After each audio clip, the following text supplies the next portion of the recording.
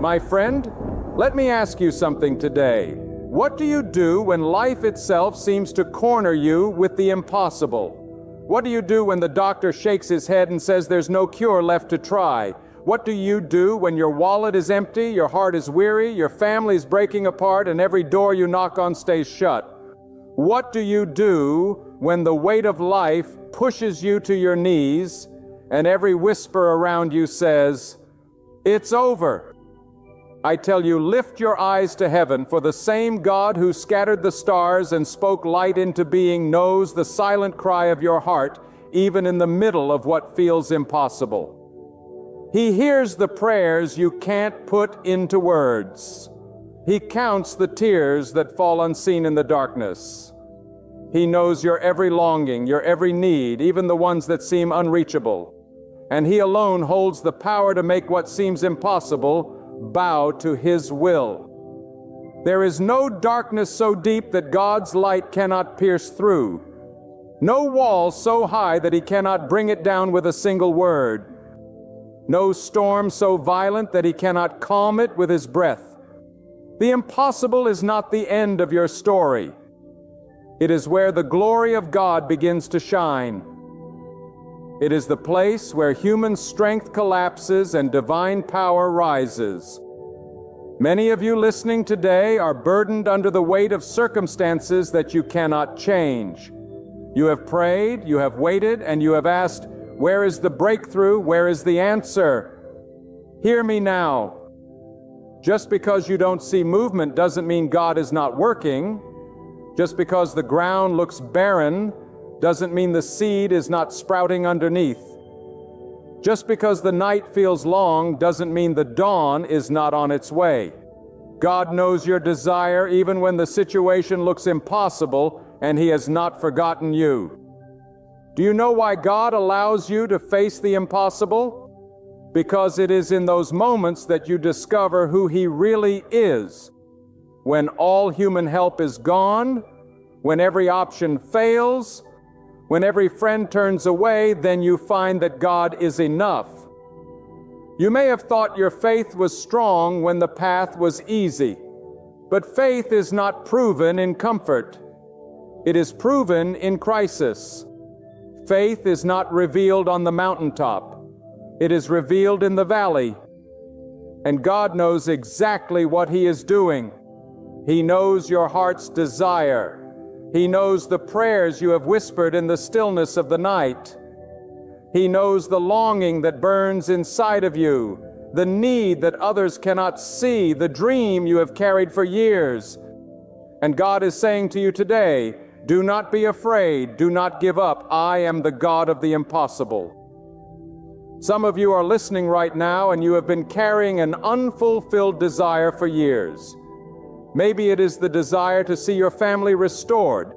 Maybe it is the desire to rise out of poverty. Maybe it is the desire to walk in peace when your mind has been tormented. Maybe it is the desire to break free from a chain that has held you for too long. And you say to yourself, this is impossible. But I am here to declare to you what is impossible with men is possible with God. The doctors may not have the cure, but God holds the keys of life and death. The judges may not give you justice, but God is the judge of all the earth, and He does not sleep. The doors of opportunity may be locked to you, but God is the one who opens doors no man can shut. He knows your desire, and He is not limited by the word impossible. The reason many of us faint in the waiting is because we think God has forgotten us. But God does not forget. God does not misplace His people. God does not miscalculate His timing. God does not overlook your prayers. The waiting season is not wasted, lo. It is the season in which God shapes you, molds you, prepares you for what is coming. You think you are standing still, but God is working beneath the surface. You think nothing is changing, but God is aligning circumstances you cannot see. He is moving hearts, shifting atmospheres, removing obstacles, breaking chains. And when the time is right, the very thing you thought could never happen will break forth like a flood. Your desire is not hidden from Him. Your tears are not wasted. Your faith is not in vain. I want you to think about this. When a child cries in the night, the parent hears. Even if the house is filled with noise, the parent recognizes the sound of that child. And if an earthly parent can respond to the cry of their child, how much more will God respond to the cry of His people? Your cries do not go unnoticed. Your prayers do not rise into emptiness. They ascend before the throne of the Almighty, and He bends His ear to listen. The silence of heaven is not the absence of God. It is the preparation of something greater than you imagined. He knows your desire in the impossible situation, and He is not silent forever. Sometimes God allows the situation to grow darker so that when the breakthrough comes, no one can say it was human strength. Sometimes God lets the odds stack against you so that when the victory arrives, everyone will know it was His hand. Sometimes He waits until the last moment so that the glory will belong to Him alone. That is why your impossible situation is not a curse. It is an opportunity for God to show His greatness. You may feel weak, but God is strong. You may feel small, but God is infinite. You may feel forgotten, but God's eyes are always on you. When the world says finished, God says not yet. When the enemy says impossible, God says, watch me work, my friend. Hear me closely. When you look at your life and see the mountain that will not move, when you stare at the river that you cannot cross, when the giant in front of you seems stronger than anything you have ever faced, I want you to remember one thing. God knows. God knows your pain, your hunger, your desire, your prayer. He knows the secret longing of your heart. He knows the very thing you have been afraid to speak aloud. He knows what weighs you down in the night and what steals your peace in the day. And He does not only know, He has already measured it, already written the answer, already carved the pathway that will lead you out of what seems impossible. Many people say, I want God to remove the impossible situation. But beloved, sometimes God does not remove it. He transforms it. Sometimes He does not erase the mountain. He gives you the strength to climb it. Sometimes He does not dry up the river. He builds the bridge that carries you across. Sometimes He does not silence the storm. He anchors your soul so deeply in Him that the storm loses its power to destroy you. This is why you must never judge God by your present circumstance. He is bigger than what you see. He is wiser than what you know, and He knows what is good for you even when you cannot understand why the delay is long or why the road is difficult. His knowledge surpasses the wisdom of all men, and His timing is perfect. Let me tell you, desire is not something that hides from God. Desire is something He Himself placed within you. The very dream that burns in your spirit, the very hunger that drives you to your knees, that very ache in your soul, it was not placed there by accident. God put it there. And if He placed it within you, then He intends to fulfill it in His time and His way. Your desire may look impossible, but the one who gave you breath also gave you purpose. And purpose will never be denied when it is rooted in God. That is why you must never confuse delay with denial. Just because the blessing has not arrived yet does not mean it is not coming. Just because the healing has not manifested yet does not mean it is not on the way. Just because the door is still closed does not mean the key is not in God's hand. The reason some of you are broken right now is because you have been staring at the size of your problem instead of the size of your God. You have been measuring your situation by human ability instead of divine power. You have been listening to the voice of doubt instead of the voice of faith. But I came to tell you today, God is not intimidated by your impossibility. God is not limited by the laws of nature, by the verdict of men, by the reports of experts, or by the limits of time. When He decides to move, nothing can stop him. When he chooses to open a door, no one can shut it. When he speaks life into a dead situation, even the grave must give way. Impossible is not in the vocabulary of God. And let me say this, God often uses impossibility to reveal His greatness to you. If life were easy, you would never learn to depend on Him. If every prayer were answered instantly, you would never grow in faith. If every mountain melted away at the first sign of struggle, you would never learn perseverance. But God allows the impossible to stretch you, to refine you, to deepen your trust, to strengthen your spirit, and to reveal to you that He is not a small God who works only in the shallow waters. He is the God of the deep, the God of the storm, the God of the wilderness, the God of the midnight hour. He is with you when the road is clear, and He is with you when the path is blocked. He is present when the sun shines, and He is present when the night seems endless. And all the while He knows your desire. Do you know what God is teaching you in the waiting? He is teaching you that your desire must not become your idol. Too often people love the blessing more than the giver. They crave the miracle more than the one who performs it. They want the gift more than they want the presence of God. And so in His mercy, God delays because He wants your heart first. He wants your trust first. He wants you to love Him not only for what He can give, but for who He is. And when He sees that your heart clings to Him more than to the outcome, that your faith rests in Him more than in the desire, that your joy is found in Him more than in the answer, that is when He releases the impossible into your hands. Some of you are asking, why has it taken so long? Let me tell you, time is not the enemy when God holds it. Time is the tool He uses to prepare you, to prepare the blessing, and to prepare the people around you. Some blessings are delayed because God is protecting you. Some are delayed because He is strengthening you. Some are delayed because the blessing itself is not ready yet.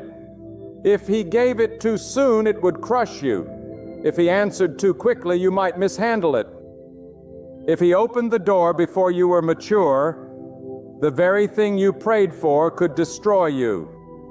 But when the fullness of time arrives, what looked impossible will unfold in a way that leaves no doubt it was God and God alone. Beloved, I want to stir your faith today. Do not let your impossibility become your identity. Do not label yourself by your struggle.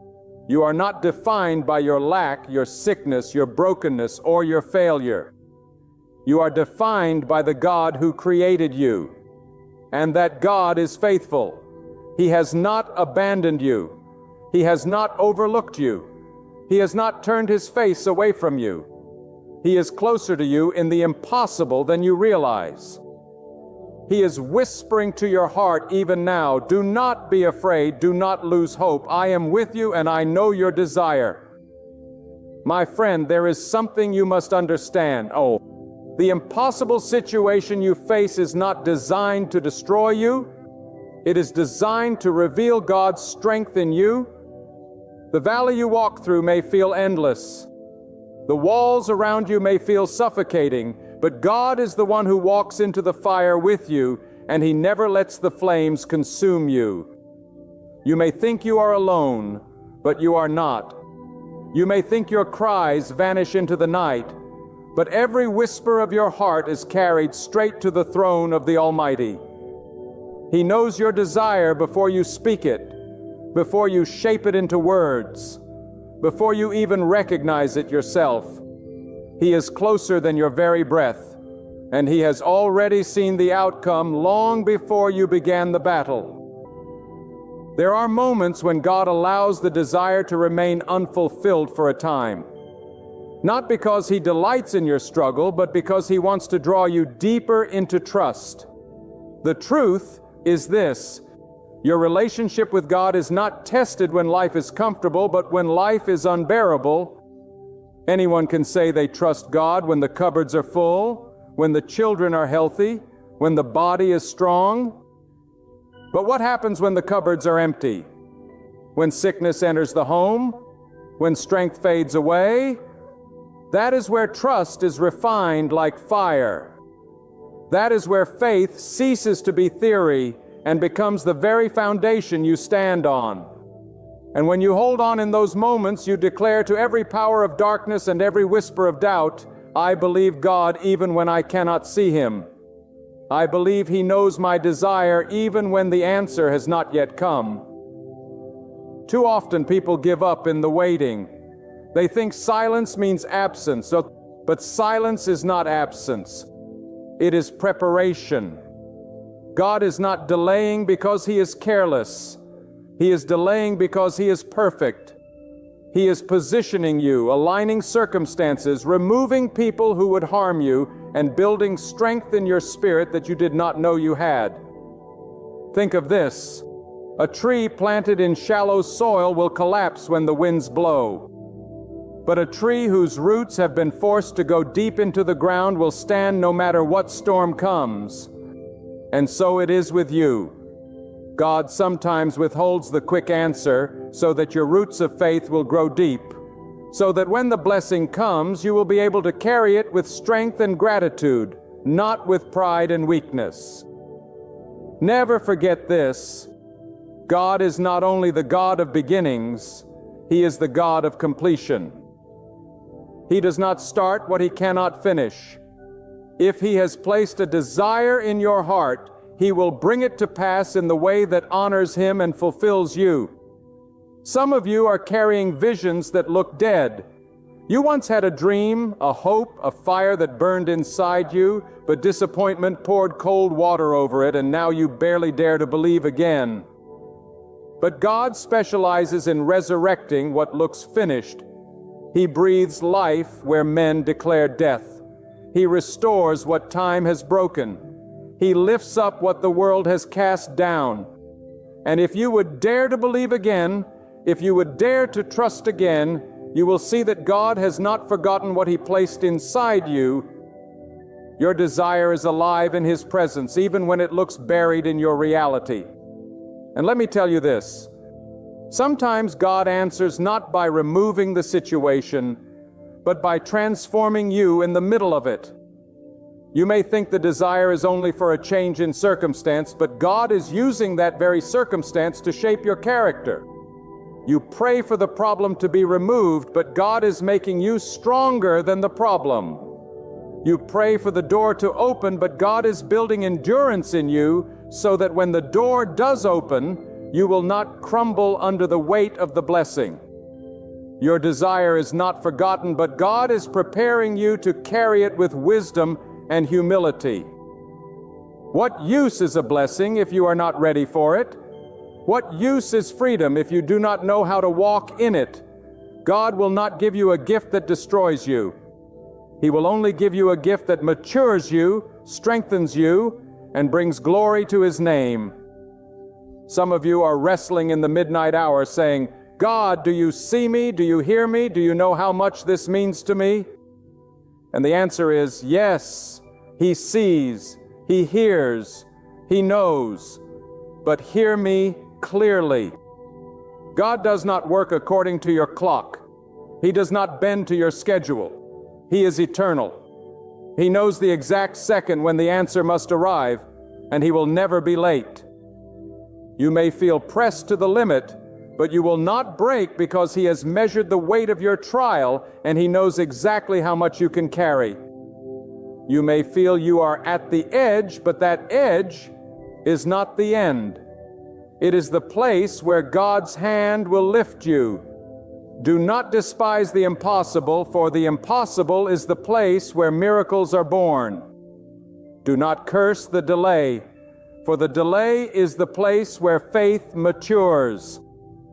Do not run from the struggle, for the struggle is the place where your spirit learns to depend fully on God. You see, your desire is not simply about what you want. It is about who you are becoming.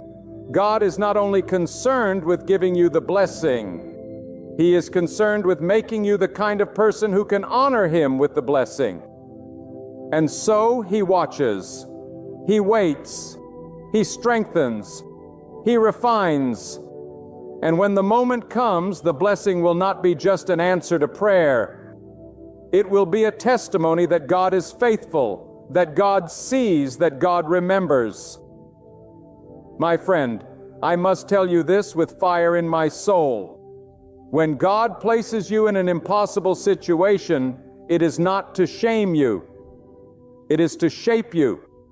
The impossible is not God's way of abandoning you. It is His way of revealing Himself to you. For it is only in the furnace that gold is purified. It is only in the wilderness that strength is built. It is only in the midnight hour that faith learns to see in the dark. And God knows your desire. He knows the weight you carry. He knows the dream you nurture in secret. And He has not forgotten you. Do not mistake silence for neglect. Do not confuse waiting for rejection. God's silence is not absence. It is strategy. Just because He has not moved yet does not mean He is idle. Even when the surface looks still, beneath the soil roots are spreading, foundations are being laid, preparations are being made. God works in ways unseen so that when the answer bursts forth, it will come suddenly, powerfully, undeniably. You may feel like your story has reached its final page, but remember, God still holds the pen and the ink has not run dry. What looks impossible is simply the platform where His greatness will be revealed. Let me remind you, God is never confined by the circumstances surrounding you. People are limited by resources, by time, by strength. But God has no limits. He speaks things into existence that have never been seen before. He carves roads through wilderness and makes rivers flow through dry ground. He causes light to burst forth in the darkest night. And if He could create the universe out of nothing, He can rebuild your future from the pieces of what feels broken and lost.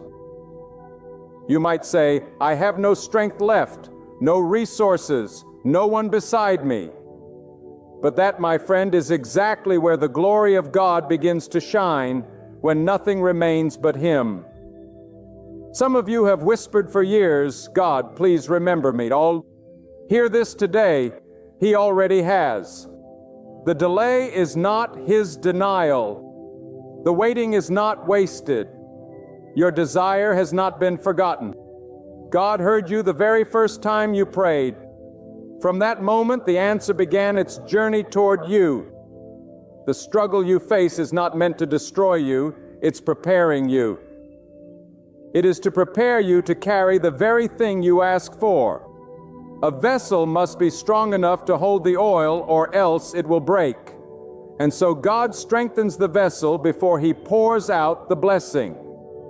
That is why you have faced resistance, why you have felt stretched, why the battle has been fierce. It is not because God has rejected you. It is because He is preparing you. And I tell you something more. The very impossibility that frightens you is the same impossibility that terrifies the enemy.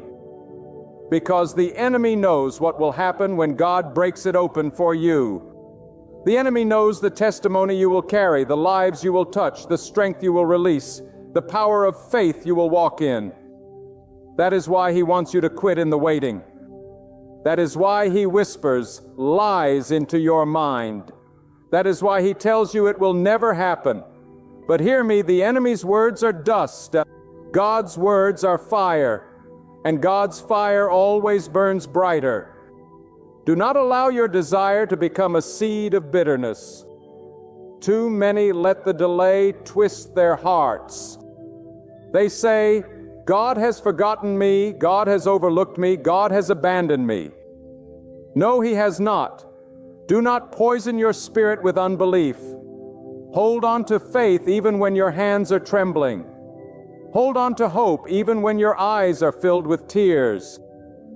For the God who gave breath to your body has not forgotten the cry of your soul. And let me go deeper.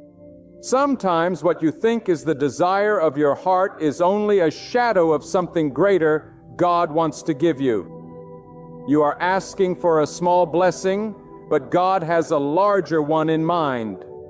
You are asking for survival, but God wants to give you abundance. You are asking for the door in front of you to open, but God wants to lead you into a land you have never seen. This is why He delays, not because He ignores you, but because He intends to exceed you. He intends to give you more than what you dared to imagine. You want the possible, but God wants to show you the impossible. Beloved, faith is not believing that God can do what you think is reasonable. Faith is believing that God can do what men call ridiculous. Faith is believing that the barren can give birth, that the broken can rise again, that the prisoner can walk free, that the rejected can be chosen, that the impossible can become reality. And the moment you choose to believe, even when everything in you screams otherwise, that is the moment God moves. Listen closely, my friend. The very fact that you still have breath in your body is proof that God is not finished with you. If your story were over, you would not still be here. If your destiny had been canceled, your heart would not still be beating. God has preserved you for a reason. He has carried you through nights you thought would end you. He has sustained you in moments when you were too weak to stand. He has shielded you from dangers you never even knew were near. And why? Because He knows the desire of your heart. He knows the purpose of your life, and He is not about to let you drown in what looks impossible. There is power in knowing that God sees what men overlook. Men may dismiss your dreams as foolish, but God gave them to you. Men may mock your faith as unrealistic, but God honors it. Men may laugh at your prayers as hopeless, but God bottles every tear and records every cry. You are not invisible. You are not forgotten. You are not abandoned. God has been with you in every season. When you walked in joy and when you staggered in sorrow, when you stood in strength and when you fell in weakness, and through it all, He has carried the knowledge of your desire, waiting for the moment to bring it forth in His perfect timing. Do you know what separates those who see the impossible become possible and those who never do? It is persistence in faith. It is the refusal to let go of God even when everything around you screams that it is useless. It is the decision to stand in the ashes and still declare, I believe. It is the courage to say, though the night is long, I will not stop looking for the dawn. It is the resolve to trust that the one who knows the stars by name also knows the longing in your soul. And that kind of faith moves mountains because it is not rooted in circumstances. It is rooted in God. You may say, but I am tired, I am weary, I am broken. And I tell you, yes, you may be. But God is not tired. God is not weary. God is not broken. You are leaning on the one whose strength does not fail, whose wisdom does not falter, whose love does not fade. The weight that crushes you is light to Him. The burden that bends your back is nothing to His mighty hand. Stop trying to carry what only God can carry. Stop trying to fight battles that only God can win. Your desire is not accomplished by striving alone. It is fulfilled by surrender. When you lay it down before Him, when you release it into His care, when you say, God, you know best, that is when peace floods your heart and power flows into your situation. And I tell you something else. Say, God does not answer according to your impatience. He answers according to His wisdom. Sometimes we demand quick answers, but quick answers do not always produce lasting fruit. God is not interested in temporary solutions. He is interested in eternal results. That is why He takes His time, why He works in ways you cannot see, why He allows you to walk through valleys before bringing you to the mountain. He is not only concerned with giving you what you desire, He is concerned with shaping you into the person who can handle it, protect it, and multiply it for His glory. Remember this truth. Every great testimony is born in a great test. Without the trial, there is no triumph. Without the struggle, there is no strength. Without the impossible, there is no miracle. You may want the crown, but the crown is only given after the battle. You may want the harvest, but the harvest only comes after the sowing. And in the same way, your desire will be fulfilled, but only after the process has done its work in you. Do not despise the process, for the process is the hand of God preparing you for what you ask for. When you are surrounded by impossibility, when the walls close in on you and every direction seems sealed, that is not the end of your story. That is the stage upon which God shows His greatest power. The human heart often trembles when confronted with circumstances too heavy to bear. But it is in those very moments that God's presence burns brightest. What seems like a dead end to man is only a doorway for God. He has never been bound by what is possible to men. For His word created the heavens and the earth, and His command still sustains them. If He spoke existence out of nothingness, can He not bring life, order, and victory out of your situation? Do not measure your future by the limits of your resources. Do not measure God by the boundaries of human ability. The eyes of flesh will tell you there is no way. But the eyes of faith remind you that God is the way maker, the one who causes rivers to flow in the desert and bread to rain from heaven. Your desires may look foolish in the face of your trials, but remember this. Say God placed that desire in your heart, and He is able to bring it to pass in His perfect time. Never let the enemy deceive you into believing that God has forgotten you. He has not turned His face from you. He has not closed His ears to your cries. Your tears are counted. Your prayers are stored, and your trust will not be in vain. Think of how God works in the hidden places. Seeds germinate underground, unseen by the human eye, yet in due season they burst forth into life. So it is with your impossible desires. They may seem buried, lifeless, invisible, but beneath the soil of your waiting, God is working, preparing, aligning, shaping, and arranging what your eyes cannot yet see. If you can endure the silence, if you can hold on through the waiting, you will live to see the fulfillment of what God promised you. Do not despise the waiting seasons, for they are not wasted. They are wombs where miracles are formed. Many times we think God delays, but He is never late.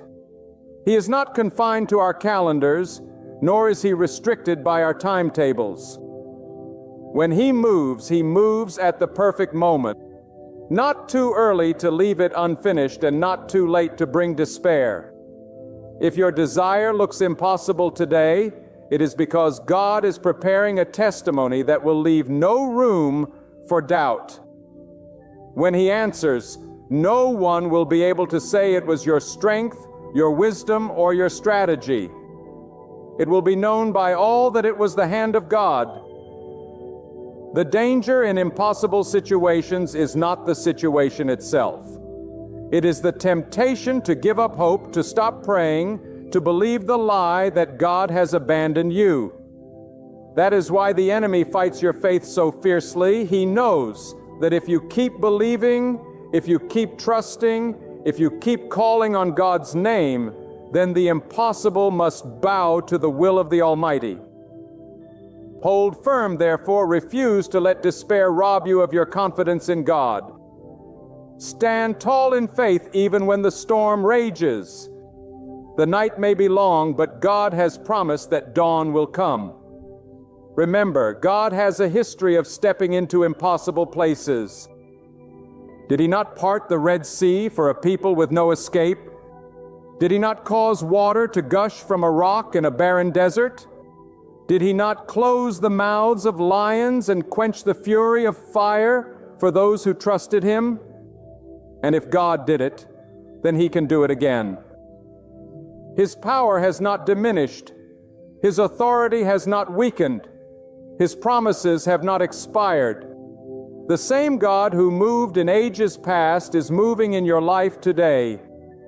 So lift your head even in the valley of impossibility. Speak to your heart. Command it not to faint. Tell your soul that God is still on the throne, still ruling, still orchestrating, still delivering. Do not silence your desire, for it is the seed of what God intends to do. Your impossible desire is not a burden. It is an invitation to witness the greatness of God.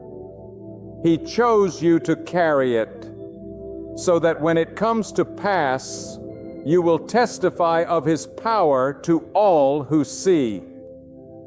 And let me tell you something, God loves the impossible, for it is in the impossible that His glory shines the brightest. If man could solve it, if human hands could fix it, then it would not show the power of God. But when the door is locked, when the way is blocked, when the path is dark, and when hope is gone, that is when God shows up with light, with deliverance, with power, and with victory. Therefore, do not despise your impossible season. Embrace it, for it is the very soil where God will plant His miracle. Your situation is not too far gone. Your dream is not too big. Your desire is not too outrageous. With God, nothing is impossible. And when He moves, He will move in such a way that you will weep with awe. You will fall to your knees in gratitude, and you will declare with trembling lips that God has done what no man could ever do. When you walk through the fire of impossibility, do not fear, for God is with you. When the waters of uncertainty rise against you, do not be afraid, for God holds them back with His command. The strength of man will fail, the counsel of the wise will falter, and the wealth of the powerful will crumble. But the word of God stands forever. Your situation may appear unmovable, but God is not limited by appearances. He sees beyond the visible. He works beyond the natural. He moves beyond the reach of human understanding. Where you see walls, God sees open doors. Where you see a closed chapter, God sees the unfolding of a greater story. So often we confuse impossibility with finality. We think that because we cannot see a way, there must be no way. But God does not require your eyes to see before He acts. He does not ask your mind to understand before He performs. He is not waiting for human approval to release His power. God is independent, sovereign, absolute, and limitless. What He wills, He does. What He speaks comes to pass. And what He has determined for your life, no force of darkness, no opposition of men, no chain of circumstance can stop. In your impossible desire lies a hidden truth. It is not there by accident. The longing you carry in your spirit is not random. It is planted by God to draw you into deeper dependence on Him. If you could fulfill it by your own strength, you would have no need to call upon His name. If you could reach it by your own wisdom, you would have no reason to bow in prayer. But when the desire outweighs your ability, when the dream exceeds your reach, when the mountain towers higher than your strength, then you are positioned for God to reveal His glory.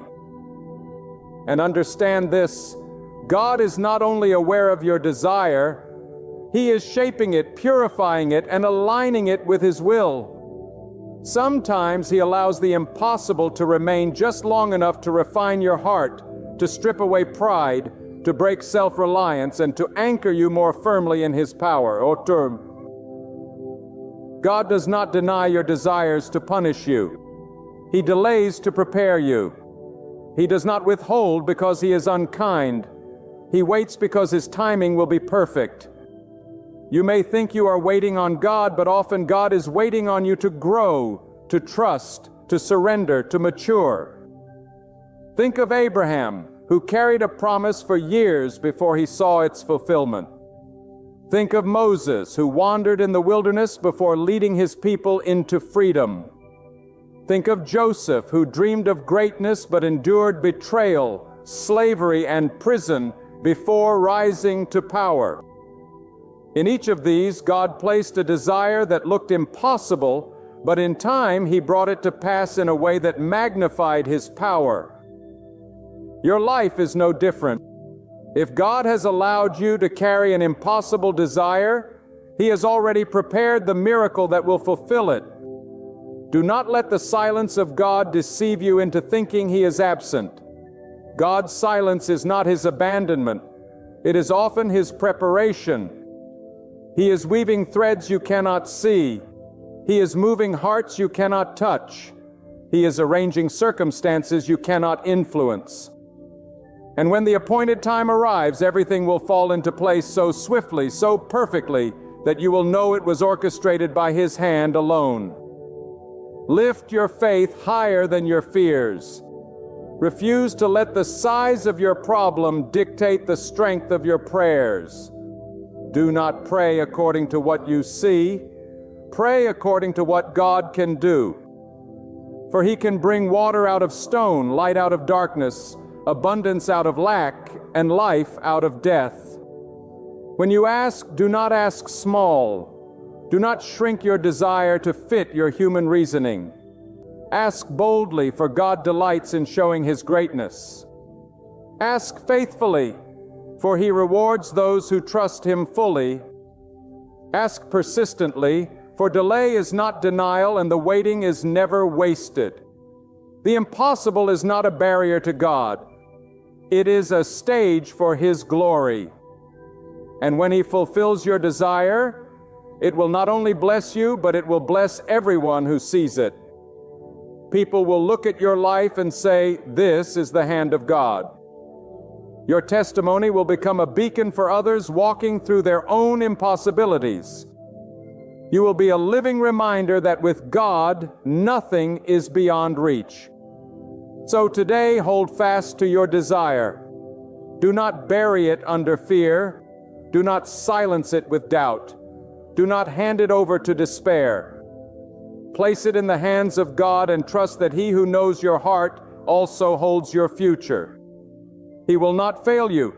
He cannot fail you. For God is faithful, and His faithfulness endures forever.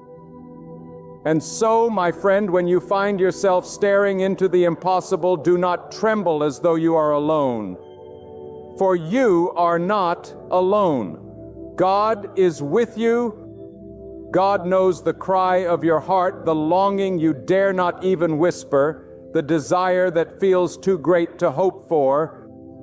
He knows the burden you carry, the dream that feels buried, the prayer that seems unanswered.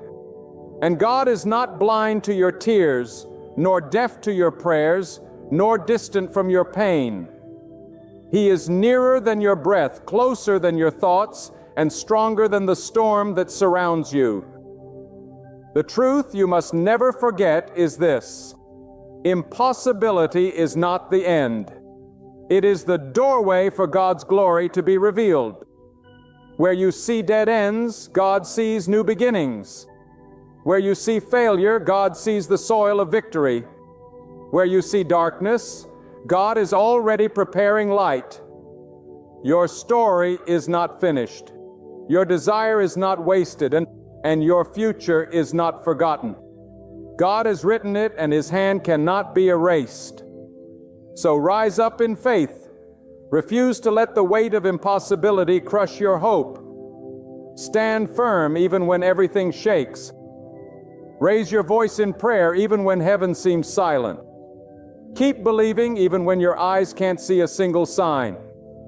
Because in God's perfect timing, every impossibility will bend to His will. And when it unfolds, it won't just fill your heart with joy, it will stand as a testimony to the world that nothing is too hard for God.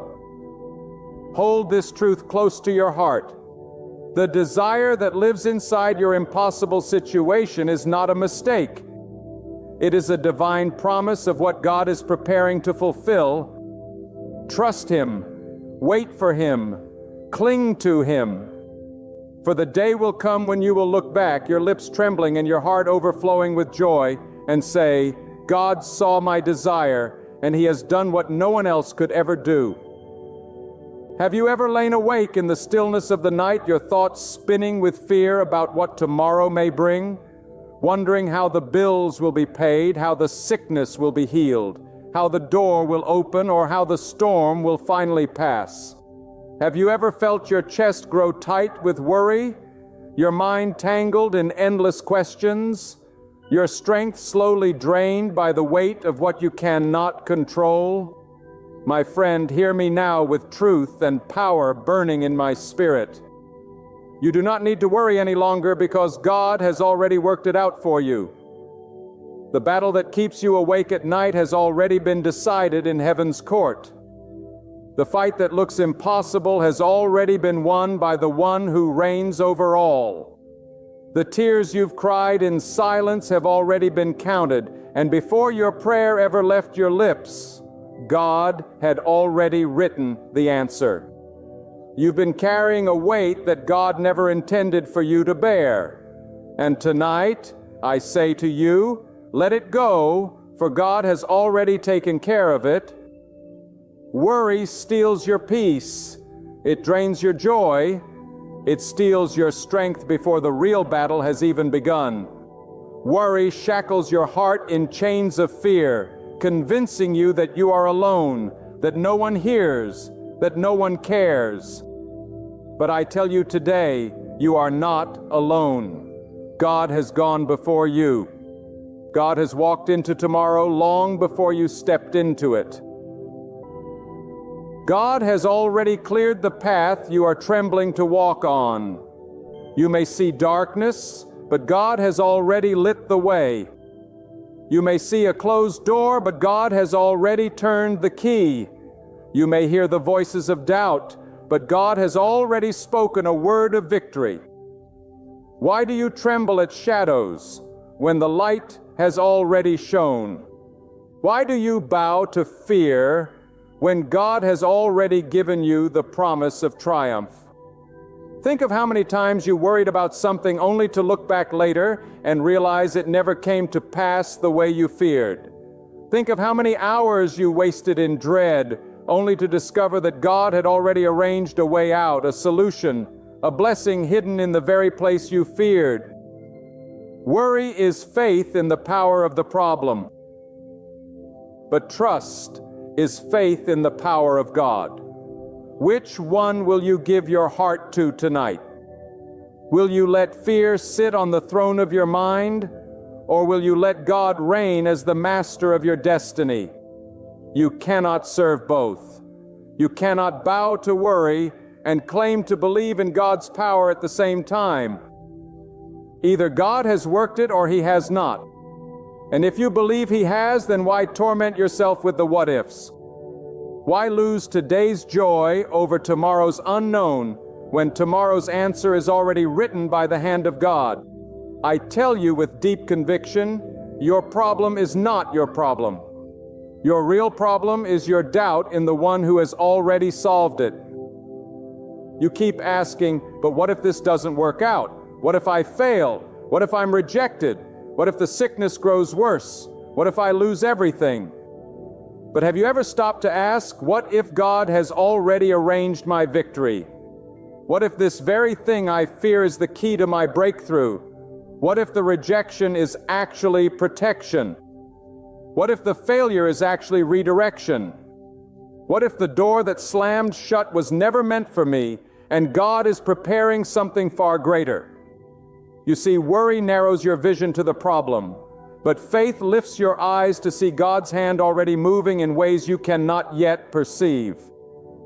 While you are pacing the floor in fear, God is arranging people, opportunities, and outcomes that you could never orchestrate on your own. While you are biting your nails in anxiety, God is whispering to the winds, commanding them to shift in your favor. While you are crying in despair, God is weaving the very threads of your pain into a tapestry of purpose. I tell you, every time you choose to worry, you are choosing to insult the sovereignty of God. Every time you let anxiety take control, you are saying that the Creator of heaven and earth is not capable of handling your situation. And is He not capable? Is the one who hung the stars in the heavens and set the oceans and their boundaries suddenly too weak to carry your burden? Is the one who formed you in the secret place, who numbered every hair on your head, who breathed life into your lungs, suddenly indifferent to your cries? My friend, do not let the enemy deceive you. God has not abandoned you. God has not forgotten you. God is not late. He is never late. He has already worked it out. Look at the mountains of your life. They look immovable, but God says they will crumble. Look at the storm that rages against you. It looks overwhelming, but God says peace is already declared. Look at the enemies who rise up against you. They look powerful, but God says they are already defeated. The path may look blocked, but God has already built a road through the wilderness. The well may look dry, but God has already spoken water into the desert. The night may look endless, but God has already commanded the morning to rise. Do you not see the worry in your heart is a lie? Because God has already written a different ending. I want you to grasp this with your whole being. The battle is not yours, it is God's. The weight is not yours, it is God's. The future is not yours to control, it is God's to unfold. You cannot add a single hour to your life by worrying. You cannot change a single outcome by fretting. You cannot bend reality by twisting yourself in knots of fear. But you can destroy your peace. You can poison your spirit. You can blind yourself to the blessings that are already being poured out. And that is exactly why worry is so dangerous. It distracts you from seeing what God is already doing. It blinds you from recognizing the answer that is already in motion. It keeps you chained to fear while God is calling you to freedom. Hear me now, every sleepless night you've endured, God has seen. Every tear that has rolled down your face in secret, God has counted.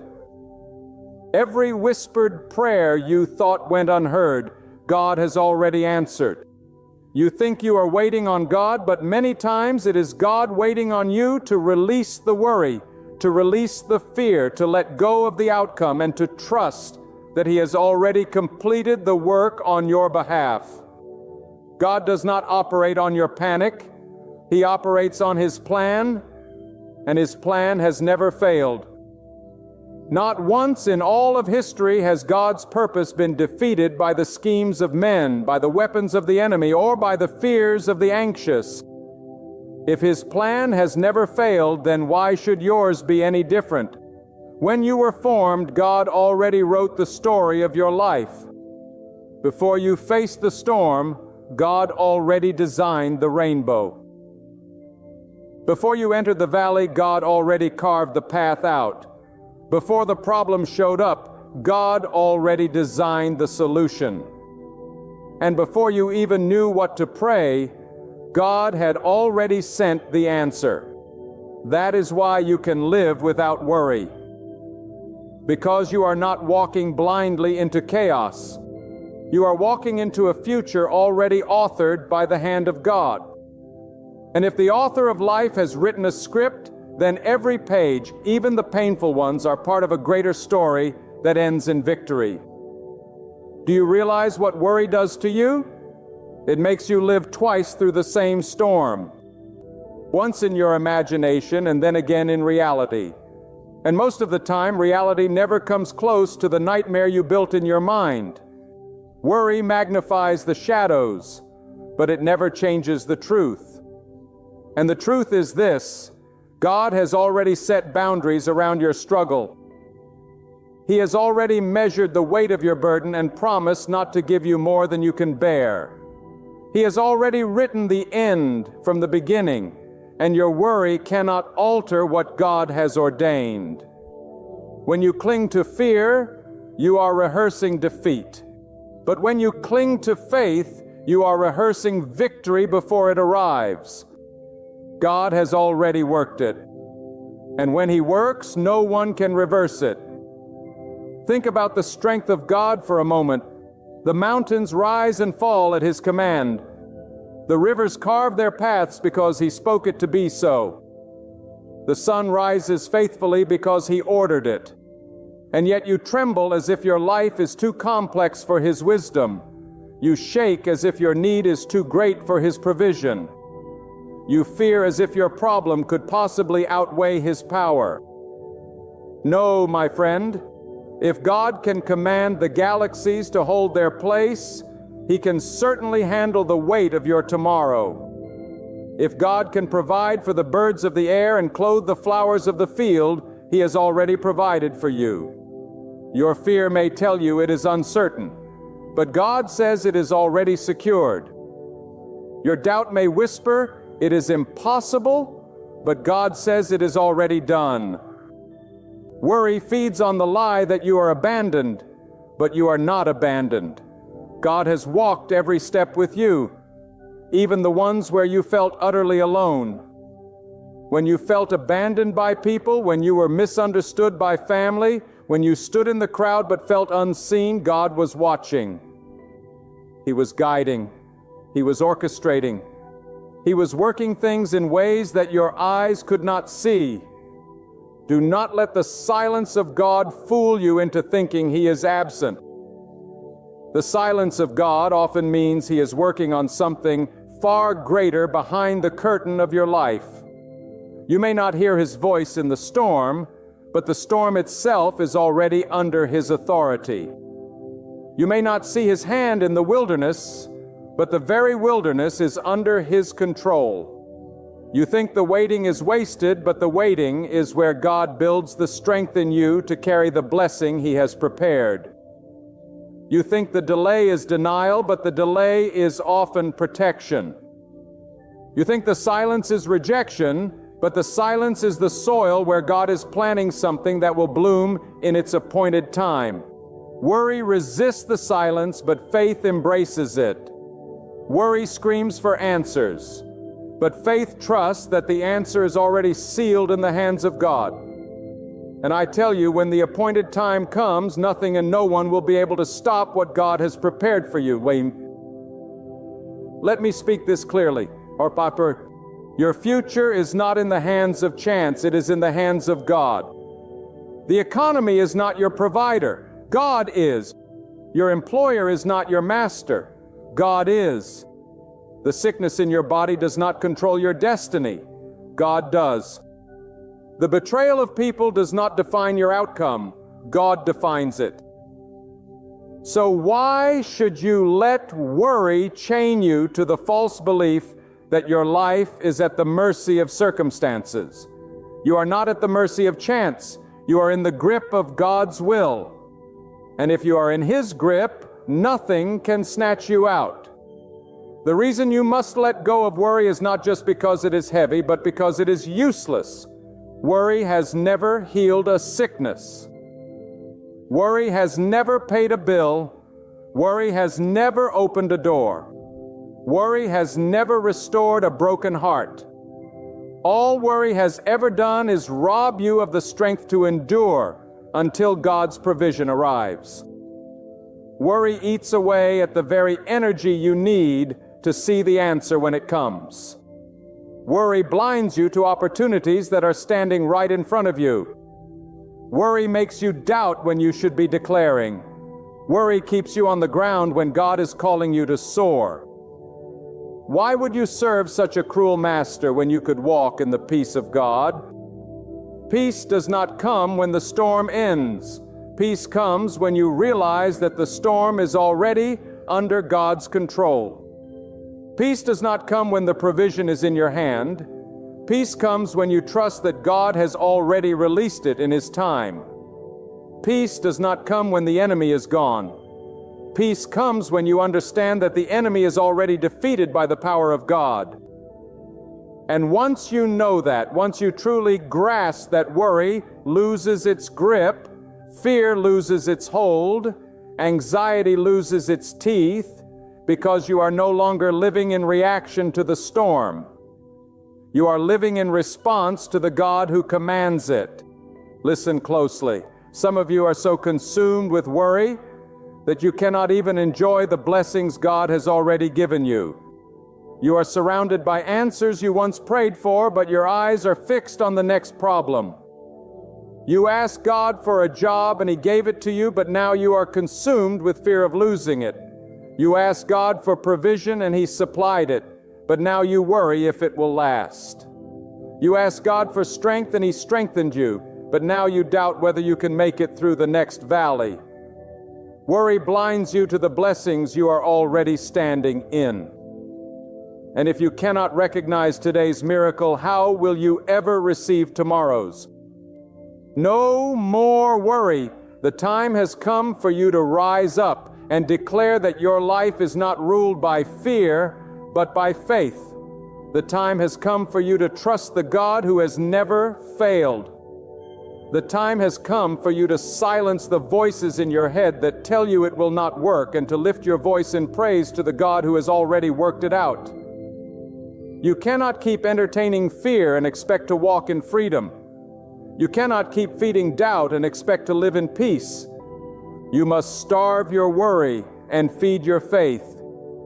You must stop rehearsing the disaster and start rehearsing the promises of God.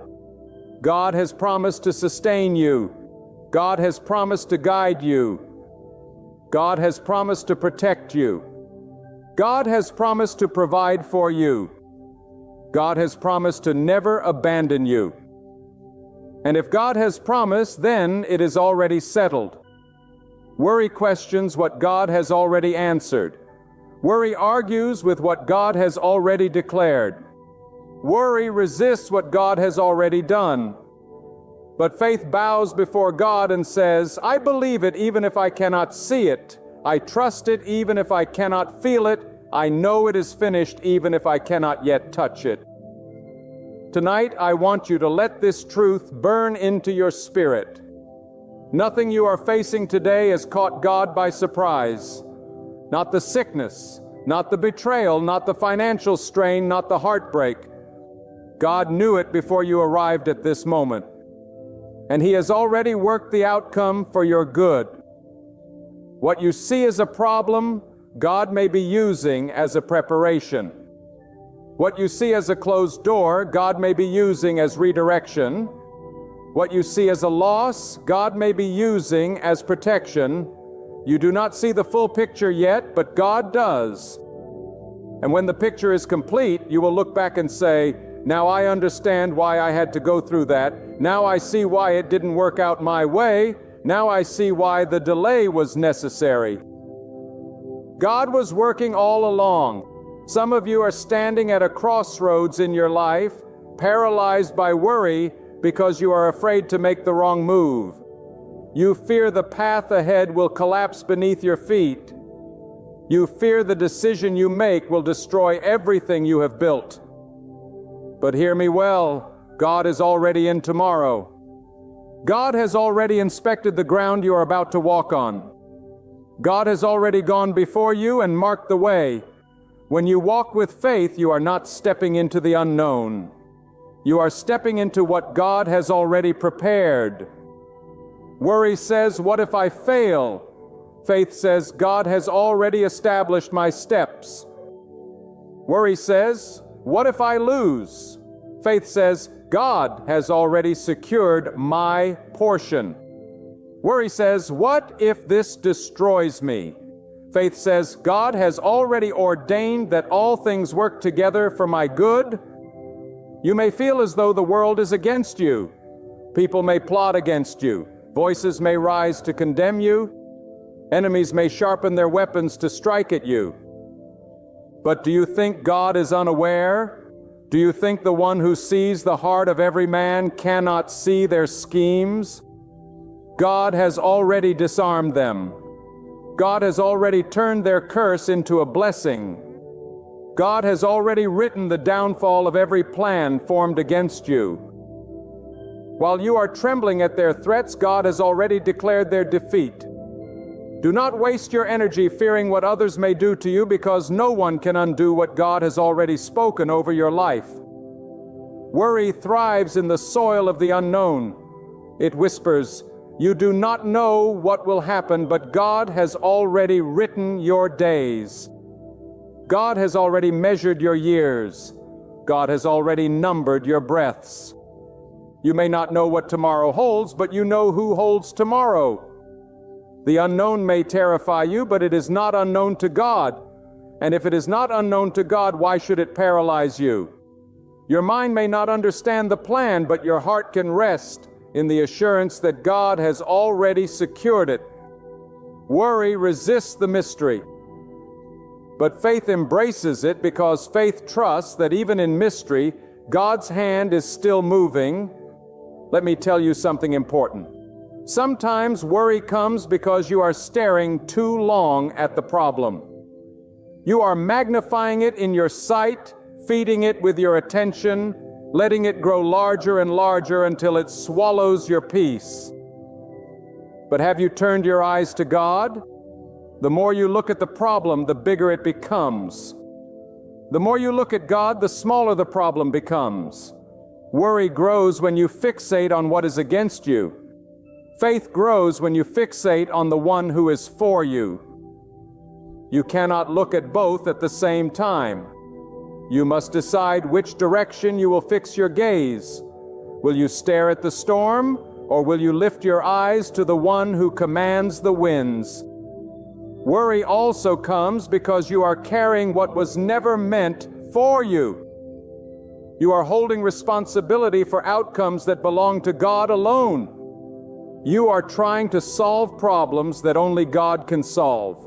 You are trying to open doors that only God can open. You are trying to heal wounds that only God can heal. And no wonder you feel crushed beneath the weight.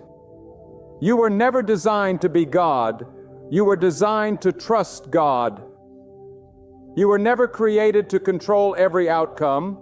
You were created to surrender to the one who holds every outcome in his hands. Letting go is not giving up. It is placing it in the hands of the one who has already finished the work. Understand this. Your worry does not impress God, and it does not make him move any faster. God is not stirred by your fear. He is moved by your faith.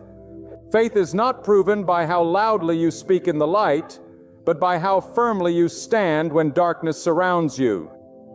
Faith is believing that even when no path is visible, God has already opened one. Faith is trusting that even when heaven seems silent, God has already spoken his answer. Faith is stepping forward when everything inside you wants to turn back, because you know God has already gone before you. There is something powerful that happens when you finally let go of worry. Your mind becomes clear. Your heart becomes light, and suddenly you begin to see what God has been doing all along. Worry blinds, but trust opens your eyes. Worry paralyzes, but trust sets your feet in motion. Worry silences your voice, but trust fills your mouth with praise. And when you live in trust, you no longer wait in fear for tomorrow. You rest in peace, knowing that tomorrow is already secured. Think of the seasons of your life. The seed does not worry when it is buried in the soil. It trusts that its time will come. The tree does not worry when winter strips its branches bare. It trusts that spring will return. The river does not worry when the rocks block its way. It trusts that the water will carve a new path. So why do you, made in the image of God, worry when your life enters a season of silence or loss or delay? If the creation trusts the Creator, should you not do the same? God has already determined the season of your breakthrough. God has already commanded your harvest. God has already appointed your time of renewal. The seed may wait in darkness, but its future is secure. And so is yours. Some of you are holding on to memories of failure and using them as fuel for worry. You say, I tried before and it didn't work. I prayed before and nothing changed. I hoped before and I was disappointed. But do you not know that God is not limited by your past? The failure you fear so much is not the end. It was the preparation. The disappointment you carry is not the verdict. It was the foundation. God does not waste your pain. God does not waste your losses. God does not waste your tears. What you see as wasted years, God sees as training ground. What you see as brokenness, God sees as the soil where strength is being born. Do not let the failures of yesterday write the story of tomorrow. God has already written tomorrow, and it is greater than the pain of your past. I tell you with conviction, every obstacle you face has already been measured by God. Not one trial has escaped His eye. Not one struggle has been allowed outside of His knowledge. If you face it, it is because God has already provided the strength to endure it. If you encounter it, it is because God has already written the way through it. If it has come to your door, it is because God has already ordained that you will overcome it. The presence of the trial does not mean God has abandoned you. It means God has trusted you with a challenge that will reveal His glory through you. You must rise above the illusion of control. Worry thrives in the hearts of those who think they can manage everything, fix everything, and predict everything.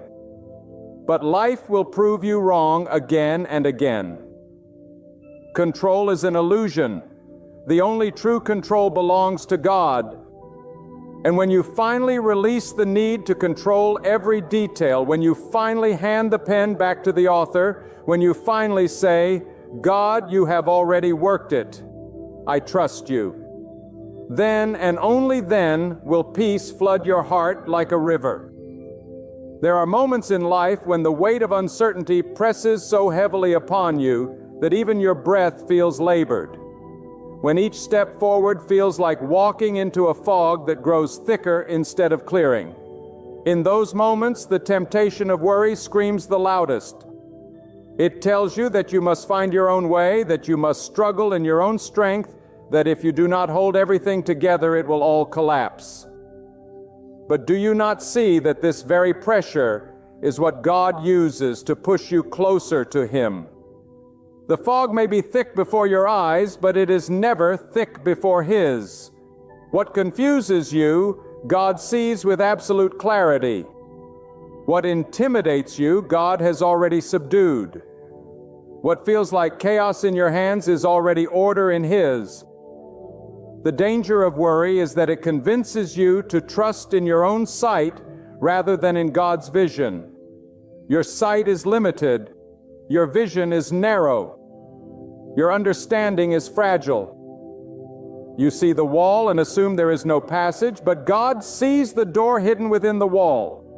You see the storm clouds and assume destruction is coming, but God sees the rain that will water your next harvest. You see the valley and assume it is your grave, but God sees the path that leads to your next mountain. When you worry, you put your faith in your own limited vision. But when you trust, you put your faith in God's limitless vision.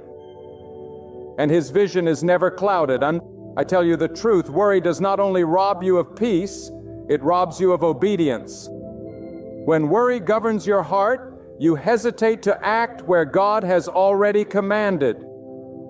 You delay when God says move. You remain silent when God says speak.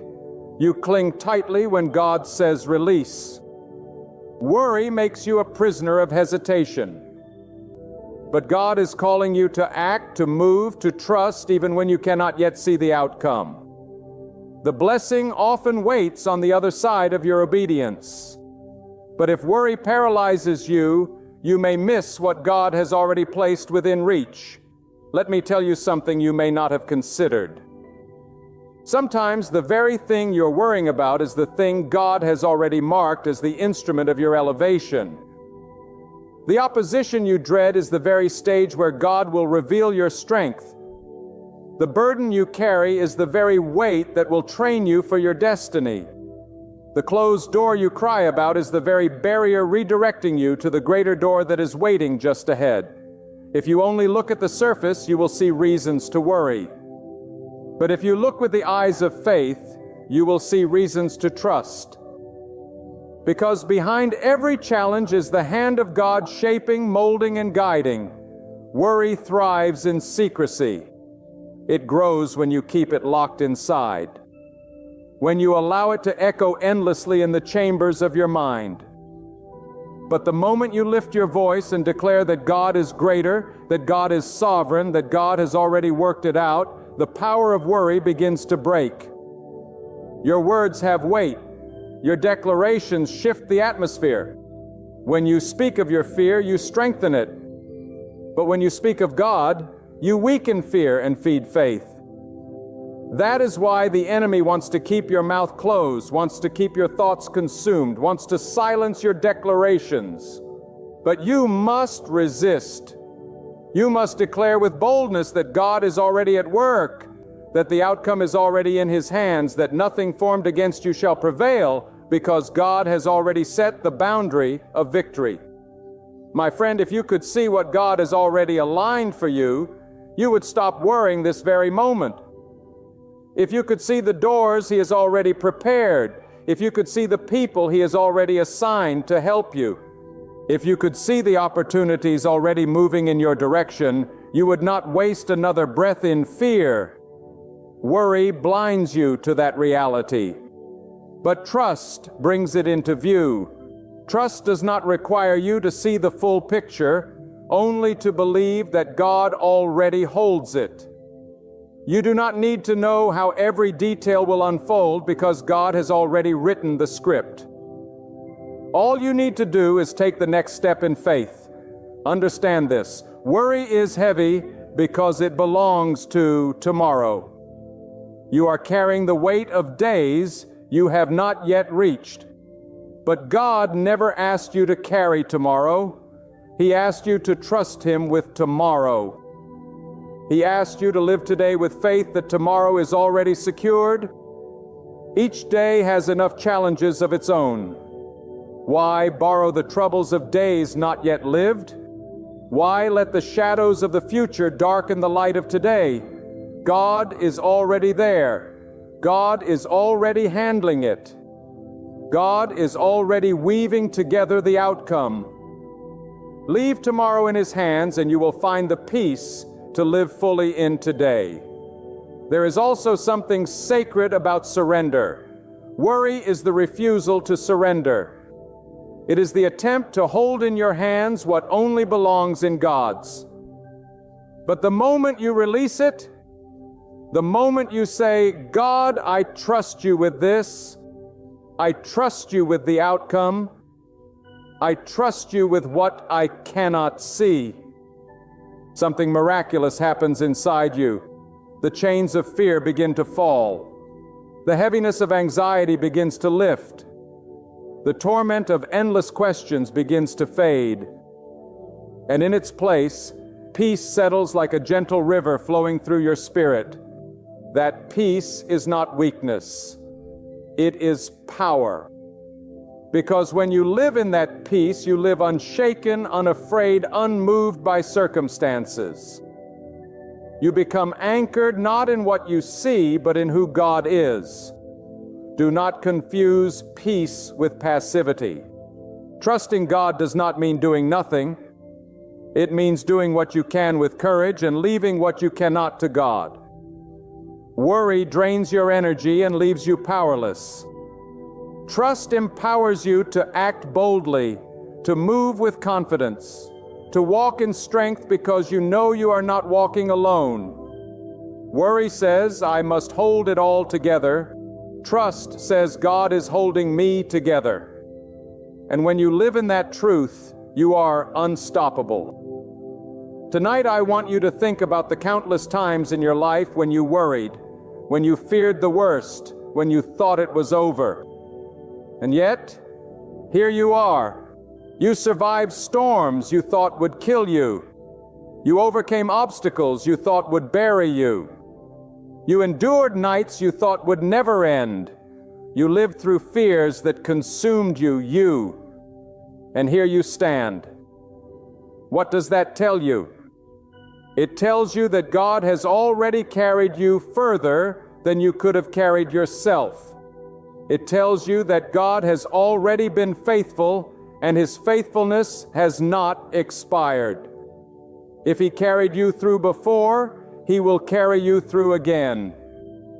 If He worked it out before, He has already worked it out this time too. Worry is the thief of your peace, but peace is the gift of God to the heart that trusts Him. When you allow your mind to become a battlefield of doubt, fear, and constant questioning of tomorrow, you hand over your joy to something that was never meant to rule over you. God has already written your story. He has already secured your provision. He has already marked the hour of your victory. Why would you carry the heavy load of anxiety when the Almighty God has already carried it for you? Why would you let your nights be restless when the one who never sleeps has promised to guard your life? Every time you let worry creep in, you are declaring to yourself that God might not come through. But hear this with all the conviction of my soul. God has never failed. From the beginning of time, He has upheld His word, and He will not fail you. The sky above you, the ground beneath you, the air in your lungs, all testify that God is faithful. Look at how He paints the heavens each morning with the rising sun, and yet you think He will forget to arrange the details of your life. Look at how He commands the oceans to stay within their borders, and yet you fear He cannot set boundaries around your troubles. God has worked it out long before you even thought to worry about it. You see, worry blinds you from seeing the evidence of God's hand already moving. While you sit restless, God is orchestrating the connections, the opportunities, the healing, and the breakthroughs that you cannot see yet.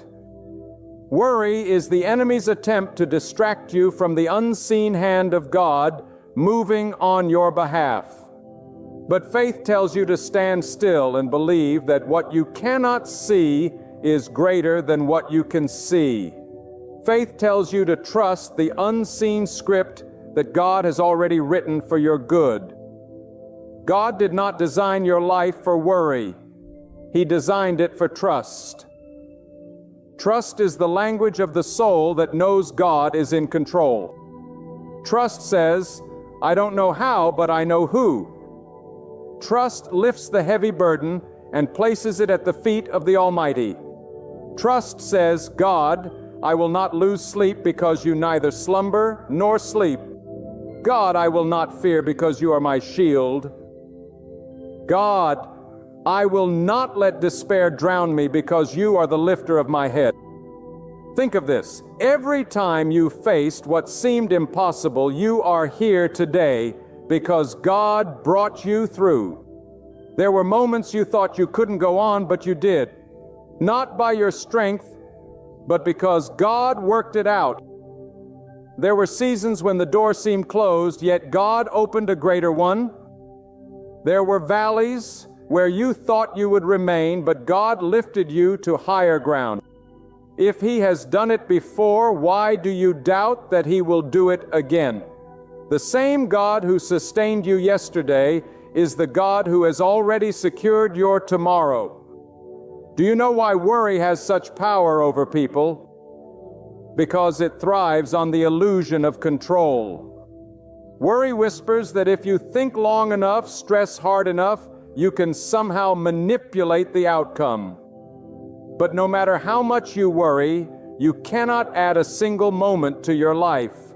No matter how much you stress, you cannot rearrange the plans of God. The Almighty has already spoken His word over your life, and His word will not return void. His decree is greater than your doubt. His plan is stronger than your fear. So what must you do? You must surrender worry and embrace the peace that comes from knowing God is ahead of you, behind you, and within you.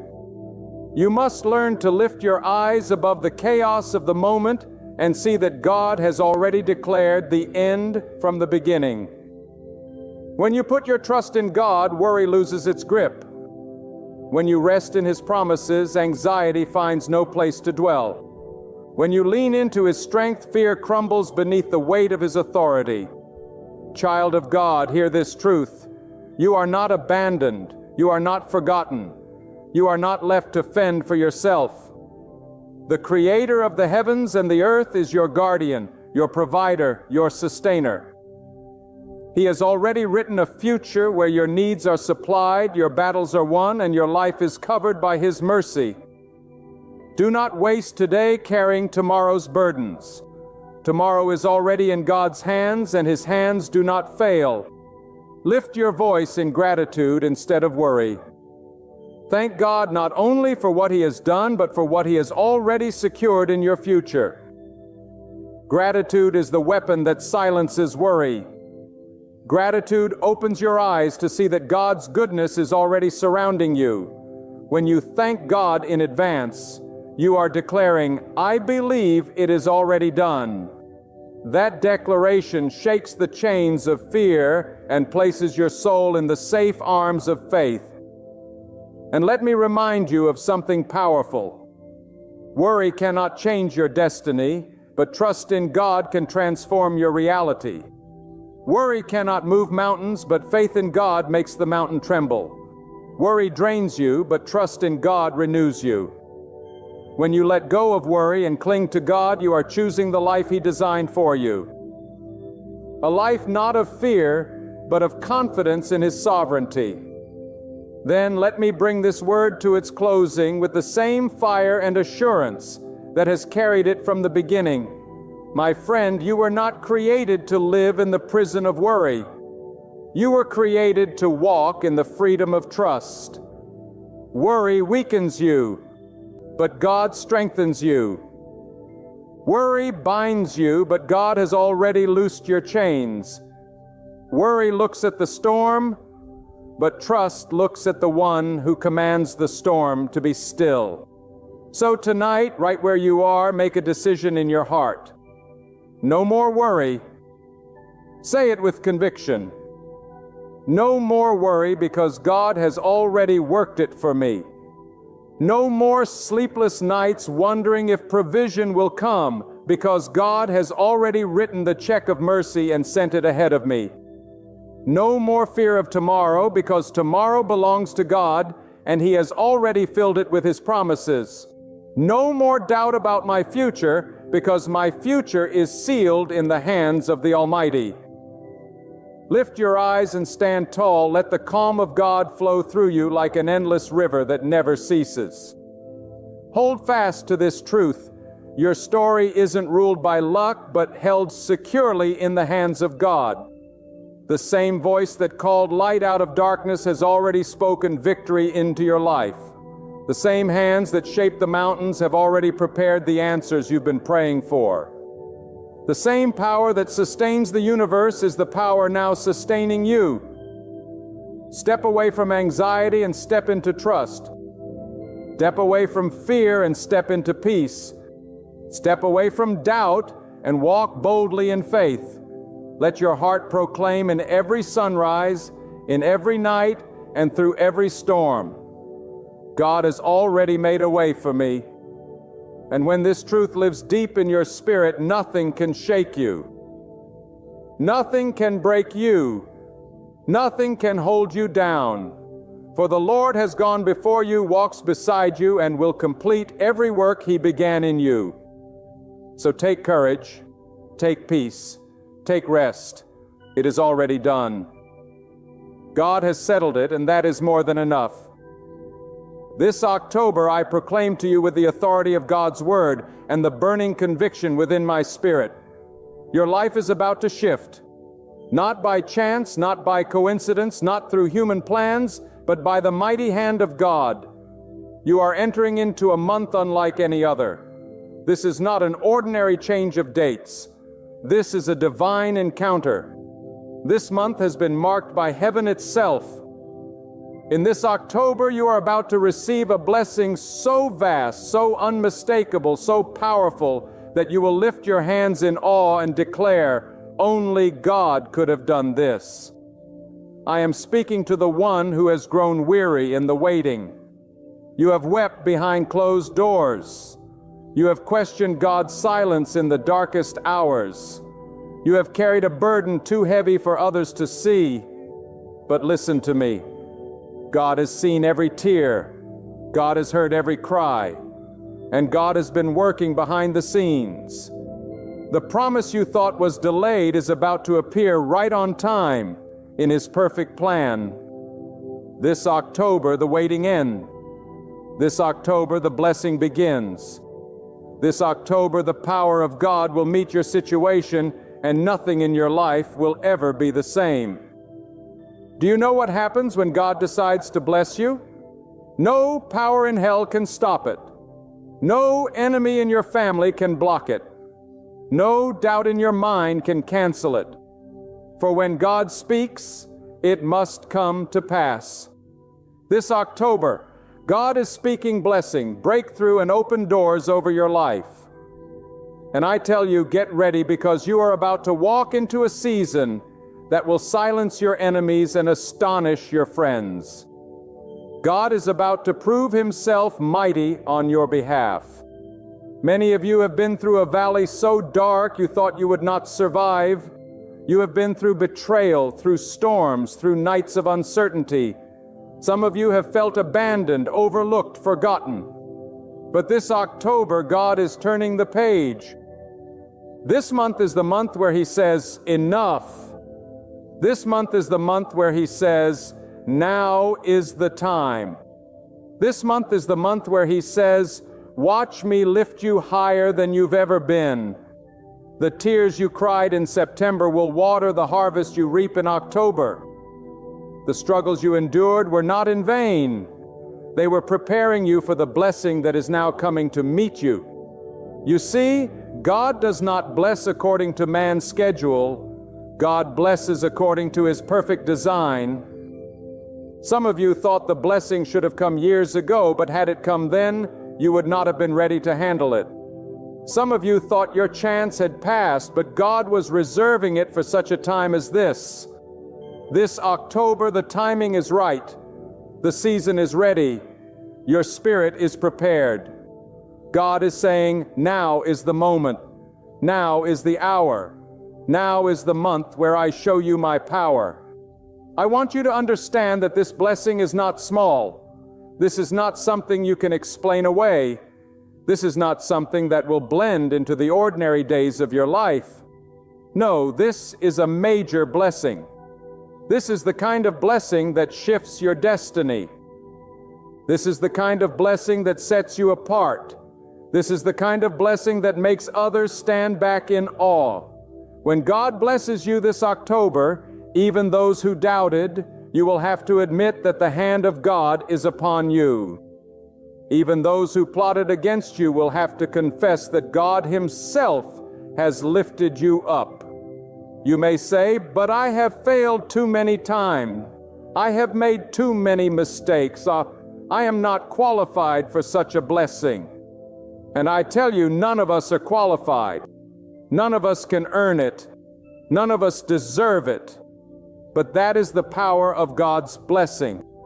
It comes not because of your worthiness, but because of His mercy. It comes not because of your strength, but because of His favor. And this October, that favor is resting on you. That mercy is surrounding you. That blessing is chasing you down. Lift up your head. Don't walk into this month with the heaviness of yesterday. Don't carry the failures of your past into the promise of your future. This October is not chained to September. God is doing a new thing, and it will spring forth quickly. The moment you believe it, the moment you receive it, the moment you step into it, you will begin to see His hand moving in ways you never imagined. The blessing of God is not just coming, it is here. The door is not just opening, it is swinging wide. The breakthrough is not just promised, it is being delivered. This October, expect the unexpected. Expect sudden shifts. Expect open doors. Expect good news to come to your house. Expect healing to flood your body. Expect restoration to hit your family. Expect opportunities to arise where there were only obstacles. Expect favor to flow where there was only failure.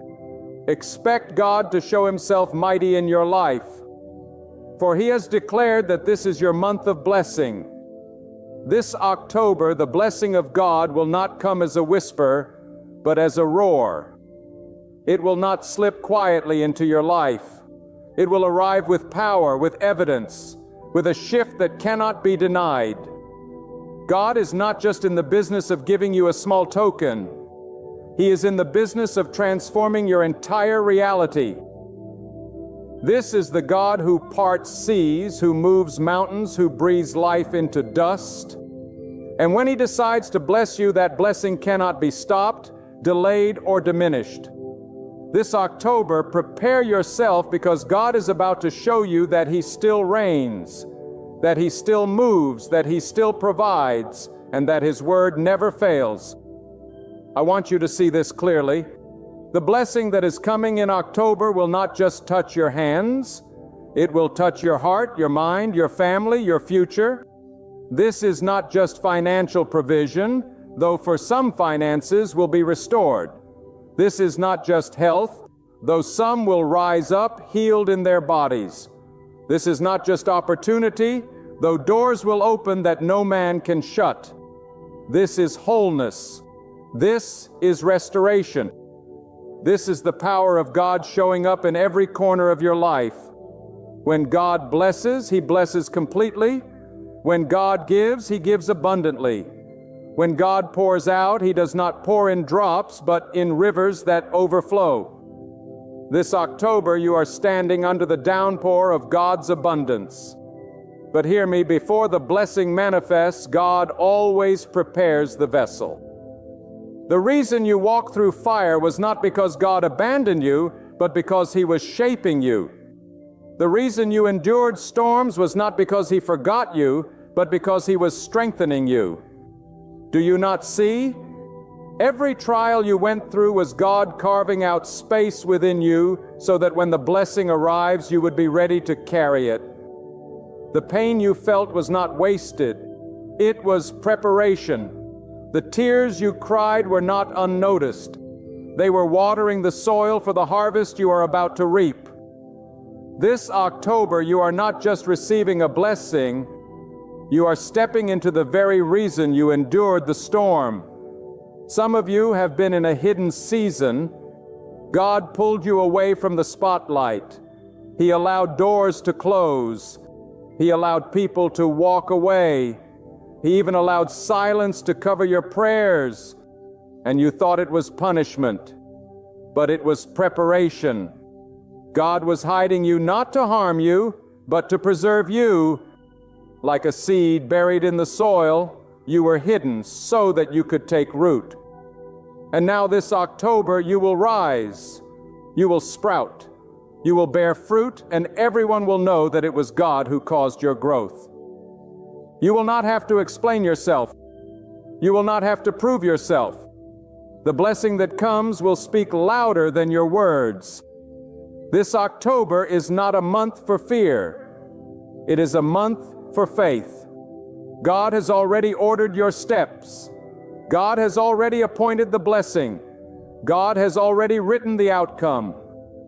Your role now is to believe, to trust, to expect. For faith is not passive, it is active. It is waking up every day saying, God is moving in my life right now. It is walking into the unknown with confidence that God has already gone ahead of you. It is speaking what you cannot yet see because you trust the one who promised it. This October, if you will believe, you will see the glory of God manifest in ways that will astonish you. And let me tell you this, when God blesses you in October, it will not be just for you. It will overflow. It will touch the lives of those around you. It will become a testimony. Your blessing will feed someone else's faith. Your breakthrough will ignite hope in someone who is still waiting. God never blesses you for you alone. He blesses you so that His greatness can be displayed, so that others will look at your life and say, surely the hand of God is upon them. You are about to become a living example of God's goodness. There will be people who will not understand why you are suddenly elevated. They will question why you are favored. They will whisper about how someone like you could walk into such blessing. But what they do not know is that while they were talking, you were praying.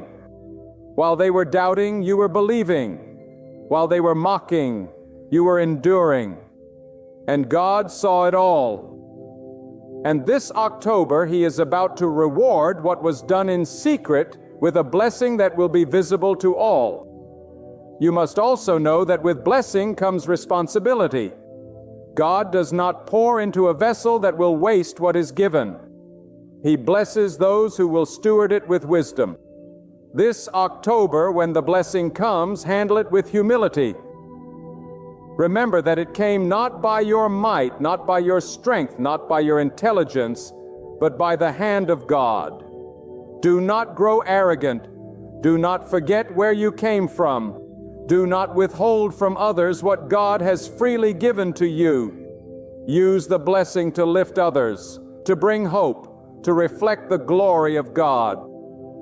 For if God can trust you with this blessing, greater blessings will continue to flow. Do not think small this month.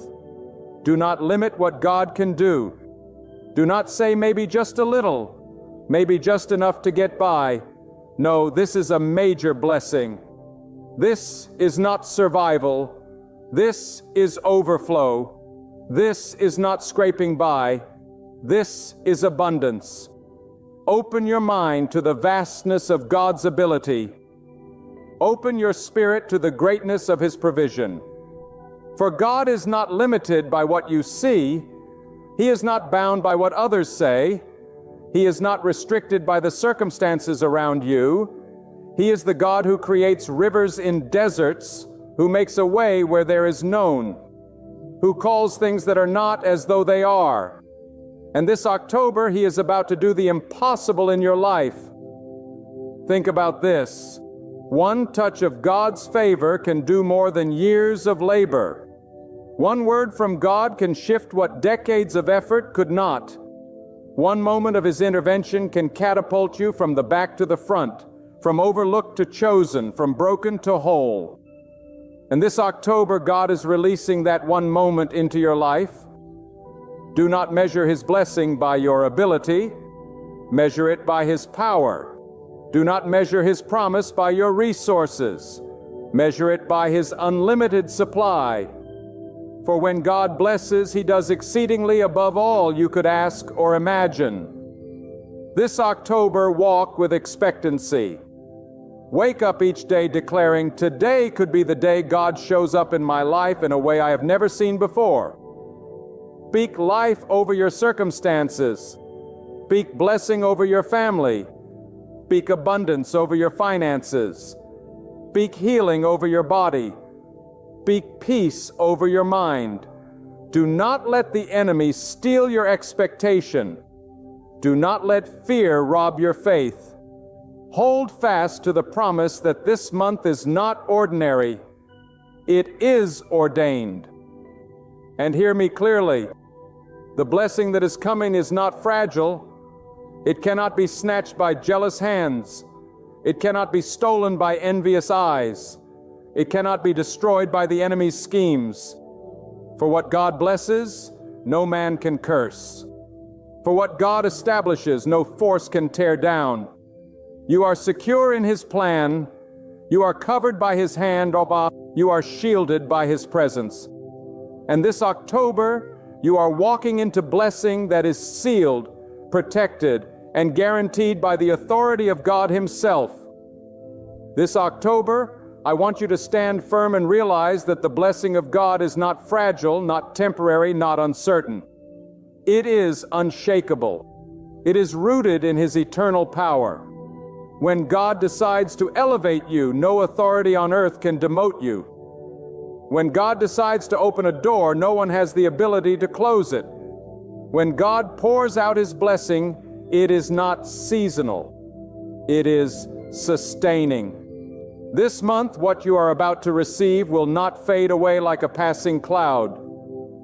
It will anchor you, establish you, and propel you into a new chapter of destiny that will outlive October and carry into the rest of your life. Understand this. The blessing of God is not simply about things you can touch or hold. It is about transformation that begins deep within. God does not just give you wealth. He gives you wisdom to handle it. God does not just give you opportunities. He gives you courage to walk through them. God does not just give you peace. He gives you strength to protect it. When God blesses, He blesses in layers. And this October, those layers will unfold in your life like a river that keeps flowing, like a sunrise that keeps rising higher and higher. Some of you have lived in the shadows of fear, in the bondage of doubt, in the chains of anxiety. But God is breaking those limitations this month. The blessing He is releasing is not only external, it is internal. He is blessing your mind with clarity, your heart with peace, your spirit with confidence. You will not walk into this blessing with hesitation. You will step into it boldly because God has already equipped you to handle it. The blessing is not coming to overwhelm you, but to establish you, not to crush you, but to crown you. Let me remind you, God is a God of seasons. He determines when the rain will fall and when the harvest will spring forth. Some seasons are for sowing, others are for reaping. For many of you, the last months and even years have been sowing seasons. You sowed in tears, in patience, in silence, in obedience. And now October is your reaping season. The seed that looked buried is about to rise. The prayers that looked unanswered are about to be fulfilled. The efforts that looked unseen are about to be rewarded. For God does not forget the labor of your faith, and He does not ignore the cries of the righteous. This October, prepare yourself for surprises. The blessing that is coming will not always arrive in the form you expect.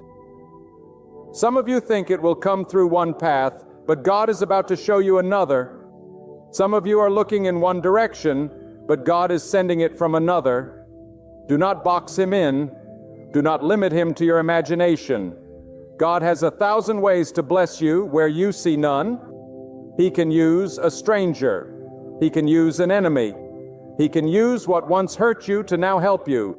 He can turn what was meant for your harm into the very vehicle of your blessing. So in October, open your eyes wide because the blessing may come from the place you least expect. And let me declare this to you. This blessing will come suddenly. It will not creep in slowly. It will not delay when the hour strikes. It will break forth like light in the darkness, like thunder in the silence, like a breakthrough you could never have planned. God works suddenly. He waits until the moment looks impossible, then He shows His power. He waits until people think you're finished, then He lifts you. He waits until the world counts you out, then He counts you in this October. Be ready, because the blessing of God will arrive suddenly, and when it comes, it will change everything in an instant. Do not mistake silence for absence. Some of you have thought God has been quiet. You prayed and felt no answer. You waited and saw no sign. But let me tell you, when God seems silent, He is not inactive. He is working behind the scenes, aligning the pieces, setting the stage, arranging the connections. His silence is strategy. His timing is precision. And this October, what He has been preparing in the silence will be revealed in the light. You will see that God was never late. He was always on time. And hear this clearly: your blessing will not be contaminated by the schemes of your enemies. People may plot, they may plan, they may whisper, they may try to sabotage. But when God decides to bless you, every plan of the enemy backfires. Every scheme is exposed. Every trap becomes a stepping stone. This October, the very thing that was designed to block you will push you forward. The very opposition you face will highlight the greatness of God in your life. When He blesses you, the opposition only becomes evidence that His hand is on you. This is also the month where God is shifting identities. Some of you have been labeled by your past. People have called you failures, weak, unworthy, forgotten. They have judged you by mistakes, by shortcomings, by seasons of struggle. But God is about to rewrite your name. He is about to remove the old labels and give you a new identity. You will no longer be known by where you have been, but by where God is taking you. This October, when the blessing arrives, the narrative of your life will change. People will no longer whisper, "Look at all they've lost," but instead declare, "Look at what God has restored to them." They will no longer say, "Look at their pain," but rather, "Look at their breakthrough." And remember this truth: God's blessing is never confined to a single lifetime. When He blesses, the impact stretches across generations. What you receive in this October will not end with you. It will pour into your children, your family, and the generations yet to come. It will shatter old patterns that once chained your lineage. It will build new foundations that will outlive your years. The blessing of God is eternal in its reach. It creates legacy. And this October, God is sowing divine seeds in your life, seeds that will bear fruit long after this season fades. So lift up your head, straighten your back, walk with boldness. This October, you are not walking into defeat. You are walking into destiny. You are not walking into sorrow. You are walking into joy. You are not walking into emptiness. You are walking into abundance. God Himself is going before you. His hand is upon you. His blessing is assigned to you, and nothing, absolutely nothing, will be able to stop it. This October, I declare to you that the blessing of God is not something fragile, temporary, or fleeting. It is permanent. It is powerful, and it is purposeful. God is not blessing you just to make you feel good for a moment. He is blessing you to shift the entire trajectory of your life. He is blessing you to establish His greatness in you, to elevate you in ways you could not elevate yourself, and to prove to the world that when His hand is upon someone, no power on earth can diminish them. This is not a month of survival. It is a month of revival. This is not a month of barely getting by. It is a month of stepping into overflow. I want you to hear me clearly. The blessing of God is never accidental. It is intentional. It is timed. It is precise. God does not scatter blessings randomly. He releases them at the moment when they will make the greatest impact. This October is that moment. For some of you, this is the month where years of sowing will suddenly spring forth into harvest. For others, this is the month where prayers long whispered in the darkness will finally be answered in the light. For some, this blessing will break chains that have held you for generations. And for others, it will open doors you did not even know existed. But for all, this October will be a testimony that God remembers, God rewards, and God restores. Let me remind you of something. The blessing of God does not always come the way you expect. Some of you are expecting it to come neatly wrapped in the box of your imagination. But God is far greater than your imagination. He will send blessing through unexpected people, unexpected paths, unexpected timing. You may be waiting for Him to move in one direction, and He will surprise you by sending it from another. That is because God wants you to know without question. It was not man who lifted you. It was not luck that blessed you. It was not coincidence that shifted your life. It was God and God alone. This October, He will make it so clear that no one else can take the credit for what He is about to do in you. And let me say this with fire in my heart.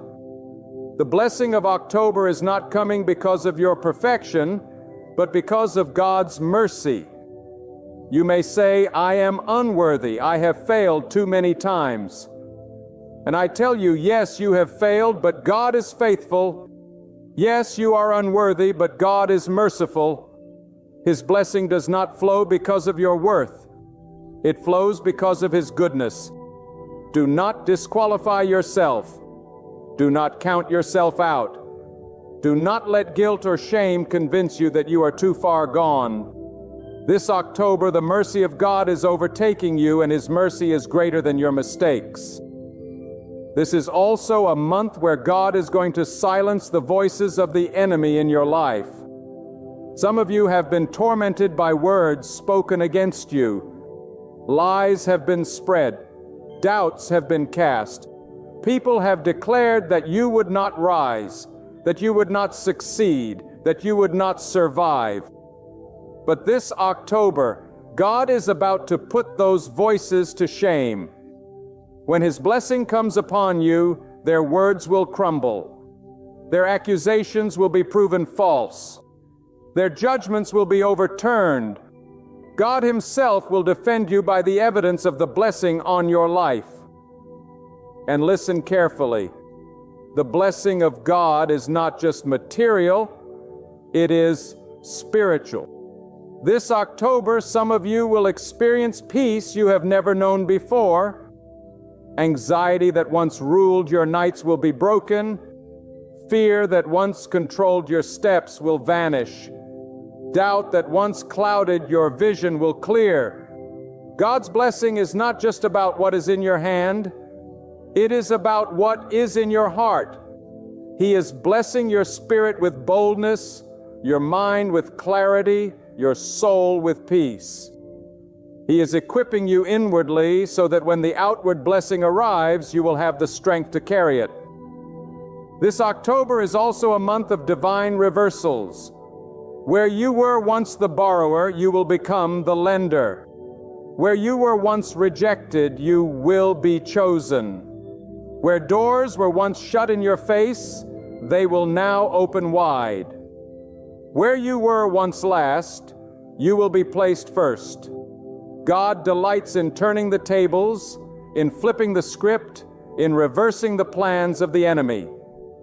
And in this season, He is about to rewrite your story in front of those who thought they had the final word. Do not underestimate the timing of God. Some of you have said, "Why did it take so long? Why didn't this happen earlier?" And I tell you, had it come earlier, you would not have been ready. The blessing is great and preparation was required. Every delay was not denial. It was designed. God was strengthening you, humbling you, teaching you, protecting you. He was shaping your character so that when the blessing comes, it will not destroy you. You are ready now in a way you were not before. That is why October is your month. That is why the blessing is coming now and not then. Trust His timing, for His timing is perfect. This is also a month where hidden things will be revealed. God is not only blessing you, He is exposing what was kept from you. Secrets will come to light. True intentions will be revealed. People who pretended to be for you will be shown for who they truly are. And though this may hurt at first, it will clear the way for the blessing to flow unhindered. God is removing distractions, cutting off dead weight, pulling away those who cannot go where you are going. This October, you will not only receive blessing, you will receive clarity. And clarity itself is a blessing. And do not forget, when God blesses you, He blesses you to become a blessing. The overflow in your life is meant to pour into others. The abundance you walk in is meant to lift those who are still struggling. God does not give you blessing to hoard, but to share, to reflect His generosity to the world around you. This October, when the blessing arrives, do not close your hand. Keep it open. Keep it generous. For the more you release, the more God will refill. The more you pour out, the more He will pour in. A blessing is never meant to stop with you. It is meant to flow through you. So I tell you, be expectant, be bold, be ready. This October is not just another month. It is a prophetic season. It is a divine turning point. It is a time appointed by God to reveal His power, His provision, and His presence in your life in ways you have never known before. Do not shrink back. Do not doubt. Do not let fear rob you of this moment. Stand tall, lift your voice, declare your faith, and prepare your heart. The blessing is coming, and it is coming now. This October, the hand of God is about to rewrite your story in a way that no man can erase. You may have lived under labels others placed on you. Failure, forgotten, unworthy, too late. But the blessing of God shatters those labels. When He decides to bless you, every false name you carried falls to the ground and a new identity is placed upon you. No longer will you be known by what you lost. You will be known by what God gave you. No longer will you be remembered for your pain. You will be remembered for the breakthrough that followed. This October, God is declaring a new chapter over your life, and it is one of honor, of abundance, and of favor. Do not underestimate the blessing that is coming. It is not a small adjustment. It is a complete shift. It will not just affect one corner of your life. It will ripple into every part of your being. The peace of God will calm your restless nights. The strength of God will renew your weary spirit. The wisdom of God will guide your decisions. The favor of God will open doors.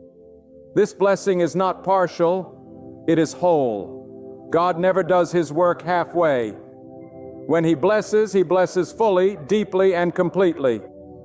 This October, He is preparing to touch everything concerning you. And understand this, the blessing of God will not always come in the way you imagine, but it will always come in the way you need. Some of you are looking for wealth, but what God is bringing is wisdom, because wisdom will sustain wealth. Some of you are asking for position, but God is granting you preparation, because preparation will secure your position. Some of you are praying for the ending of a storm, but God is giving you strength in the storm, because that strength will carry you into the blessing on the other side. This October, do not limit your expectation to one form. Trust that however God delivers the blessing, it will be exactly what you need for this season. This month is also a month of divine acceleration. What once took years will take weeks. What once took months will take days. When God places His blessing upon your life, Time itself bends to His will. Opportunities will come faster than you imagined. Progress will be swifter than you thought possible. Connections will happen suddenly. Growth will be visible quickly. You may have spent years waiting, but God does not need years to bless. He needs only a moment. And when that moment arrives, it redeems the years that felt wasted. This October, God is redeeming lost time with a blessing that will make up for everything you thought you missed. But do not miss this. The blessing of God always requires preparation of the heart.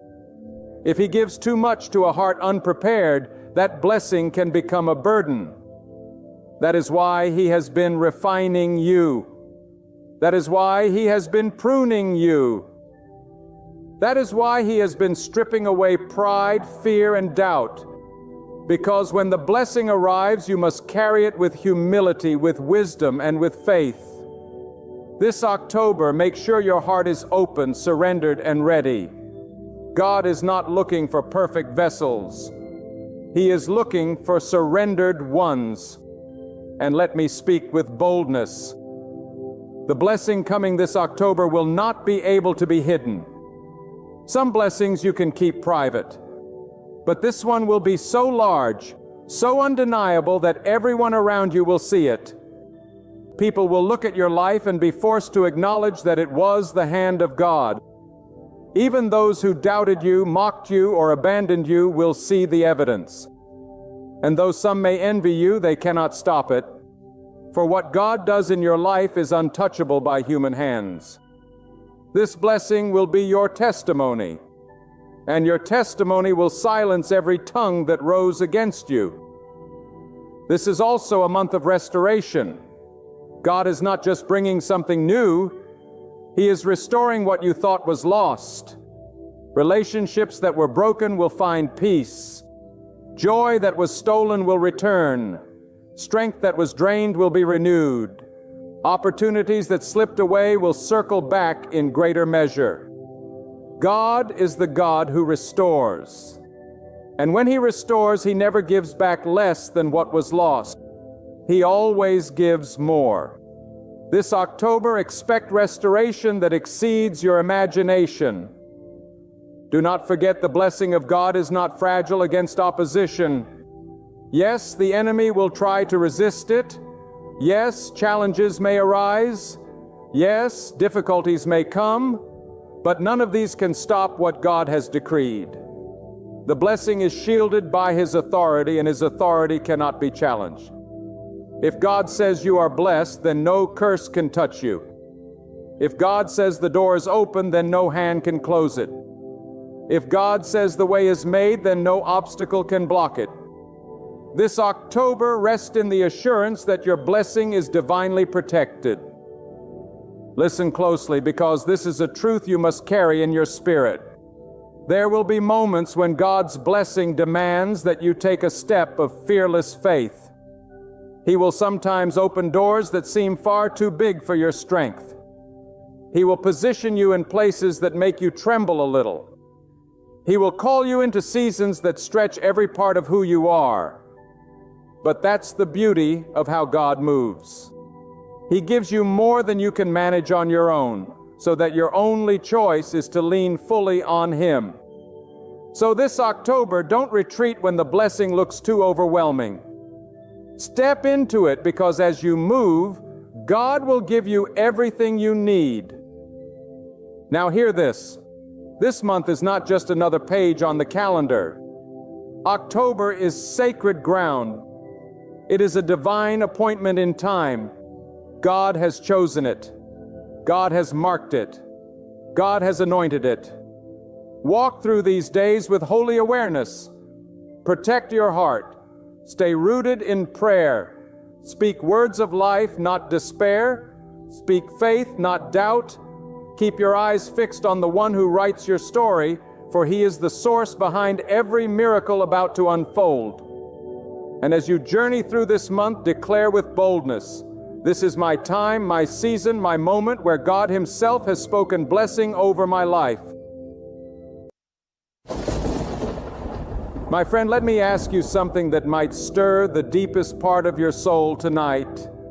Have you ever looked around and thought, how did I end up here? How did someone like me, overlooked, wounded, imperfect, find myself standing in a place of honor I never believed I could reach?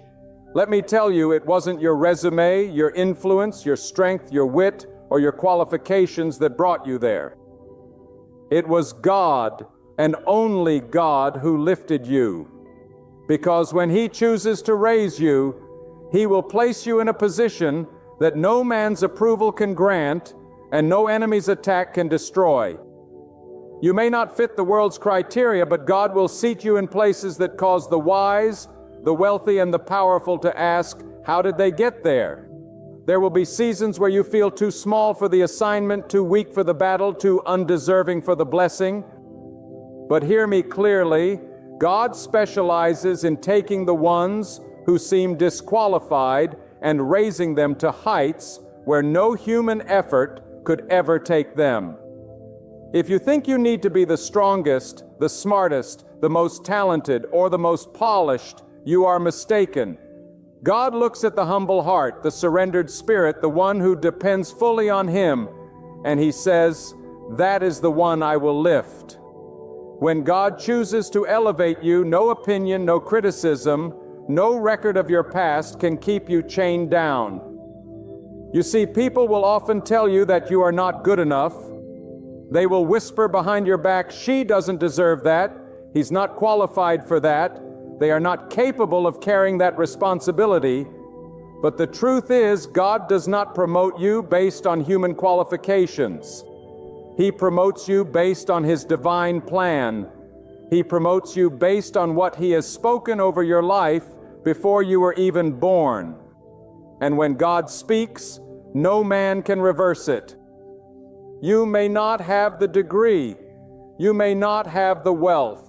You may not have the perfect background, but when God decides to lift you, He will bypass the very things you thought were obstacles and use them as stepping stones for your elevation. Think about how life has tried to keep you small. Every time you took a step forward, something came to push you 2 steps back. Every time you thought you were finally moving ahead, opposition rose up like a flood.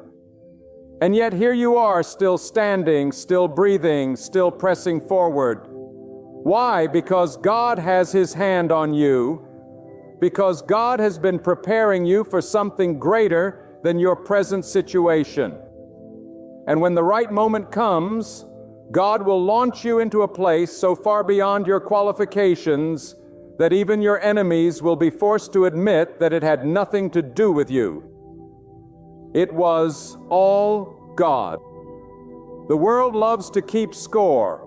They measure your worth by your achievements, your bank account, your title, your appearance, your background. But God does not look at the outer qualifications. He looks at the heart. And when your heart is aligned with Him, when your spirit is surrendered to Him, He will put you in positions that make no sense to the human mind. He will open doors that should never have opened. He will cause people who never thought about you to favor you. He will make opportunities chase you down. And He will set you on high places, not because you qualified, but because you trusted. Do you know why God does this? Because He wants the world to see His power at work. If you had the qualifications, if you had the connections, if you had the resources, then people would give you the credit. But when you had nothing, when you came from nothing, when you were rejected and overlooked and yet you still rose, people will know it was God. And that is exactly what He wants. God wants His glory revealed in your life. He wants your story to be so impossible, so unlikely, so unexpected, that everyone around you will have to acknowledge that only God could have done it. Some of you have been overlooked for years. You've been faithful, you've worked hard, you've prayed, you've waited, and still doors have closed in your face. But I declare to you today, do not be discouraged, Because when God opens the right door, you will not need to knock twice. When God chooses to lift you, you will not have to beg for acceptance. You will not have to prove yourself to anyone. You will walk into that place, and even the people who thought you did not belong will have no choice but to respect the hand of God on your life. There is coming a moment when God will take the very things that disqualified you and use them as the foundation for your blessing. The pain you endured, the rejection you faced, the struggles you went through, God will use all of it to show that His power is greater than your weakness. The world said you weren't enough, but God says, with me you are more than enough. The world said you would fail, but God says, I will make you stand. The world said you were not worthy, but God says, I have chosen you, and that is enough. Do not let your lack intimidate you. Do not let your past shame you. Do not let your insecurities silence you, because God is not finished with you. He is not done writing your story, and the next chapter is not going to look like the last. The next season of your life is going to shock everyone who thought they had you figured out. You will walk into positions you did not apply for. You will inherit blessings you did not work for. You will receive honor you did not seek, because God Himself is about to lift you into a place you never qualified for. But hear this, my friend, when God lifts you, it will not be for your glory, it will be for His. He is not elevating you so you can boast in your own strength. He is elevating you so that when people look at your life, they will see His fingerprints. They will see His power. They will see His faithfulness. And they will know that God is still in the business of taking the least likely and making them a testimony of His greatness. Some of you are worried right now, wondering how it's going to happen. You look at your situation and you say, I don't see a way. I don't see how I could ever get there. I don't see how I could ever qualify for that position, for that blessing, for that breakthrough. But let me tell you, you don't have to see the way. God is the way. You don't have to qualify yourself. God is the one who qualifies you. He does not call the qualified. He qualifies the called. And if He has chosen you, no one can cancel what He has ordained. When God lifts you, He will silence every voice that spoke against you. When God lifts you, He will shut the mouths of those who said you could not make it. When God lifts you, He will prove every doubter wrong.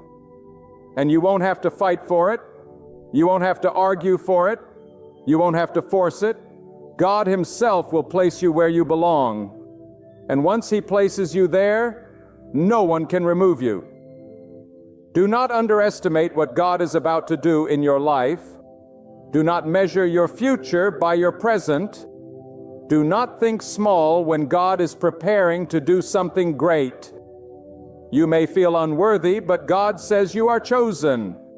You may feel inadequate, but God says you are enough. You may feel unqualified, but God says, I will qualify you. And when God says it, nothing in this world can stop it. Listen closely, because what I am about to tell you has the power to shift the way you see your entire life.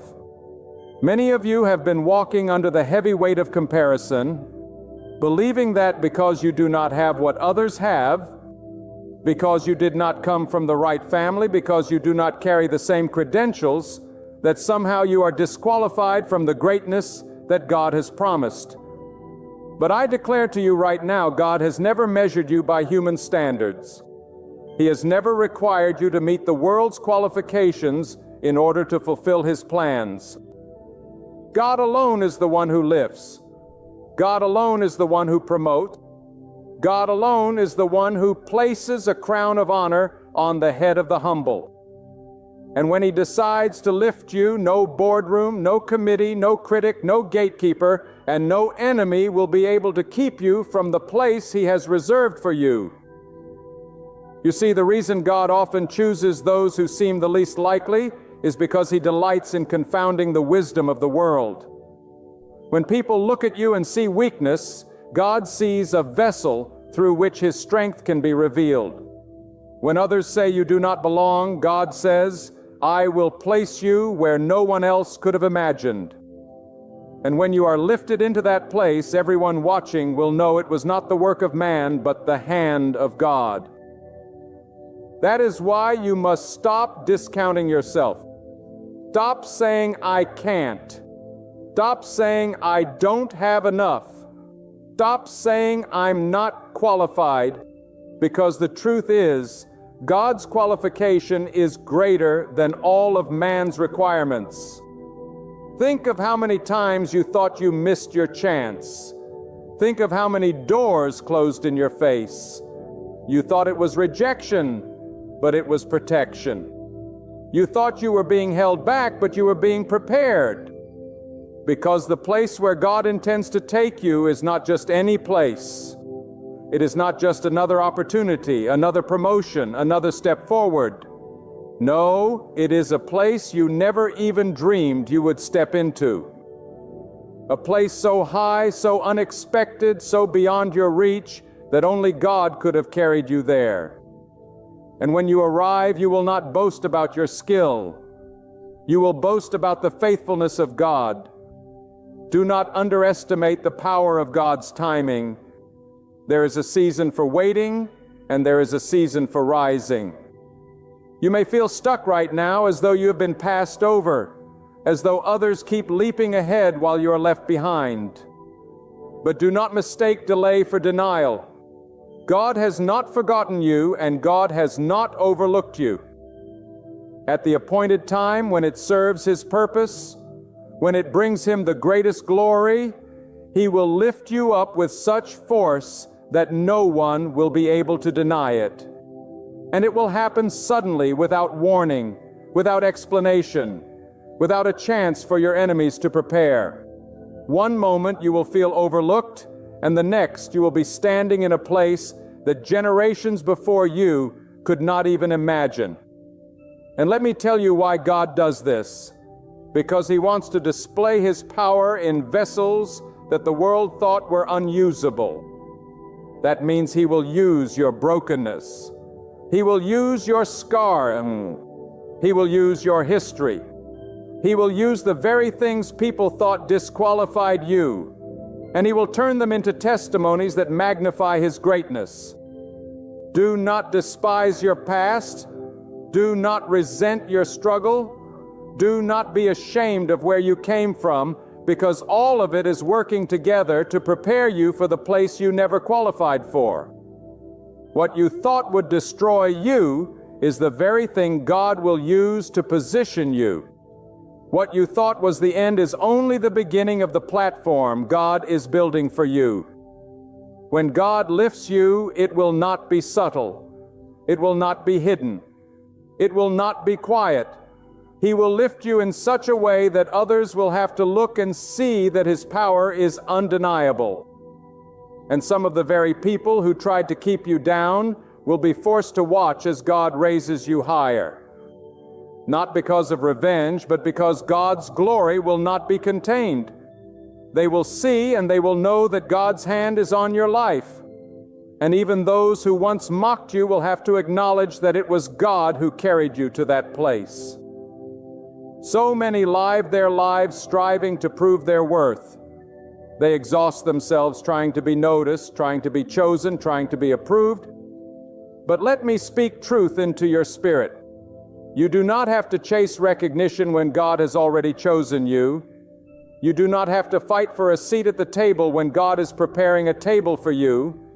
You do not have to compete with others when God has reserved a place that only you can fill. And when He lifts you, it will be clear that it was not man's approval that put you there. It was the sovereign hand of God. Now let me press deeper into your heart. When God lifts you into a place you never qualified for, it will come with responsibility. Do not take lightly the honor of being elevated by His hand. It is not so you can flaunt your blessing, but so you can steward it with humility and obedience. The place God is taking you is not just about your comfort. It is about your calling. He is not raising you simply to make you look great. He is raising you so that His greatness can flow through you to impact others. So when you are lifted, do not forget the one who lifted you. Do not forget the days of struggle. Do not forget the nights of tears. Do not forget the prayers whispered in the dark when no one else was listening. Because those were the moments that shaped you for the place He is about to give you. And here is a truth that will humble every soul. When God lifts you, it will not always be because of what you have done, but because of who He is. His mercy, His power, His plan. Those are the reasons you will rise. It is not earned. It is not purchased. It is not bargained for. It is a gift. And that is why pride has no place in the heart of the lifted. Because everything you have, everything you will step into, everything you will inherit, it is not because you qualified. It is because God decided to favor you. You may be asking, why me? Why would God choose to lift someone like me? And the answer is simple. Because He is God. Because He chooses whom He wills. Because He delights in showing His strength through vessels that seem unworthy. Because He wants your story to be a testimony that will inspire others to trust Him. And so He looks at you, the one who feels small, the one who feels forgotten, the one who feels inadequate. And He says, I will lift you. Do not resist it. Do not doubt it. Do not talk yourself out of it. Because when God speaks, it is settled. When He decides, it is final. And when He lifts, nothing in heaven or on earth can stop it. Your job is to remain faithful, to remain humble, to remain surrendered. Let Him prepare you in the waiting.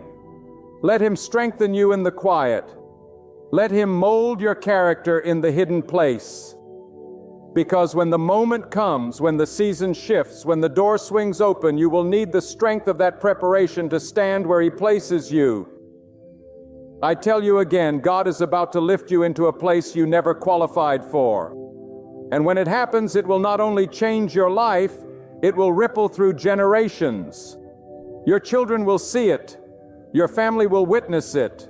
Your community will talk about it.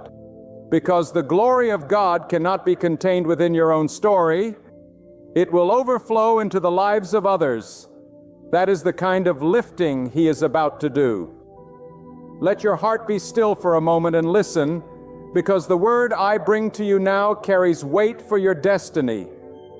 Too many people live their lives believing they have to be perfect before they can be elevated. They think they need every qualification, every approval, every credential, every endorsement. But let me tell you this with the authority of conviction. When God chooses to lift you, He does not ask the permission of man. He does not consult your critics. He does not review your past mistakes. He does not check with the gatekeepers of this world. God lifts whom He chooses. And when He places His hand upon you, the very rules that seemed unshakable begin to bend in your favor. Doors that were locked suddenly swing open. Paths that were blocked suddenly clear. Walls that stood tall suddenly crumble at your feet. Because when God lifts, He rewrites the story of your life in a way no human system can control. The world teaches you to climb ladders, to compete, to push, to strive, to hustle for positions that others are fighting for. But hear me, God does not need ladders. He does not need man-made systems of promotion. He does not need human platforms. When God lifts you, He bypasses the natural order and places you directly into the seat He has chosen for you. That is why your elevation will never make sense to those who measure worth by worldly standards. They will look at you and ask, how did this one get here? They don't meet the requirements. They don't have the pedigree. They don't have the raw. And the answer will echo through eternity. It was God. You may be in a season right now where you feel buried. Everything looks dark. Everything feels heavy and no one sees the work God is doing within you. But let me remind you, being buried and being planted look the same at first glance. One leads to death, the other leads to growth. And some of you are not buried. You are planted. God has placed you in the soil of preparation. He has hidden you in obscurity so that your roots can grow deep, so that when He lifts you into the light, you will not wither under the weight of success. Do not despise your hidden season. It is in the hidden place that God prepares the vessel He intends to elevate. And when He lifts you, you will know that the darkness was never meant to destroy you. It was meant to strengthen you. Understand this truth. God's lifting is not ordinary. When He raises you, He does it in such a way that the spotlight shines not on you, but on Him. You may feel like the least likely candidate, but God delights in using the least likely because it magnifies His greatness. He could have chosen the mighty, but He chooses the meek. He could have chosen the powerful, but He chooses the humble. He could have chosen the celebrated, but He chooses the overlooked. Why? Because when He lifts you, no one can confuse His power with your performance. Everyone will see that it was His hand, not your own, that carried you there. And let me give you this wisdom. When God lifts you, the very people who thought you were unworthy will witness your rising. But do not let bitterness poison your heart. The elevation of God is not about proving your enemies wrong. It is about proving God right. It is about showing that His word never fails, that His plan cannot be overturned, that His favor is greater than man's rejection. So, when you rise, rise with grace. When you step into that place you never qualified for, walk with humility. Let your success be a testimony, not a weapon. Let your blessing be a light that points others back to the God who gave it. Some of you believe your past has written you out of God's plan. You replay the wrong turns, the disappointments, the missed chances, and convince yourself that your destiny has been lost forever. But hear me, God never checks your history to decide your future. He is the master of time, the one who speaks the end from the very beginning. He already saw every stumble, every failure, every fall before He ever decided to lift you up. And still He declares, I will raise you. Your mistakes don't disqualify you from His promotion. In truth, they often become the very stage where His mercy and power shine brightest. Don't be fooled into thinking that God's elevation must make sense by human logic. Many times His ways will shatter logic completely. He can take a shepherd and seat him among kings. He can lift a prisoner to govern nations. He can raise an orphan to guide generations. God does not rely on human systems to confirm His chosen ones. He does not need a diploma, a title, a certificate, or an endorsement. When He chooses you, He validates you Himself. And when His hand rests upon you, no man can revoke what He has ordained. And hear me on this.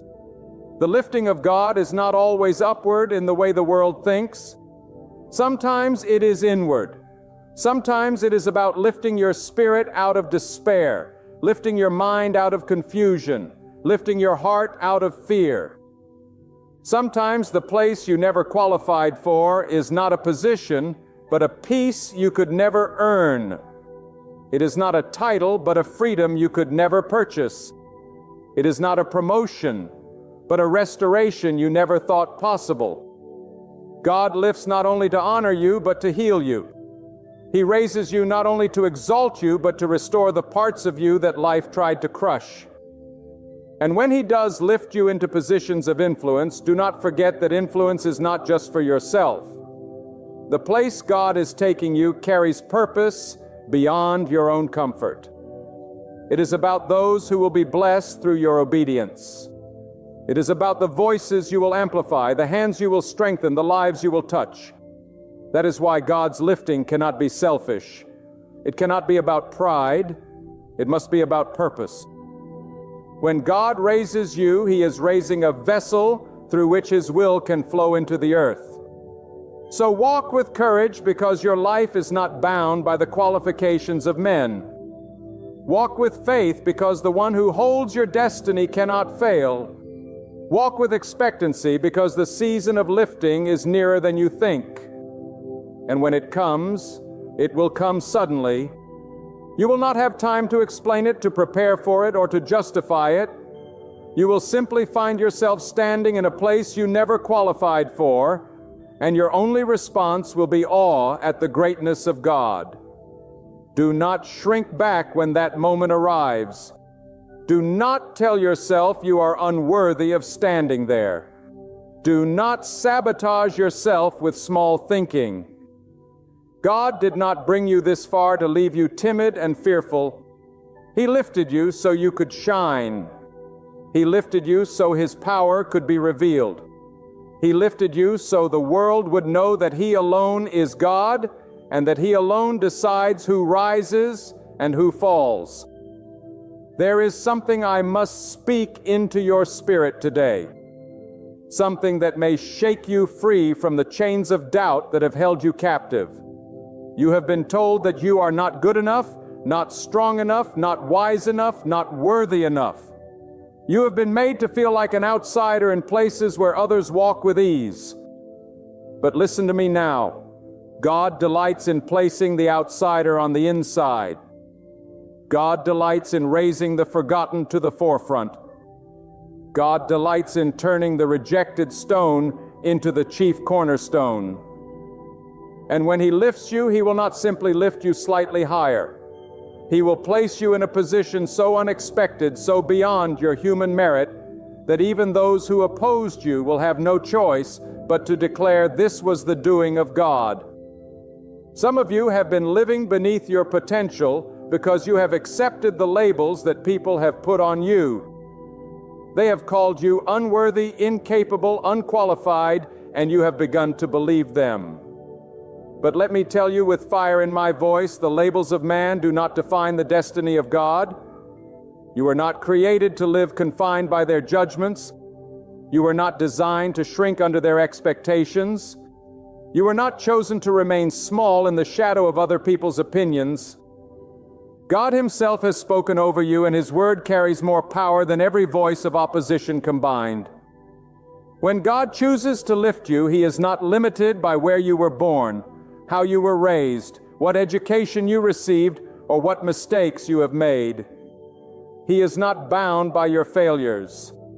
He is not restricted by your lack. He is not hindered by your shortcomings. In fact, it is often in those very shortcomings that His glory shines the brightest. Because when you rise into that place you never qualified for, no one will say it was because of your credentials. They will say it was because of your God. And let me remind you, there is a reason why God lifts His people into places they do not deserve by human standards. It is so that all eyes will be directed upward, not outward. If you could explain it, if you could calculate it, if you could trace it back to your own effort, then people would glorify you. But when the evidence points in no other direction but toward God, then He alone receives the glory. That is why He has chosen you, the one others overlook, the one who feels inadequate, the one who carries scars. He is about to lift you so that His power may be displayed through you. Some of you are sitting in silence right now, wondering why the doors have not yet opened, why the opportunities have not come, why you have been delayed while others seem to run ahead. Let me tell you, delay does not mean denial. Delay means preparation. God has been equipping you in the dark, strengthening your spirit, refining your character, testing your faith. He has been preparing you for a level of responsibility that you could not have handled if He had lifted you too soon. But now the season is shifting. Now the time is drawing near. Now the hidden place is about to give way to the elevated place. And when it does, you will rise not only with blessing, but with wisdom, not only with honor, but with endurance, not only with promotion, but with purpose. Do not misunderstand this. When God lifts you, it is not only for your sake, it is for the sake of others who will be impacted by your elevation.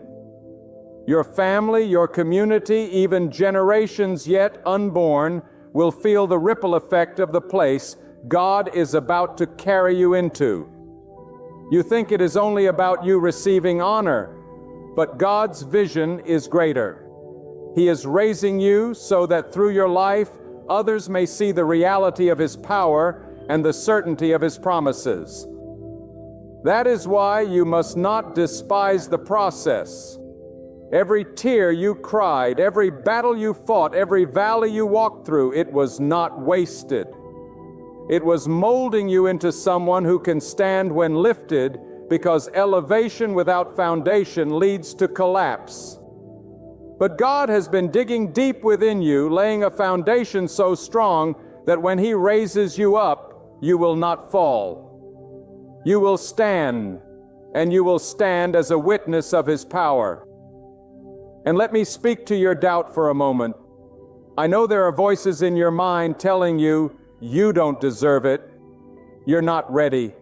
You're not capable. But those voices do not come from God. God does not speak in discouragement. God does not speak in limitation. God does not speak in defeat. His word says, I will lift you in due season. His word says, I will honor those who honor me. His word says, I will make you the head and not the tail, above and not beneath. And when God says it, it overrides every lie, every doubt, every fear. Prepare yourself, because the lifting of God comes suddenly. You may be in the valley today and on the mountain tomorrow. You may be in obscurity this morning and in prominence by evening. That is how swiftly God can shift your story. And when He does, you will realize that all the nights of waiting, all the years of being overlooked, all the seasons of feeling forgotten were only setting the stage for the moment of your rising. And when it happens, remember this: humility must clothe you. Do not let pride corrupt the blessing. Do not let arrogance poison the promotion. Walk with gratitude, because you know better than anyone that you never qualified for where you now stand. Let your elevation be your testimony, not your trophy. Let your success be your witness, not your weapon. Let your blessing be your service, not your selfishness. Because God lifts you not for you to shine alone, but for His light to shine through you. My friend, there are moments in life when everything within you screams that you are unqualified, unworthy, and unequipped. You look at the mountain before you and your heart whispers, I cannot climb this. I cannot stand there.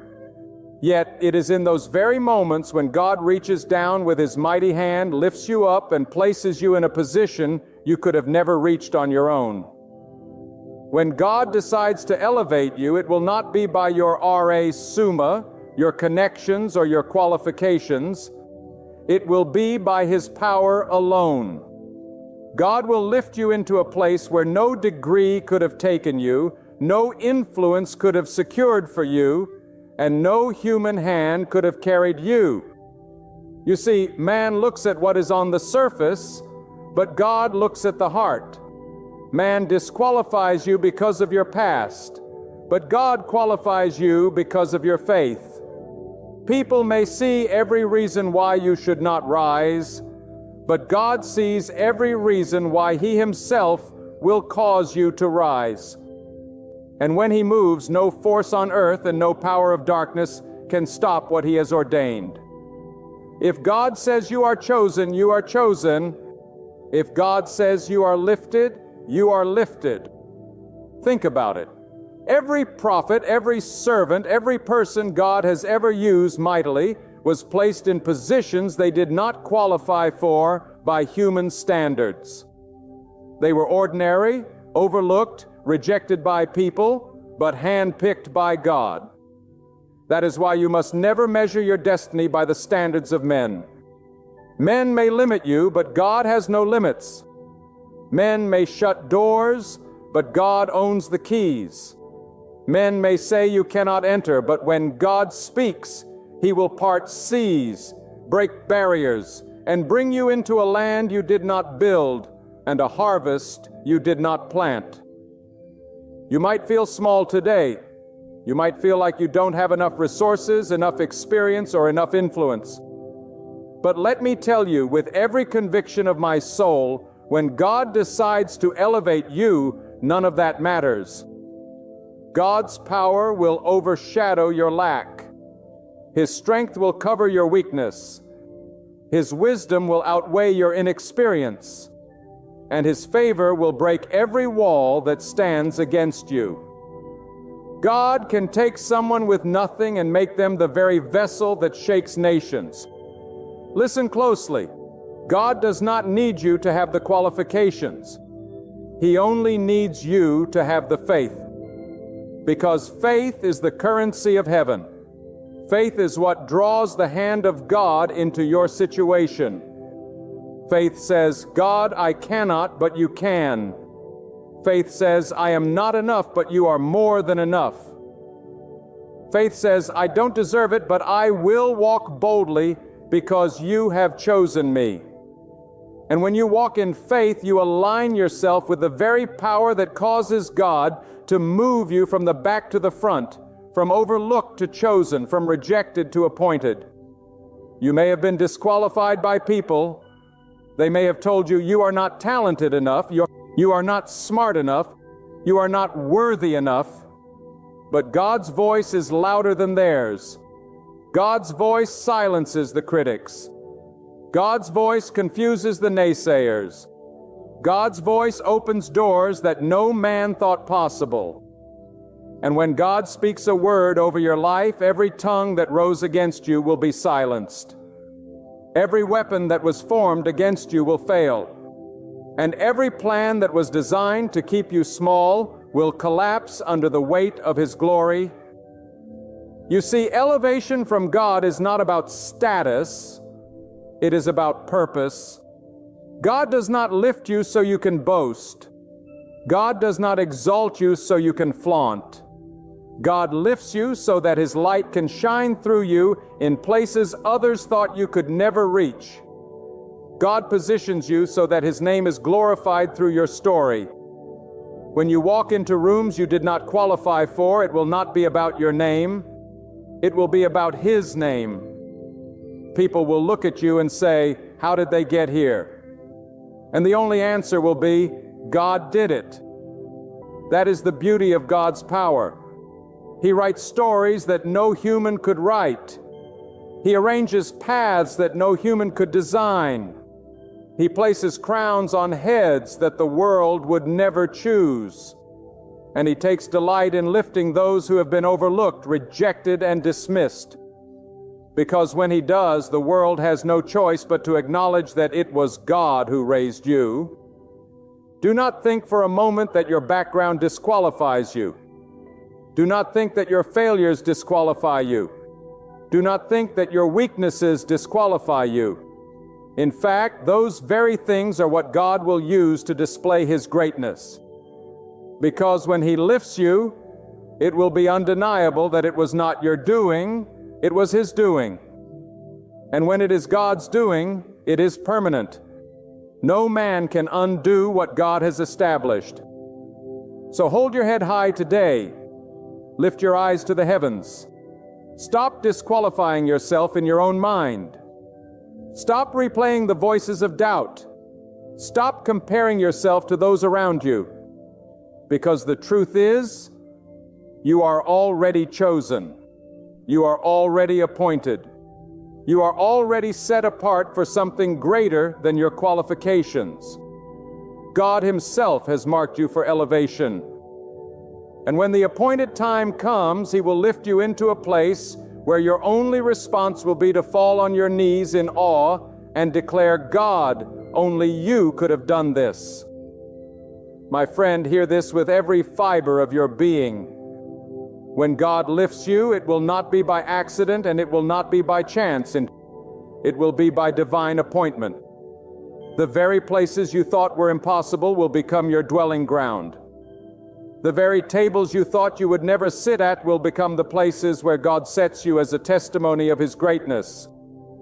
The very rooms where your name was never spoken will begin to echo with honor because God Himself placed you there.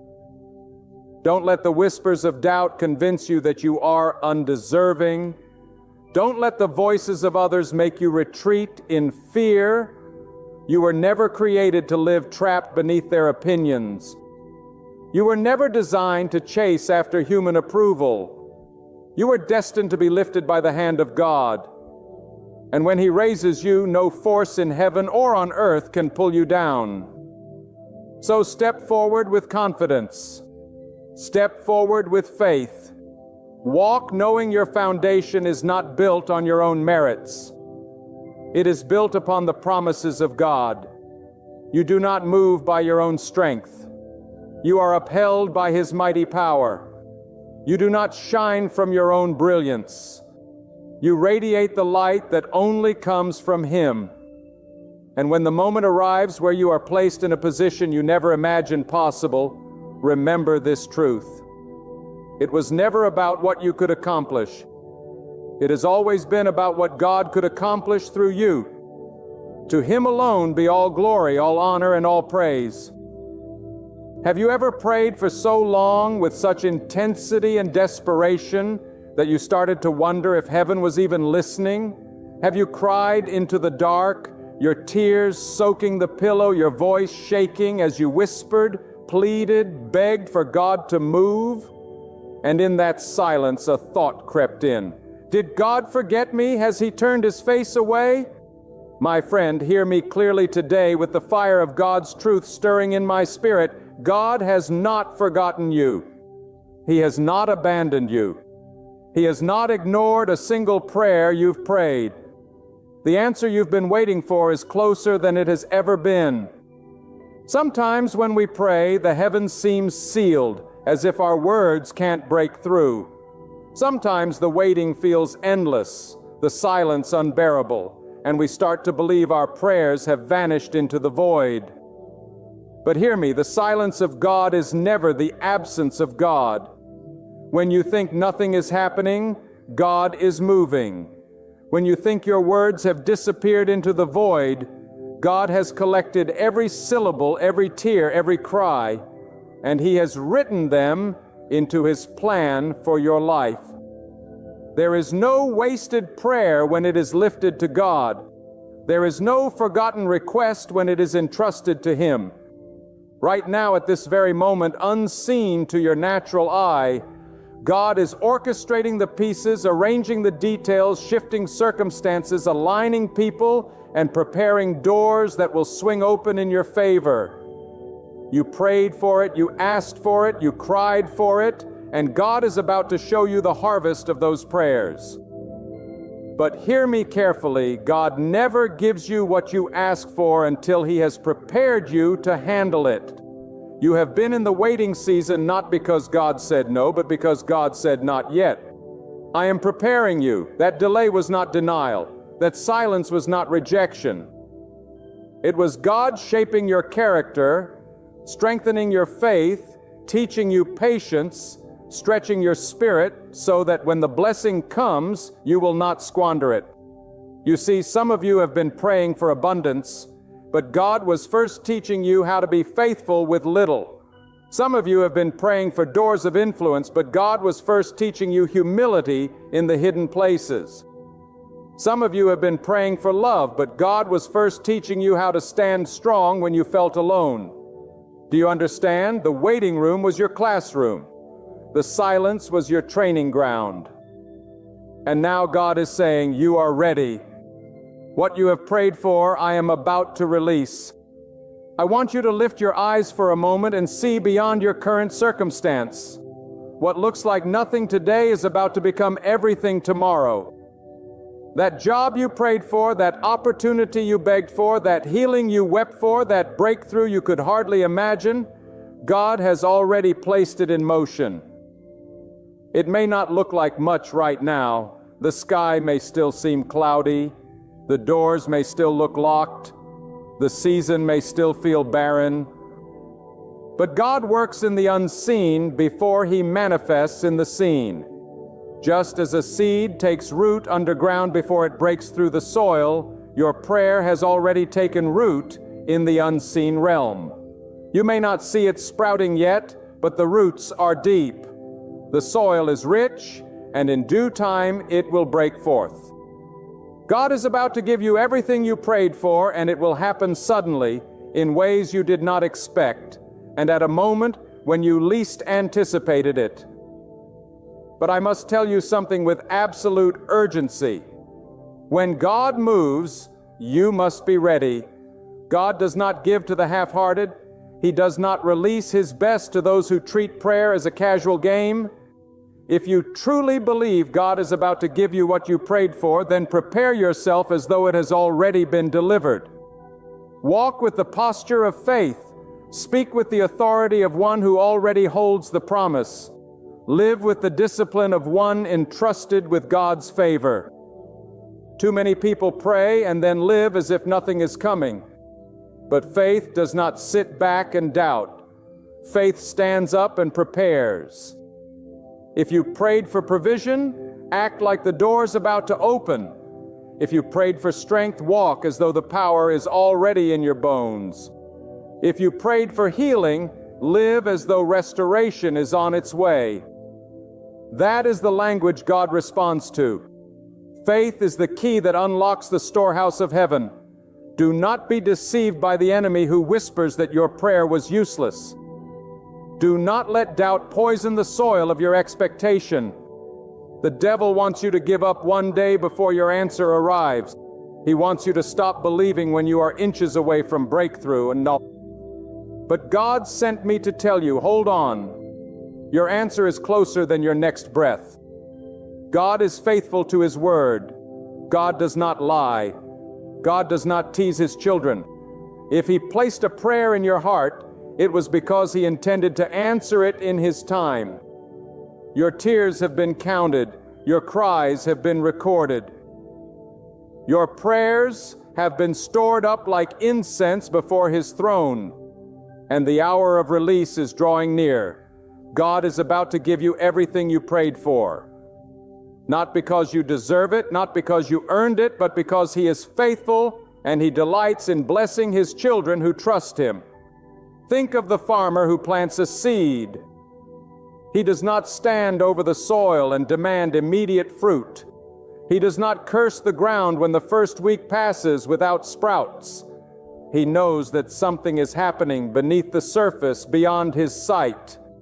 He waters the soil, he tends the ground, he waits with expectation, and in time, the seed breaks through. That is what your prayer life is like. You planted the seed in faith. You watered it with tears. You nurtured it with patience, and now the harvest is near. God is saying the time of waiting is over. The seed is about to break through. The answer is about to be seen. My friend, do not stop praying now. Do not stop believing now. Do not give up in this final hour. You are on the edge of the very thing you cried for. God is about to give you everything you prayed for. He is about to open doors that no man can shut. He is about to restore what the enemy tried to steal. He is about to turn your mourning into dancing, your ashes into beauty, your sorrow into joy. The very thing you thought was dead, God is breathing life into again. The very place you thought was barren, God is about to make fruitful. The very prayer you thought was ignored, God is about to answer with power.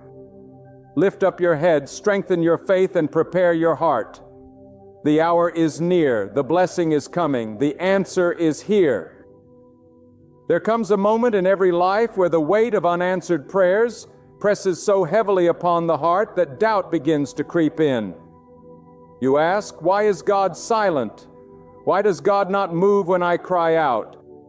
And yet, my friend, the silence of God is not a punishment, it is preparation. When God holds back, it is not because He has closed His ears to you, it is because He is arranging something greater than you imagined. God never denies His faithful servants. He only delays so that when the answer comes, it shakes the heavens with its glory. That is why your waiting has been so long. That is why your nights have been sleepless.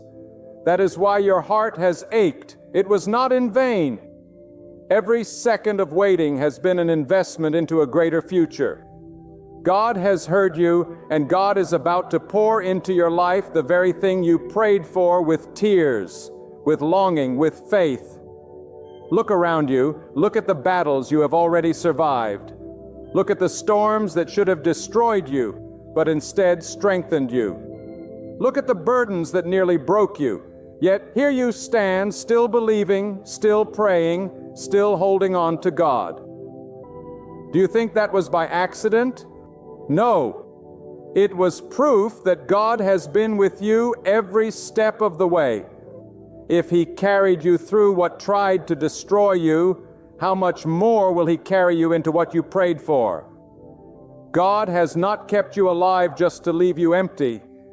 God has not carried you through trials just to abandon you on the threshold of breakthrough. No, my friend, God has preserved you for this very moment, for the blessing that is now rushing toward you. What you prayed for is about to meet you in due season, and that season is upon you now. Too often people mistake delay for rejection, but I say again, delay is divine protection. God sometimes withholds what you ask for because He knows the weight of it would crush you before you were ready. He knows the dangers that lie hidden in the timing. He knows that if He gave it too soon, you would not have the wisdom to sustain it. That is why He has been shaping you in the shadows, building strength in your spirit, planting discipline in your daily life, refining your heart to carry what is coming. So instead of asking, why hasn't God answered me, start declaring, God is preparing me. Because when the answer comes, it will not be fragile. It will not be temporary. It will not be small. It will be strong, permanent, and abundant, pressed down, shaken together, and overflowing into your life. Now let me speak plainly. Many of you have prayed not only for survival, but for abundance. You have asked God to enlarge your territory, to bless your work, to bring prosperity into your life. But understand this, God does not bless laziness, and He does not reward doubt. If you prayed for increase, then rise up with diligence. If you prayed for opportunity, prepare yourself with excellence. If you prayed for provision, align your life with discipline. God responds to faith in action. Prayer without preparation is empty words. But when your faith takes shape in your living, when your words are backed by your steps, then God begins to release the floodgates of heaven. So I ask you, are you ready for what you prayed for? Have you ordered your life in expectation? Because God is not sending you scraps. He is sending you abundance. He is not giving you crumbs. He is preparing a feast. And you must be ready to sit at the table. There is a divine law at work, a principle God has woven into the fabric of creation. You reap what you sow, and prayer is the seed. Some of you have been sowing prayers for years, maybe decades. You thought the ground swallowed them up. You thought time had buried them. But hear me, God has not forgotten. Every prayer you sowed has been germinating in the soil of heaven, waiting for its appointed season. And now that season is drawing near. Do not mistake the long wait as abandonment. It is proof that the roots are deep. The longer the seed remains in the ground, the stronger the harvest will be. God is about to give you not just what you prayed for, but greater than what you imagined. For God always multiplies the seed of faith. But let me warn you, when God answers, He does so in His way, not yours. Do not box Him in. Do not dictate the method. God may not open the door you knocked on, but He will open a better one down the hall. God may not heal the way you expected, but He will restore in a way that makes you whole. God may not send the opportunity through the person you thought would help, but He will raise up someone unexpected who holds the key. When you pray, you release control. You surrender your will to the higher wisdom of God. So when the answer comes, it may surprise you. It may humble you. It may even break you free from the plans you clung to, but it will always be greater than what you dared to imagine. God is about to give you everything you prayed for. But hear this, He will also test whether you are willing to give Him the glory. Many people cry out for blessing, but when it arrives, they forget the one who gave it. They clutch the gift and abandon the giver. Do not let that be your story. The blessing is not meant to pull you away from God. It is meant to draw you closer. The provision is not meant to inflate your pride. It is meant to magnify God's faithfulness. When your prayer is answered, lift your hands higher. When your need is met, bow your heart deeper. When the door opens, walk through it with gratitude, not arrogance. God is not giving you what you prayed for so that you may boast in yourself. He is giving it so that His greatness will shine through your life. Do not ever forget your answered prayer is not just about you. It is about God revealing His power to the world through you. And I must say this with urgency. There is a danger in doubt. Doubt is the thief of destiny. Many of you prayed, but then poisoned your own prayers with unbelief. You asked God for provision, but spoke words of scarcity. You prayed for healing, but lived in fear of sickness. You prayed for breakthrough, but doubted it would ever come. My friend, your tongue can either water the seed of prayer or scorch it with fire. If you truly believe God is about to give you what you prayed for, then speak with faith. Declare it with boldness. Stop rehearsing failure and start proclaiming victory. Stop magnifying your problems and start magnifying your God. Faith is not pretending the mountain is small. Faith is declaring that God is bigger than the mountain. Faith is not denying the storm. Faith is proclaiming that God is greater than the storm. Align your mouth with your prayer. Align your words with your faith and watch God move. I tell you again with the deepest conviction of my soul, God is about to give you everything you prayed for. Some of you will receive restoration in your family. Some will see opportunities open that have been locked for years. Some will rise from the pit of despair into a place of abundance. Some will step out of loneliness into companionship. Some will see healing where doctors said there was none. Some will see debts erased, businesses flourish, doors swing wide, and destinies unfold. And all of it will be because God is faithful, not because of your strength, not because of your perfection, but because God honors faith. God rewards persistence, and God delights in answering the cries of His people. There are moments in life when you can almost feel the atmosphere shift around you, when the weight of delay begins to lift, and you sense that something is about to break open. That is where many of you are right now. You have walked through the valley. You have endured the drought. And now the wind of God's promise is beginning to stir the air. You may not see it with your eyes yet, but your spirit knows. Deep within you there is a whisper from God declaring, the time is near, the waiting is over. What you prayed for is on its way. That is not imagination. That is revelation. God plants that knowing inside you before the blessing arrives, so that when it does, you recognize it was His hand and not chance that brought it forth. Do not underestimate the power of the unseen. Just because you cannot see it does not mean God is not working. The greatest miracles of God always begin hidden, shielded from the natural eye until the appointed time. Think about the sunrise. It begins long before the first ray pierces the horizon. The sky is dark, the earth is still, yet already the light is pushing back the night. In the same way, your prayer has already set something in motion. Though your world still looks dark, though the night still lingers, the dawn is approaching. And when God's light breaks forth, it does not ask permission. It does not wait for circumstances to align.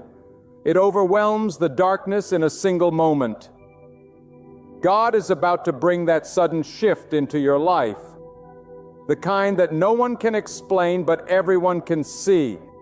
Many of you have prayed with such intensity that your heart is weary and you wonder, will the answer ever come? Hear me, your weariness is proof that the fight has been real, but it is also proof that the finish line is near. You do not grow this weary at the beginning of the race. You grow weary when the finish line is just ahead. And God says to you today, do not stop running, do not stop believing, do not stop pressing forward. Your prayer is about to meet its answer.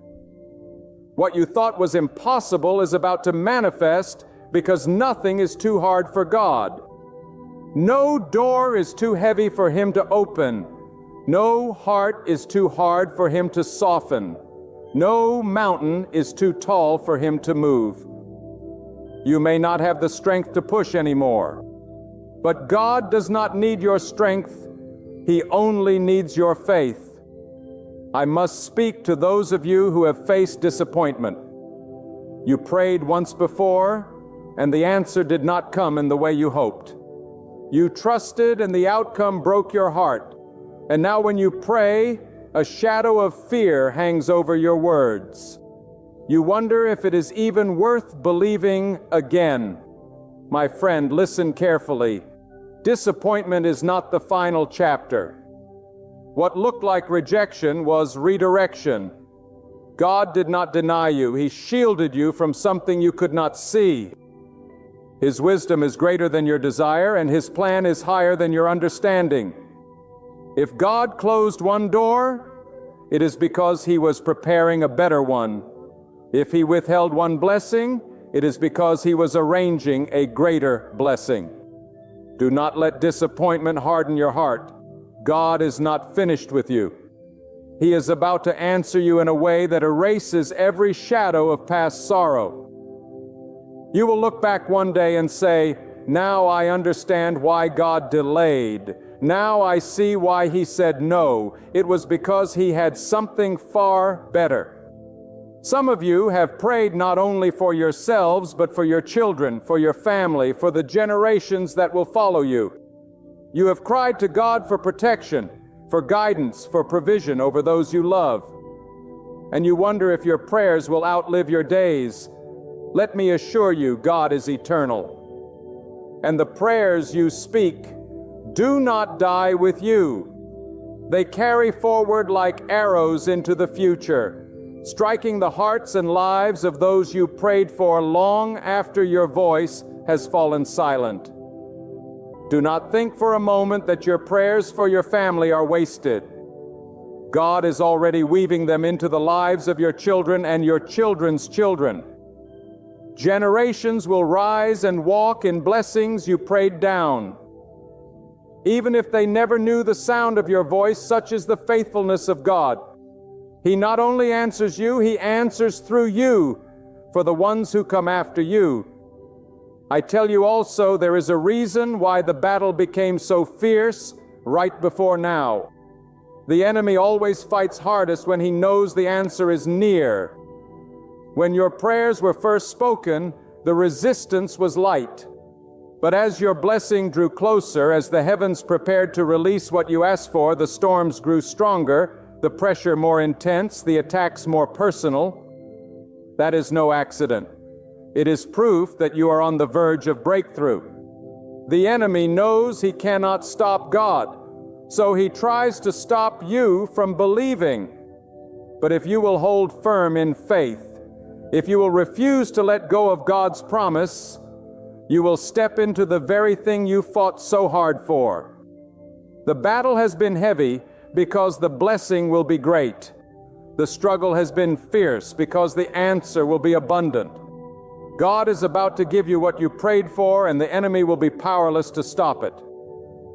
And let me speak directly to your faith. Do not be timid in what you expect from God. Too often we pray small prayers because we are afraid to believe for more. But God is not limited by your imagination. God is not restrained by your reasoning. God does not measure His generosity by your limitations. When you pray, you are not speaking to mere flesh and blood. You are speaking to the one whose voice called galaxies into existence. You are appealing to the Creator who carved the mountains, scattered the stars, and commanded the seas to rest where they stand. So do not come to Him with timid requests when He has already declared that He is able to do exceedingly abundantly above all you could ever ask or imagine. If you've prayed for provision, believe for abundance. If you've prayed for strength, expect divine power. If you've prayed for healing, trust for total restoration. If you've prayed for a single open door, believe for a whole pathway that no man can close. For our God delights in exceeding your faith, because through that overflow, His glory is revealed. But never forget this truth: every answered prayer carries a purpose. God doesn't pour blessings into your life for selfish gain. He responds so that His goodness can flow through you to others. When He provides, it's to make you a channel of provision. When He heals, it's to make your life a living testimony of His power. When He opens doors, it is so you may lift others through those doors with you. Your answered prayer is not meant to stop with you. It is meant to flow through you.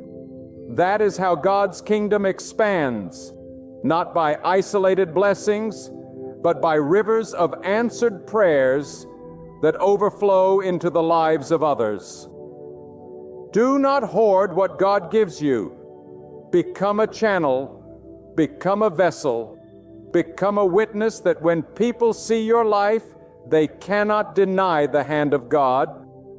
My friend, when God begins to move in your life, He moves suddenly. You may wait for months or even years, but when the appointed hour strikes, the shift happens in a single breath. One day you are in the wilderness. The next you are standing in the land of promise. One night you are weeping, and by morning your laughter has returned. One moment the door looks sealed shut, and the next moment it swings wide with favor you could not manufacture on your own. That is how God works. His timing is not measured by your clock, nor restrained by your calendar. When His moment comes, no force on earth or in the heavens can delay it. What you prayed for will not arrive one day too late. It will not come one moment too soon. It will arrive at the exact second God has ordained. And when it does, you will see how perfect His timing always was. But let me ask you, will you recognize the answer when it arrives? Too many people pray for rain, but complain when the clouds form. They ask God for strength, but resist the trials that build it. They ask for growth, but avoid the discomfort that shapes it. Do not miss the answer because you expected it to come in another form. God may not deliver what you asked for in the package you imagined. He may send provision through unexpected means. He may bring restoration through a path you never considered. He may fulfill your prayer in a way that humbles your pride, but exalts His glory. Do not reject the answer because it offends your expectation. Remember, God's wisdom is higher than yours. His ways are not your ways. When the answer comes, it will be exactly what you need, even if it is not what you envisioned. And hear me now. When God gives you what you prayed for, it will not only satisfy your need, it will exceed it. God never gives in fragment. He does not give you half a blessing. He does not place crumbs on your table and leave you begging for more. When He moves in fullness. If you prayed for peace, He will bring peace that guards your entire being. If you prayed for provision, He will bring abundance that silences fear. If you prayed for strength, He will fill you with power that carries you beyond the storm. This is the nature of God. He does not just answer prayers, He magnifies them until the answer declares His greatness to the world. But I must tell you, this is not a season to shrink back in fear. This is not a season to second-guess God. The blessing that is coming requires courage to receive. Sometimes we grow so comfortable in waiting that we resist stepping into the very thing we asked for. You prayed for open doors. Now you must walk through them. You prayed for opportunity. Now you must rise to meet it. You prayed for blessing. Now you must steward it with responsibility. Do not be afraid of answered prayer. It may stretch you. It may challenge you. It may require more faith than you thought you had. But God would not give it to you if He had not already prepared you to carry it. Do not shrink back. Step forward boldly, knowing that if God entrusted you with it, He will sustain you in it. And let me speak to those who feel unworthy. You have prayed, but deep down you whisper, "Why would God answer me? Why would God bless someone like me?" My friend, God's faithfulness is not measured by your perfection. It is measured by His promise. If you were perfect, you would not need to pray. If you had it all together, you would not need to depend on Him. God answers because He delights in showing mercy. God fulfills because He delights in proving His power. Do not disqualify yourself from blessing because of your flaws. Do not silence your own prayers with shame. If God put the prayer in your heart, it was because He intended to answer it. Stand tall, lift your head. You are not forgotten. You are not disqualified. You are not abandoned. God is about to answer you. Not because you are flawless, but because He is faithful. And when that answer comes, it will silence every voice that doubted you. Those who mocked your faith, those who ridiculed your prayers, those who said you were wasting your time, they will watch as God vindicates you. Not by your might, not by your strength, but by His hand. He will prepare a table for you in the very presence of those who doubted, not to shame them, but to glorify Himself. They will see the evidence of God in your life, and they will know that it was not luck, not chance, not coincidence. It was God. That is why you cannot stop now. That is why you cannot let doubt win, because when the answer comes, it will not only bless you, it will become a testimony to everyone around you that God is real, God is faithful, and God is powerful. Do not be surprised if God answers bigger than you ask. You may have prayed for just enough to survive, but God is preparing more than enough to thrive. You may have prayed for a single door, but God is preparing a hallway of opportunities. You may have prayed for relief, but God is preparing restoration. He is not limited by your request. He is not confined to your imagination. He answers according to His abundance, not your scarcity. So lift your prayers higher. Expand your expectation. Believe for greater. For God is not giving you scraps. He is pouring out fullness. What you prayed for is only the beginning of what He intends to release. And do not forget this: Every answered prayer comes with a test of stewardship. Will you honor God with what He has given, or will you let the blessing distract you from the one who blessed you? Too many cry out in desperation and then fall silent in abundance. They seek God in drought and forget Him in harvest. Do not let your answered prayer become your downfall. If God increases you, let gratitude increase in you. If He provides for you, let generosity flow from you. If He opens a door, walk through it with humility, giving Him glory every step. The blessing is not meant to pull you away from God. It is meant to anchor you deeper in Him. Answered prayer is not just a gift, it is a responsibility. It is a call to live with greater faith, greater devotion, greater surrender to God. There are moments when the silence of God feels deafening, when you kneel and pray and heaven seems still. Yet I tell you with all the fire that burns in my soul, this silence is not the absence of God. It is the preparation of God. The ground beneath your feet is shifting, though you cannot see it. The doors you thought were shut forever are creaking in their hinges, though you cannot hear it. The hand of God is already moving in places hidden from your eyes, setting into motion blessings you dared to pray for, aligning circumstances you thought impossible, and preparing hearts that will favor you when the hour comes. The waiting was never wasted. The tears were never unseen. The prayers were never ignored. God has heard every word, and He has stored them like treasures to be released at the appointed moment. You see, too often we mistake the delay of God for denial. But delay is not denial, it is development. It is the strengthening of your faith, the building of your endurance, the refining of your spirit. If God gave you everything the moment you asked, your heart might not be ready to carry it. Your character might not be strong enough to sustain it, and your spirit might not be deep enough to steward it. But when God delays, He is not withholding. He is preparing. He is shaping you into the vessel that can hold the abundance He is about to pour.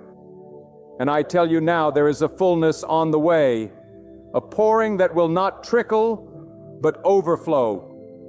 A blessing that will not barely satisfy, but exceed your need until your cup runs over. God is about to give you everything you prayed for, but not because you deserve it. Not because you earned it, but because He is faithful to His word, faithful to His promises, and faithful to His children. God has sworn by Himself that His word will not return empty. And if He has declared a blessing over you, nothing in heaven or on earth can revoke it. Your enemies cannot stop it. Your past cannot cancel it. Your failures cannot erase it. When God says yes, no man can say no. When God opens a door, no power can shut it. When God appoints a season, nothing can delay it. And your season is now drawing near. But let me speak plainly to your soul. You must not give up before the breakthrough comes. Too many walk away in the last hour, abandoning the harvest when the field is ripe, letting go of the rope just before the blessing arrives. Do not be counted among them. Hold on. Keep believing. Keep trusting. The night is almost over and the dawn is about to break. God is a God of timing, and His timing is perfect. He has aligned your prayers with His plan, your desire with His will, your need with His abundance. You may not see it, but faith is the evidence of what you cannot yet see. Stand on that evidence, for it is stronger than what your eyes can behold. Think of the countless times in your life when you thought it was the end, but God made a way. When you thought you had lost it all, but God restored you. When you thought the door was forever closed, but God opened another. Those moments were not accidents. They were reminders that God is in control and He has never failed you. And if He has never failed you, why would He start now? If He sustained you then, He will bless you now. If He carried you before, He will lift you higher today. God is about to release into your hands the very things you cried out for in the midnight hour. The things you whispered when no one else was listening. The things you begged for with trembling lips and weary eyes. He has bottled your tears, and He is about to exchange them for joy. He has heard your groans, and He is about to turn them into laughter. He has seen your sacrifice, and He is about to reward you openly. That is the nature of God. He is not unjust.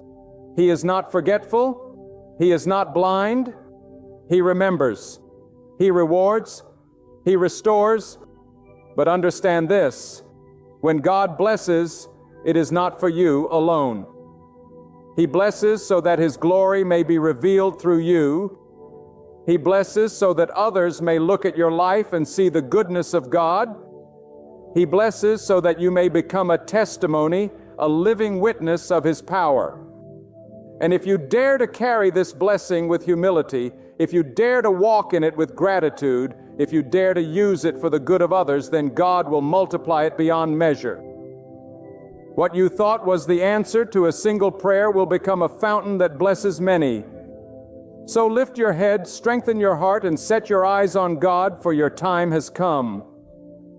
The world may not know it, the people around you may not see it, but heaven has already decreed it. The blessing has already been written into your destiny. The promise has already been signed with the seal of God, and soon it will break forth into the visible. Do not measure God's promise by your circumstance, for circumstances shift, but God remains. Do not measure His plan by your limitations, for His power has no limits. Do not measure His faithfulness by your feelings, for feelings fade. But God's word endures forever.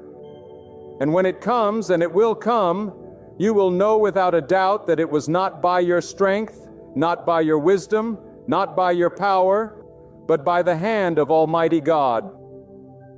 You will know that your prayers did not echo into emptiness, but reach the throne of the one who governs all things. And in that moment when the answer is in your hands, when the blessing is on your life, when the doors swing wide open before you, you will remember the waiting, and you will understand why it had to be this way. Now I tell you again with the weight of heaven on these words, God is about to give you everything you prayed for. Not some of it, not part of it, but all of it in His time, in His way, in His measure. Get ready. Prepare your heart. Make room for the blessing. Because when God moves, He does not move halfway. He moves completely, abundantly, overwhelmingly. The chapter you are about to step into will make the pain of the last chapter worth it. The joy you are about to hold will make the tears you shed fade into memory. The fulfillment you are about to taste will silence every doubt you ever had. When you walk with God, you walk with certainty, even when the path beneath your feet looks uncertain. You may not see the map, but you can trust the one who holds it. You may not know how the next step will unfold, but you can trust the one who orders your steps. You may not understand the silence, the delay, the unanswered questions, but you can trust the one who sees the end from the beginning. And right now, in this very moment, God is closer than you think, working in ways beyond your imagination, ready to deliver the very things you prayed for. Do not let the storms of life convince you otherwise. The storm is not proof of God's absence. It is proof of God's presence, because the storm is often the stage upon which His power is revealed. When the winds rage and the waves rise, that is when you discover the strength of the one who sustains you. And the greater the storm, the greater the testimony of God's deliverance. If your struggle has been fierce, if your trial has been long, then rejoice, for the magnitude of your struggle is a sign of the magnitude of the blessing on the way. The enemy does not fight what has no value. The adversity you face is confirmation that something precious is being birthed in your life. Hold to this truth. God does not forget the cry of His children. He hears you when you whisper in the night. He sees you when your heart aches in silence. He knows the weight you carry even when you cannot put it into words. And though it may seem as if nothing is happening, I assure you everything is happening. Heaven is moving in response to your faith. God is aligning people, positioning resources, orchestrating events. What looks like chaos to you is order in His hands. What feels like delay to you is precision in His timing. What appears like rejection is often redirection to something greater. There is coming a day when the very things that troubled you will serve as the foundation of your victory. The prayers you prayed in pain will become the songs you sing in joy. The nights you spent weeping will give birth to mornings of laughter. The valley you walk through will lead to the mountaintop of triumph. For God never wastes suffering. He never discards tears. He never overlooks faith. He gathers it all and transforms it into something far greater than what you asked for. That is the mystery of God, that He gives not only what we request, but often more than we imagine. And I say to you now, prepare yourself, for when God is about to release His blessing, it requires room in your heart, room in your mind, and room in your life to receive it. Some of you are still clinging to old things, holding on to past hurts, carrying unnecessary weights that leave no space for the new. You must let them go, because the blessing God is bringing cannot fit into the containers of yesterday. Do not try to pour new oil into old vessels. Do not hold on to what He has already asked you to release. Trust that what He has ahead is greater than what lies behind. You may wonder, why would God take me through so much before giving me what I prayed for? And the answer is this: preparation precedes possession. God will not place a treasure into unprepared hands. Just as a farmer tills the soil before planting seed, God tills the soil of your heart before planting blessing. Every trial, every disappointment, every delay has been part of the tilling, part of the shaping, part of the refining. It may not have been pleasant, but it was necessary.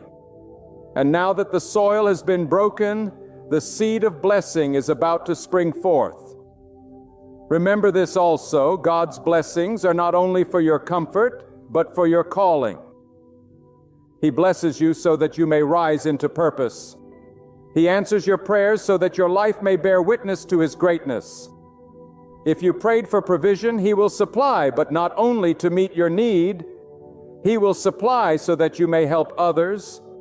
If you prayed for healing, He will restore, but not only for your relief. He will restore so that your testimony will lift others. If you prayed for guidance, He will lead, but not only to take you forward. He will lead so that you can bring others with you. God's blessings are always bigger than you, because His plan always stretches beyond one life. Do not think that your waiting has been wasted time. What you thought was stagnation was actually incubation. Just as a seed lies unseen beneath the soil before it bursts forth into life, your prayers have been germinating in the unseen, waiting for the appointed season to break forth. The hidden does not mean the absent. The delay does not mean the denied. It means growth is taking place where you cannot see. And when the season is right, what was once hidden will manifest openly, and no one will be able to deny that it was the hand of God. I urge you, do not grow weary. You are closer than you think. The finish line is nearer than your eyes can see. Every step you take in faith, even when you feel weak, is bringing you into alignment with God's promise. The breakthrough is not somewhere far off in the distance. It is already forming around you. The answer is already traveling toward you. The blessing is already written into your story. God is not preparing the blessing alone. He is preparing you to meet it. Then hear me now as I speak with every ounce of conviction that burns within me. Do not lose hope. Do not let your heart faint, for the hour you have prayed for is drawing near. The heavens are not deaf, the earth is not still, and your prayers have not vanished into silence.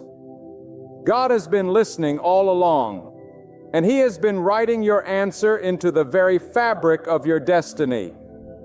Every moment of pain was not in vain. Every sacrifice was not forgotten. Every tear has been gathered, and every word you lifted has reached His throne. Lift your eyes from the weight of the struggle and fix them on the greatness of God. He who created the stars does not fail His people. He who breathes life into every living thing does not overlook the cries of His children. He who commands the seas and sets the boundaries of the earth is more than able to command your blessing and set the boundaries of your victory. God is getting ready to release everything you've been believing for. Not a glimpse of it, not just a portion, but the complete, overflowing answer that only He can provide. And when it arrives, it will be so unmistakably divine that you'll know deep within your soul it wasn't your effort, it wasn't your intellect, it wasn't your strength, it was the mighty hand of God at work. You will be left speechless, standing in awe, your voice rising in praise, your heart bursting with gratitude, your life radiating the evidence of God's faithfulness. So get ready, make room in your heart, widen your faith, because the blessing coming your way will exceed every prayer you ever whispered. The season of waiting was only the threshold, and now the door is swinging wide open. God is on the move. God is responding. And He's about to place in your hands everything you've been believing for. There comes a sacred point in every heart's journey when everything grows still, when the noise fades, the soul hushes, and a single question rises from deep within. Am I walking beside the one God truly chose for me? That question is not light, my friend. It is not one to be ignored or dismissed, because the person you unite your life with will shape the altitude of your spirit. They will influence your peace or your turmoil, your blessings or your battles, your destiny or your detour. And I say this with unwavering certainty: God does not toy with your life. He does not leave you wandering in confusion or hand you over to someone who will dim the light He Himself placed within you. No, when you are in love with the right person, there are divine signs that cannot be hidden, truths that cannot be erased, confirmations that echo from heaven to your heart until you know deep down that this bond is not by chance. It is written by the hand of God. You see, people may deceive you, feelings may fluctuate, emotions may mislead you, but the voice of God has a steadiness that no storm can silence. And when you open your eyes, not just with desire, but with discernment, you will begin to recognize when you are standing before the right soul, the one chosen for you, the one whose presence does not pull you away from God, but draws you nearer to Him. That is the first truth I must declare. Love is not proven merely by butterflies in the stomach or fleeting excitement in the veins. No, love is proven by whether it strengthens your walk with God. For if love drags you into shadows, it is not love. If it makes you compromise your values, it is not love. If it blinds you to righteousness and pulls you into temptation, it is not love. But if it makes you kneel more often, pray more sincerely, live more purposefully, and give thanks to God more consistently, then you may very well be touching the garment of something divine. There is a dangerous lie in the world today. A lie that tells you love is just about chemistry, about charm, about how someone makes you feel in the moment. But I tell you, feelings will lie to you. Charm will fade. Beauty will wither. But the hand of God will not falter. And if you are wise enough, humble enough, and prayerful enough to wait on God's confirmation, you will discover that there are signs, sacred signs, that mark when you are in the presence of the right person. These signs are not cheap tricks. They are not empty superstitions. They are the fingerprints of God upon your relationship, the whispers of heaven guiding you so you do not waste your years chasing illusions. I want you to think about this with me. How many hearts are broken today because people mistook passion for purpose? How many souls are wandering in regret because they mistook lust for love? How many have walked down the aisle blinded by excitement only to wake up later shackled by disillusionment? Do not be deceived, my friend. What God ordains, He sustains. And what is born only of your flesh will wither under the weight of life. So when you are with the right person, there will be strength beyond the surface, something that even time cannot erode. And if you will listen closely, if you will quiet the noise of the world and tune your spirit to God, you will know when love is not just an emotion, but a divine confirmation. The first sign is peace. I do not mean the shallow calm that comes and goes. I mean the deep anchoring peace that seeps into your soul when you are with them. Have you ever noticed that the wrong person can excite you, yet leave you restless? While the right person may not always dazzle you, but they steady you. When you are with the right one, there is a serenity that does not come from them alone, but from God speaking through them into your life. You stop striving, you stop pretending, you stop forcing. There is no chaos, no constant drama, no knowing unease. Instead, there is quiet assurance, as though God Himself is whispering, "This is safe, this is right, this is good." That kind of peace cannot be manufactured. That kind of peace is not found in empty promises or sweet words. That kind of peace is divine. And if you do not feel it, if instead you feel constant turmoil, then no matter how much you want to force it, you must have the courage to accept that God may be telling you this is not the one. The second sign is growth. God does not bring someone into your life just to keep you comfortable. He brings them to sharpen you, to lift you, to challenge you, to help you become the fullest version of who He designed you to be. The right person does not pull you away from your potential. They provoke it. They do not dim your light. They fan it into greater flame. They do not mock your dreams. They nurture them. They remind you of them when you forget. And they walk beside you as you pursue them. And here is the truth. When you are with the right person, you do not feel smaller. You do not feel weaker. You do not feel diminished. You feel like God is using their presence to expand you, to stretch you, to grow you. And that growth may be uncomfortable at times, but it will always be holy, always constructive, always aligned with the higher calling God placed upon your life. The third sign is endurance. Life is not a straight road. It is filled with valleys and storms, detours and delays.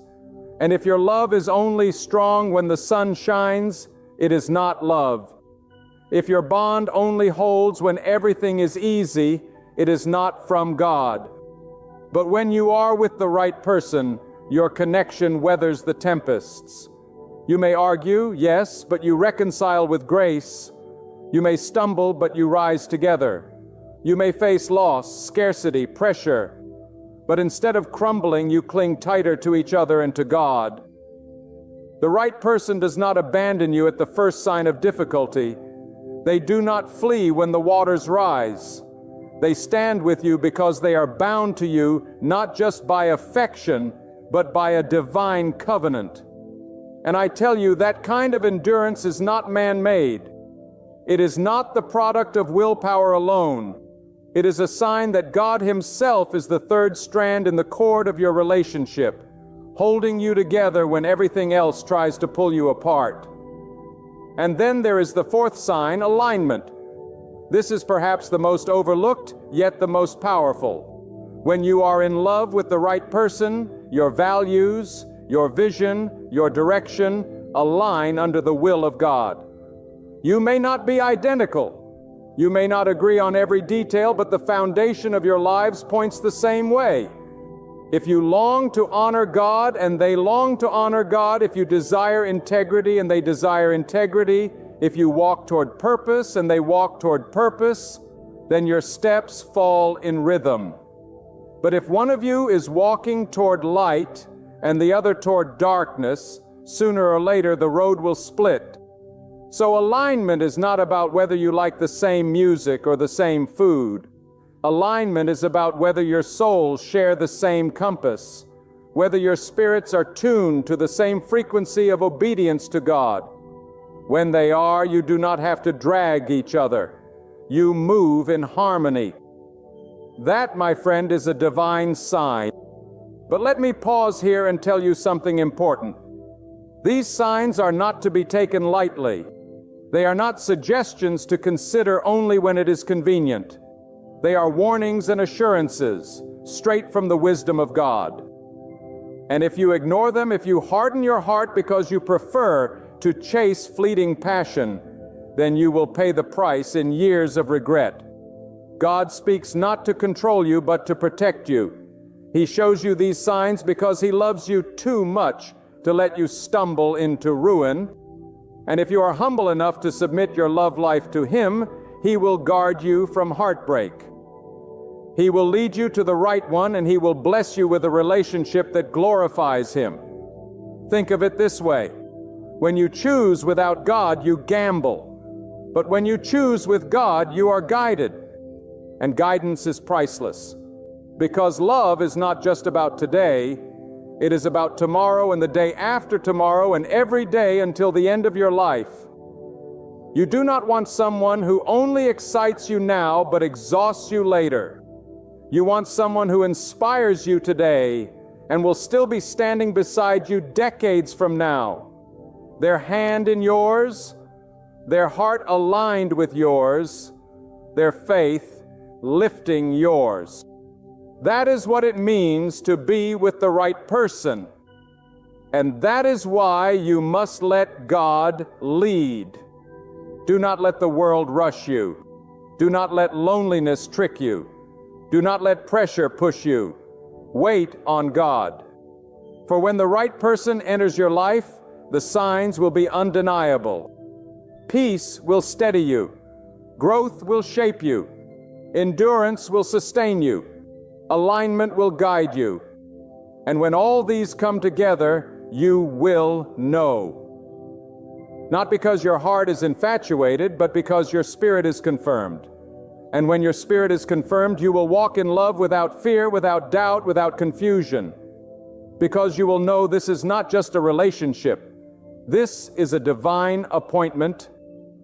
When God is the foundation of your love, no storm can destroy it, no doubt can corrode it, and no enemy can uproot it. For what God plants, He protects, and what He blesses, He sustains. And I want you to understand something that will change how you see love forever. The right person is not simply someone who makes you happy. They are someone who makes you holy. Happiness is fleeting. It comes and goes like the wind. But holiness, the purity of walking in alignment with God, that is eternal. So when you look into the eyes of the one you love, you must ask yourself, does this bond make me a better servant of God? Do they lift me closer to Him, or do they pull me further away? Do they guard my soul, or do they tempt my weakness? Because love that is not centered on God is not love at all. It is illusion. It is a mirage in the desert, promising refreshment, but leaving you thirstier than before. The right person will guard your dignity, not exploit it. They will respect the boundaries God has set, not trample them in pursuit of selfish desire. They will see the value of your soul before the value of your body, because they know the soul is eternal while beauty fades with the passing of time. And you will know deep in the quiet chambers of your heart that this is different from the shallow attention of the world. For when God is present in your love, you will feel dignity where the world feels disgrace. You will feel clarity where the world feels confusion. And you will feel purpose where the world feels aimlessness. That is the mark of a relationship that has God's fingerprints upon it. Now let me tell you something that may cut deep but must be said with love. Many people confuse desperation for destiny. Loneliness becomes so heavy that they grab the first hand that reaches out, mistaking proximity for providence. But God never rushes. God never panics. God never pressures you into the wrong arms. If you feel like you must compromise your values just to be loved, then it is not from God. If you must beg for respect, it is not from God. If you must silence your convictions to keep their attention, it is not from God. For the love ordained by God will never demand you to betray Him to keep it alive. Instead, it will thrive precisely because you honor Him together. Do not let the impatience of your flesh rob you of the masterpiece God is preparing. When He brings the right person into your life, their presence will not bring confusion but clarity. They will not weaken your faith but strengthen it. They will not silence your prayers but join them. And here is the truth you must hold on to. If the relationship you are in constantly forces you to doubt, to compromise, to sin, then no matter how sweet it looks, it is poison to your soul. But if the relationship makes you fall on your knees in gratitude, if it makes you guard your integrity more fiercely, if it makes you thank God even in ordinary moments, then you are standing on holy ground. The right person will also be tested with you. Many people think love is proven only in good times. But God shows you the truth of someone's heart when life turns heavy. When the storms of life rage, the wrong one runs, but the right one stays. When resources are scarce, the wrong one complains, but the right one finds gratitude. When challenges arise, the wrong one blames you, but the right one supports you. For true love is not proven in the sunshine, but in the storm. Not in the plenty, but in the famine. Not in the laughter, but in the tears. And if God has placed the right one in your life, you will see them stand beside you, not because it is easy, but because it is ordained. Let me remind you, love is a divine trust. God places someone in your life not for you to abuse, neglect, or manipulate, but to protect, honor, and cherish. The right person will never treat your heart as a toy or your emotions as a game. They will handle your soul with reverence because they know God is watching. And you too must do the same. For love is not one-sided. It is a sacred partnership under the eyes of God. If you want to know whether you are in love with the right person, ask yourself, do I treat them as a gift from God? Do I guard their dignity as I guard my own? Do I encourage them to walk closer to Him? Because love that does not honor God is not worthy of the name. When two souls align under God's direction, something remarkable happens. Their union becomes more than companionship. It becomes ministry. Their home becomes a sanctuary of peace. Their words become tools of encouragement. Their struggles become opportunities to witness God's faithfulness. Together they shine as a light in a world drowning in darkness. Love was never meant to be only about pleasure. It was designed for purpose. The world will try to convince you that love is defined by what you receive, but God reminds you that true love is revealed by what you give. The world measures love through passion, yet God measures it through patience.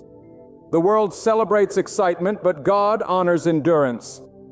The right person, then, is not the one who excites your body for a fleeting moment, but the one who protects your spirit for a lifetime. And here lies the wonder of divine love. When you are with the one God has ordained, every ordinary moment becomes holy. A simple talk feels like healing. A quiet pause feels like rest.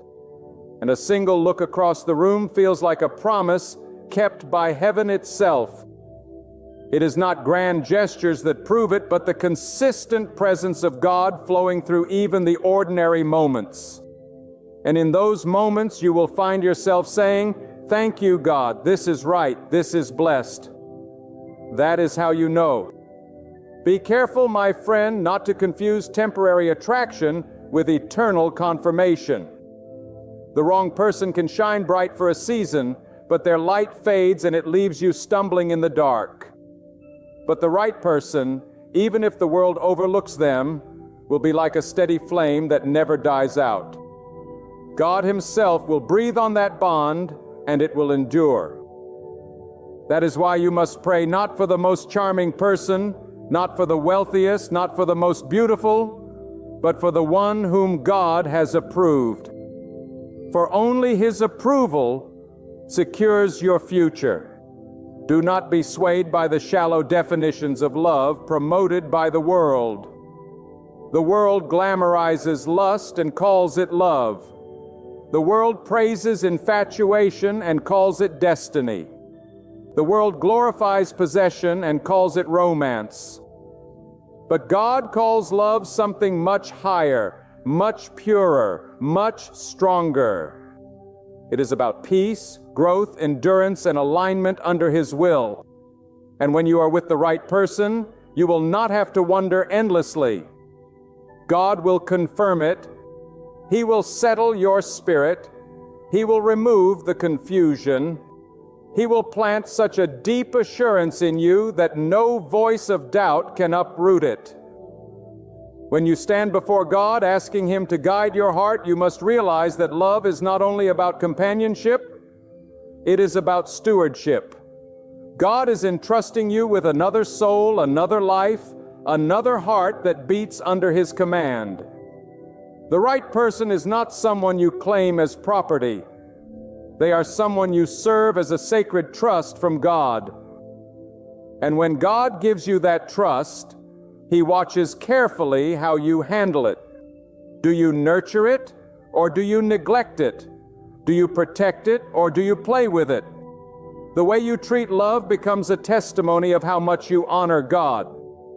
Because if you cannot treat His blessing with reverence, then you cannot expect Him to multiply it. The right person will not only stand with you in the easy seasons, but also reveal the strength of their soul when you walk through fire.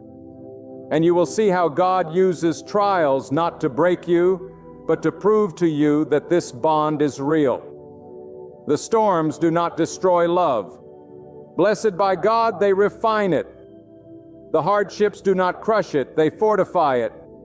Every challenge becomes a furnace where your devotion is tested, and if the person remains, if they hold you when the world shakes, then you know that God Himself is binding you together. This is why love without God is fragile. It shatters under the weight of life.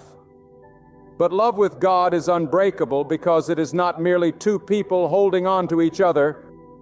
It is two people being held together by Him. Now listen closely. The right person will not idolize you, nor will you idolize them. They will not demand that you place them above God, and you will not place them above Him either. Because when you love someone more than you love God, the relationship will eventually collapse under the imbalance. True love keeps God first. And when God is first, love flows in order, pure, steady, unwavering. This is why so many relationships fail. People put another human being in the place only God deserves, expecting them to satisfy a need only He can fill. But when two people both put God at the center, they stop demanding perfection from each other and they begin offering grace. They stop expecting their partner to heal them and they begin healing together in God's presence. That is the mark of a love that will endure. And hear me when I say this, the right person will never compete with God for your attention. They will never resent your devotion to prayer. They will never mock your obedience. They will never pull you away from worship. Instead, they will join you in it. They will walk with you to God's presence, not distract you from it. If someone is jealous of your time with God, they are not for you. If someone laughs at your conviction, they are not for you. If someone tries to replace God in your heart, they are not for you. For the right one will always strengthen your devotion, not weaken it. The presence of the right person will also teach you something profound about patience. Love that is ordained by God does not rush. It does not pressure. It does not demand shortcuts. It knows that anything real can withstand time. The wrong person will push you into haste because they know what they offer cannot endure examination.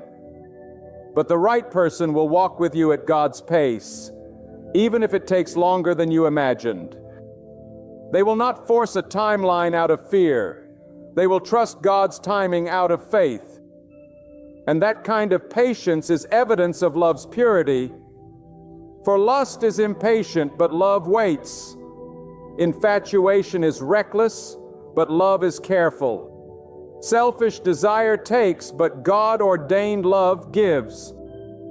And let me remind you, when God is writing your love story, He does not just prepare the other person, He prepares you. Sometimes the delay is not because the right person is far, but because you are not yet ready to carry the responsibility of that kind of blessing.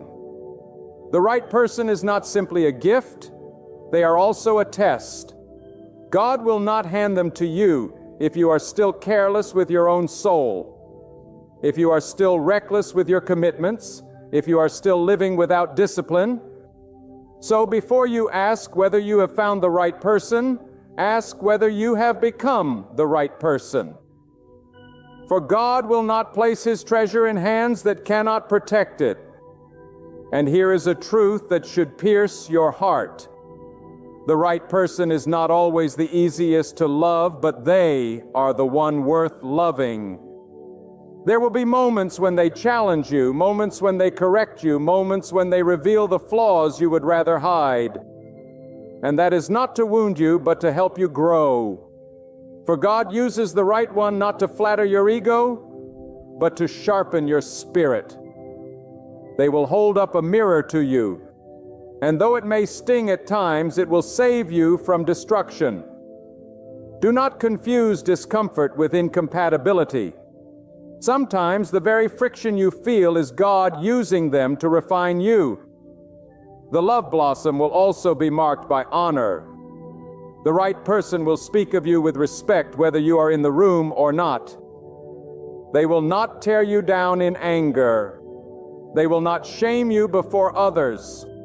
They will not treat your name carelessly, for they understand that to dishonor you is to dishonor the God who joined you. And you will do the same for them. That mutual honor creates an atmosphere where trust thrives, where wounds heal quickly, where forgiveness flows easily. Without honor, love suffocates. With honor, love breathes. And when love breathes, it lasts. Let us be clear about one more thing. The right person will not distract you from your mission in life. They will amplify it. They will not strip you of your calling. They will remind you of it. They will not hold you back. They will push you forward. And in turn, you will do the same for them. This is how you know it is from God. When your union does not shrink your purpose, but multiplies it. For God never unites two people just for comfort. He unites them for a greater cause. when your love serves a purpose beyond your own desires, when it becomes a force for goodness, when it leaves behind a legacy of righteousness, then you can be certain that God Himself is the architect of your union. But if you truly desire that kind of love, you must have courage. Courage to wait, courage to walk away from the wrong one, courage to trust God even when you do not understand His timing. Many have missed the blessing of the right person because they settled for what was available instead of waiting for what was ordained. They chose quickly out of fear rather than patiently out of faith. And years later they carry the weight of regret. Do not let that be your story. Trust God enough to believe that He knows who is right for you, and that when the time is perfect, He will reveal it. There is something sacred in the way God weaves two lives together when it is His will. It is not coincidence, and it is not luck. It is not chance. It is divine orchestration. God does not simply place the right person into your path to soothe your loneliness. He places them there because together you will reflect His glory in ways you could never achieve apart. That is why the right person feels like more than a companion. They feel like a destiny shaper, someone who pulls you into alignment with the greater purpose God designed for your life. And you will know this not just by how they make you feel, but by how your very spirit responds in their presence. The right one will never require you to abandon your faith to hold on to them. Instead, they will deepen your devotion to God, and you must be wise enough to discern the difference. For there are many who will speak sweet words, but their actions lead you away from prayer. Many will promise love, but they stir chaos in your soul. Many will look right in the eyes of people, but before God they are not right for you. Do not be blinded by appearances. Do not be deceived by charm. The right person is not proven by outward display, but by inward fruit, the fruit of peace, patience, kindness, humility, and steadfastness in the ways of God. And here is what you must hold on to. The right person is not perfect, but they are purposeful. They will have flaws as you do, but those flaws will not corrupt the bond because God will use even your differences as instruments of growth. Too often people discard relationships at the first sign of imperfection, forgetting that God never promised perfection. He promised partnership. The right one will not be flawless, but their flaws will not destroy you. Instead, together you will learn forgiveness, patience, and humility. In this way, God shapes both of you to resemble more of His wisdom and less of your selfishness. When you are with the right person, you will also notice that God brings confirmation not only through feelings, but through circumstances. Doors open with ease, obstacles dissolve without force, and opportunities align as though the universe itself bows to God's command. It is not that the path is free of challenges, but there will be a rhythm, a flow, a divine order that reminds you this is no accident. With the wrong person, everything feels forced, heavy, out of sync. But with the right one, even the battles feel worth fighting because you know God is with you in the struggle. The love God ordains also has a language of sacrifice. The right person will be willing to put aside their pride for the sake of peace, their comfort for the sake of your will, bending their desires for the sake of God's will. And you too will find joy in sacrifice for them. This is not because you are weak, but because you are strong enough to put love above ego. When two hearts are both willing to sacrifice under God's guidance, then their bond cannot be shaken, because it is not built on selfishness, but on surrender to Him. Consider this also. The right person will guard your destiny as much as they guard your heart. They will not tolerate you living beneath your potential. They will not let you waste your talents, bury your gifts, or abandon your calling. They will push you forward when you feel like giving up. They will remind you of who you are when you forget. They will fight for your dreams as though they were their own. Why? Because God placed them in your life, not just to share your love, but to share your purpose. And when your destinies intertwine like that, you will know this is no ordinary love. This is divine. And my beloved, never underestimate the power of prayer in discerning love. If you are unsure, fall on your knees and ask God to show you. Ask Him to open your eyes, to close the wrong doors, to give you clarity that no human could manipulate. For when God gives you clarity, it cannot be confused. He may speak through your spirit, through circumstances, through the wisdom of those who love Him. And when He confirms it, there will be no need for constant guessing, no endless anxiety, no desperate searching for signs in every little thing. The peace of God will settle upon you, and you will know. But prayer does not only reveal the right person, it also sustains the relationship once you have found them. Prayer will be the anchor that keeps you steady when disagreements arise, when life becomes heavy, when confusion tries to creep in.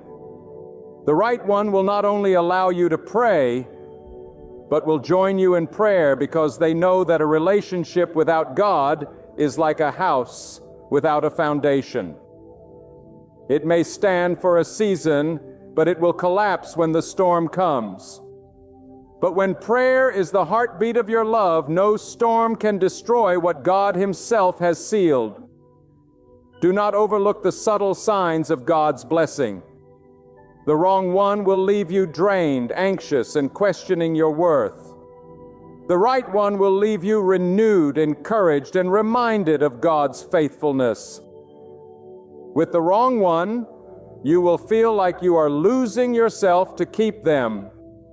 With the right one, you will find more of yourself than ever before because they see you the way God sees you. And when you experience that, you will know you have stepped into something divine. The right person will not merely love who you are today, they will believe in who you can become tomorrow. They will not cling to your past mistakes. They will walk with you into the future God has prepared. And you will do the same for them. That kind of love does not come from human strength.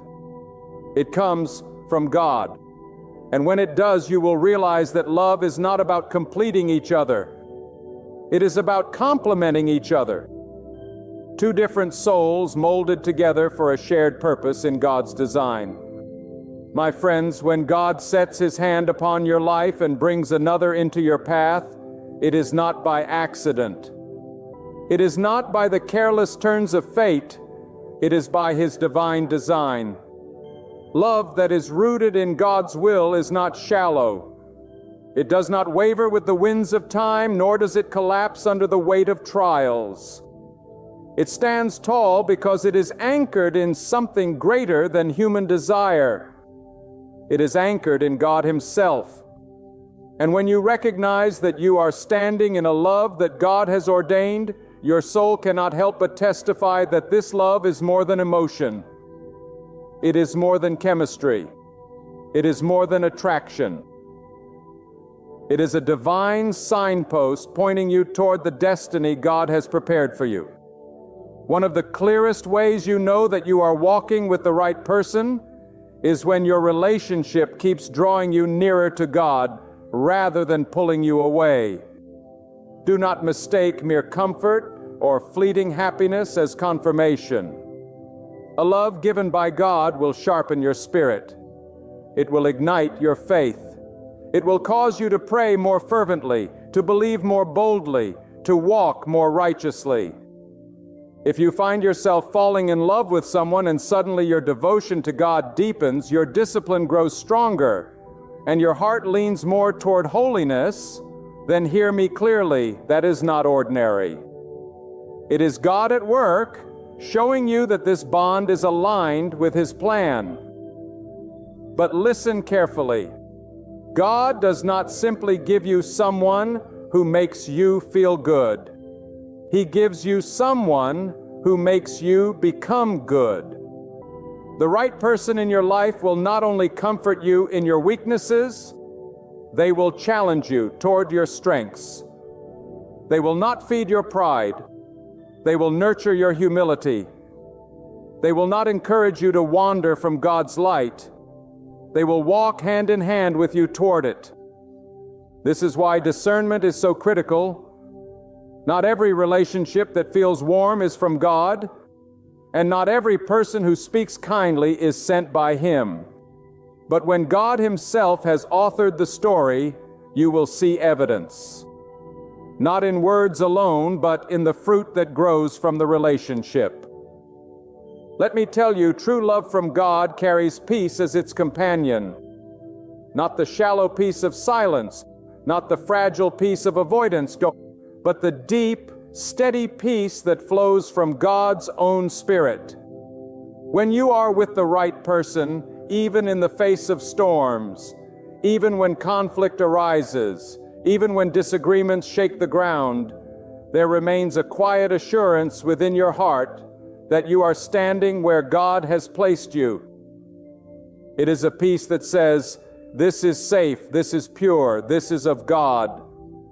That kind of peace is not man-made. It cannot be fabricated. It cannot be manipulated. It is the peace that comes only when you are standing in alignment with the will of the Almighty. And yet, let us not ignore the reality. Love ordained by God is not without its trials. In fact, those trials are often the very proof of its strength. The right person will not make your path free of obstacles, but they will make sure you are not walking it alone. Together you will stand in prayer. Together you will fight through hardship. Together you will endure the test of time. And every test you pass will not only strengthen your bond with one another, it will strengthen your bond with God. For love that is tried and purified by hardship is a love that no storm can break, because its roots go deeper than the soil of this world. They are rooted in the eternal. Another sign that God has placed the right person in your life is when you see growth, not only growth in affection, but growth in purpose. With the wrong person, your vision narrows, your dreams shrink, and your faith withers. But with the right person, your spirit expands, your hope rises, and your dreams find wings. Suddenly, you feel the courage to pursue what God has placed in your heart. Suddenly, you no longer doubt your worth or your calling. Why? Because God uses this person as a mirror to reflect back to you what He has always seen in you. And when someone sees you as God sees you, they do not hold you back. They push you forward. They lift you higher. They cheer you into your destiny. Do not take lightly the sacred gift of such love. The wrong relationship can destroy years of your life. But the right one can multiply blessings beyond measure. That is why God calls us to patience, to prayer, and to discernment. For the enemy knows the power of two people joined in God's will, and he will do everything he can to distract you with counterfeits. But when you wait upon God, when you surrender your heart to Him, when you refuse to settle for less than is best, you will not only recognize the right person, you will be ready for them. And being ready is just as important as being with the right one, because God does not only bring the right person at the right time, He prepares you to be the right person at the right time as well. So I ask you, are you in a love that points you closer to God? Does your heart feel the peace of His confirmation? Do you see growth in faith, in purpose, in destiny? Do you feel strengthened, not weakened? If your answer is yes, then lift your head in gratitude, for you are walking in something rare, something holy, something only God could give. But if your answer is no, then do not be afraid to let go. Do not be afraid to trust God's timing. Do not be afraid to wait, because God's plan is never late. God is not careless with your heart. He will not hand it over to someone who cannot protect it. When he gives with intention. He gives with wisdom. He gives with foresight. And when he blesses you with the right person, that blessing will not come wrapped in confusion or hidden in chaos. It will come with clarity. It will come with peace. It will come with strength. And though challenges may come, you will always sense that deeper assurance that says, "This is where I am meant to be. This is who God has chosen for me." Now do not let impatience blind you to the truth. Some of you are asking God for confirmation while ignoring the signs He has already placed in front of you. Some of you are holding on to what you know is not of Him because you are afraid of being alone. But hear me, it is better to stand alone with God than to walk in the wrong direction with the wrong person. And if you trust Him fully, He will not leave you empty-handed. He will provide. He will guide. He will complete the work He has begun in you. And in His perfect time, He will bring the right person who will walk beside you in love that glorifies Him. Because love, when it is from God, is never about two people alone. It is about three, you, the one God has given, and God Himself holding it all together. And when He holds it together, nothing can tear it apart. My beloved friends, let this truth settle deeply into your soul. Love is not man's invention, it is God's design. And when God writes the story, it carries His fingerprints. Peace that cannot be shaken, growth that cannot be denied, strength that cannot be broken, and purpose that cannot be stolen. The right person is not just someone who fills your days with laughter, but someone who anchors your nights with prayer. They are not just a companion for moments of ease, but a partner for seasons of trial. They are not merely a presence in your life, but a sign of God's presence working through your life. Do not be deceived by the counterfeits that shine brightly for a moment and then fade into regret. Do not allow impatience to lead you into bonds that God has not blessed. If the peace of God is absent, if the growth of your soul is hindered, if your faith is diminished, then no matter how pleasing it may seem, it is not from Him. But if your heart is strengthened in righteousness, if your spirit is lifted in devotion, if your destiny is sharpened and your purpose confirmed, then rejoice. For God has set His hand upon that love. And I tell you, when you stand in the love God ordains, you are not merely in love with a person. You are in alignment with the divine calling. That bond becomes a testimony, a living witness of what it looks like when God unites two hearts for His glory.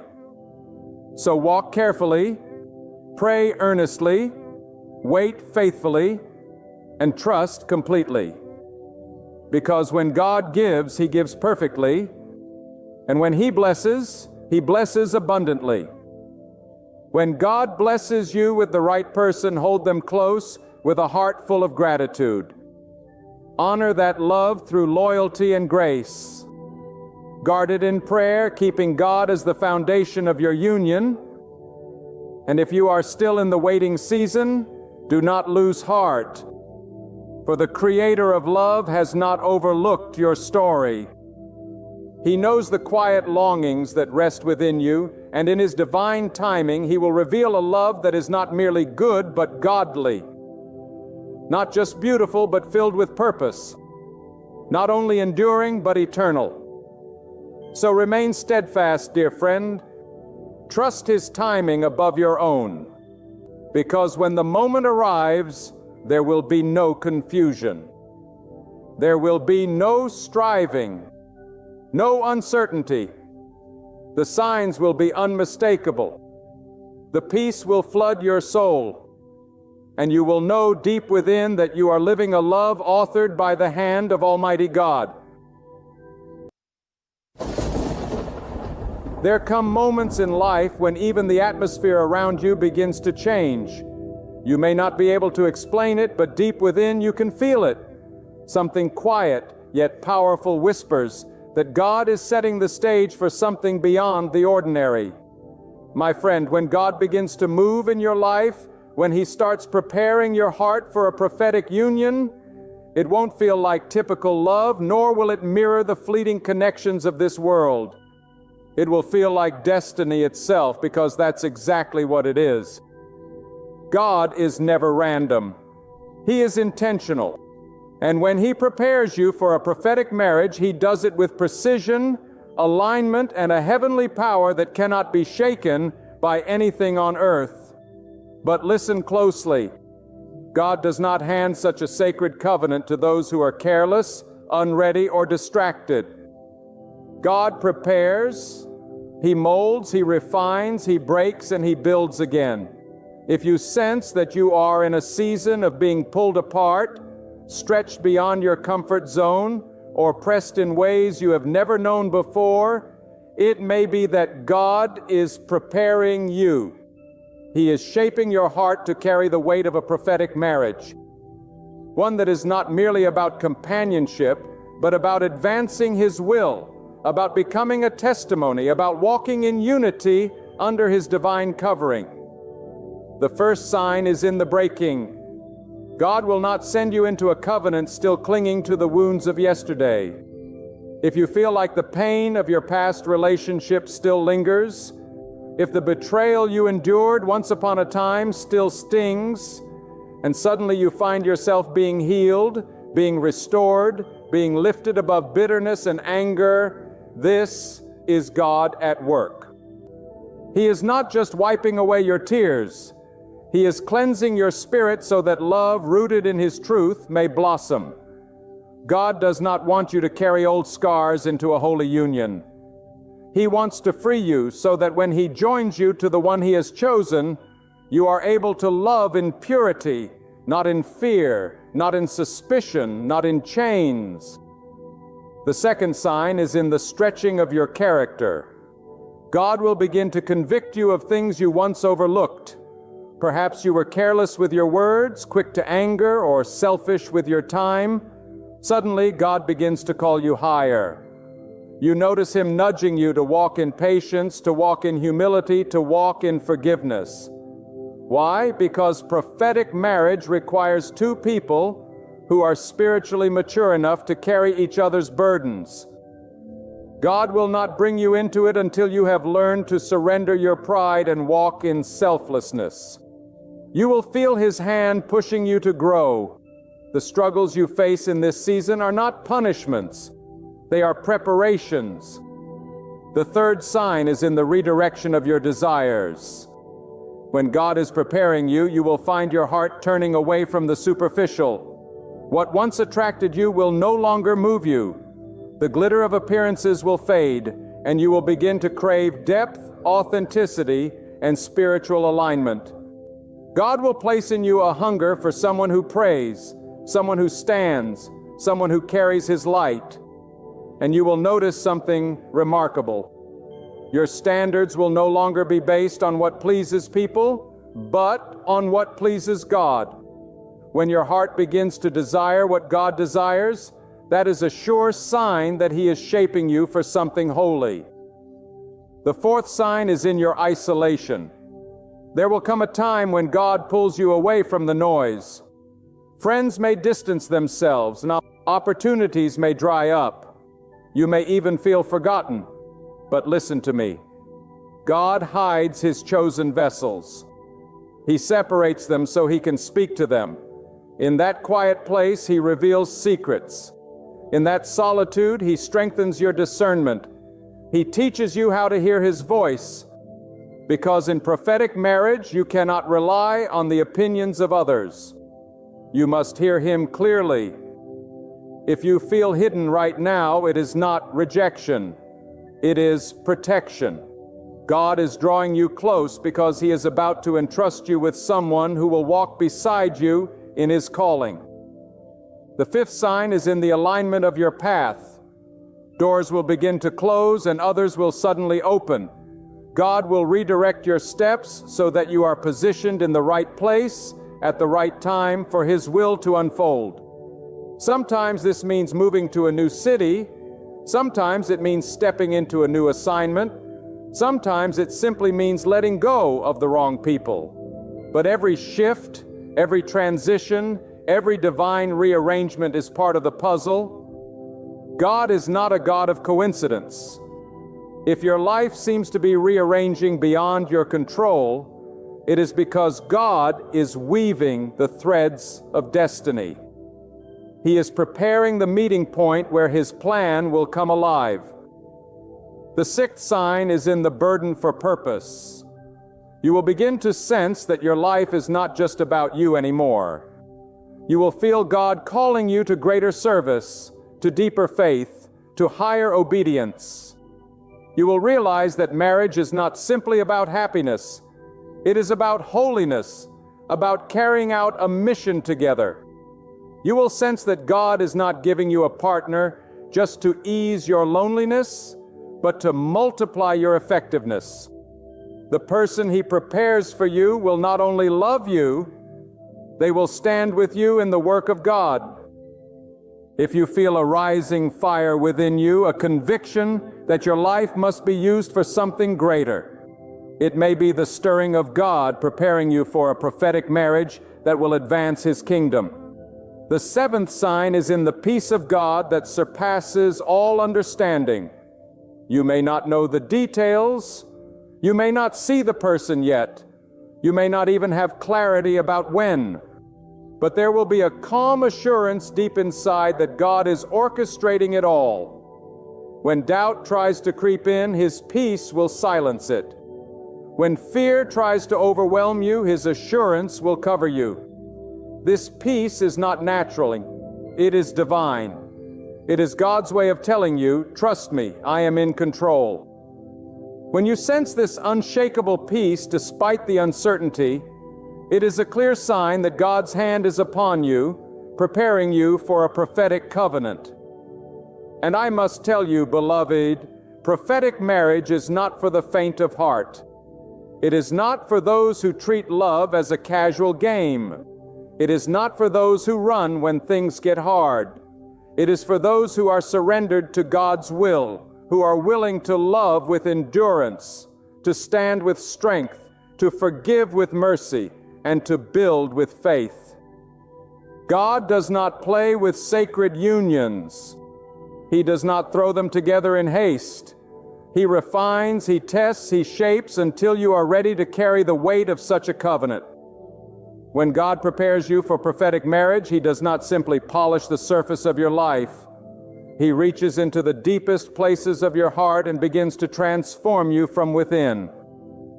He strips away the counterfeit loves, the false securities, and the shallow pursuits that once held your attention, and He replaces them with an unshakable desire for His truth. This is not merely preparation for companionship. It is preparation for covenant, a covenant that reflects His order, His holiness, and His eternal wisdom. You see, God does not entrust the sacred to the careless. He does not release prophetic destiny into hands that are still clinging to temporary pleasures. That is why, before He places a prophetic spouse in your life, He will take you through seasons of pruning. He will cut away the branches that bear no fruit. He will expose the pride, the impatience, the anger, the unforgiveness, the hidden desires of the flesh that once ruled you. It may hurt, it may feel like loss, but it is divine surgery because God is not preparing you to merely get married. He is preparing you to carry the weight of a union that will testify to His greatness. One of the most profound signs that God is preparing you is the awakening of your spirit to the sacredness of covenant. When the world speaks of marriage, it speaks in terms of romance, passion, and personal satisfaction. But when God speaks of marriage, He speaks in terms of unity, purpose, and endurance. He begins to train your mind to see love as service, to see sacrifice as strength, to see loyalty as beauty. He will change your definition of love. Suddenly, it will no longer be about what you can receive, but about what you can give. That shift in your heart is not a small thing. It is the fingerprint of God reshaping you for a prophetic partnership. Another sign is the call to purity. Not only physical purity, but purity of mind, purity of intention, purity of desire. God will begin to convict you when you entertain thoughts that do not align with His will. He will nudge you when your motives are tainted with selfishness. He will guard you from people whose presence stirs confusion instead of clarity. Why? Because a prophetic marriage cannot be built on defiled foundations. It must rest on holiness. And so when God is preparing you, He will clean your inner world. He will break the chains of lust, greed, vanity, and ego so that your love, when it comes, is clean, strong, and uncorrupted. Listen to me. God does not prepare you for prophetic marriage by giving you everything you desire. He prepares you by shaping you into everything He requires. That is why you may find yourself in a season where you feel misunderstood, where others cannot see your value, where doors seem slow to open. But what looks like rejection is often redirection. God is sparing you from counterfeit connections. He is keeping you hidden from people who would mishandle your heart. He is setting you apart because He has ordained someone whose spirit is aligned with yours, whose calling matches yours, whose destiny is tied to yours. Do not despise the waiting. Waiting is not wasted time. It is sacred time. It is in waiting that God teaches you patience, endurance, and trust. It is in waiting that He refines your vision so you can discern the one He sends from the imitations that the enemy will throw your way.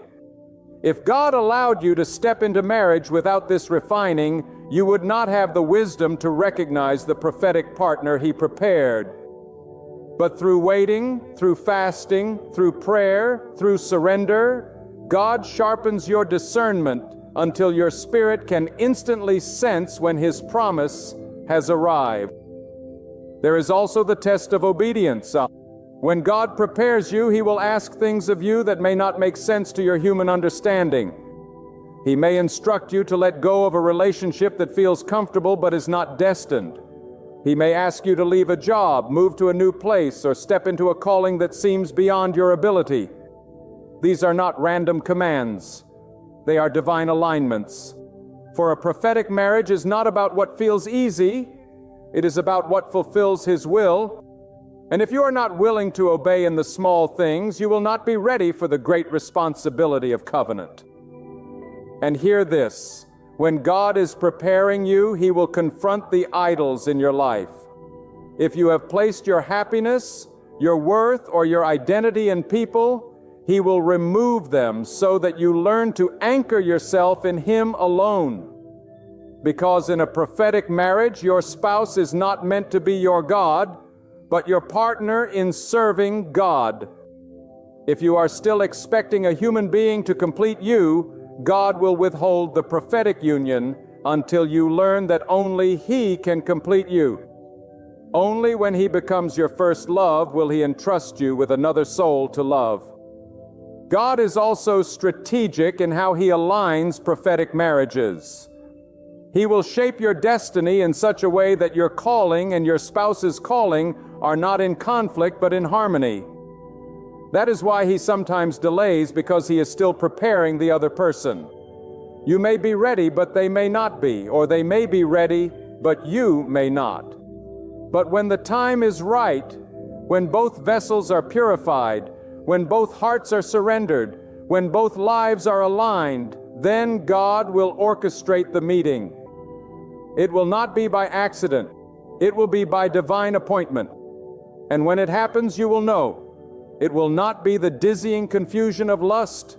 It will not be the fragile excitement of fleeting romance. It will be a steady peace, a holy certainty, a quiet conviction deep within your soul that God has joined what no man can separate. That peace is the signature of God. That stillness is His seal. When you feel it, you will not have to beg. You will not have to manipulate. You will not have to force anything. It will flow because it is ordained. When God prepares you for a prophetic marriage, He does not simply prepare your emotions. He prepares your entire life. He shapes your mind, your spirit, your habits, and even your surroundings.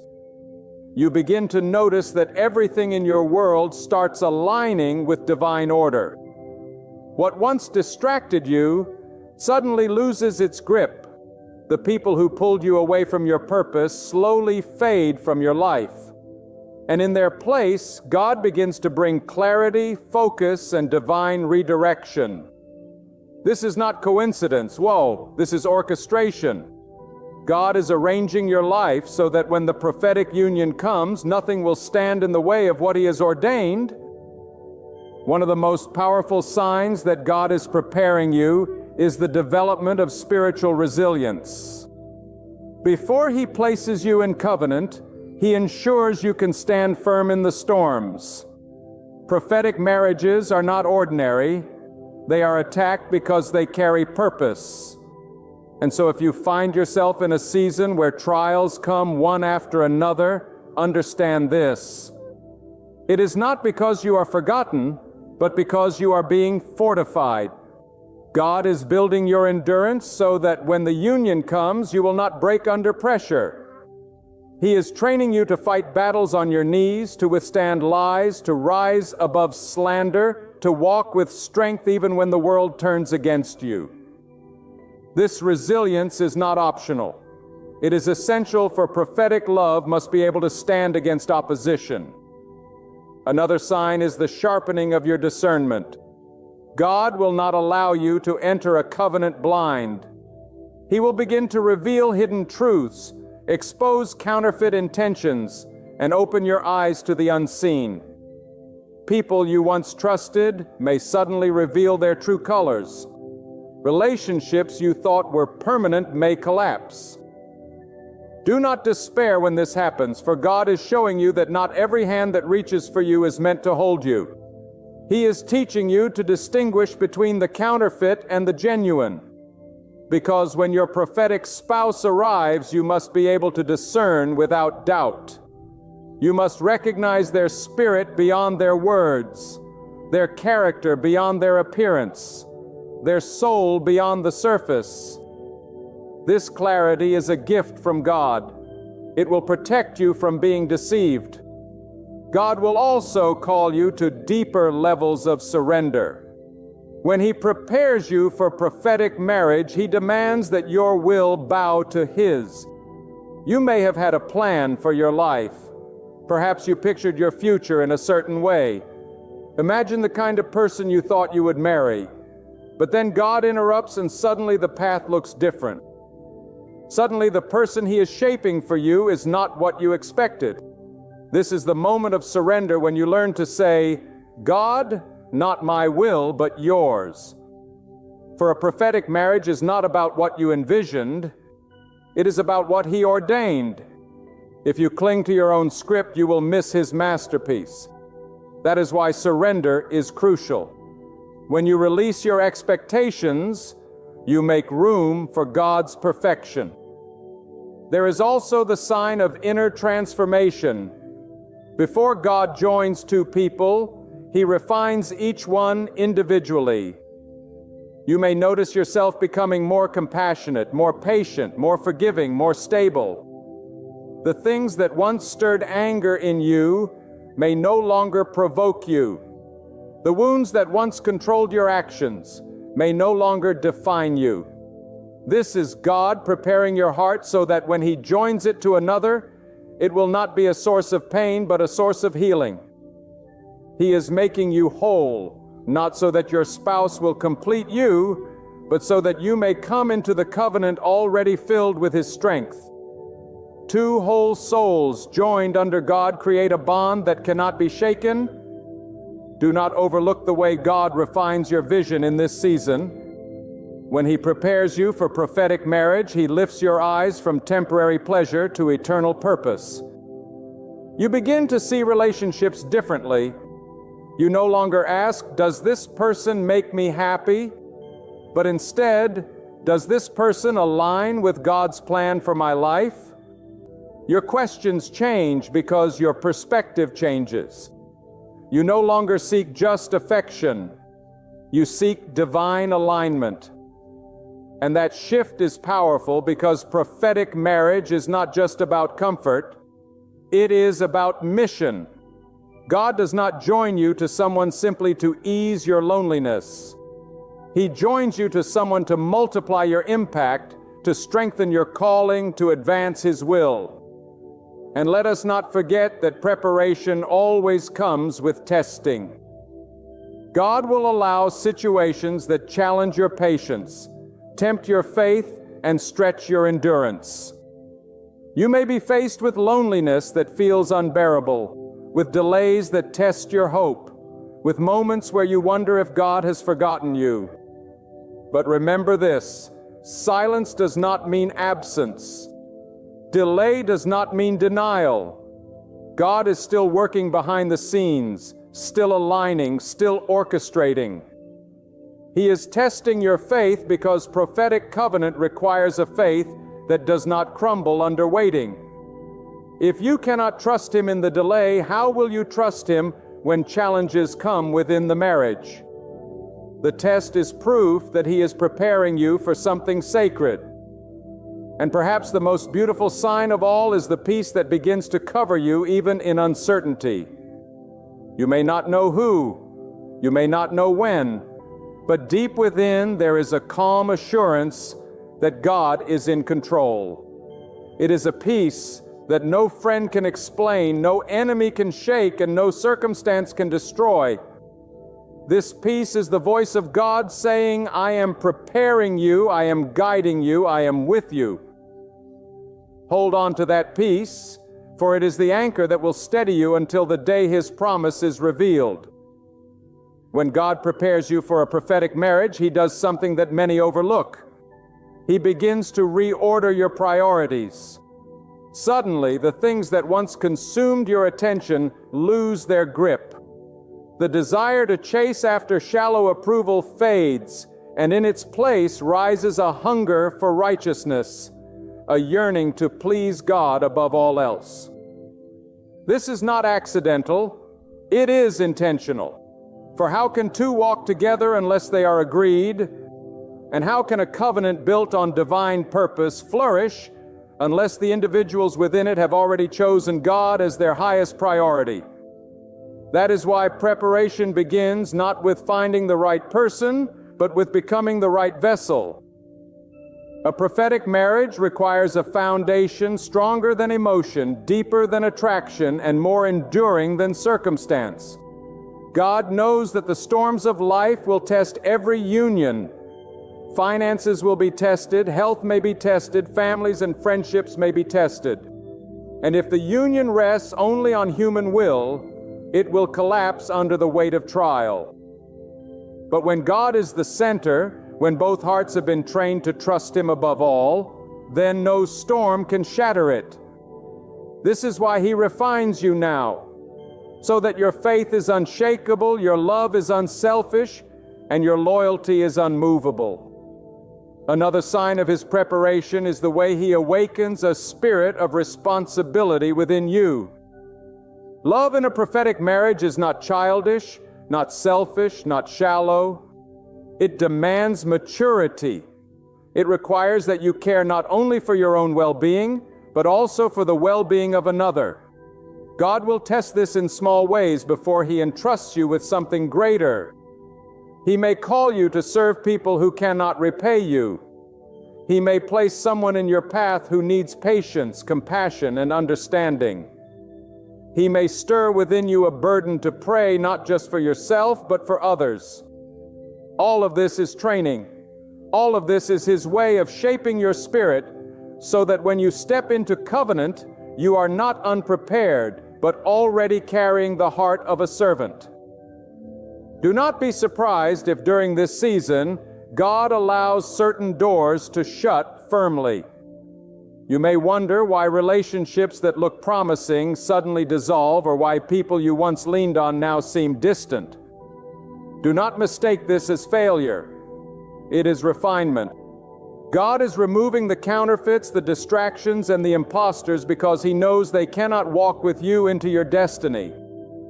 It is far better to spend a season alone with God than to be bound forever to someone who was never meant to walk the path of your divine calling. Trust the doors He closes, because every no is clearing space for His greater yes. Let's be honest. A prophetic marriage isn't about finding a person who completes you. Completion comes from God alone. If you are still trying to find your wholeness in another human being, God will delay the covenant until you discover that only He can fill the emptiness inside you. A prophetic partner is not sent to take God's place, but to walk beside you as both of you serve Him together. That's why God insists on your healing before He allows your union. If your heart still bleeds from betrayal, if resentment still shapes your choices, if old wounds still rule your reactions, He will keep you in the refining fire until you are whole. God does not place unhealed hearts into divine partnerships, because brokenness left untreated becomes a weapon in the enemy's hands. Healing must come first, and that healing can only be found in His presence. God also prepares you through humility. He teaches you that leadership in a marriage is not domination and submission is not weakness. True strength is found in service. True authority is found in humility. Prophetic marriage requires both partners to bend before God, to surrender pride, and to walk together in unity. That is why in this season, God may humble you. He may strip away arrogance. He may break the illusion of self-sufficiency. He may confront the areas where pride once ruled. It may sting, but it is necessary. For when He joins you to another, it must be two humble hearts, not two stubborn egos. And hear this with clarity. God is not only preparing you, He is also preparing the one He has chosen for you. Somewhere that person is being refined, tested, and molded just as you are. They may be walking through trials you cannot see, enduring battles you cannot imagine, learning lessons you will one day benefit from. This is why patience is vital. You are not waiting in vain. You are waiting while God works. He is aligning two lives, two destinies, two callings until they converge at the appointed time. Do not rush what He is arranging, for premature unions birth unnecessary pain. When the time is right, His hand will bring you together and the timing will be perfect. Another powerful sign is the way God begins to enlarge your vision. You no longer think only in terms of yourself. You begin to see in terms of legacy. You ask questions like, what will we build together? What impact will we leave? How will our covenant advance the will of God? That enlargement of vision is divine. It is not ambition. It is assignment. Prophetic marriage is never small. It always carries weight in the spiritual realm. That is why it must be birthed in prayer, sustained in faith, and protected by obedience. You will also notice that God will train your ears to hear His voice clearly. This is critical because prophetic marriage is not built on public opinion. Family may misunderstand, friends may doubt, society may criticize, but when God speaks, that is all the confirmation you need. He will teach you to trust His whisper above the noise. In the quiet hours of the night, in the stillness of prayer, in the depths of worship, you will hear Him guiding you, assuring you, preparing you. His voice will become your anchor. And when He finally gives the green light, you will walk in confidence, not confusion. So if you are in the season of preparation, take courage. Do not despise the breaking. Do not resist the refining. Do not grow weary in the waiting. Every step you are enduring now is part of a larger design. God is not preparing you for ordinary love. He is preparing you for covenant, for purpose, for a prophetic union that will echo in eternity. Trust Him, follow Him, and surrender fully to His timing. Because when His hand moves, nothing on earth or in the heavens can stop the union He has ordained. When God sets His hand to prepare you for a prophetic marriage, He does not simply touch the surface of your circumstances. He reshapes the depths of your soul. You may feel the ground beneath your feet shift, the familiar patterns of your life disrupted, and the very desires of your heart redefined. This is the evidence of God's craftsmanship.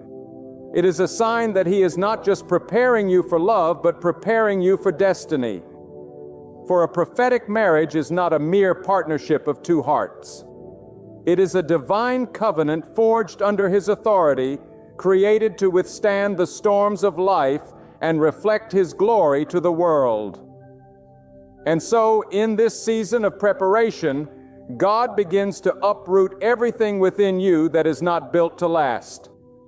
He confronts your fears, your doubts, your insecurities, because He knows they cannot travel with you into the covenant He is preparing.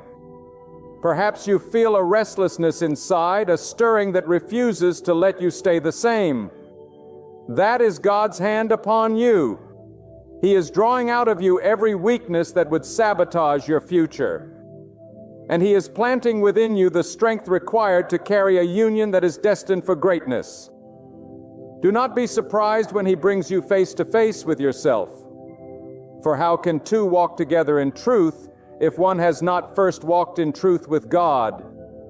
He will uncover the hidden corners of your heart, the pride you did not notice, the bitterness you thought you had buried, the fears you never dared to confess. He does this not to shame you, but to free you. He does it so that when He sends the one ordained for you, you will not project old wounds onto new blessings. He heals you now so that love may flourish without chains. Another mark of His preparation is the discipline of your spirit. God will not bring you into prophetic marriage if you cannot control your impulses, guard your words, and restrain your temper. He will allow circumstances that test your patience, that stretch your endurance, that teach you how to remain steady when everything around you shakes. Why? Because prophetic covenant demands consistency. It requires faithfulness in seasons of joy and in seasons of pain. And so He trains you in advance, shaping your character to endure, so that when the sacred union arrives, you will not crumble under its weight.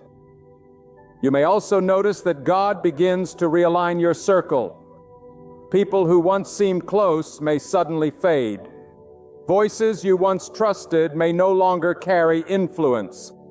Relationships you leaned on may dissolve without explanation. This can feel like loss, but in truth, it is divine protection.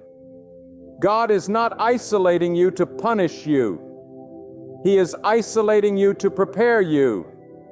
He knows that prophetic marriages are fragile in their early stages. And so He clears away the noise, removing the distractions so you can hear Him more clearly. When you feel alone, remember that aloneness with God is never emptiness. It is empowerment. In this process, God will ignite within you a deeper sense of vision. No longer will you view marriage as a matter of convenience or comfort. You will begin to sense that it is about calling, about impact, about purpose that stretches beyond yourself. You will realize that God is not simply giving you a spouse to ease your loneliness, but a partner to multiply your assignment. Together you will be stronger. Together you will cover more ground. Together you will reflect His light in ways you could not alone. This awareness is part of the preparation. It is the widening of your understanding so that you will not enter the covenant with small expectations, but with divine perspective. And as He prepares you, God will demand obedience in ways that seem difficult. He may call you to walk away from relationships that feel familiar but are not ordained. He may urge you to pursue paths that appear uncertain yet carry His direction. He may command you to release your own plans so that His plan may prevail. Obedience is not easy, but it is necessary. For if you cannot trust Him with your singleness, how will you trust Him with your marriage? Every act of obedience now lays the groundwork for your ability to stand united in covenant later. God also purifies your motives. You may think you know why you want to marry, but He will strip away the shallow desires. No longer will you crave marriage for status, for appearances, for fleeting pleasure. He will burn those motives away until what remains is pure, a desire to serve Him through union, a longing to reflect His order, a passion to build a legacy that honors His name.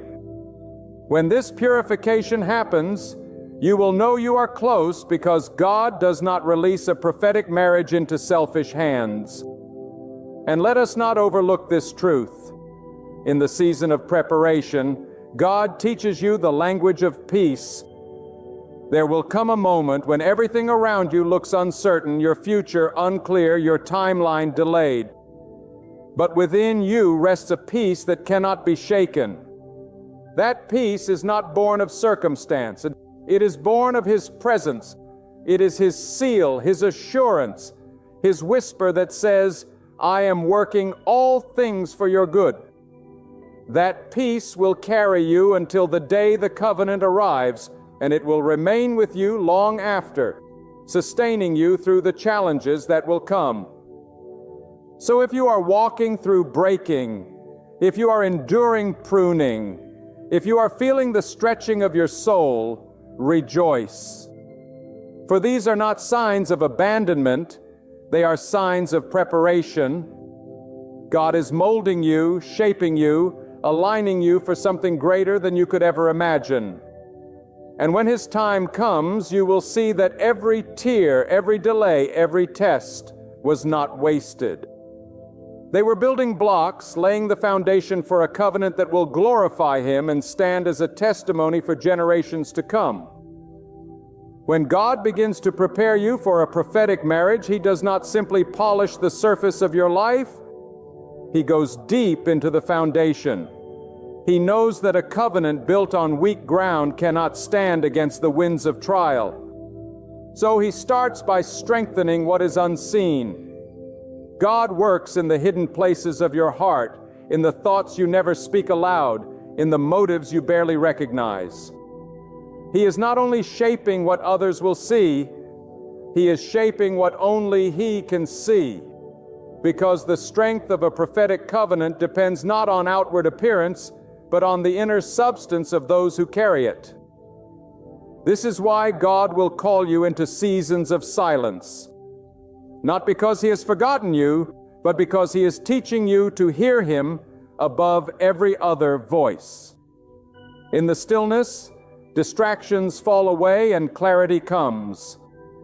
Silence with God becomes a furnace of transformation. It is there that He teaches you discernment so you will not confuse infatuation with destiny or convenience with calling. In silence, He trains you to recognize the difference between what flatters your emotions and what strengthens your soul. That is how He protects you from false unions, by sharpening your spiritual perception before the covenant arrives. In this preparation, God may test your patience more than anything else. He delays not to punish but to purify. Waiting exposes what lives inside of you, impatience, doubt, or faith. God uses waiting as a mirror so that you see what still needs surrender. A prophetic marriage is not rushed, for what is rushed often collapses. God stretches time so that your roots may go deeper, your faith may grow stronger, and your capacity to carry the covenant may expand. Those who resist the impatience of the flesh and surrender to the timing of God, discover that His delays are never denials. They are divine appointments in disguise. Another sign of God's preparation is that He begins to align your purpose with precision. You will feel a stronger pull toward the assignments He has given you. Your calling will come into sharper focus. God will not allow you to be joined to someone who diminishes your purpose. Instead, He shapes you so that you will recognize the one whose purpose complements yours. Prophetic marriage is never random. It is the union of two lives carrying assignments that interlock. When God is preparing you, He will not only teach you how to love another, but how to love His will above all. And understand this, when God prepares you, He allows tests that prove your loyalty. He may bring opportunities that seem attractive but are not aligned with His plan. He will see if you choose temporary comfort over eternal assignment. He will watch if you obey His whisper or chase your own desire. Every decision in this season is training for covenant. If you compromise now, you will compromise later. But if you remain steadfast now, you will be unshakable when the covenant comes. Obedience in the preparation season is the greatest proof that you are ready for prophetic union. God also refines your endurance. He knows that prophetic marriages will be targeted, for they are not ordinary unions. They are vessels of His glory. Opposition will rise, storms will come, but if you have been trained in the wilderness, you will not falter in the storm. God strengthens you in private battles so that you may stand strong in future wars. He allows adversity not to break you, but to prove you. And when you come forth from those trials, you will carry resilience that cannot be shaken, a resilience that will sustain your covenant for a lifetime. One of the clearest marks of divine preparation is that God begins to awaken within you a love that is selfless. He breaks down the walls of selfishness, dismantles the idol of me, and trains you to think in terms of we. Prophetic marriage cannot survive on selfish desire. It thrives on sacrifice. God will teach you how to lay down your pride, how to forgive quickly, how to serve with humility. He will allow circumstances that demand selflessness, not because He wants to burden you, but because He is shaping you into a vessel of covenantal love. And finally, God secures your identity in Him before He brings you into covenant. He ensures that your worth is anchored in Him alone. If your identity rests in another human being, you will cling to them in fear instead of standing with them in strength. When your identity is grounded in God, you will step into marriage whole, not shattered. You won't look to your partner to fill your emptiness, because you will already be fulfilled in Him. Out of that wholeness will flow a bond that multiplies purpose, strength, and serenity. So be encouraged in the season of preparation. Every quiet moment, every delay, every challenge, every season of pruning, these are all signs that God is working behind the scenes. He isn't shaping you for something average. He's forming you for a covenant that will echo through eternity. And when His appointed time arrives, when His divine hand brings together what He has chosen, no power in heaven or on earth will be able to tear apart what God Himself has joined.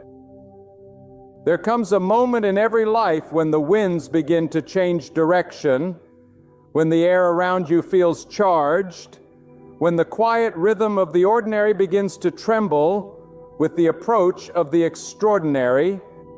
And I say this to you tonight with absolute conviction: when God is preparing to move in your life, He never leaves you unaware. He never leaves you wandering in darkness. He always sends signs. Signs that awaken your spirit. Signs that stir something deep within you. Signs that cannot be dismissed if your heart remains open. Some of you hearing this right now are standing on the edge of the greatest breakthrough of your life. But before it unfolds, you must understand that the unease you feel, the restlessness that steals your sleep, the stirring deep in your soul, are not coincidences. They are divine indicators that God is moving. I do not speak tonight of small changes, of minor shifts. I speak of the hand of the Almighty preparing to open doors no man can shut, preparing to lift burdens that have chained you for years, preparing to exalt you where others have tried to hold you down. And when God is about to move, He begins to stir the waters.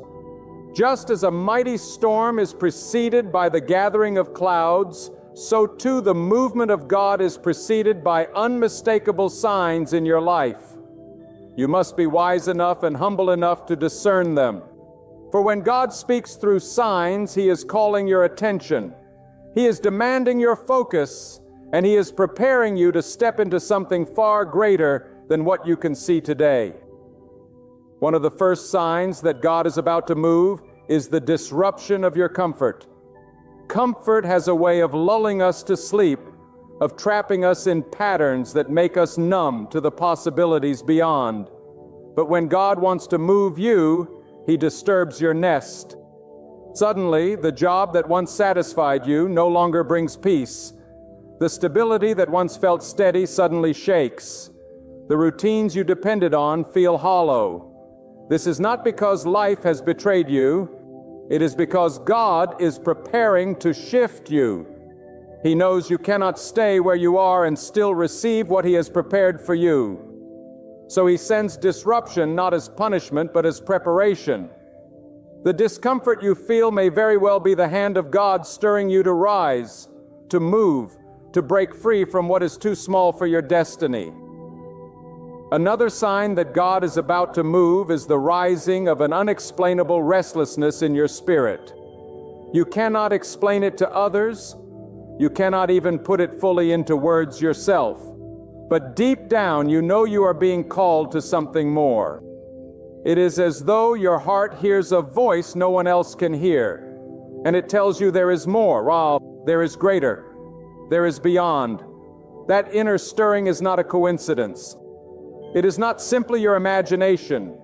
It is the whisper of God awakening you to the fact that your current season is coming to an end and a new season is about to begin. And when that restlessness comes, do not suppress it.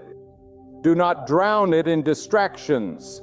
Lean into it, for it is God preparing your heart for His movement.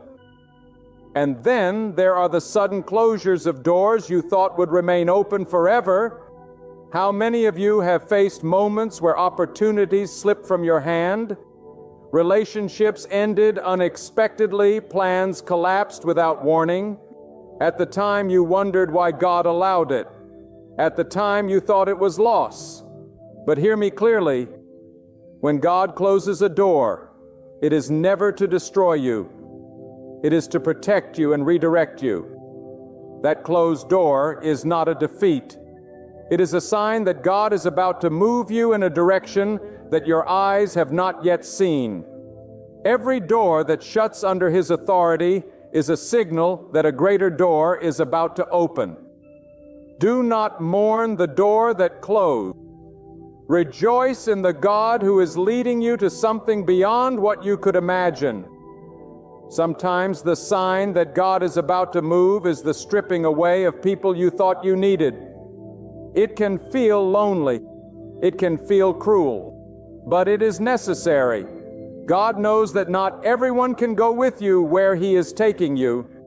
Some voices must be silenced so you can hear His voice more clearly. Some attachments must be severed so you can be free to follow His path. And when you look around and find yourself standing with fewer companions, do not despair. That isolation is not abandonment. It is preparation. For it is often in the silence, in the solitude, that God reveals His most powerful instructions. And when He is about to move, He makes sure that nothing and no one hinders His plan in your life. There are also signs within your own thoughts, within your own mind, that God is about to move, ideas that come suddenly, visions that flash in your heart, dreams that seem too big for your current situation. These are not mere fantasies. They are divine seeds being planted in your spirit. They are glimpses of the future God is preparing for you. And when such thoughts flood your mind, take them seriously. Write them down and pray to nurture them, for they are signs, signals that God is about to turn what was once impossible into reality. You may also notice that when God is about to move, opposition increases. Do not misunderstand resistance as rejection. When the enemy senses that God is preparing to lift you higher, he will fight harder to hold you down. Suddenly you face obstacles you never faced before, challenges that seem overwhelming, voices that speak against you. This is not a sign that God has abandoned you. It is a sign that you are close to breakthrough. The darkest hour is always before dawn. The fiercest battles are fought at the edge of victory. So when you feel the resistance growing stronger, take heart. It means the movement of God is drawing near. When God is about to move, He also awakens your sensitivity to His presence. Suddenly you notice His hand in places you overlooked before. A scripture, a word spoken by a stranger, a moment of quiet reflection. All begin to carry a weight they did not carry before. You feel God drawing nearer, speaking louder, calling you deeper. This heightened awareness is not random. It is a divine sign that He is positioning you for what comes next. When your heart begins to burn with a deeper hunger for Him, know this: God is preparing you to receive the fullness of His movement. And then perhaps the most unmistakable sign, peace that makes no sense. Everything around you may look chaotic, uncertain, even threatening. Yet inside you feel a calm assurance, a steady confidence that somehow everything is under control. That peace is not from this world. That peace is not from your own strength. It is the peace of God guarding your heart and mind, anchoring you even when storms rage. And when that peace settles over you in the midst of turmoil, it is a sure sign that God Himself is about to move on your behalf. My friends, these signs are not to be taken lightly. They are the fingerprints of the Almighty upon your life. And if you are discerning, if you are watchful, you will see them. You will recognize them, and you will prepare yourself for the moment God steps in with power. Too often we miss the movement of God because we fail to heed the signs. Too often we dismiss the disruption, we ignore the restlessness, we cling to closed doors, we resist the stripping, we overlook the ideas, we fear the opposition, we disregard the peace, and in doing so, we delay what God intended to do swiftly. But if you will awaken your heart, if you will tune your spirit, if you will open your eyes, you will not miss it. You will be ready when God moves. When God is about to move, He not only sends signs in your circumstances, He sends a deep shaking within your very soul. That stirring is not something you can fabricate, and it is not a fleeting emotional moment. It is a holy disturbance that will not let you remain the same. It is as though God Himself places His hand upon your heart and presses until you know you must change direction. That unease you cannot silence, that urgency you cannot explain is not there to torment you, but to awaken you. For when God is preparing to lift you into the next season of your destiny, He must first awaken your spirit so that you do not sleep through His visitation. Do not mistake that divine stirring for confusion. Confusion comes from doubt, but the stirring of God comes with clarity. It comes with a voice inside you saying, "Rise, for you cannot stay where you are." It comes with a conviction that no matter how secure your present appears, you know it is too small for the greatness God has written into your story. And though your mind may argue, though your circumstances may resist, your spirit knows beyond all doubt that God is getting ready to move. Another clear sign that God is about to move in your life is that He begins to strip away your reliance on human strength. There will be moments when you find that the people you depended on can no longer carry you, that the resources you once leaned on suddenly dry up, that the systems you trusted fail to hold you. And in that moment you might cry out in frustration. You may even wonder why God has allowed such loss. But do not mistake His intention. God removes every false support so that you learn to lean entirely on Him. For if you are to witness His movement in your life, you must know without question that it was His power, not man's, that lifted you. He strips away your reliance on the temporary to anchor you in the eternal. When God is about to move, He also sharpens your vision. You begin to see life differently. What once looked ordinary now seems pregnant with divine purpose. You look at your past struggles and suddenly recognize that they were preparing you for something greater. You see doors that once intimidated you as opportunities to display the glory of God.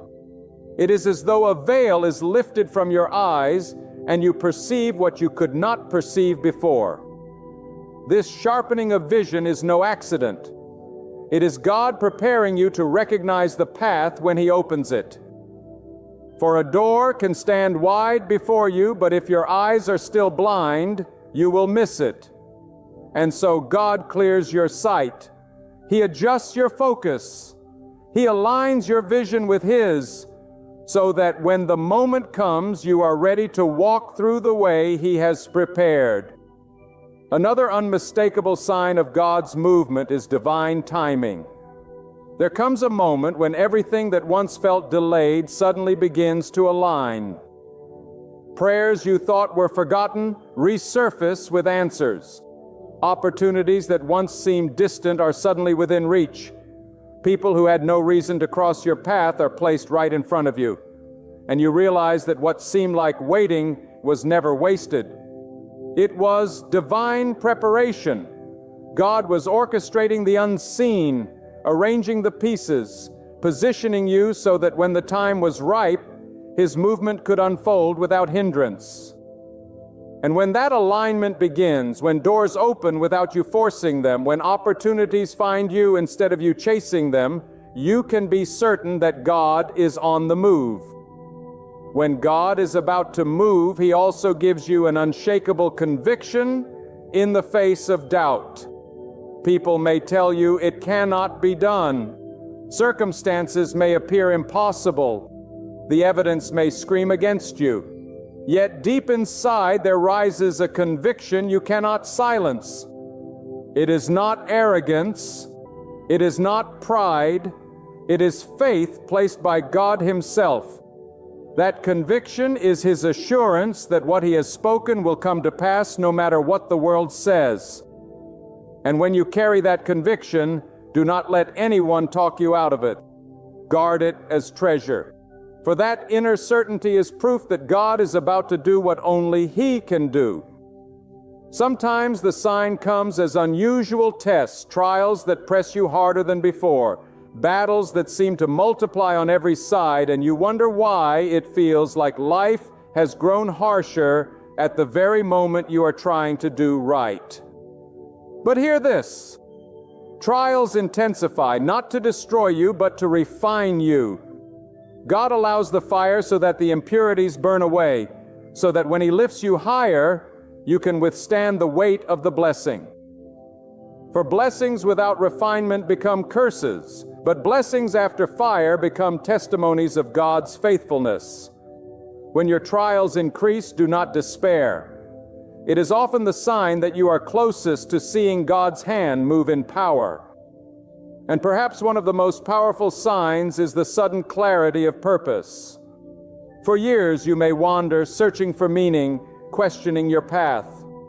But when God is about to move, He makes your purpose undeniable. It may come in the quiet of prayer, in the stillness of the night, in the sudden flash of inspiration, but when it comes, it anchors you. It directs you. It gives you courage to step where you once hesitated. And though others may not understand, you will know without question that God has marked your path. That clarity of purpose is not your imagination. It is a divine sign that you are about to step into the reason you were created. When God prepares to move, He also awakens a hunger in you that nothing else can satisfy. The entertainment you once enjoyed feels empty. The distractions you once pursued lose their appeal. The approval of people no longer fulfills you. There is a deeper craving inside you, a craving for God, for His presence, for His truth. That hunger is not there by chance. It is the divine pull of your spirit toward the one who is about to pour Himself into your life in a greater measure. Do not ignore that hunger. Do not try to silence it. Feed it. For it is proof that you are being prepared for a movement of God that will change everything. And finally, when God is about to move, He surrounds you with confirmation. The same message comes to you through different voices. The same thought echoes in different circumstances. You hear the same truth repeated in ways you cannot dismiss. That is God making sure you do not miss His signal. He speaks once, He speaks twice, and then He confirms again so that you know beyond doubt that it is Him. And when those confirmations come, do not brush them aside as coincidences. They are divine signatures upon your life, proof that the Almighty is guiding you, preparing you, and moving you into the destiny He has written. My friend, if you have noticed these signs stirring in your life, do not ignore them. God is speaking. God is preparing. God is moving. And the greatest mistake you could make is to sleep while the hand of the Almighty is at work. Open your eyes, sharpen your ears, soften your heart, for the signs are not random. They are deliberate signals from heaven that the time has come for you to rise into the fullness of what God has destined for you. When God is about to move, He will often allow the ordinary to grow unbearable so that you will not settle for less than what He has prepared for you. Some of you are asking why your life feels so heavy, why your spirit feels so unsatisfied even when everything looks fine from the outside. It is because God is stirring you out of complacency. He does not want you to build a house in the valley when He has prepared a mountain for you to climb. That dissatisfaction is not a curse. It is a calling. It is a holy dissatisfaction placed within you by God Himself, so that you will rise from the comfort of the familiar and step into the territory of faith where His power is revealed. There are moments when God strips away everything you thought defined you, not to leave you empty, but to show you that your true identity is rooted in Him alone. When positions are lost, when titles fade, when the applause of people goes silent, you may feel exposed. But in that silence, you discover the voice of God saying, "You are mine, and I have marked you for more than this world can give." That is a sign. That is evidence that God is positioning you for a move so great that it cannot rest on human affirmation. It must rest on divine confirmation. When God is about to move, He also awakens in you a courage you never knew you had.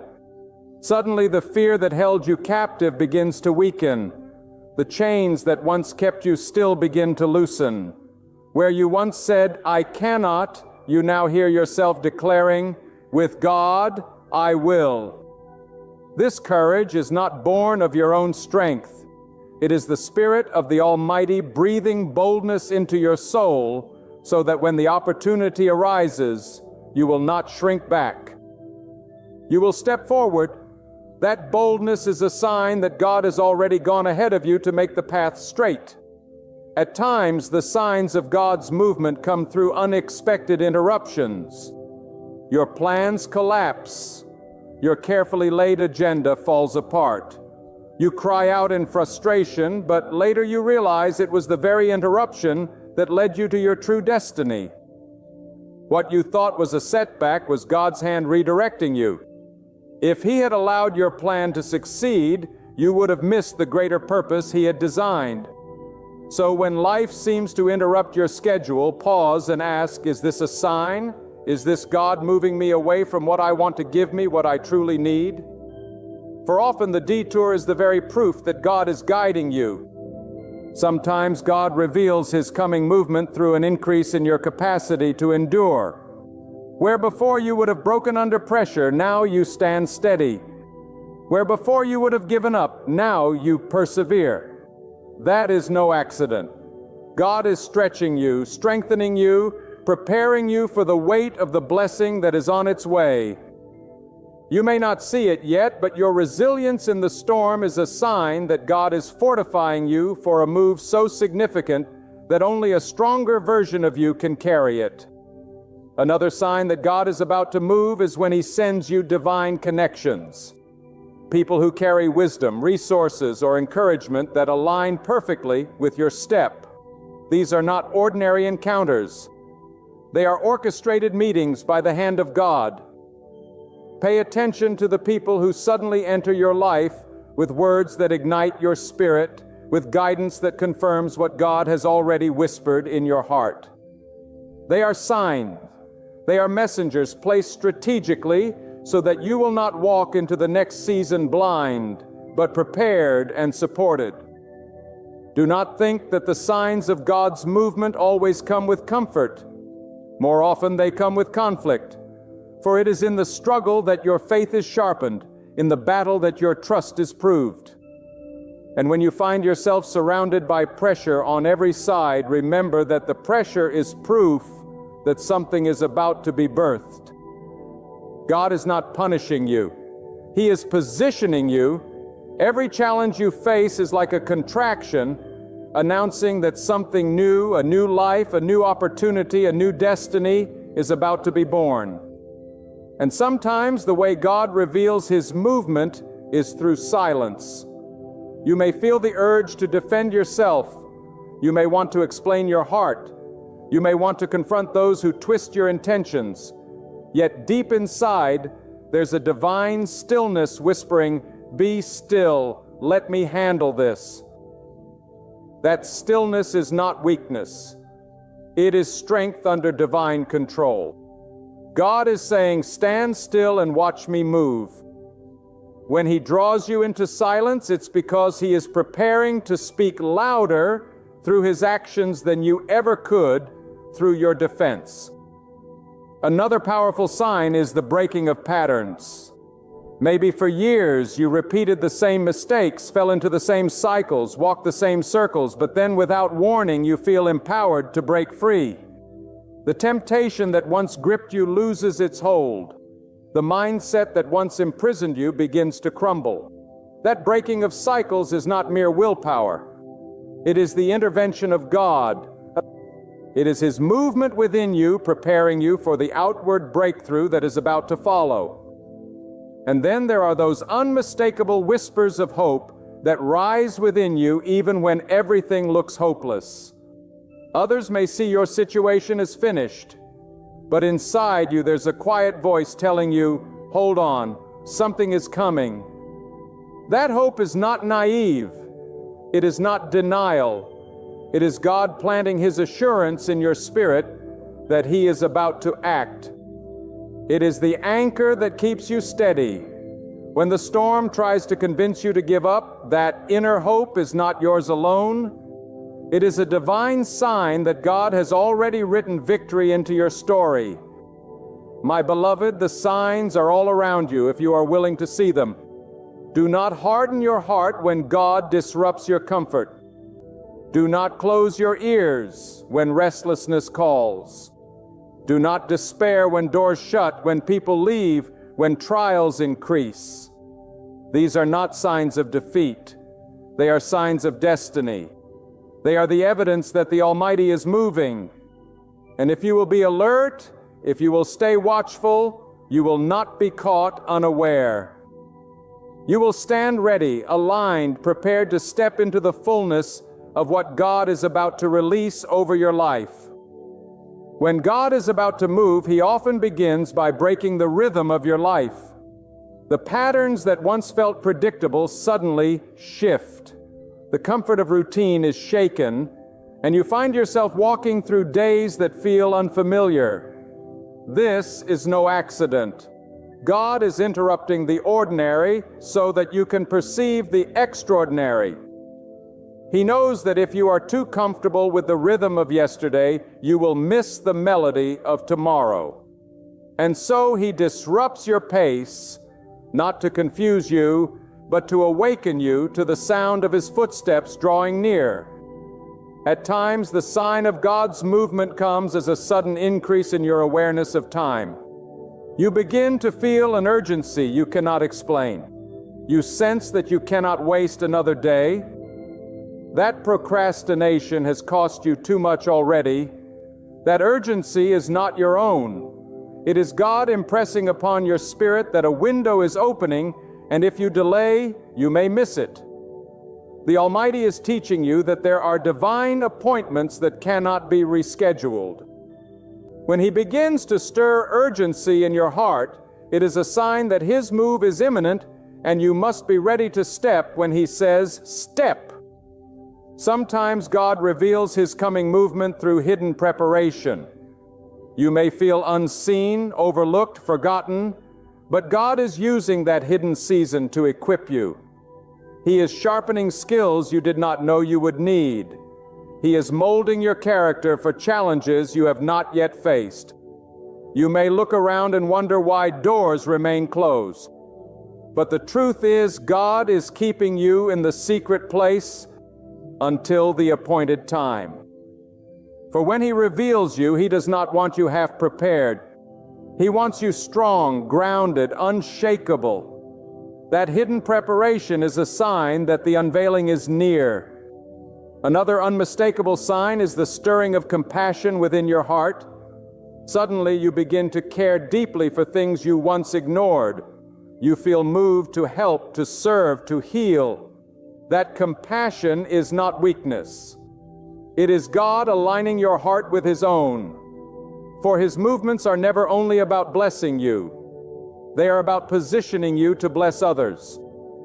When you find your heart breaking for what breaks the heart of God, when you feel compelled to serve even when it costs you, take note that compassion is a sign that God is preparing to use you as an instrument of His movement on the earth. When God is about to move, He often surrounds you with signs in nature and creation. The stillness of a morning, the unexpected beauty of a sunset, the whisper of the wind. It is as though the world itself is reminding you of His power and presence. For the same God who commands the seas and shapes the mountains is the one who moves in your life. When He stirs creation to speak to you, it is a reminder that His movement is not distant, not delayed. It is near, it is real, and it is coming. Another sign is that God begins to strip away distractions. Things that once consumed your time and attention suddenly lose their grip. The appetite for what is shallow begins to die. You realize that what once seemed urgent no longer matters. This detachment is not by chance. It is God clearing the clutter so that you can hear His voice without interference. He knows you cannot carry the weight of His movement if your heart is tangled in trivial pursuits. And so He cuts away the excess not to punish you, but to free you. At times, God signals His movement through tests of obedience. He places before you small instructions, simple commands to see if your heart is willing to follow. It may be a nudge to forgive, a call to release bitterness, an instruction to give, or a prompting to step away from something harmful. These small obediences are not random. They are tests of readiness. For if you cannot obey in the little, how will you obey in the great? And when you sense God calling you to take steps of obedience that stretch you, know this: it is a sign that He is preparing to entrust you with something far greater.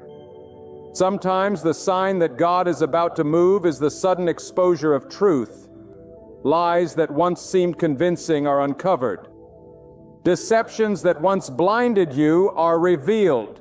You begin to see clearly who and what was for you and who and what was against you. That exposure is not meant to hurt you. It is meant to protect you. God cannot move you forward while you are entangled in falsehood.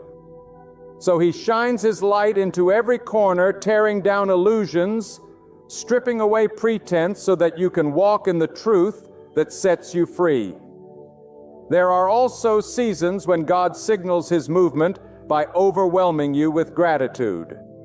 Even in the midst of difficulty, you find yourself thanking Him for breath, for strength, for life. That spirit of gratitude is not ordinary. It is the overflow of His presence drawing near. Gratitude shifts your perspective, aligns your heart, and prepares you for the blessings He is about to release. When your spirit suddenly swells with thanksgiving, it is a sign that the Almighty is opening His hand to pour out more than you imagine. And perhaps one of the most profound signs is the alignment of your inner desires with God's will. Where once you craved what was destructive, now you long for what is righteous. Where once your ambitions were selfish, now your heart yearns to honor God. That shift of desire is not your doing. It is His. It is the clearest evidence that His movement has already begun inside you, and soon it will manifest around you. When your desires change, when your heart hungers for the things of God more than the things of the world, it is a sign that you are standing on the threshold of transformation. When God is about to move, He often brings a shaking that tests the very foundation of your life. The structures you once trusted begin to tremble. The plans you once clung to begin to fall apart. The relationships you thought were unshakable begin to shift. And in that shaking, fear may try to take hold of you. But hear me clearly. The shaking is not sent to destroy you. It is sent to reveal what cannot be shaken. God is showing you that everything built on sand will fall, but what He establishes will stand forever. When the ground beneath you feels unstable, do not despair. It is a sign that God is preparing to establish your feet on a foundation that no storm can move. There are times when the sign of God's movement comes in the form of clarity during chaos. The world around you may swirl with uncertainty. Voices may conflict. Confusion may reign. Yet in the midst of it, a still, steady conviction rises in your spirit. That clarity is not from the world. It is from God. It is His way of guiding you through the storm, His way of separating His voice from the noise. When everything outside of you is loud, but within you there is peace and direction, it is a sign that the Almighty is leading you into the next step of His plan. When God is about to move, He also enlarges your faith. Suddenly, you begin to believe for things that once seemed impossible. You start praying bolder prayers, dreaming bigger dreams, and expecting greater things. That shift is not pride. It is the Spirit of God expanding your capacity to receive. For He knows that small faith cannot carry great blessings. He must first stretch your faith. Awaken your expectation so that when He pours out, you are ready to contain it. When your prayers shift from the ordinary to the extraordinary, take notice. God is stirring your faith because His hand is about to move. Another sign that God is preparing to act is the sudden breaking of old ties that once bound you. Addictions lose their grip. Habits that enslaved you begin to crumble. Patterns that once seemed unbreakable suddenly collapse. This freedom is not your doing. It is God's. for he will not allow chains to remain on you when he is about to lead you into freedom. If you find yourself walking away from things you once thought you could never leave behind, rejoice. It is a sign that God has already begun his movement within you. Sometimes God signals his movement by placing you in situations where only his power can deliver you. He lets the resources run dry. He allows human help to fail. He permits the challenge to grow beyond your strength. Why? Because he wants you to see with your own eyes that only he could have done it. When you stand in a situation where no man can help you, no system can save you, and no strategy can deliver you, know this: it is the perfect setup for God to move. And when he does, there will be no doubt, no question, no confusion. Everyone will know that it was God who stepped in. At times, the sign of God's coming move is a shift in your priorities. What once mattered no longer holds the same weight. You begin to let go of pursuits that once consumed you.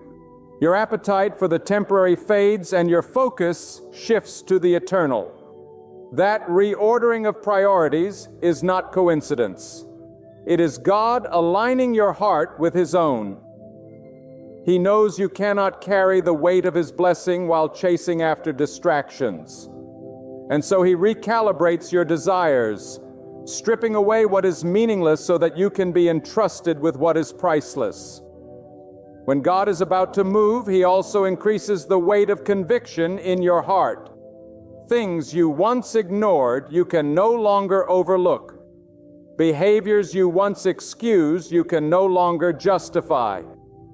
That heavy conviction is not condemnation, it is preparation.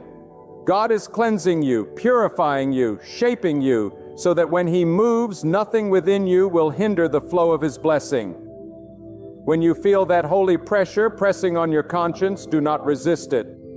It is a sign that God is sanctifying you for what is coming. There are also seasons when the sign of God's movement comes through dreams and visions. Ideas begin to flood your mind, pictures of a future you cannot explain. You wake with clarity about things you never considered before. Those dreams are not random, they are divine previews of what God is preparing. They are glimpses into the blueprint of heaven. Pay attention to them, for they are signs that God is moving in the unseen, and soon it will manifest in the visible. Sometimes the sign comes as an unusual boldness to step out of the boat, to leave behind safety, to walk on waters you once feared. This courage is not natural excess, it is God-breathed. It is his Spirit nudging you, saying, now is the time. And though fear may whisper in your ear, the fire in your spirit will not let you remain where you are. That boldness is a sign. It is proof that God is calling you to move with him, to trust him, to follow him into places you never imagined. And when God is about to move, he often allows the enemy to reveal himself more openly. Attacks increase, opposition rises, resistance becomes obvious. But do not be afraid. That exposure is a sign that God is about to deliver you. For the enemy always fights hardest when he knows his time is short. When the attacks intensify, it means you are on the verge of breakthrough. Do not run. Do not retreat. Stand firm, for the opposition is proof that the Almighty is already at work and victory is near. My beloved, these are not coincidences. These are not accidents. Deliberate divine signs that the Almighty is moving in your life, the restlessness in your spirit, the shaking of your foundation, the urgency in your heart, the clarity in your mind, the boldness in your prayers. These are the fingerprints of God.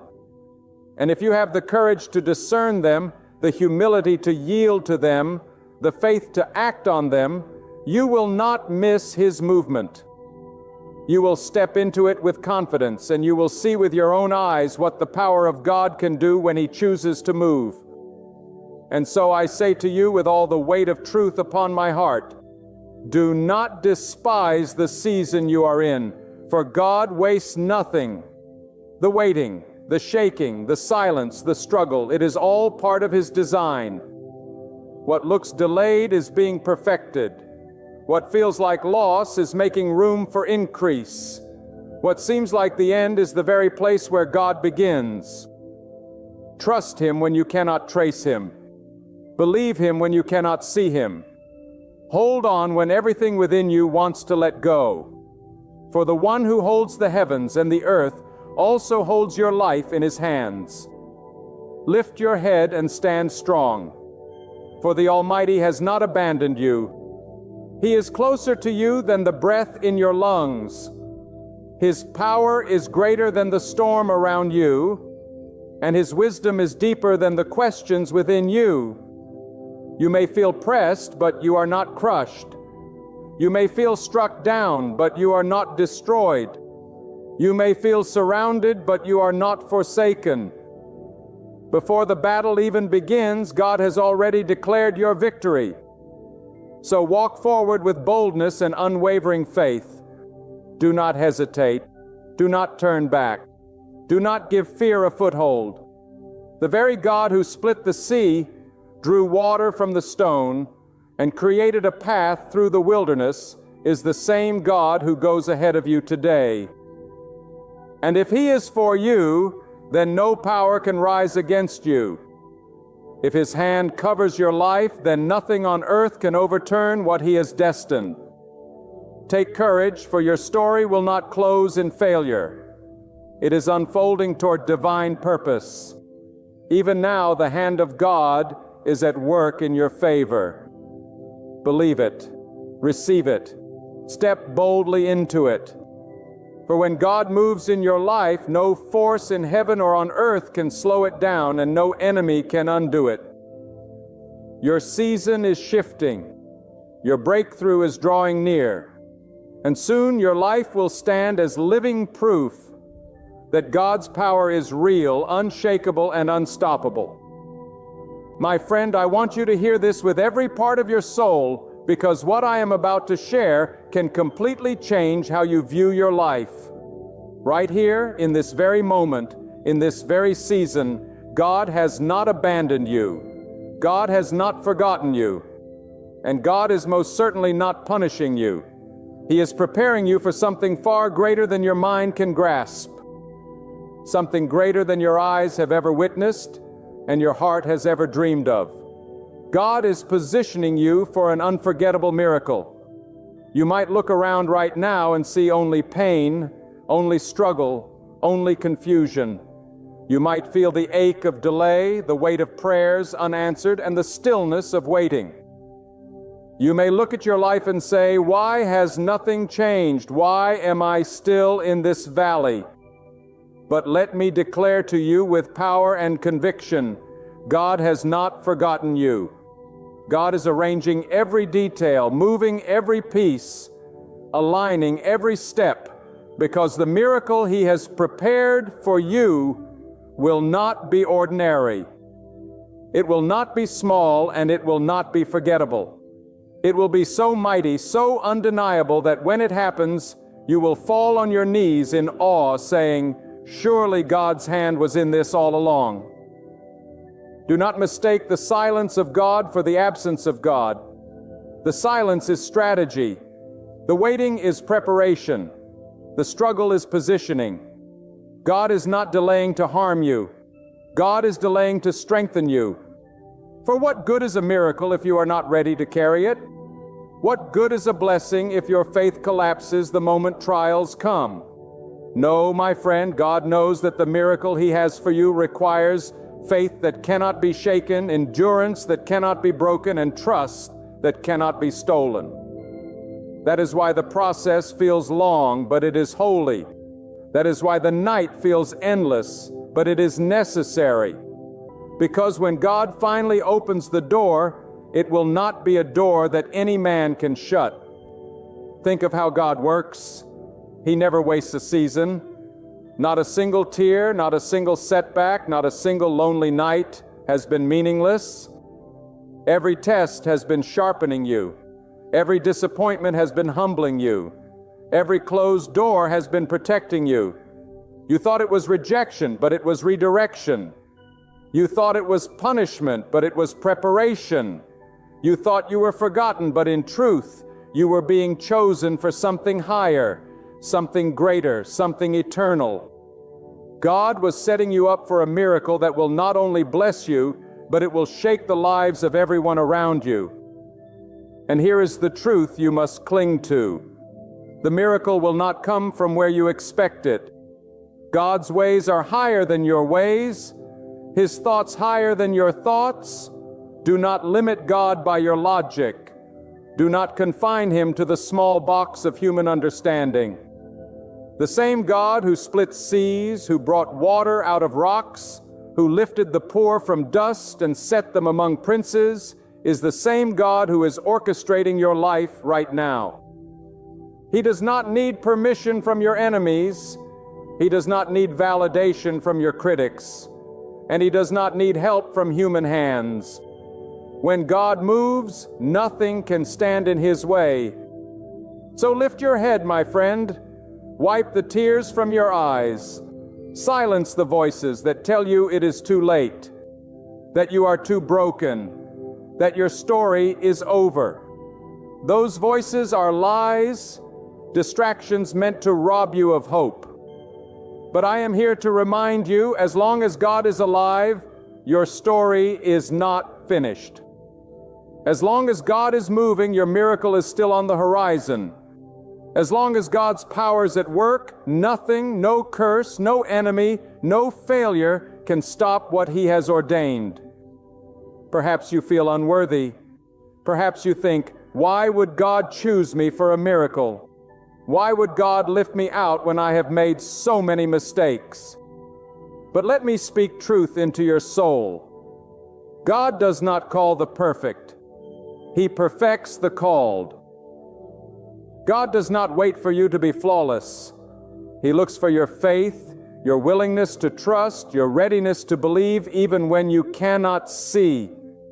Your weakness is not a barrier to God's miracle. It is the very stage upon which His power will shine the brightest.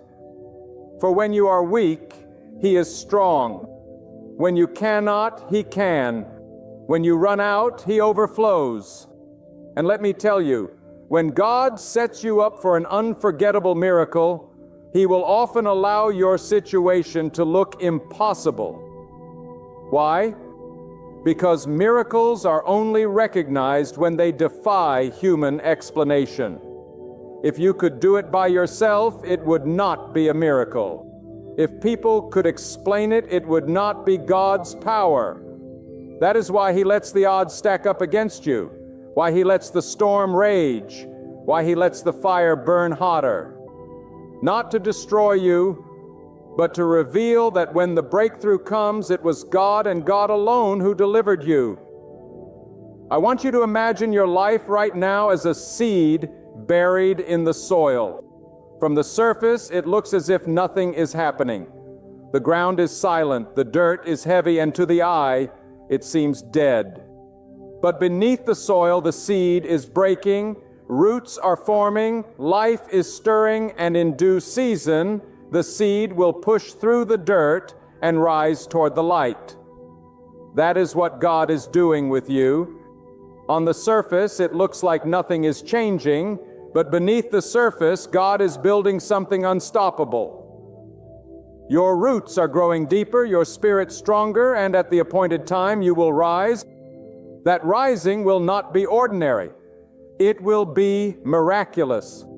My friend, let me speak into your spirit with a fire that cannot be quenched. What looks like a breakdown in your life is actually a breakthrough in disguise. What you call delay, God calls divine timing. What you see as rejection, God sees as redirection.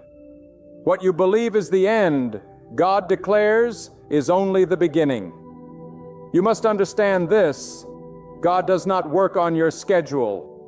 He works on His, and His timing is never too early, never too late. It is always exact, always purposeful, always perfect. When you look back over your life, you will see that the greatest shifts happen not when you were in control, but when you lost control. Because in those moments you were forced to release your grip, to let go of your limited plan and to trust God's greater design. That is where miracles are born. In the space where human hands fail but divine power takes over, God will not share His glory with anyone. He will take you to places where your intellect, your money, your connections cannot help you. So that when the miracle happens, there will be no doubt in your heart, no doubt in your mind, no doubt in your soul, that it was God and God alone who carried you through. And here is a secret you must never forget. Before every unforgettable miracle, there is always an unforgettable test.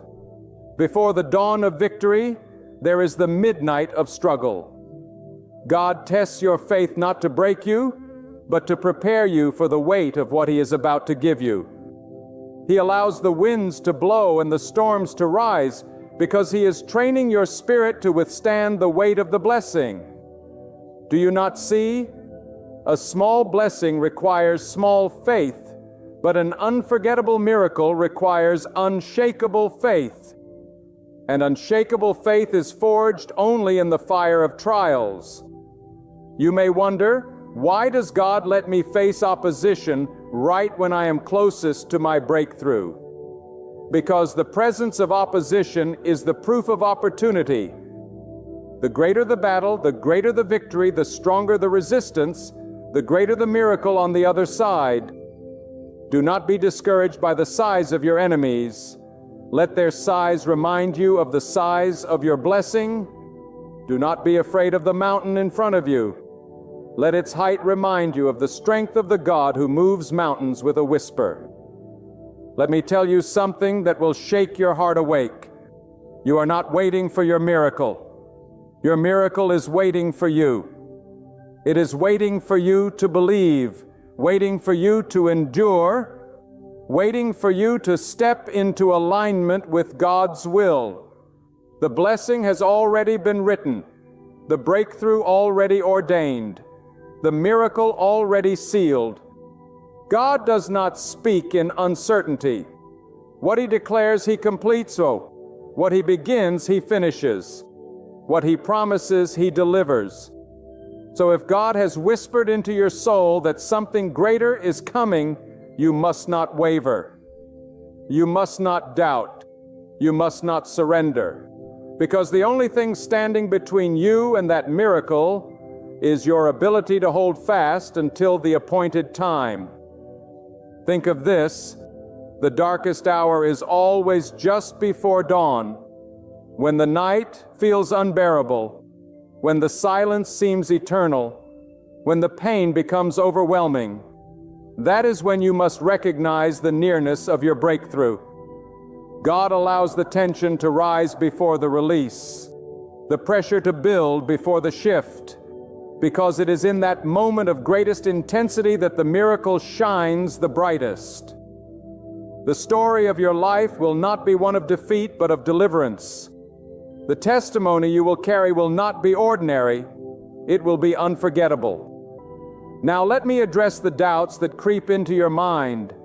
But what if I fail? What if I am too weak? What if I miss my chance?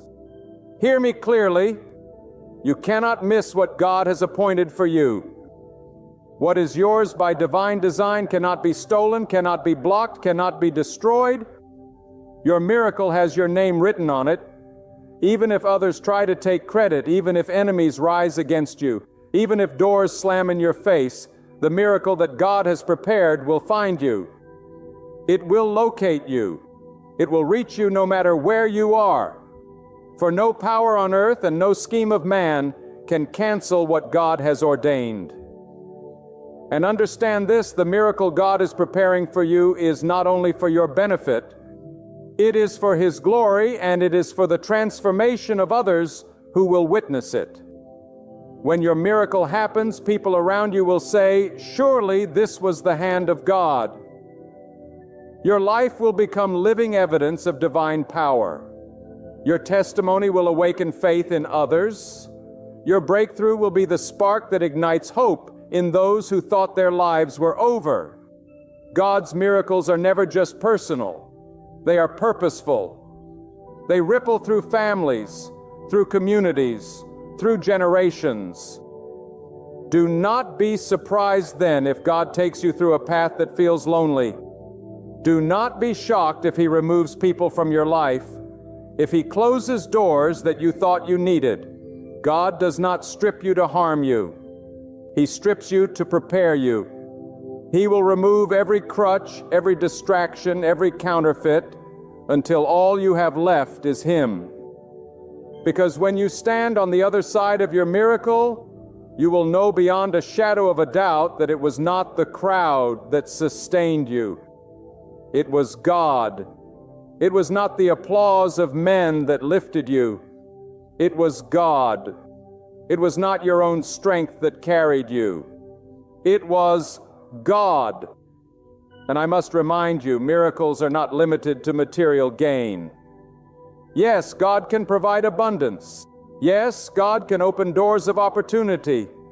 Yes, God can elevate you to places you never dreamed.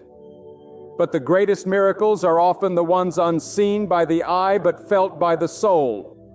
The peace that calms your storm, that is a miracle. The strength that rises within you when you should have collapsed, that is a miracle.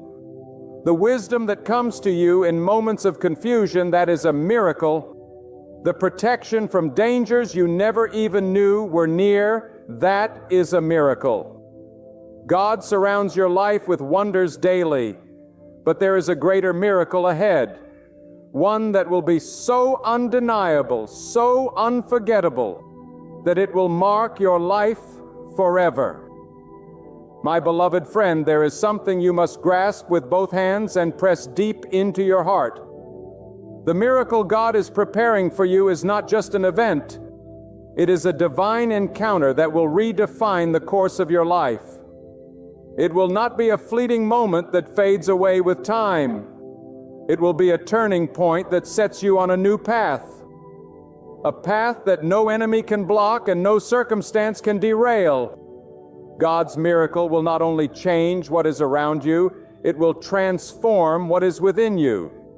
For when God moves, He does not simply adjust the surface, He reshapes the very foundation of your destiny. So often we limit our understanding of what God can do because we measure His power by the scale of human ability. We think too small, we hope too little, and we dream within the confines of our logic. But God is not bound by the limits of your imagination. God is not restricted by the size of your faith or the scope of your vision. He is the creator of all that is seen and unseen, the one who holds galaxies in His palm and yet counts the hairs upon your head. If He can bring light out of darkness, life out of dust, and order out of chaos, what makes you think He cannot turn your situation around in a single moment? Do not let your present circumstances convince you that you are forgotten. The silence is not neglect. It is divine orchestration. God is aligning the right people, positioning the right opportunities, and removing the wrong influences, all while you cannot see it. The unseen hand of God is at work in ways beyond your understanding. Just because you cannot trace His steps does not mean He is not moving. Just because you cannot hear His voice does not mean He is not speaking. Just because you cannot feel His presence does not mean He has left you. Faith is not seeing. Faith is knowing. And when you know that God is in control, you can stand with confidence even in the valley of uncertainty. You may have prayed for a miracle and felt like the heavens were silent. But remember this: every prayer you have whispered has been heard. Every tear you have shed has been counted. Every sigh from your weary soul has reached the throne of God. And while you think nothing is happening, God is preparing an answer far greater than what you asked for. You wanted survival, but God is preparing overflow. You wanted escape, but God is preparing elevation. You wanted relief, but God is preparing restoration. That is the nature of an unforgettable miracle. It exceeds expectation. It shatters limitation. It leaves you breathless in awe of God's power. And I must tell you, sometimes God will allow your life to reach the very edge of desperation before He steps in. Why? Because it is at the edge that your faith is tested, refined, and proven. It is at the edge that you stop depending on your own strength and fully surrender to Him. It is at the edge that miracles are born. Do not fear the edge, for it is the place where God's hand is revealed most clearly. You may feel like you are standing on the brink, but do not be afraid. God is not going to let you fall. He is going to lift you higher than you have ever been before. Think of the times in your past when you thought it was over, when you thought you would not make it, when you thought the pain would consume you. Yet here you are today, standing, breathing, still holding on. That alone is evidence of God's hand upon your life. If He carried you through before, do you think He will abandon you now? No, my friend. The God who sustained you yesterday is the same God who will deliver your miracle tomorrow. He does not change. He does not fail. He does not abandon His own. But hear me well.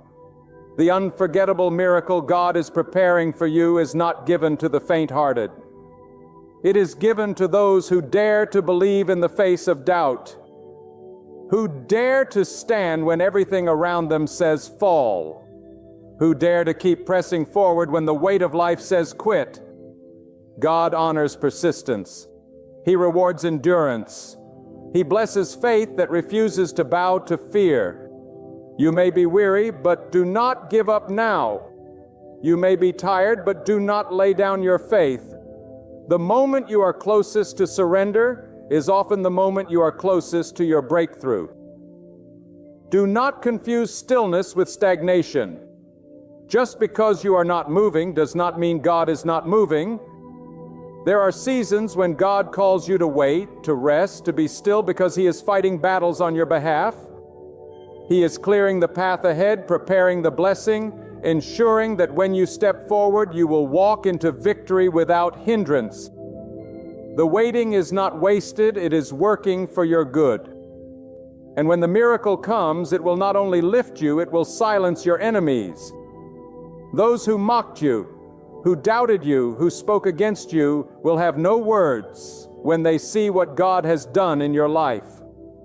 For the miracle will speak louder than any defense you could ever give. The miracle will vindicate you, elevate you, and demonstrate the undeniable truth that God's hand is upon you.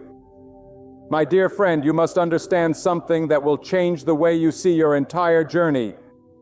When God is preparing an unforgettable miracle for you, He will often let you walk through circumstances that make no sense to the human eye. He will allow doors to close so that the right one may open.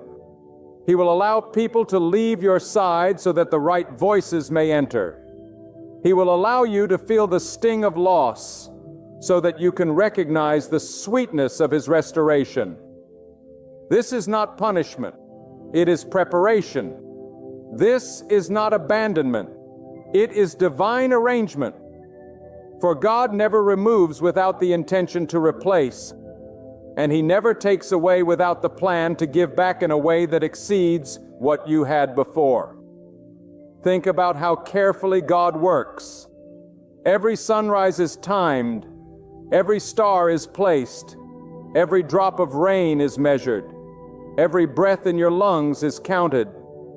If God pays such careful attention to every detail in creation, can you not believe He is watching the details of your life even closer? Your life is not a coincidence. Your pain is not pointless. Your waiting is not wasted. God is the ultimate designer, and even when you cannot see the blueprint, you can trust that the architect of your destiny is crafting something extraordinary, something far beyond what human eyes can imagine. But let me tell you a truth that will stretch your faith before your miracle arrives. God often hides His work beneath disguise. He wraps power inside struggle. He hides blessings beneath burdens. He conceals breakthroughs within opposition. Why? Because only those who truly trust Him can recognize His hand in motion. To those without faith, it looks like failure. To the fearful, it appears to be the end. But to the one who believes, it is clear that this is the divine setup for something only God Himself can bring to pass. Do not despise the disguise, because behind it lies the very miracle you have been waiting for. There are moments in life when you will feel pressed on every side. The weight will feel unbearable. The darkness will seem endless. The road will appear closed. But it is in those very moments that God's power is closest. For He allows the pressure to rise, not to destroy you, but to birth something within you. Just as gold is refined by fire, your spirit is refined by trials. Just as a diamond is formed under intense pressure, your destiny is shaped under the weight of adversity. And when the refining is complete, when the shaping is done, you will shine with a brilliance that could never have been produced without the fire. Do not let your pain blind you to the purpose. Every sleepless night has a reason. Every tear has meaning. Every delay carries divine weight. God is not cruel. He is careful. He is not careless with your life. He is intentional with every detail. What you think is holding you back is actually preparing you for the very thing you have been praying for. For God knows that to give a miracle too soon is to waste it. But to release it at the right time is to multiply its impact both in your life and in the lives of those who witness it.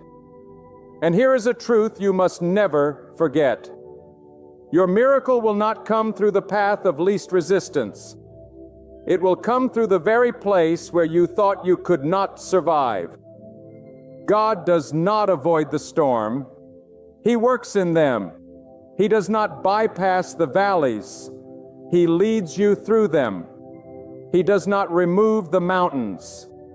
He strengthens you to climb them or commands them to move when the time is right. So if you find yourself in the middle of a storm, do not despair. It is the storm that makes room for the miracle. If you find yourself in a valley, do not give up. It is the valley that sets the stage for God's deliverance. If you stand before a mountain, do not fear. The mountain is the canvas upon which God will paint His power.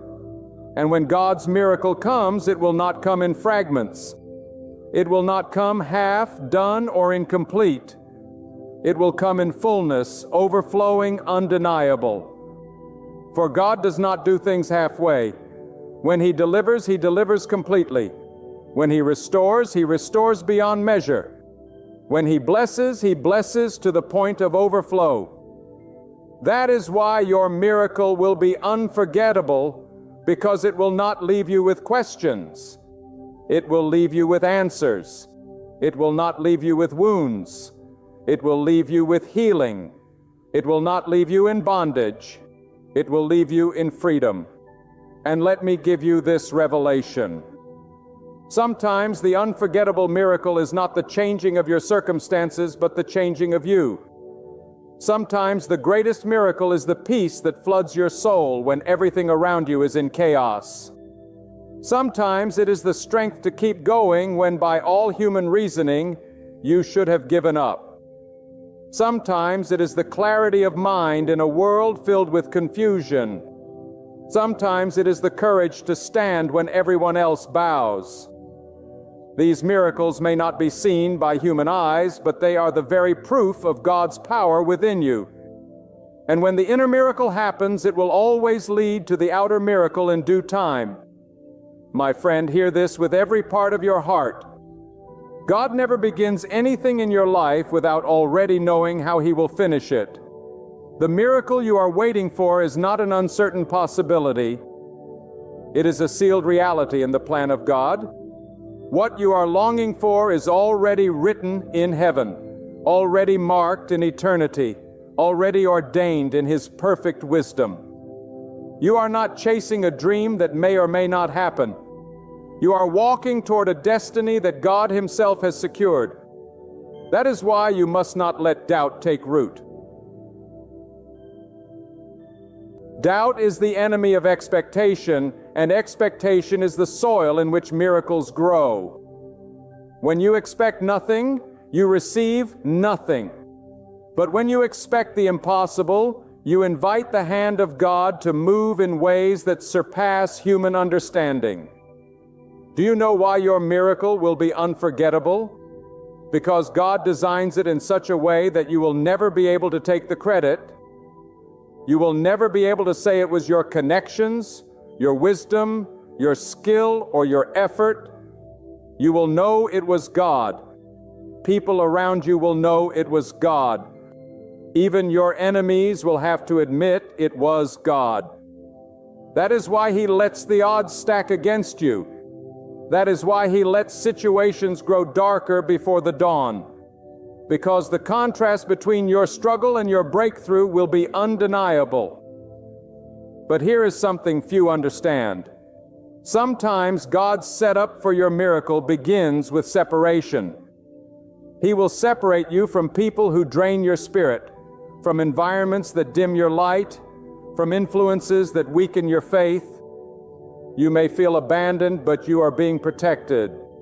You may feel lonely, but you are being positioned.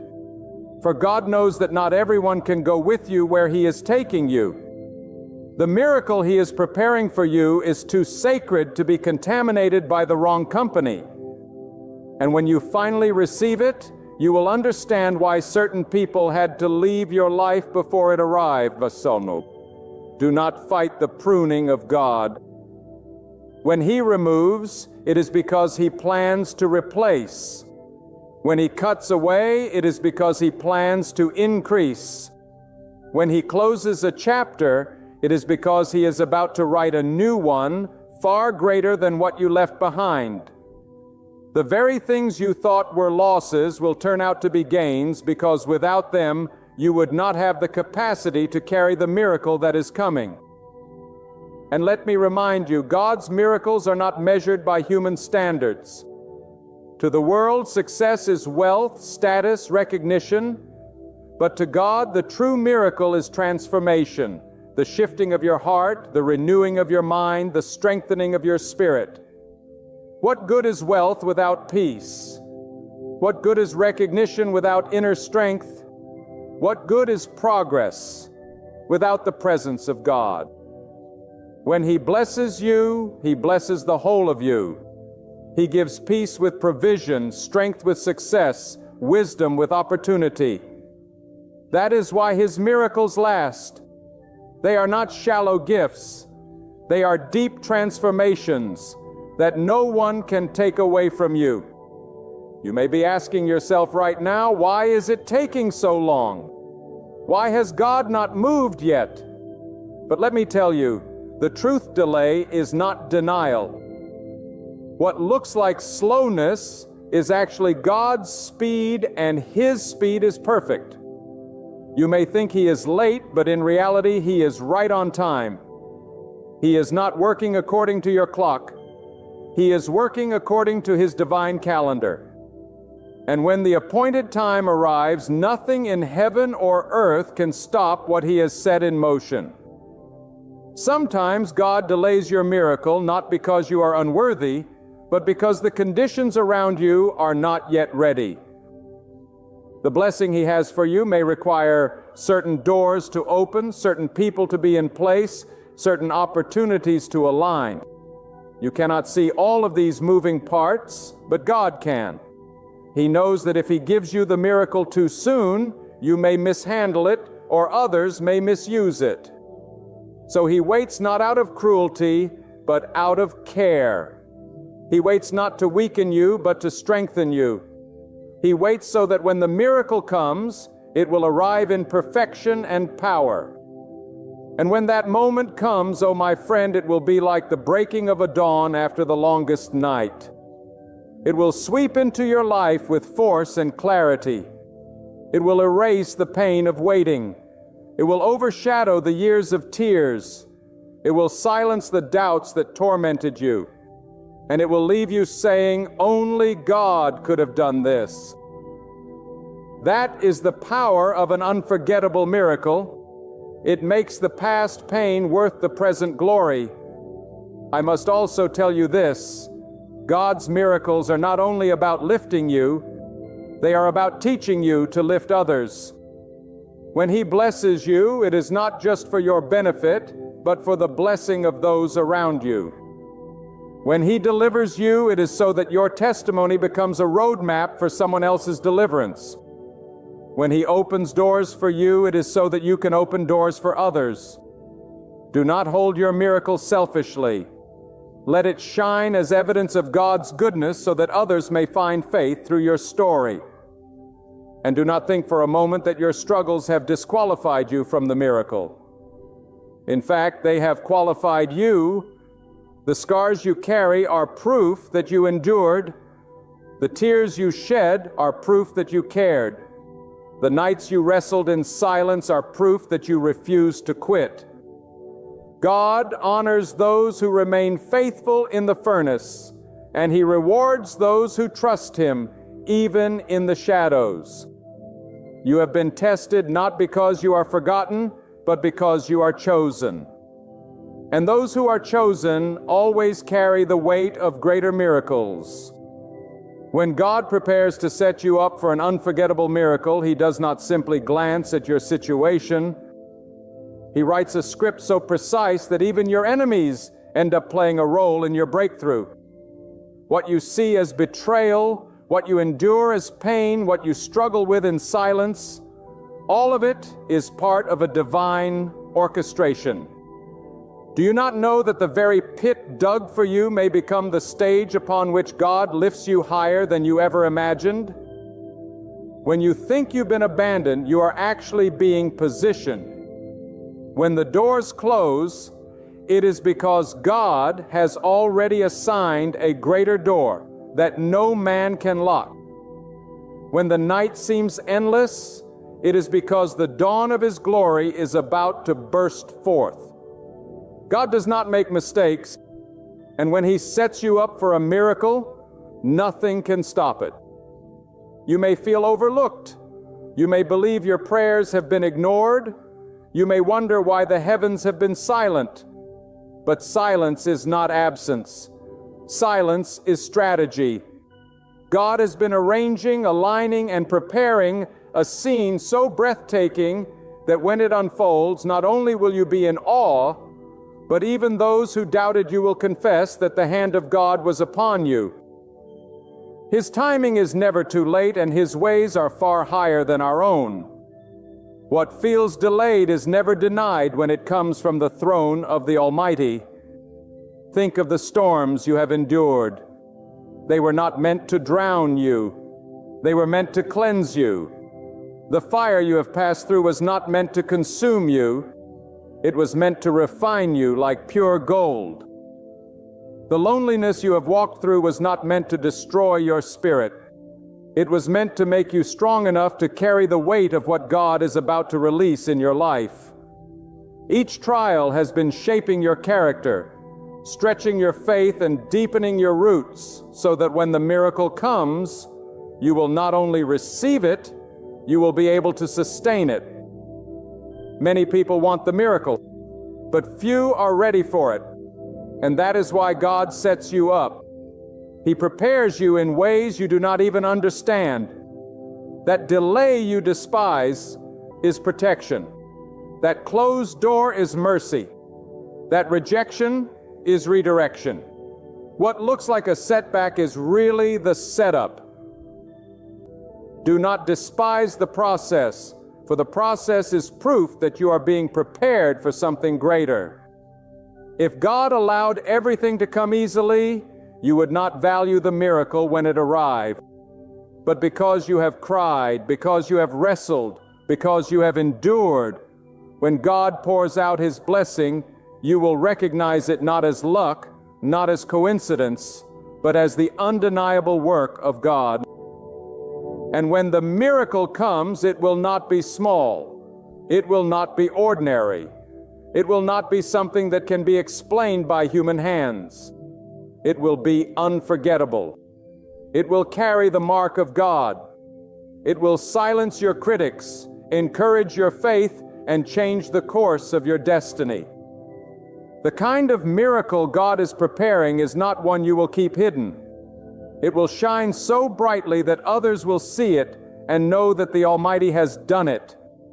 So lift up your head even in the valley. Stand firm even in the storm.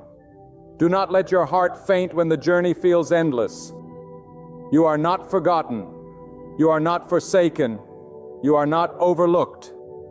God is setting you up. And when He moves with power. When He speaks, creation obeys. When He commands, the impossible bends to His will. Your miracle is not in the hands of men, it is in the hands of God. And if God is the one setting you up, then nothing and no one can tear it down. When God begins to prepare you for an unforgettable miracle, the very fabric of your life starts to shift in ways you may not even recognize. What once seemed comfortable may suddenly feel unsettled. What you thought was secure may start to shake. This is not because God has abandoned you. It is because He is removing every false foundation so that His miracle rests only on Him. God cannot build the extraordinary on the fragile ground of human dependence. He clears away the distractions, strips down the illusions, and takes you to a place where you must rely completely on Him. And it is there in that holy surrender that miracles are born. God's miracles are not birthed in comfort. They are birthed in desperation. They are not found in shallow faith. They are revealed in deep trust. Sometimes God allows your resources to run out so you can finally discover that He is the true source. Sometimes He permits you to reach the end of your strength so you can know His strength has no end. The miracle is not just in the blessing itself. It is in the revelation that everything you have, everything you are, and everything you will ever need comes from Him. When God sets you up, He often disguises the blessing in the wrapping of a problem. What looks like a closed path may actually be a divine detour towards something greater. The person who walked away from you may have been removed so that your hands would be free to receive the miracle God intended. The opportunities that fell apart may have crumbled because they were too small for the destiny He has prepared. Do not mourn the doors that close. Rejoice, for if God allowed them to shut, He has already prepared a door so wide, so vast, and so glorious that it will make you forget the sting of yesterday's disappointment. The miracle you are waiting for requires endurance. God does not place diamonds in the hands of those who cannot bear the weight. He strengthens your back to carry the load. He enlarges your heart to receive the blessing. He teaches your spirit to trust Him. So when the miracle arrives, you will not be shaken by pride nor destroyed by fear. God is not only preparing the miracle for you, He is preparing you for the miracle. And when the two align, His perfect timing and your ready spirit, the unforgettable will manifest. Do not underestimate the way God works in the unseen. While you sleep, He is arranging. While you wait, He is designing. While you feel forgotten, He is orchestrating a plan that even your enemies will not comprehend until it unfolds before their very eyes. God is the master of divine reversals. The one who was overlooked becomes chosen. The one who was broken becomes lifted. The one who was counted out becomes the very testimony of his power. When God decides to move, no chain can hold you. No wall can block you. No power on earth can stop you. And when the miracle comes, it will be undeniable. It will carry the fragrance of heaven and the signature of God. You will not have to fight to prove it is real. The evidence will shine so brightly that even the doubters will have no choice but to acknowledge it. The miracle ahead will not only change what surrounds you, it will transform what lives within you. It will strengthen your faith, expand your gratitude, and awaken a boldness you didn't know you carried. And as it unfolds, its light will reach the lives of others. Because God never performs a miracle meant for one heart alone. When He blesses you, it is so that blessing can flow through you. When He raises you up, it is so His power can be seen through your story. When He opens the heavens, your life becomes the evidence of His glory. So tonight, do not curse the midnight hour. Do not despise the season of solitude. Do not resent the tears that fall unseen, for they are watering the very soil where your miracle is about to bloom. Remember, the darkest night always comes right before the sunrise, and your sunrise is on its way. God remains faithful. He has not overlooked you. What you thought was breaking you has been building you. The stage is ready. The heavens are moving. And soon the Almighty will unveil a miracle so powerful that your story and your spirit will never be the same again. Do you know why you are still standing today? Do you know why? Because even though the storms have raged against you, they have not consumed you. It is because God Himself has seen something in you that you might not yet see in yourself. God knows you are stronger than this battle. He knows this struggle is not meant to destroy you, but to refine you. God has allowed this season in your life, not because you are weak, not because you are forgotten, but because inside you He has placed a power greater than the weight pressing against you. You may not feel strong right now. You may feel weary, exhausted, and tempted to give up. But God would never have brought you here if He had not already equipped you to endure and overcome. Too often we confuse our feelings with the truth. You may feel overwhelmed, but the truth is God has already measured this battle against the strength He has deposited in you. He knows the load you can carry, and He knows the darkness you can face. He knows the fire you can endure. And He has declared that you will come out of this stronger, purer, and more victorious than you have ever been. That is why you are in this fight. Not to be defeated, but to discover that you were created with the resilience to rise. When you look at your life right now, you may see obstacles stacked against you. You may see betrayal, hardship, loneliness, loss, or fear. But God sees something else. He sees a warrior. He sees a soul that will not break. He sees His child who may stumble, who may cry, but who will not collapse.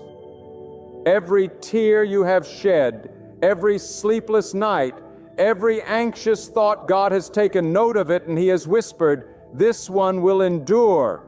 This one will overcome. This one will rise above the weight of it all." You are not weak. You are not defeated. You are not forgotten. You are chosen by God to walk through this valley and prove that His strength within you is greater than anything outside of you. The enemy of your soul wants you to believe that this battle is proof of your failure. But I tell you today, it is the very evidence of your strength. If you were weak, you would not even be in this fight. If you were fragile, life would not test you at this level. The battles that come to you are not random. They are matched to the measure of greatness that God has placed in you. The deeper the struggle, the greater the destiny. The higher the opposition, the greater the victory that waits on the other side. That is why you cannot give up now. That is why you cannot let despair win. God trusted you with this mountain because He already knew you would climb it. Think about that for a moment. God trusted you. Out of all the people He could have given this assignment to, He placed it on your shoulders. He looked at your life and said, "This one will not break." He saw the fire inside of you. He saw the strength of your faith. He saw the courage hidden even in your weakness. And He chose you for this very hour. You may not like it. You may not understand it. But you must embrace it. The battle you are facing is not meant to destroy you. It is meant to reveal the greatness of God's strength in you. Now let me tell you something you must never forget. When God allows a storm, He always provides the strength to endure it. He never lets His child face a burden without giving them the power to carry it. You are not in this alone. The same God who allowed you to walk into this valley is the same God who will carry you through it. You may feel the weight pressing down, but God has His hand beneath you, holding you steady. You may feel surrounded by darkness, but God is the flame that will never go out inside your soul. You see, your strength is not measured by how loud you shout or how fearless you appear. True strength is measured in those moments when you are trembling but still moving forward. When you are weeping but still praying. When you are breaking but still believing. That is where God's strength shines brightest. Not in your comfort, not in your ease, but in your endurance. Every day you choose not to give up.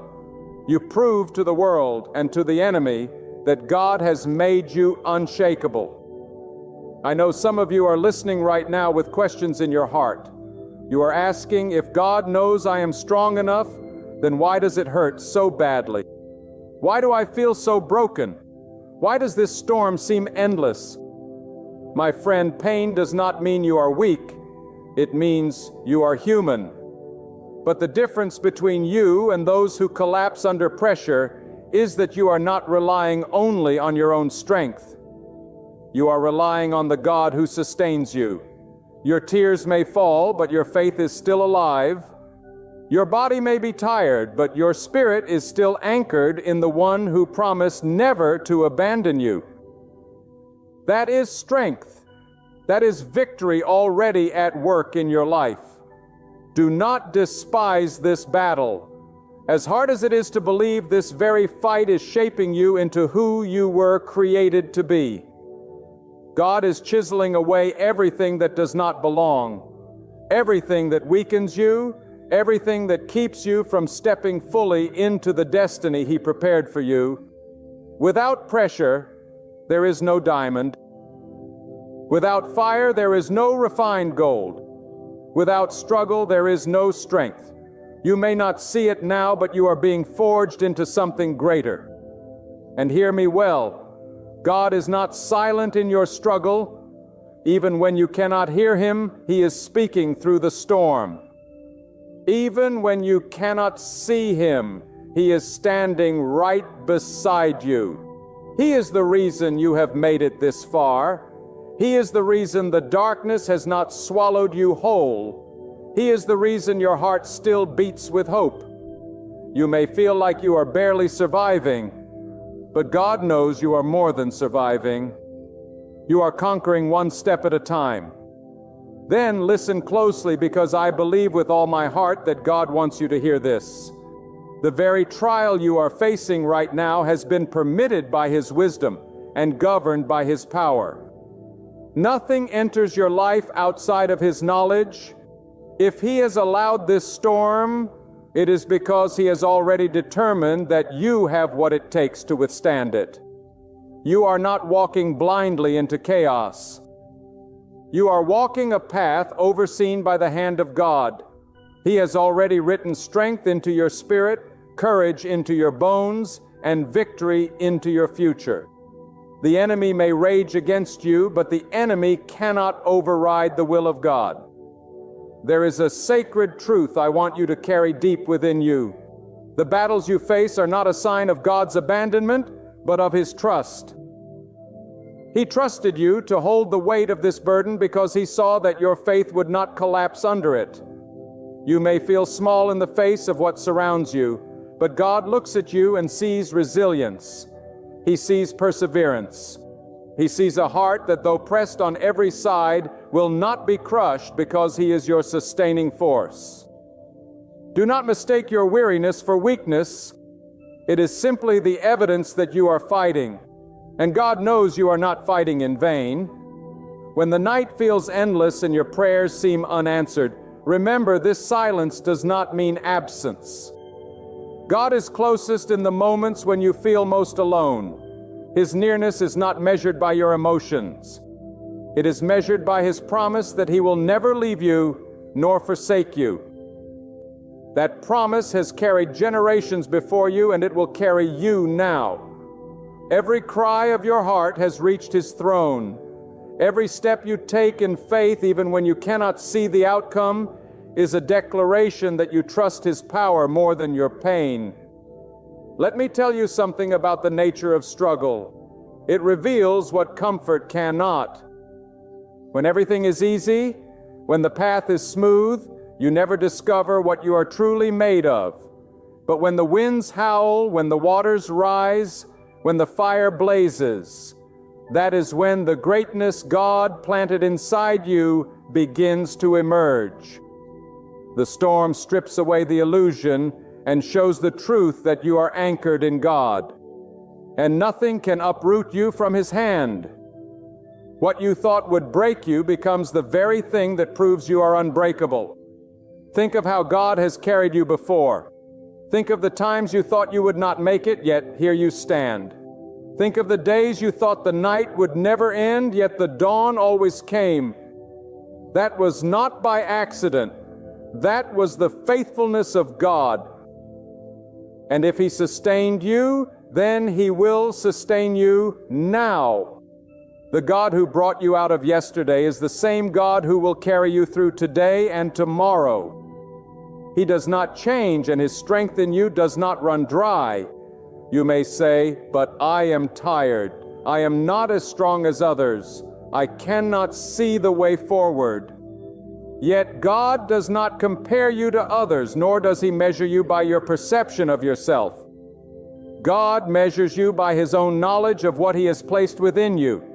You see limitations, but He sees potential. You see weakness, but He sees resilience. You see fear, but He sees faith. And the very fact that you are still here, still holding on, still seeking Him, is proof that His strength is alive in you. There is a sacred mystery in the way God works through struggle. Sometimes He allows the battle to grow fierce so that you may discover that the greatest weapon you have is not your own might, but your trust in Him. Human strength will fail. Human wisdom will falter. But God never fails. When you lean upon Him fully, you will find that even in your exhaustion, His strength rises. Even in your confusion, His wisdom guides.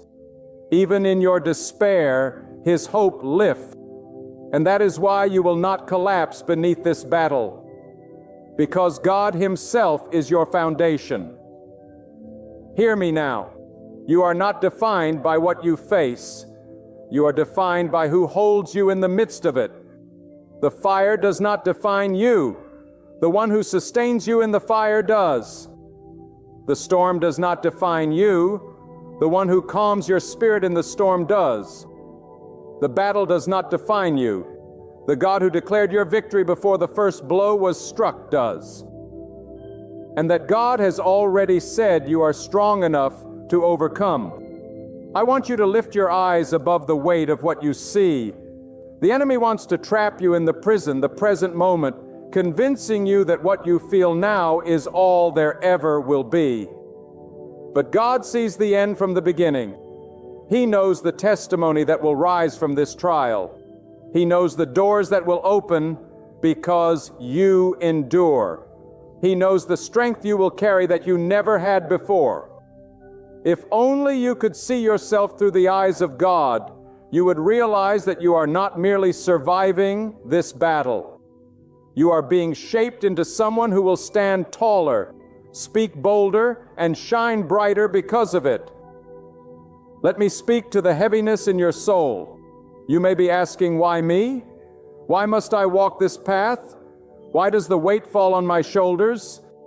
But remember, the weight is evidence of trust. God would not have chosen you if He had not prepared you. There is something in you that can only be revealed through this pressure. Just as the seed must break to release the tree within, you must pass through this breaking so that the fullness of who you are can emerge. This is not punishment. This is preparation. God is preparing you for a greater future, a higher calling, a deeper purpose. Let me speak to the very core of your struggle right now. The weight you carry is not meaningless. It is not wasted. God never allows His child to walk through pain without purpose. You may not see it today, but one day you will look back and realize that every sleepless night, every tear, every prayer whispered in desperation was building something inside of you that ease and comfort never could. God uses the fire to purify. He uses the storm to strengthen. And He uses the valley to prepare you for the mountain ahead. What feels like a burden is actually a bridge carrying you from who you were into who you are meant to become. And hear this with your heart as much as with your ears. There is no force in this world that can overpower what God has decreed over your life. No enemy, no circumstance, no failure, no fear can rewrite the plan that God has set in motion. If He has said you are strong enough, then you are. If He has declared that you will endure, then you will. If He has marked you for victory, then nothing in heaven or earth can keep it from you. You may stumble, but you will not fall. You may bend, but you will not break. You may cry, but your tears will not drown you. For the God who formed you has already woven resilience into your very being. Do not let the voice of doubt deceive you. Doubt will tell you that you are too weak, too broken, too tired. But God says, my strength is sufficient. Doubt will say the battle is endless. But God says, this too shall pass. Doubt will say you are alone. But God says, I am with you always. Which voice will you believe? The fleeting whispers of fear or the eternal promises of the one who cannot fail? Your breakthrough does not begin when the storm ends. It begins the moment you decide to trust God in the middle of it. You see, strength is not the absence of struggle. It is the refusal to surrender to Him. And that refusal comes from knowing who holds your future. God is not testing you to break you. He is proving to you what He already knows. That you are capable of more than you ever imagined, that you can endure more than you thought possible, that you can rise higher than the pitch you find yourself in today. This battle is not about defeat, it is about discovery. Discovery of the depth of your faith, discovery of the endurance of your spirit, discovery of the unshakable hand of God that has been with you every step of the way. Lift your perspective, my friend. When you look at the mountain, it may seem too high, but when you look at the one who made the mountain, you realize that even the tallest peak is nothing before His power. The same God who carved rivers through the earth, who set the stars in place, who commands the sun to rise each morning, has promised to carry you. If He can govern the universe, He can govern your battle. If He can hold the oceans in place, He can hold you together. Your strength does not come from your might. It comes from the one who is limitless, eternal, and unshakable. The truth is, many people will never understand the depth of the fight you are in. They will see your smile, but not your struggle. They will see your steps, but not your stumbling. But God sees it all. He knows the nights you cried when no one else knew. He knows the weight you carried in silence. He knows the moments you almost quit. And still He whispers to you, "Do not give up, for you are stronger than this." Do not seek validation from those who cannot comprehend your battle. Seek strength from the God who knows every detail of your pain and every detail of your victory. Perhaps you wonder, if God knows I am strong enough, why doesn't He just remove this burden? And I tell you this, sometimes God does not remove the mountain because He intends for you to climb it. Sometimes He does not silence the storm because He intends for you to walk through it and discover that you can't. Sometimes He does not shorten the valley because He knows there is treasure to be found in the journey itself. The goal is not always escape. The goal is transformation. And God will never waste a single moment of your struggle in bringing about that transformation. Do not mistake delay for denial. Just because the breakthrough has not come yet does not mean it is not on its way. Timing is not bound by your clock. God is never late and never early. He always arrives right on time. Waiting is not abandonment. It is evidence that He is still shaping you for what is ahead. That shaping may call for a little more endurance, a little more patience, a little more trust, because what He has prepared exceeds what you could ask or imagine. And greatness demands readiness. Hold your position. Stand unshaken in faith.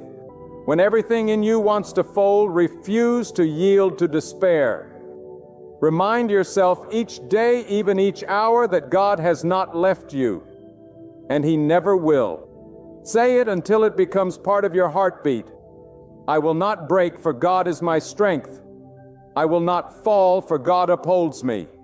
I will not fail, for God has already given me the victory. Speak it in the silence. Declare it in the darkness. Let it echo louder than the lies of fear. Because the more you declare it, the more it roots itself deep into your spirit and the stronger you become. And hear me, strength is not only about what you endure, but also about what you inspire in others. This battle is not just about you. Someone else is watching your resilience, your perseverance, your faith. Someone else is drawing courage from your endurance without even knowing it. You are showing someone else what it means to trust God in the storm. You are teaching them that weakness is not the end, that struggle is not failure, that faith is greater than fear. Your survival will become someone else's testimony. Your endurance will become someone else's hope. There is a reason God has not allowed this struggle to crush you. There is a reason why, though the weight feels unbearable, you are still able to take one more step, one more breath, one more prayer. That reason is simple yet profound, because God has already decreed that your destiny is greater than your difficulty. You are not here to be broken. You are here to be built. You are not here to be defeated. You are here to be developed. God is not finished with you. And the very evidence of that truth is that you are still alive, still standing, still breathing, still fighting. There are moments in life when the enemy whispers that the darkness is permanent, that the storm will never end. But God declares the opposite. He says the darkness has an expiration date. He says the storm has boundaries it cannot cross. He says the fire may rage, but it will not consume you. And when God speaks His word, overrides every lie of despair. You may feel pressed down today, but you are not destroyed. You may feel weary, but you are not abandoned. God has set a limit to your trial, and beyond that limit lies your deliverance. Let us remember something. Vital strength is not always loud. It is not always visible to the eye. Sometimes strength looks like a trembling hand lifted in prayer. Sometimes it looks like a weary soul choosing to rise again when everything inside screams to give up. Sometimes it is simply the decision to keep walking when the road feels endless. Do not discount these moments. They are victories in themselves. For every time you refuse to surrender to despair, you proclaim to heaven and earth that God's power within you is greater than the weight outside of you. God knows the potential that lies inside you, even when you doubt it yourself. He sees the future that is invisible to you. He knows the strength that will be revealed when this season ends. You cannot see it yet, but He has already gone ahead of you, preparing a table of victory where now there seems only emptiness. Trust Him in this silence, for the silence is not empty. It is the space where God is working. Even when you cannot hear Him, He is arranging circumstances, aligning opportunities, and fortifying your spirit for what lies ahead. Do not underestimate the power of endurance. We live in a world that glorifies speed, but God values steadfastness. The oak tree does not grow overnight. It takes years of standing through storms, roots digging deeper into the soil, branches stretching higher toward the sky. And when it is fully grown, no wind can uproot it. That is what God is doing with you. He is deepening your roots through this battle. He is anchoring you so firmly in Him that when greater challenges come, you will not be moved. What you are enduring today is equipping you to stand tomorrow with unshakable faith. And let me say this clearly, do not confuse the battle with your identity. This struggle is not who you are. It is simply what you are passing through. Too many people take on the weight of their hardship as their name, as their destiny. But you are not your pain. You are not your loss. You are not your failure. You are a child of God, and your identity is rooted in His purpose for your life. Do not label yourself by your valley. Label yourself by the victory that God has already written over you. Sometimes God allows battles not only to strengthen us, but also to separate us from what no longer serves us, from the people who cannot walk with us into the next season, from the habits or mindsets that hold us back. Pain has a way of revealing who truly belongs in your life.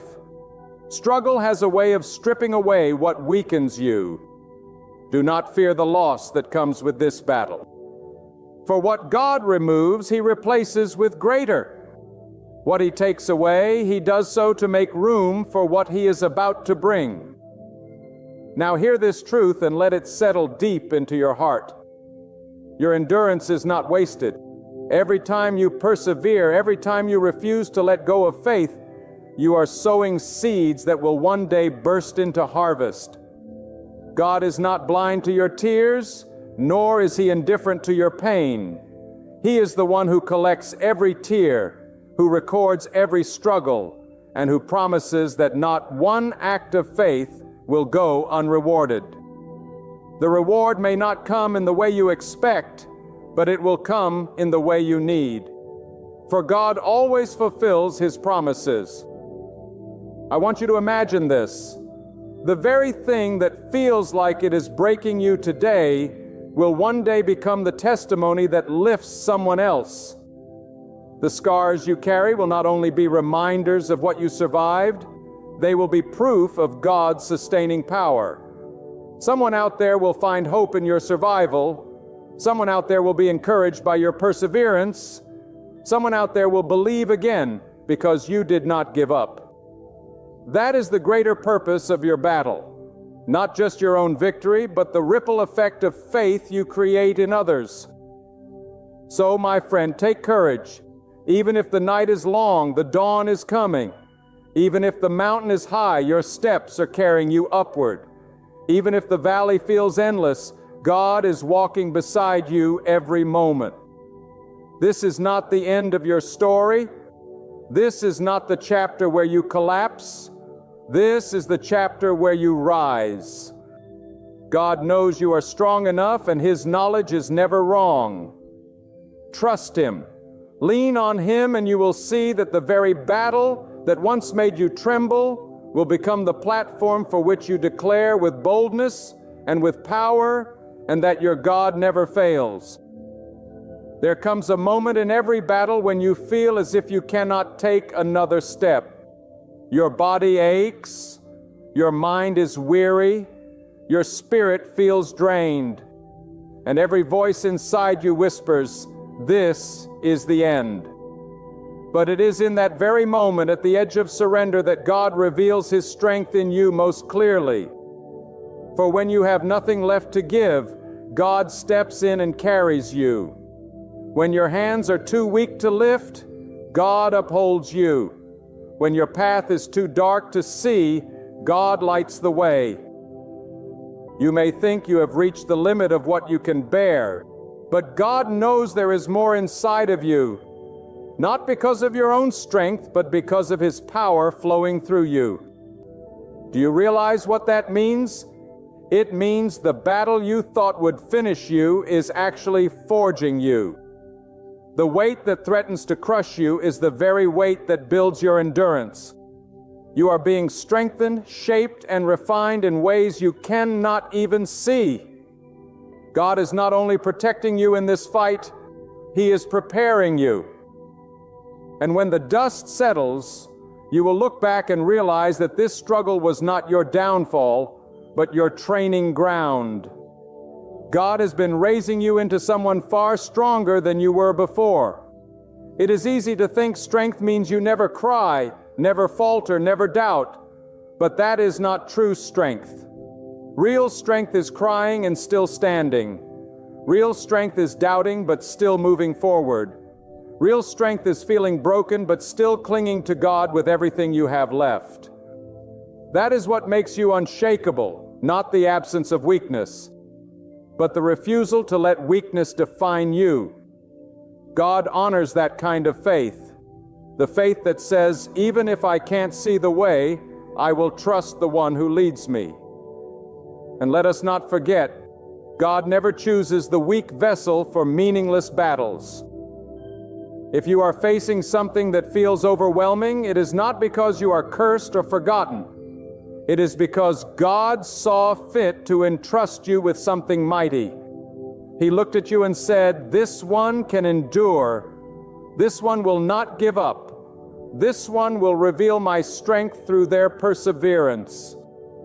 You are not fighting because you are weak. You are fighting because you are strong, and the very size of your battle is evidence of the greatness of your destiny. Sometimes you ask God to remove the storm, but He gives us strength to stand in the storm instead. Sometimes we pray for the valley to end, but He teaches us how to walk through it with unshakable faith. Sometimes we beg for the fire to be extinguished, but He shows us how to come out of it without being consumed. God may not always change the circumstance, but He always changes you through it. And when He changes you, no circumstance can defeat you. Do not underestimate the hand of God in the details. Even when it feels chaotic, He is orchestrating every step. The people who left you, the doors that closed, the setbacks that wounded you, none of these are wasted. God is weaving them together into a story of victory that will silence every doubt. What looks like loss to you is preparation in His hands. What feels like defeat today will become tomorrow's testimony. Trust that God does not make mistakes, and if He has allowed it, He has already determined the outcome will lead to your good. Think of how many times you thought the end had come before, yet you made it through. Think of the valleys you've walked, the storms you've survived, the nights you thought you would never endure, and yet you are still here. That is not by accident. That is by God's sustaining power. If He did it before, He will do it again. He has not brought you this far to abandon you now. He is the same God who carried you yesterday, and He will carry you today and tomorrow. There is also a sacred lesson hidden in this battle. That strength is not solitary. God reminds us that we are never truly alone. Even when everyone else has walked away, His presence fills the silence. His power upholds the weary. His hand guides the lost. When you lean fully on Him, you discover that you were never meant to carry the weight on your own. He has been with you every moment, whispering courage into your spirit, placing endurance in your heart, and surrounding you with unseen protection. And that is why you are still standing. That is why you will keep standing. I tell you this with conviction. The hardest battles produce the greatest victories. What feels unbearable today will soon become the very thing that defines your strength. Others will look at you and see resilience. They will see perseverance. They will see a living testimony that God does not fail His people. And when you stand on the other side of this battle, you will not only thank Him for delivering you, you will thank Him for trusting you enough to walk through it. For you will see that without the fire you would not have discovered the gold within you. My friend, the very fact that you are hearing these words right now is proof that God has not abandoned you. He is not finished with you. He has carried you through storms before, and He is carrying you through this one as well. You may feel weak, but the strength of God has not left your life. You may feel surrounded, but you are not outnumbered. For one person who stands with God is already a majority. You may feel like you are at the edge of your endurance, but God knows exactly where the edge is, and He has given you just enough strength to go beyond it. Do not think for a moment that you were made to be crushed under this weight. You were created to rise because God has placed His own breath of life within you. That breath is not one of fear or defeat. It is a breath of power, resilience, and victory. God never said the road would be without obstacles. He never promised you would not face nights of weeping, seasons of loss, or moments of exhaustion. But He did promise that He is closer than your very heartbeat, that He sees every tear, that He records every silent prayer whispered in the dark. And if God sees, then He also provides.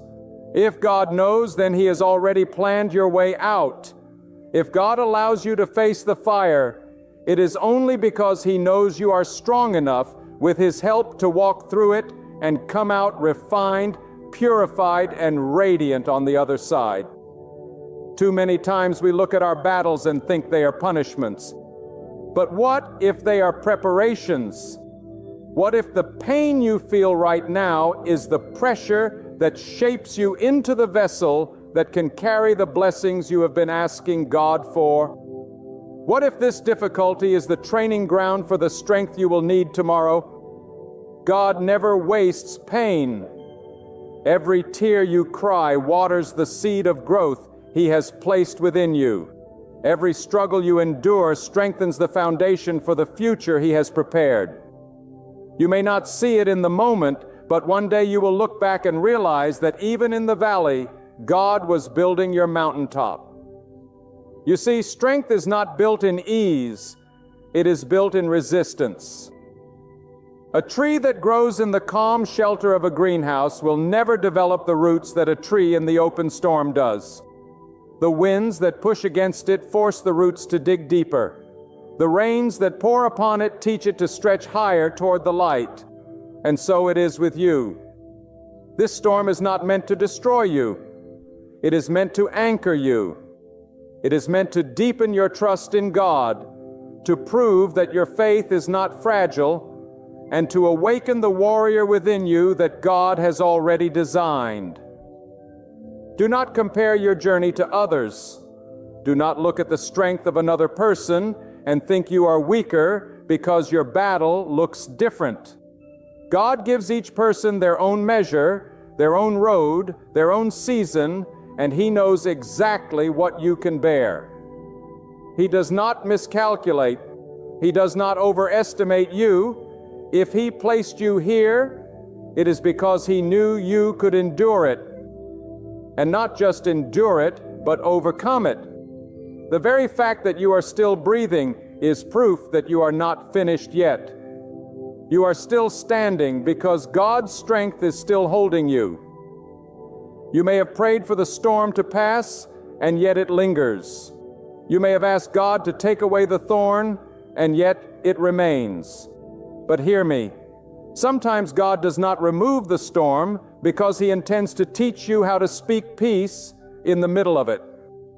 Sometimes He does not take away the thorn because He is teaching you how to walk with it without losing your faith. Sometimes He does not end the battle quickly because He is shaping a soldier within you who will not only fight this fight, but also lead others to victory. The battle is not a sign of your weakness. It is a testimony of your strength. I tell you today with absolute conviction, you are stronger than you think, not because of your own might, but because the power of God is alive within you. That strength does not run out. That strength does not wear thin. That strength is renewed day by day. God's strength is infinite, and He is pouring it into you even now. You may feel empty, but God fills empty vessels. You may feel broken, but God builds masterpieces from broken pieces. You may feel small, but remember, a single seed in the hand of God can move mountains. So lift your head, square your shoulders, remind yourself who is with you. You are not a victim of circumstance. You are a vessel of divine strength. You are not walking into this battle alone. God walks with you, before you and behind you.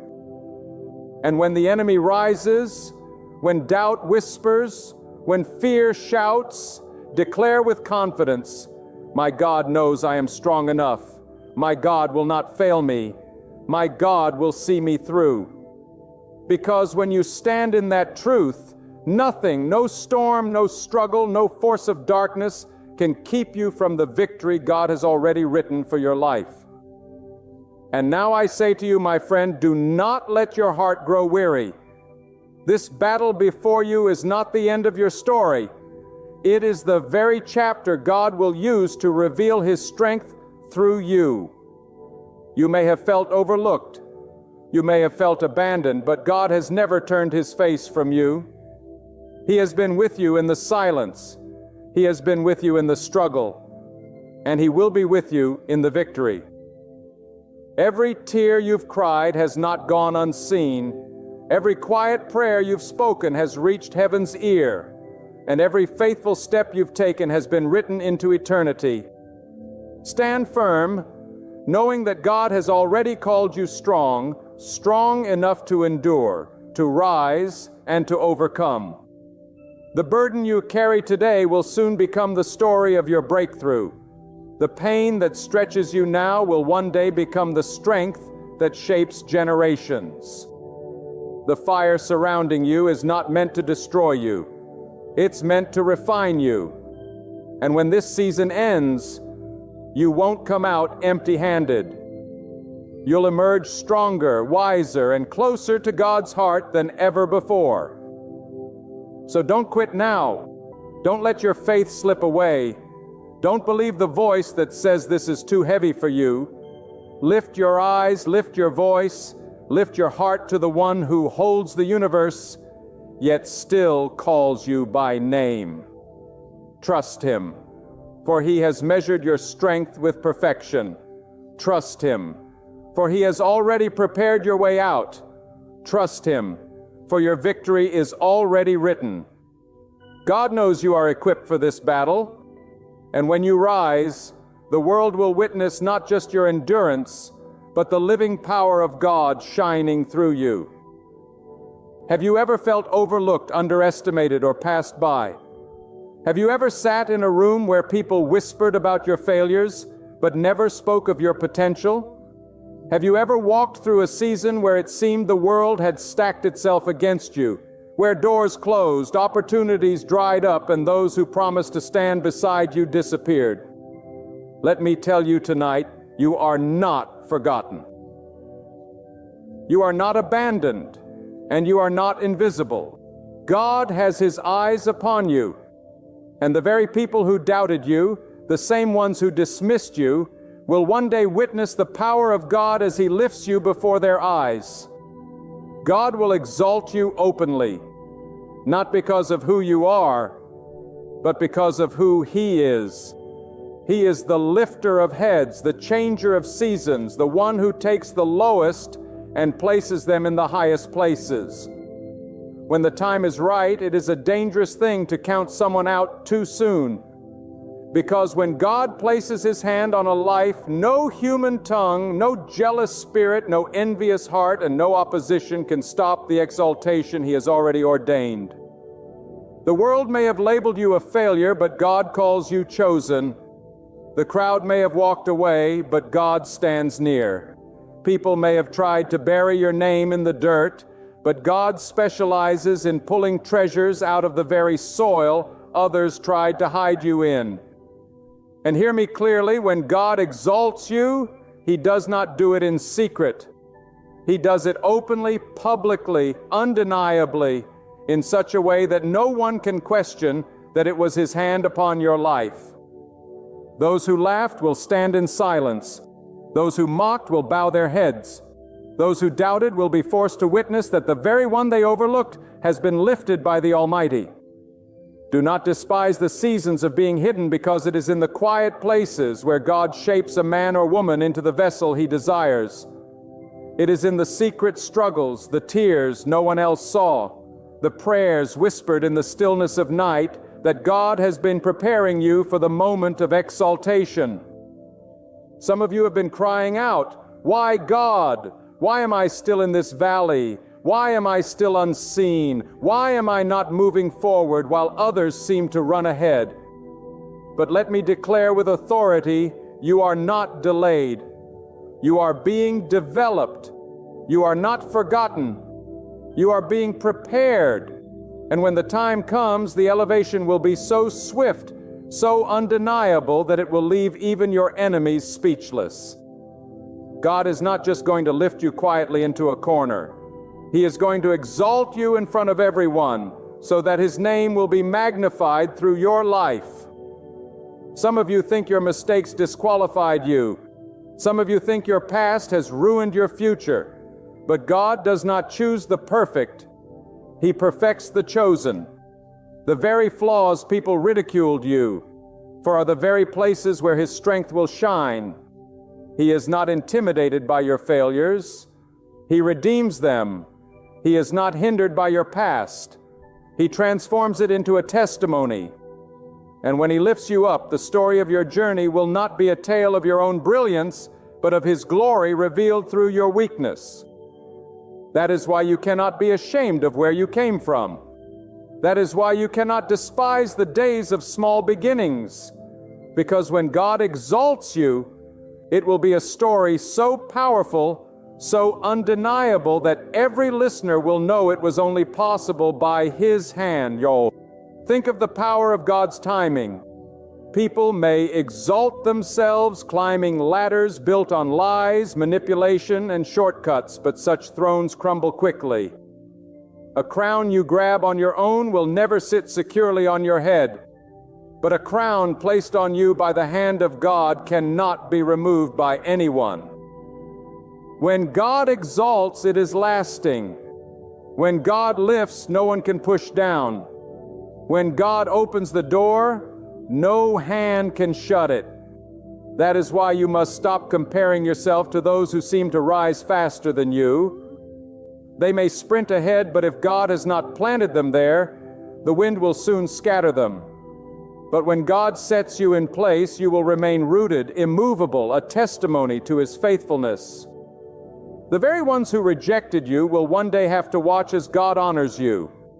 The very ones who said you were not good enough will see you seated in places they never imagined. The very ones who tried to hold you back will be unable to stop what God Himself has set in motion. And the beauty of it is that you will not even have to lift yourself. You will not have to fight with bitterness or vengeance. You will not have to prove yourself with desperate striving. All you must do is remain faithful, remain humble, remain surrendered. And when the time comes, the exaltation will be so divine, so undeniable that all will see the hand of God upon your life. Do you know why God exalts in front of everyone? Because He wants His glory seen. If He lifted you in secret, the world would continue to think power lies in human hands. But when He raises the humble before the proud, when He lifts the overlooked above the celebrated, when He honors the one who once sat in the shadows, the world must acknowledge that no hand. But God's could have done it. That is why you cannot afford to give up in the valley. That is why you cannot afford to stop in the wilderness. That is why you cannot let despair consume you when life seems silent. Because right now, while you feel unseen, God is preparing the stage. Right now, while you feel small, He is building the platform where He will set you high. And when that day comes, it will not be for your ego, but for His glory. The exaltation of God is not just about position, it is about purpose. He lifts you not so you can sit in comfort, but so you can carry responsibility. He raises you up not to flaunt your name, but to declare His. And that is why the valley is necessary, because it teaches you humility. That is why the rejection is necessary, because it cleanses you of pride. That is why the silence is necessary, because it roots you in dependence on Him. And when He lifts you, you will not be corrupted by the height, because the depth of your valley will have prepared you to stand tall without losing your foundation. He is not just exalting you in front of everyone to show them what you can do. He is exalting you in front of everyone to show them what He can do through a life fully surrendered. There is a divine mystery in the way God works. A mystery that human logic cannot explain and human pride cannot predict. You see, when people look at you, they may only see the surface. They may only measure you by your appearance, your background, your resources, or your current situation. But God sees deeper.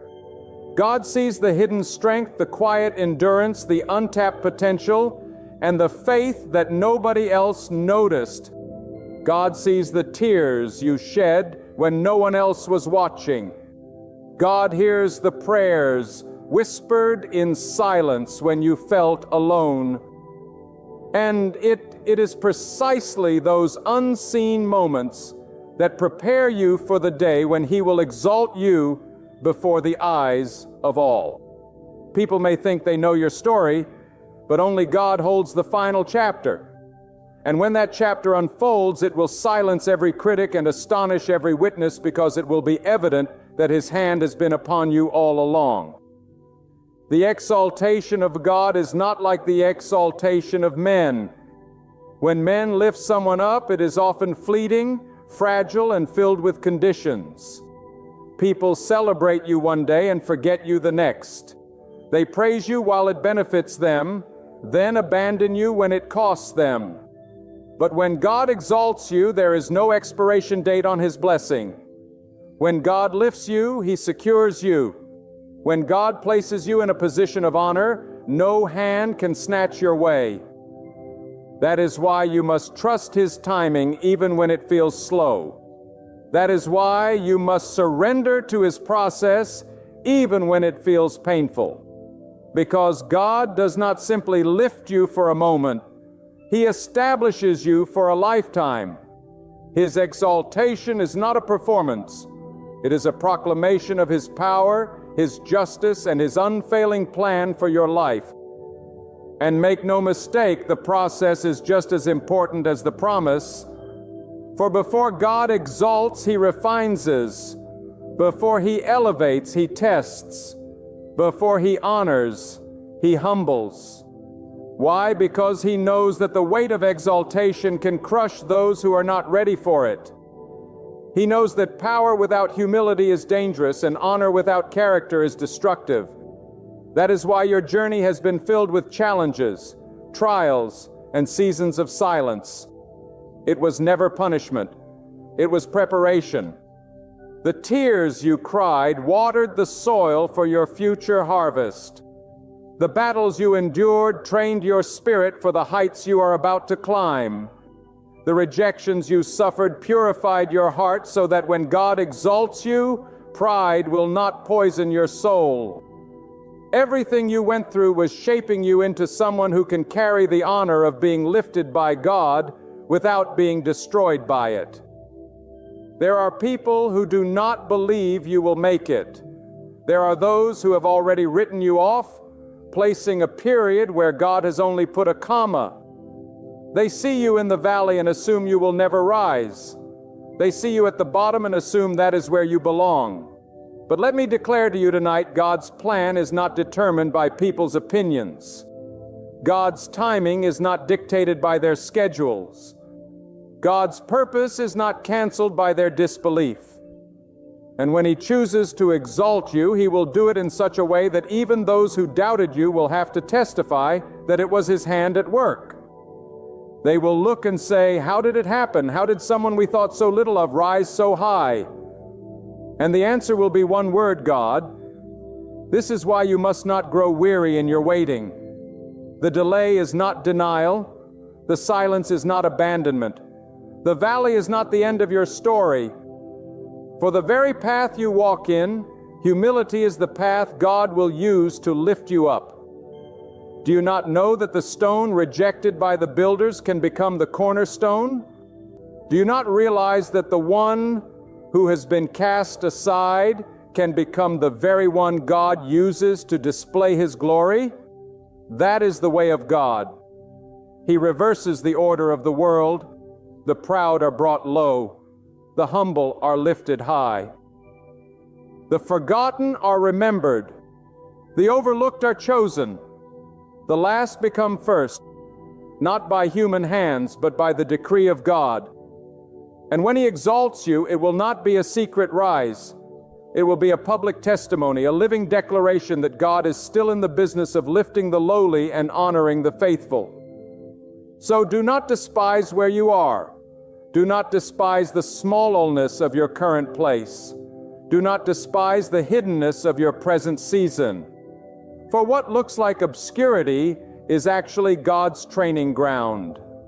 What feels like delay is actually God's protection. What seems like rejection is actually God's redirection. And the very ones who look down on you now will one day be forced to look up as God raises you above what they ever imagined. Not because of your power, not because of your influence, but because God alone has chosen to exalt you. And when that exaltation comes, it will not just be for you, it will be for His name's sake.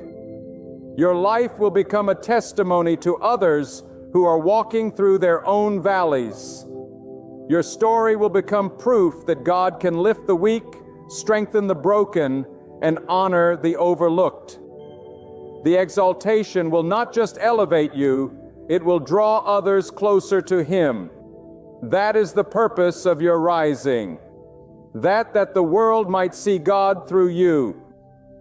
That is why you must carry it with humility, knowing that it is not your greatness that lifted you, but His. So walk with confidence, even in the valley, for the valley is not forever. Walk with faith even in the wilderness, for the wilderness is not permanent. Walk with hope even when overlooked, for the eyes of God are upon you. And when the time comes, the exaltation will be undeniable. You will not have to fight for recognition, for God Himself will announce you.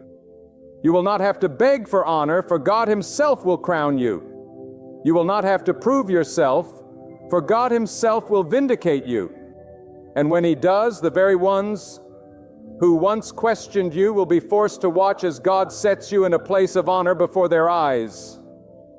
That is why you must not fear the opinions of men. That is why you must not let their gossip break your spirit. That is why you must not let their doubt become your burden. For their words do not determine your worth. God does. Their rejection does not cancel your calling. God secures it. Their unbelief does not weaken your destiny. God strengthens it. And when the moment of exaltation comes, their voices will fall silent under the weight of His authority. Remember this: when God exalts, He does not do it halfway. He does not lift you to a small place just to appease your law. He lifts you high enough that even those who stand far off cannot deny what He has done. He places you in positions that could never have been reached by your own hand. He opens doors so wide that no man can shut them. He places you on platforms so secure that no one can shake them. And all of it is so that the world will see His greatness through your story. There are moments in life when it feels as though the weight of rejection is too heavy to carry, when the sting of being underestimated burns deeper than any wound. Perhaps you have faced betrayal from those you trusted, or ridicule from those you thought would support you. Perhaps you have watched as others passed you by, taking positions, opportunities, and recognition you longed for while you remained unseen. But let me remind you tonight that God has not forgotten you. God has not overlooked you. In fact, it is in those very moments of rejection and obscurity that He is preparing the foundation for your exaltation. For when He raises you up, it will not be because of human approval, but because of His divine decree. And when God decrees a thing, no voice, no power, no opposition can silence it. The exaltation of God is not built on human applause. It is built on divine purpose. When people promote you, they can demote you.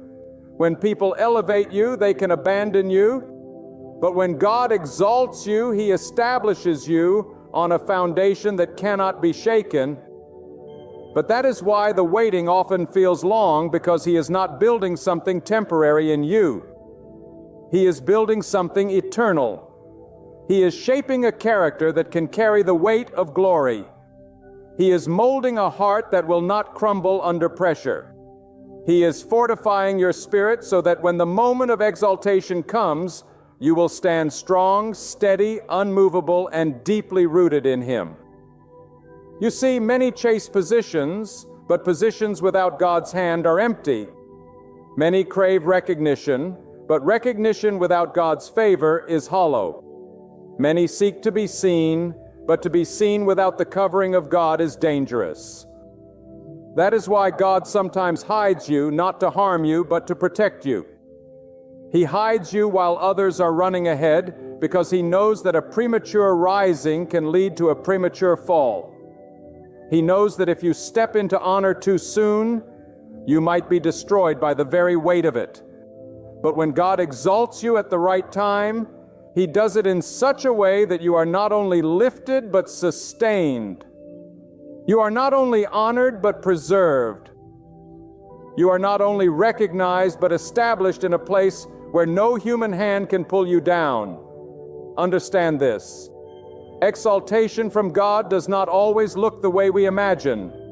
Sometimes it is not a throne or a title, but the power of influence, the impact of your voice, the authority of your presence.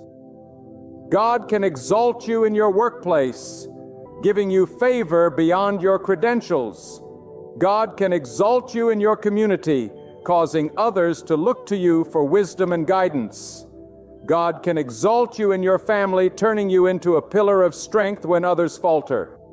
And yes, God can exalt you on platforms you never dreamed of standing upon, in places you never imagined being invited to, before audiences you never thought would hear your name.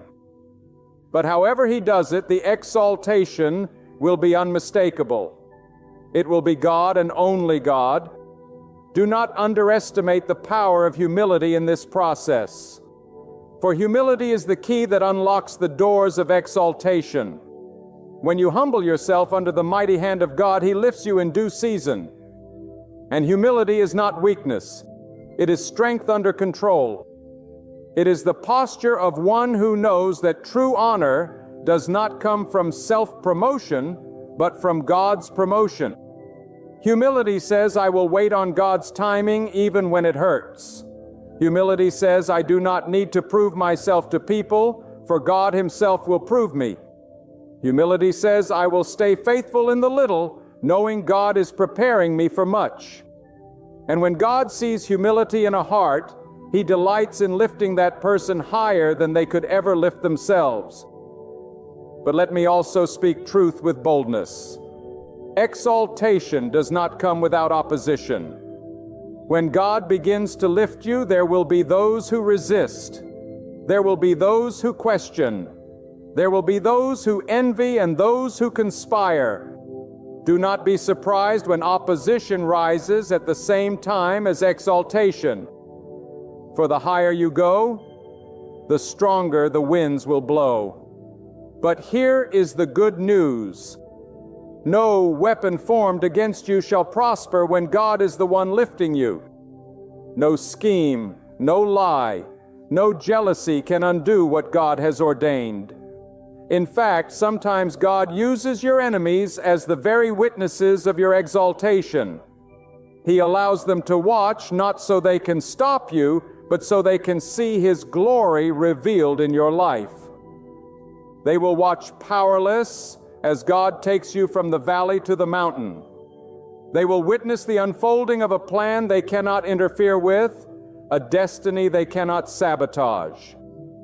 And in the end, even they will have to acknowledge this is the hand of God.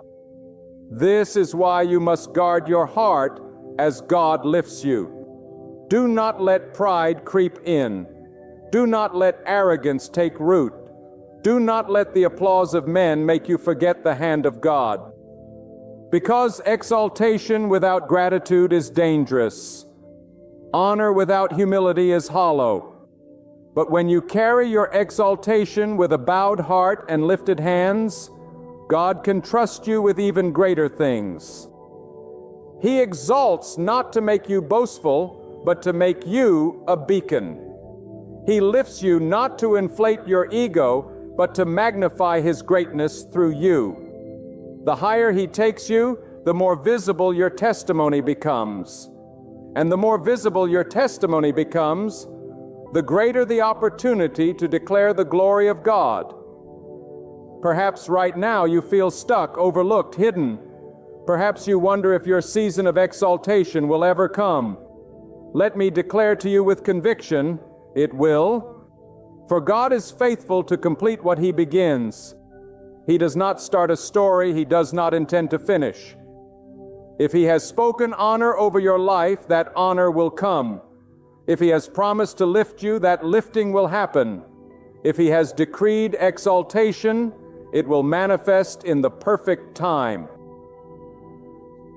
Do not measure God's plan by the clock on your wall. For His timing is not bound by human hours. He moves in seasons, not seconds.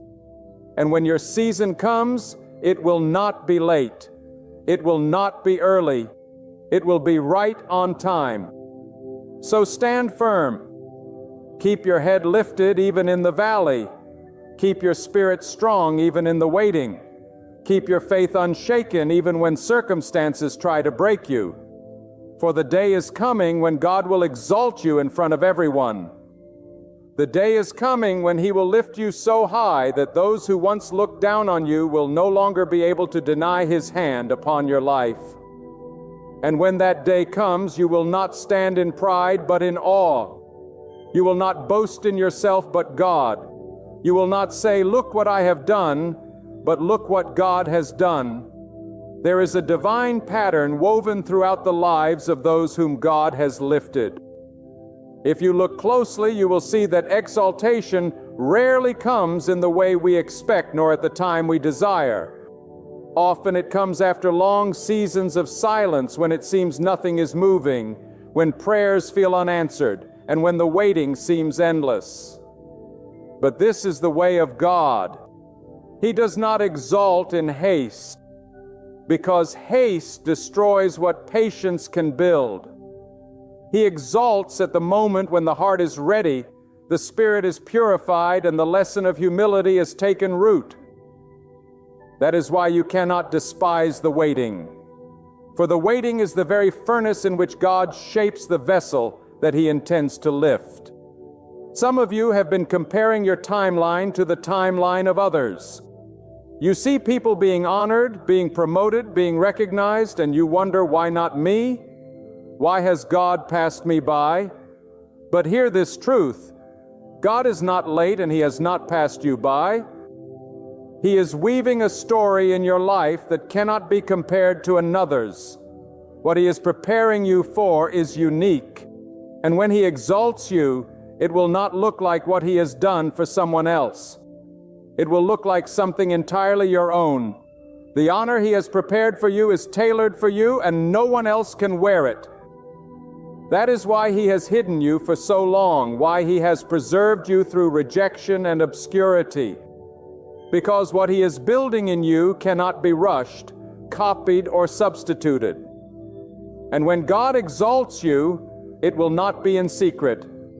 It will be before the very eyes of those who counted you out. The same mouth that whispered against you will be forced to witness your rising. The same eyes that looked down on you will be forced to look up in astonishment.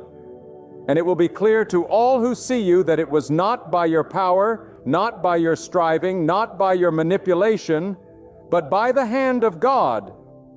This is the glory of divine exaltation. It silences every critic, confounds every skeptic, and humbles every enemy. Because when God lifts a person, the testimony is undeniable. Do not miss this.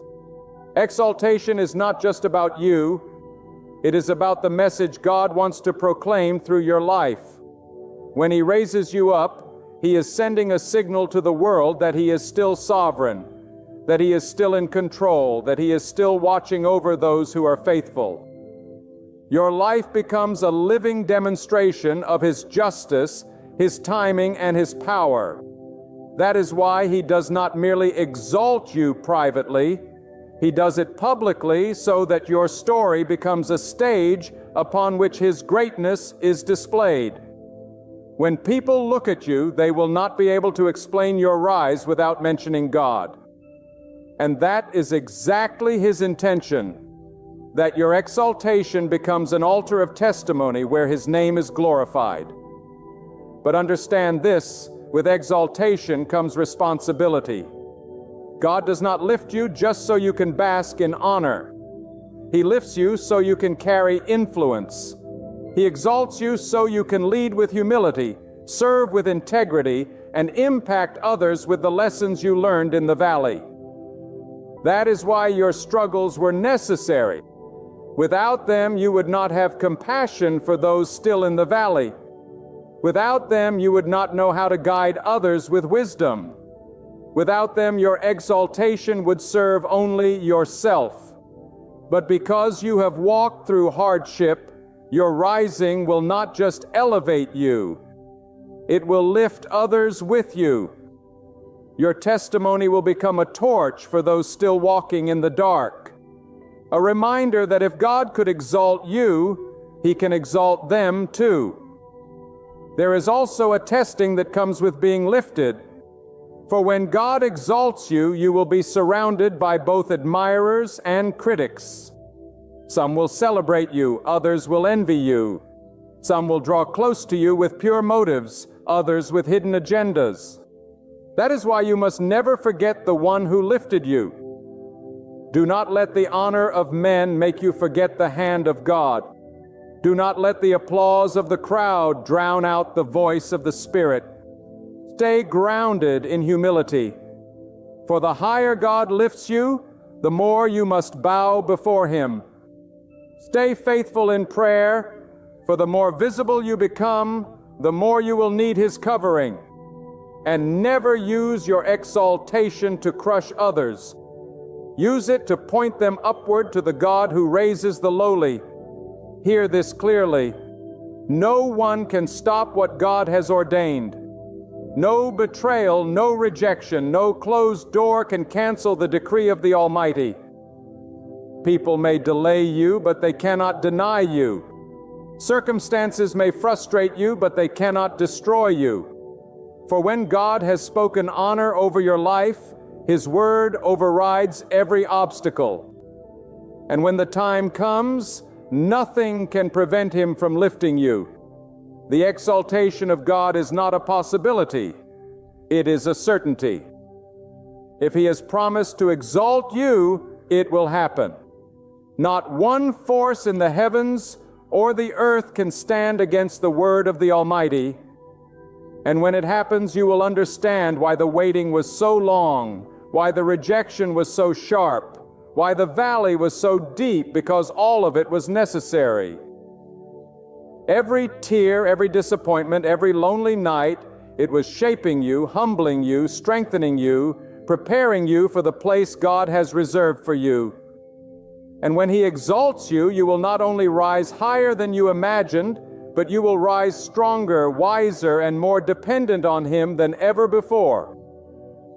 So, let your heart be steady. Let your faith be strong. Let your hope be unshaken. For God is faithful, and He will exalt you in front of everyone. The story is not over. The page is not finished. And the best chapter has yet to be written. Soon you will stand in a place you once only dreamed of. Soon you will see the fulfillment of what you prayed for. Soon the world will witness what God has been preparing all along. And when that moment comes, may every eye see and every heart know it was God and God alone. There comes a time when the hidden work of God in your life must be revealed. When the quiet preparation of the valley gives way to the public display of His glory. Some of you have been asking, why has God kept me low? Why has He not lifted me yet? And the answer is this: God is not only concerned with lifting you up, He is concerned with what you will carry when you are lifted. If He raised you too soon, you might lose sight of Him in the noise of applause. If He placed you on the mountain before you learned how to stand in the valley, the winds of pride might sweep you away.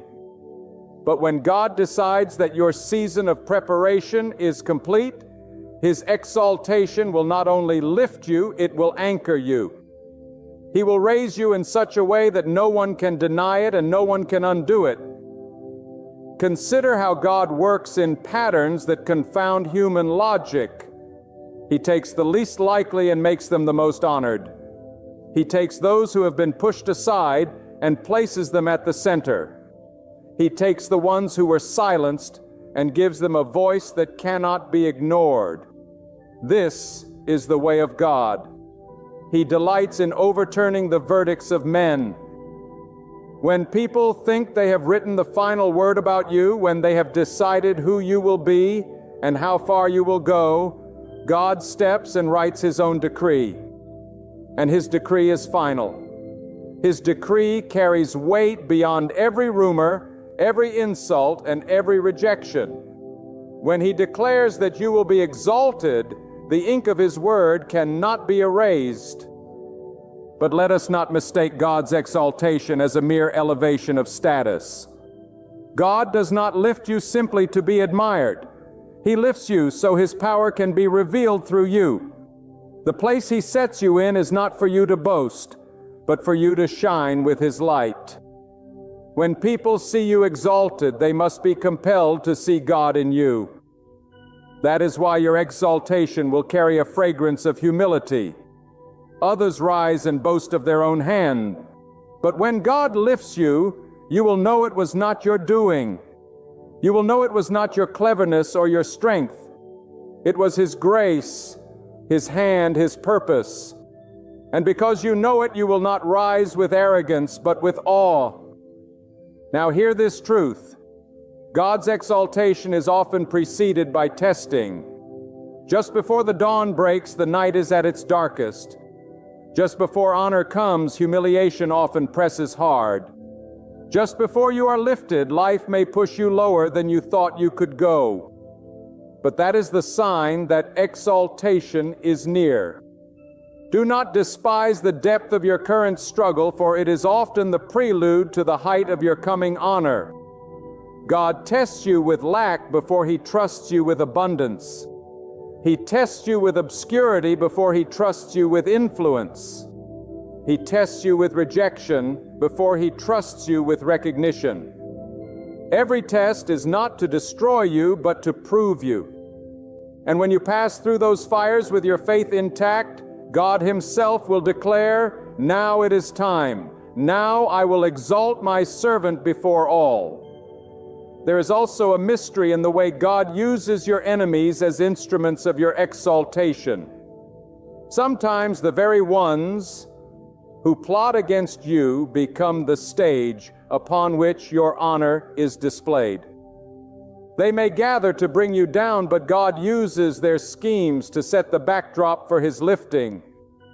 Their betrayal becomes the soil from which your promotion grows. Their words of mockery become the silence that follows your vindication. Do not be troubled by opposition. It is often the confirmation that God is preparing to exalt you. If there were nothing in you worth lifting, there would be no resistance trying to keep you down. The presence of opposition is proof that exaltation is near. And let me remind you, when God exalts, it is never small. He does not lift you halfway. He does not raise you to a place where the world can doubt whether it was Him. When God exalts, it is undeniable. It is evident. It is beyond dispute. He lifts you to a place where even those far off must acknowledge that something greater than human effort has taken place. He opens doors that no one thought possible. And He sets you on paths no one could have designed but Him. And when it happens, the only explanation left is God.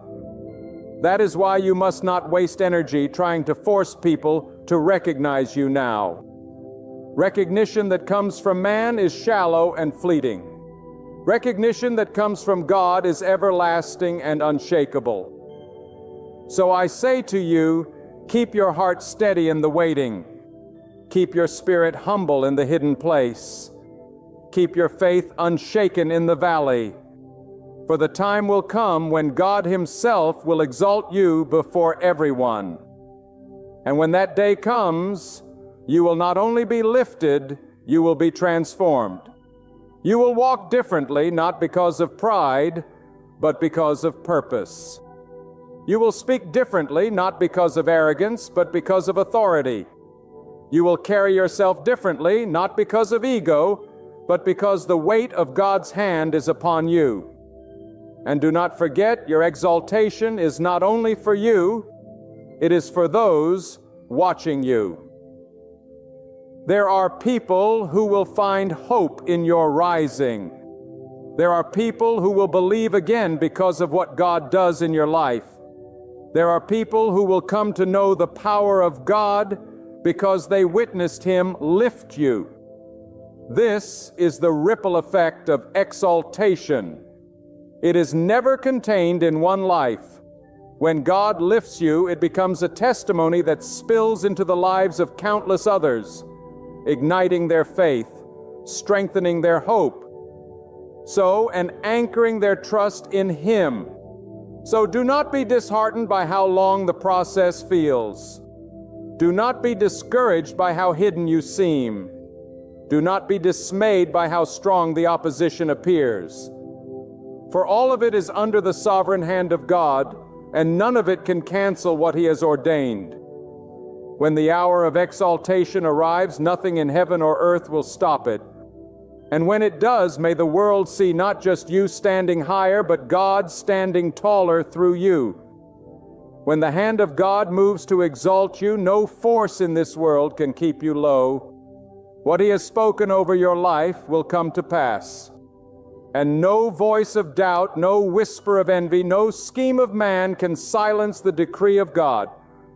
You may have been overlooked, but you were not forgotten. You may have been pressed down, but you were not abandoned. You may have been hidden in the shadows, but all along God was preparing the stage where He Himself would lift you before every eye. And when that moment comes, let it be clear to all that it was God who raised you. Walk in humility, for arrogance speaks the tongue of man, but exaltation speaks the language of God. Stand unwavering, for what God exalts cannot be broken. It stands secure in the strength of His will. Shine without fear, for divine exaltation is never about your fame, but about reflecting the majesty of the one who called you. Lift your gaze, beloved of God. Do not tremble at the delay, for even the waiting is the sculpting hand of the Creator shaping you for what He has ordained. Do not falter beneath the pressure of your trials, for those very storms will become the evidence of your rising. And when that appointed hour dawns, the world will behold what happens when God raises a soul that trusted Him through the shadows, held faith in the quiet, and yielded fully to His design. Cling to this promise. It is God Himself who will lift you up, and when He does, it will silence every doubt and surpass every expectation. Be prepared, for your appointed time is closer than you imagine. And when it arrives, His radiance will shine through you, and His strength will resound in you for generations to come. Of all the truths I could speak over you today, let me start with this. God is getting ready to lead you into the breakthrough you have been praying for. I don't care how long your night has stretched on. I don't care how heavy the weight has felt on your shoulders. I don't care how many tears have fallen from your eyes. You may think your prayers have been lost in silence. But hear me, God's silence is not His absence. His silence is often the stage being set for His power to be revealed. And when God moves, He does not move slowly. He does not move timidly. He moves with a power that no man, no system, and no enemy can withstand. And some of you listening right now have carried a weight for years. You've cried out again and again, "When, God? How long?" You've wondered if He's forgotten you, if you've been passed by. But let me declare with every fiber of faith in me, God has not forgotten you. He has seen every moment you bowed your head in desperation. He has counted every sleepless night. He has recorded every whisper of prayer that has risen from your heart. And though the waiting has been long, the waiting has not been wasted, because God has been aligning things in your favor. You are closer than you think, nearer than you know, and the breakthrough you have been longing for is already in motion.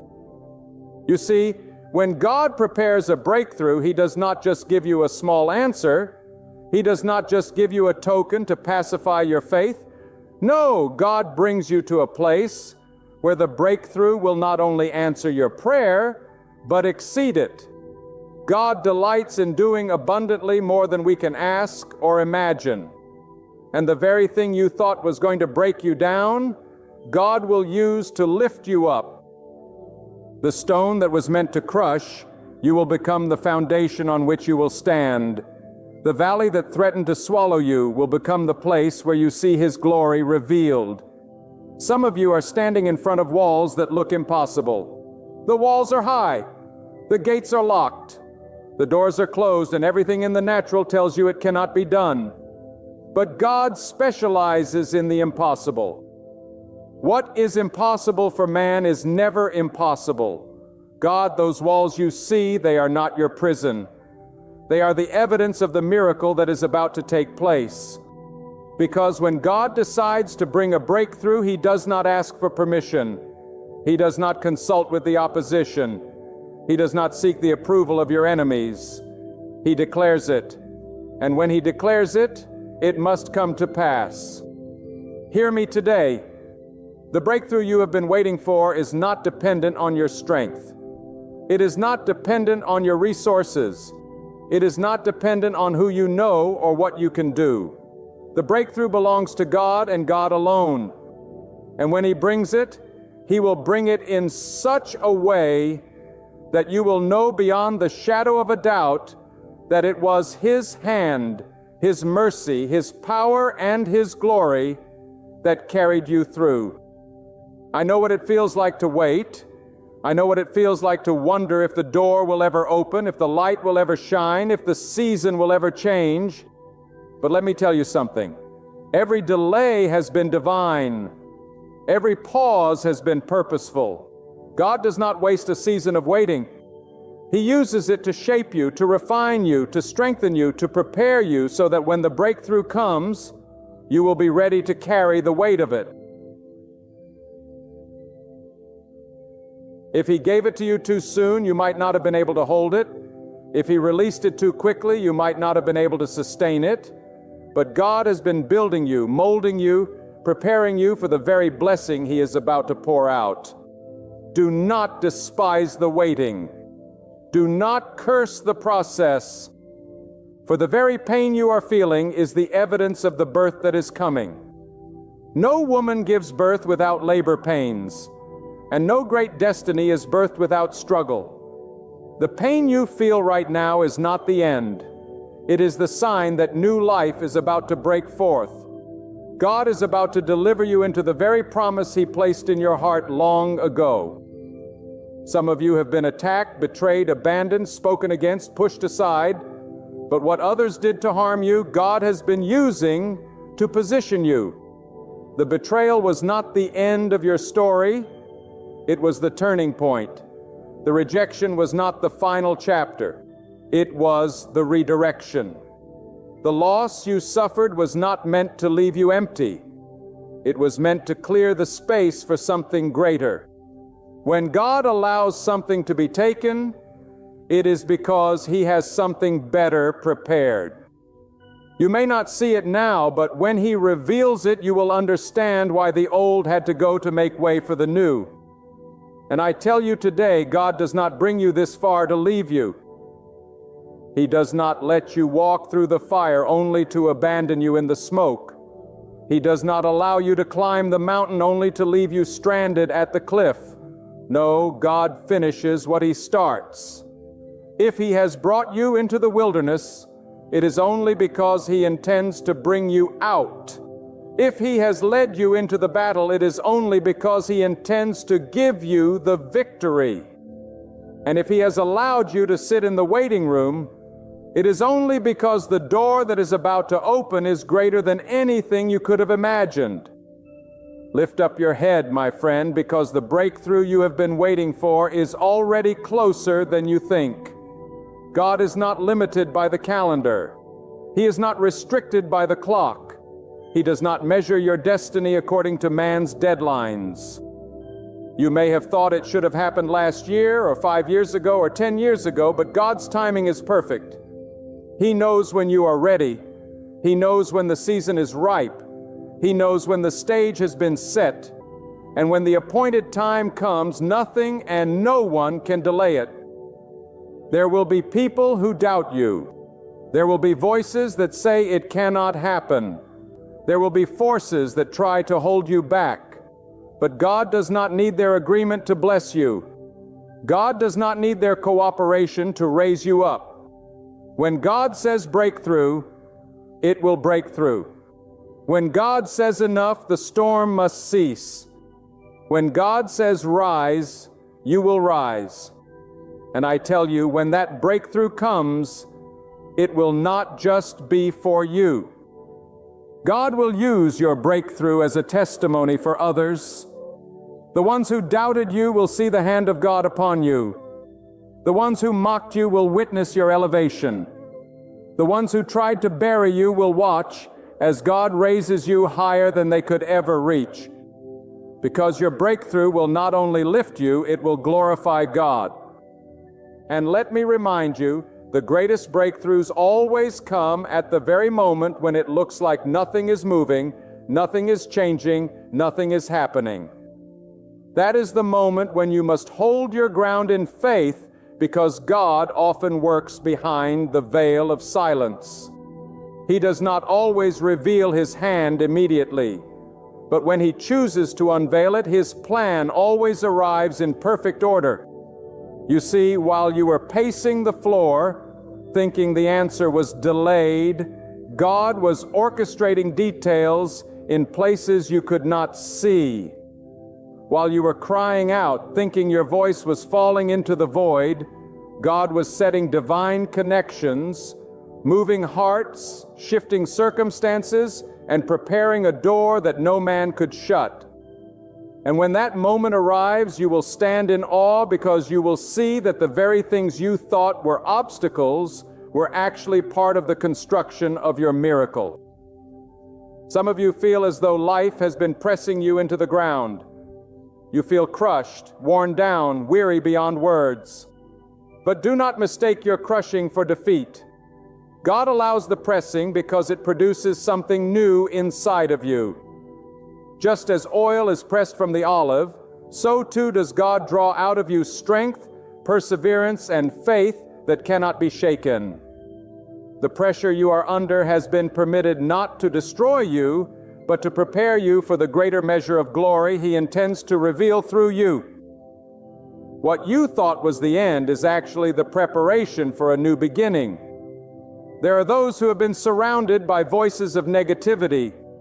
The people around you may not understand your journey. They may not see the vision God has placed in your heart. But hear this, your breakthrough is not dependent on the understanding of others. God does not need everyone to believe in you. He only requires that you believe in Him. When God gives you a promise, it is settled in heaven. Men may laugh, they may doubt, they may scoff, but God's word is not bound by human opinion. If He has spoken it over your life, it shall come to pass. And I want you to understand this truth. Sometimes God delays the breakthrough, not because He is withholding it from you, but because He is building it for you. A structure that is meant to last cannot be built overnight. If you want something shallow, you can get it quickly. But if you want something that will endure, it requires time, preparation, and a firm foundation. God is not giving you something fragile. He is preparing a breakthrough so solid, so complete, that when it arrives, no storm will be able to uproot it. Your breakthrough may not look like what you imagined. You may have asked God to open one door, but instead He closes it and opens another. Do not despair when your plan falls apart. For what you thought was your path may have been too small for the destiny He has prepared. God does not just meet needs, He exceeds them. He does not simply open doors, He creates new ones. He does not only restore what was lost, He multiplies it. And when He brings the breakthrough, you will realize that His plan was always greater than yours. Now, some of you are at the edge of surrender.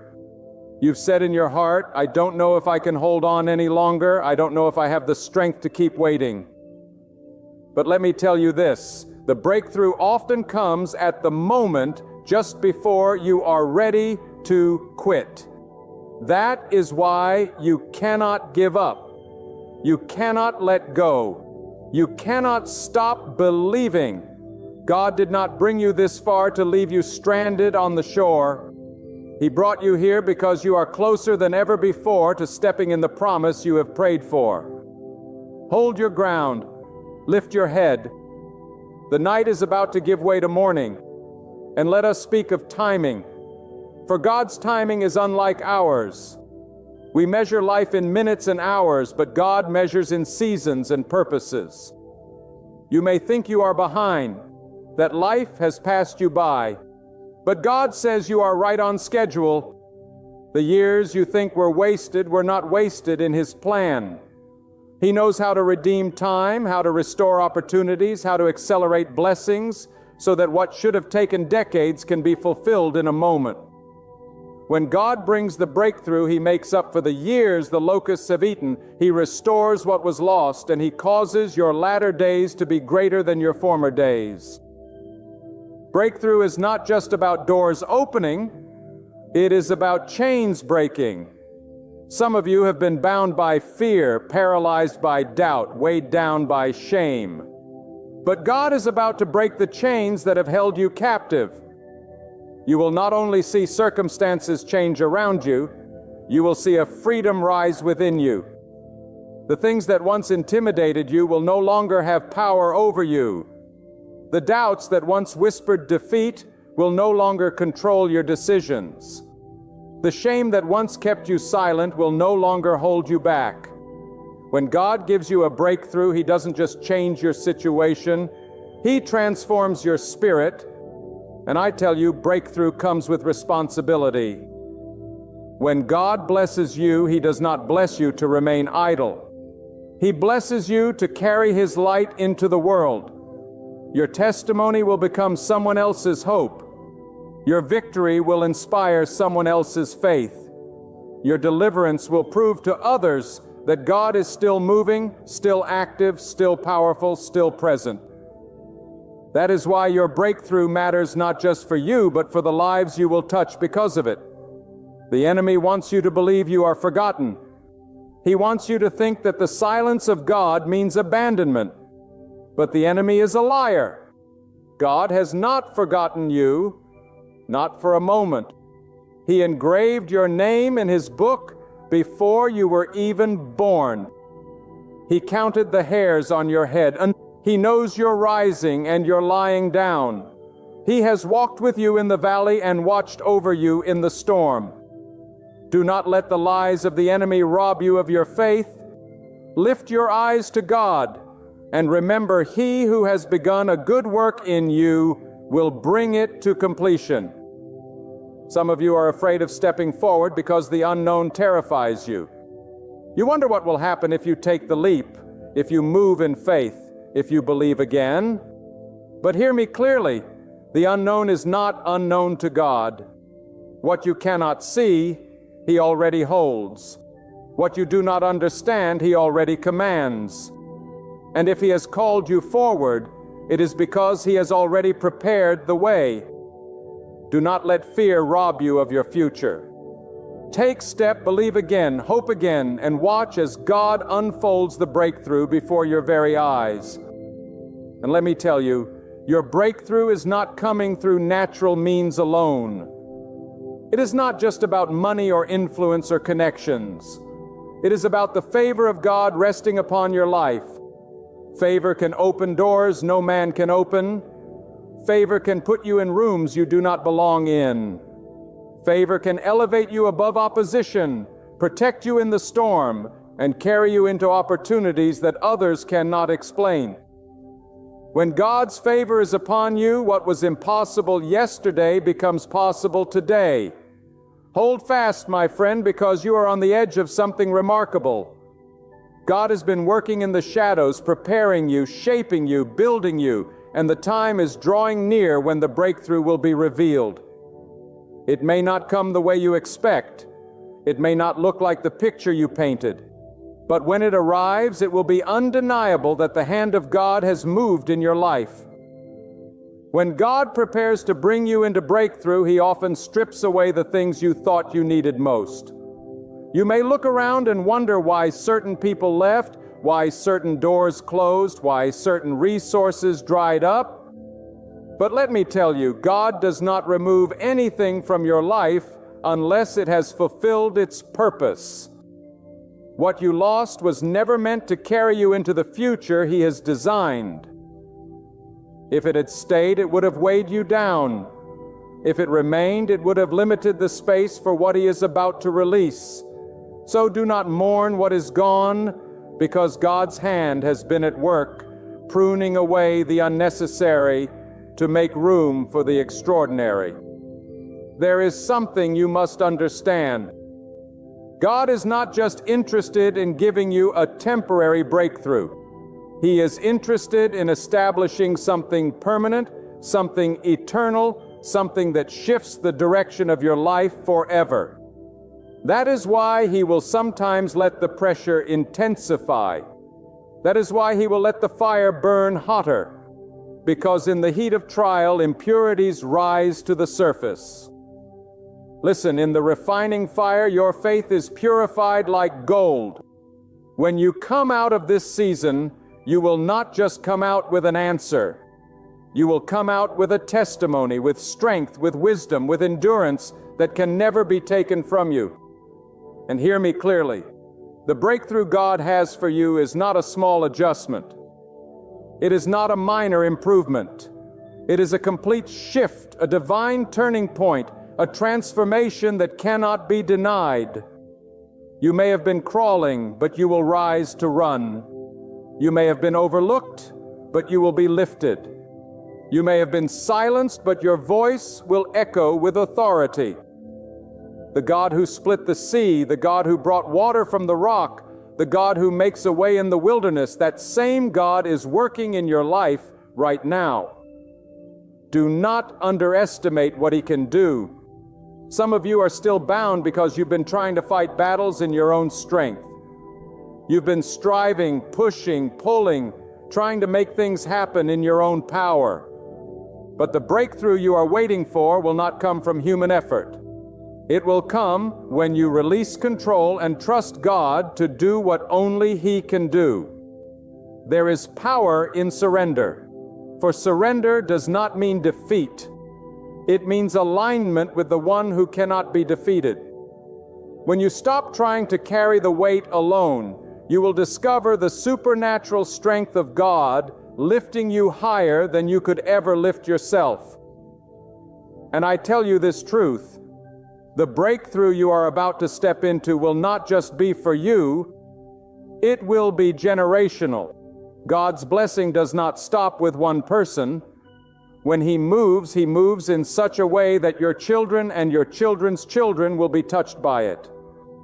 The door He opens for you will pave a road for those who come after you. The chains He breaks in your life will shatter generational cycles of fear, addiction, and lack. Do not think small. God's vision for you is always larger than your own. When He releases a breakthrough, He releases it in abundance.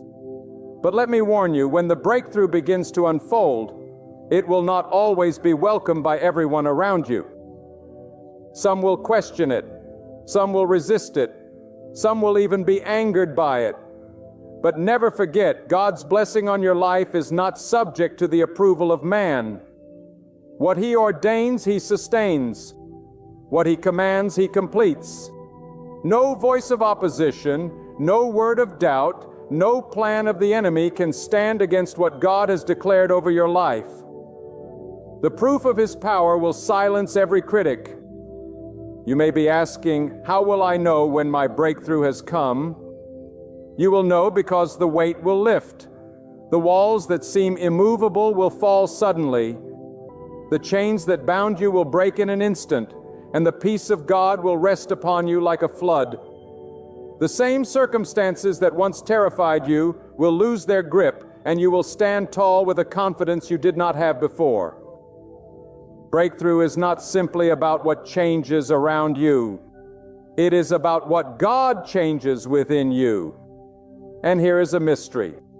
Sometimes God will allow you to reach the end of your own ability, the end of your own wisdom, the end of your own strength, so that when He brings the breakthrough, you will know without a shadow of a doubt that it was His hand that delivered it. That way, no one can steal the credit, no situation can claim the glory, and no enemy can boast over your fall. It will stand as a testimony that belongs solely to God. Consider this. A seed cannot bloom until it is hidden in the darkness of the soil. A caterpillar cannot transform into a butterfly until it yields to the stillness of the cocoon. The night cannot surrender to dawn until it reaches its deepest darkness. So it is with you. The breakthrough you've prayed for is emerging from the very darkness you thought would break you. Every pain you've endured, every silence you've borne, every night you've walked through, it has all been the birthplace of your breakthrough. Do not despise the dark seasons, because they are the very places where God performs His greatest work. Lift up your spirit today. Do not let despair have the final word. Do not let the enemy convince you that this is the end. God's plan for you did not expire when trouble came. His promises for you were not canceled when hardship hit. His favor over you was not withdrawn when you stumbled. He is still God, still faithful, still powerful, still in control. And if He has said He will bring you to breakthrough, then nothing in this world can prevent it. I declare to you now, your waiting has not been in vain.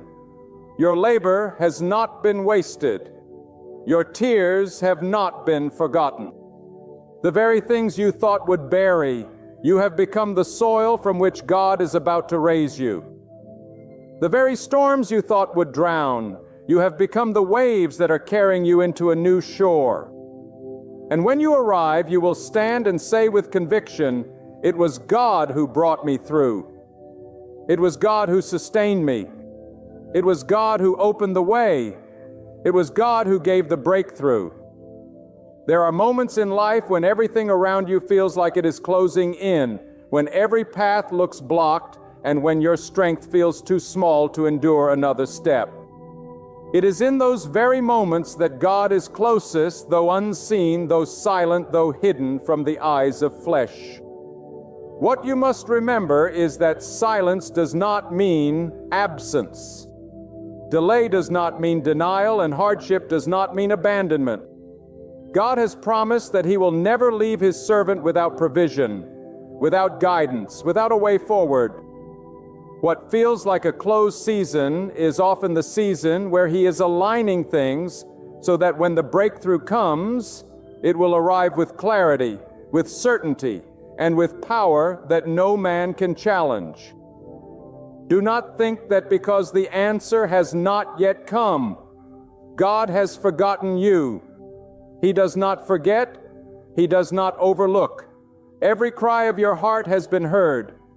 Every prayer uttered in the night has reached His throne. He is not a God who turns His face from those who call upon Him with sincerity. He is a God who bends down to listen. A God who numbers the hairs on your head. A God who carries you even when your legs cannot carry themselves. The very fact that you are still here, still breathing, still enduring, is proof that His hand is upon you. And that hand will not let you fall when the appointed hour of your breakthrough comes. I tell you today, breakthrough is not always loud. Sometimes it comes quietly, like a door you didn't even notice beginning to open. Sometimes it comes suddenly, like a storm giving way to stillness in a single moment. And sometimes it comes gradually, like the slow rising of the sun, where darkness is chased away inch by inch until the whole horizon is bathed in light. However, it comes when God decides to bring you through. There will be no mistaking His hand in it. You will know, and all who see it will know, that it was the power of God that changed everything. You may look at yourself and feel too small, too weak, too flawed for such a breakthrough to belong to you. But remember this, does not choose based on strength. God does not measure worth the way man measures worth. Man looks at appearance, at power, at wealth, at status. God looks at the heart. And when He sees a heart willing to trust, a spirit willing to surrender, a soul willing to believe, He will move heaven and earth to fulfill His promise. Do not discount yourself because of your weakness. It is in weakness that the greatness of God is revealed. Think of the mountains in your life, those immovable obstacles that you have prayed against for years. To you they may seem fixed, eternal, impossible to shift. But to God, they are nothing more than dust in the wind. What stands like granite before your eyes can be swept away in an instant by His command. Do not limit the Creator by the small allness of your vision. He who formed the stars, who hung the earth on nothing, who calls the winds by name, is more than able to break through every wall and every barrier in your life. And remember this truth: sometimes the breakthrough God brings is not about what He gives you, but about what He takes away. Sometimes the greatest miracle is the lifting of a burden, the removal of fear, the breaking of chains. You carried for so long you forgot they were there. There is a freedom that comes when God delivers, a freedom that no wealth and no power can equal. When God breaks those invisible chains, you walk lighter. You see clearer. You live with a new strength that nothing can counterfeit. Do not be surprised if the breakthrough God gives you looks different than what you imagine. You may have prayed for one specific door, but God is opening a gate you never even knew existed. You may have asked for restoration in one place, but God is building a new place altogether. You may have wanted Him to heal what was broken, but instead He replaces it with something greater than what you lost. Trust His wisdom more than your desire, for God knows the end from the beginning, and what He has planned for you is always better than what you planned for yourself. And here is another truth. The breakthrough you are about to step into is not just about your blessing.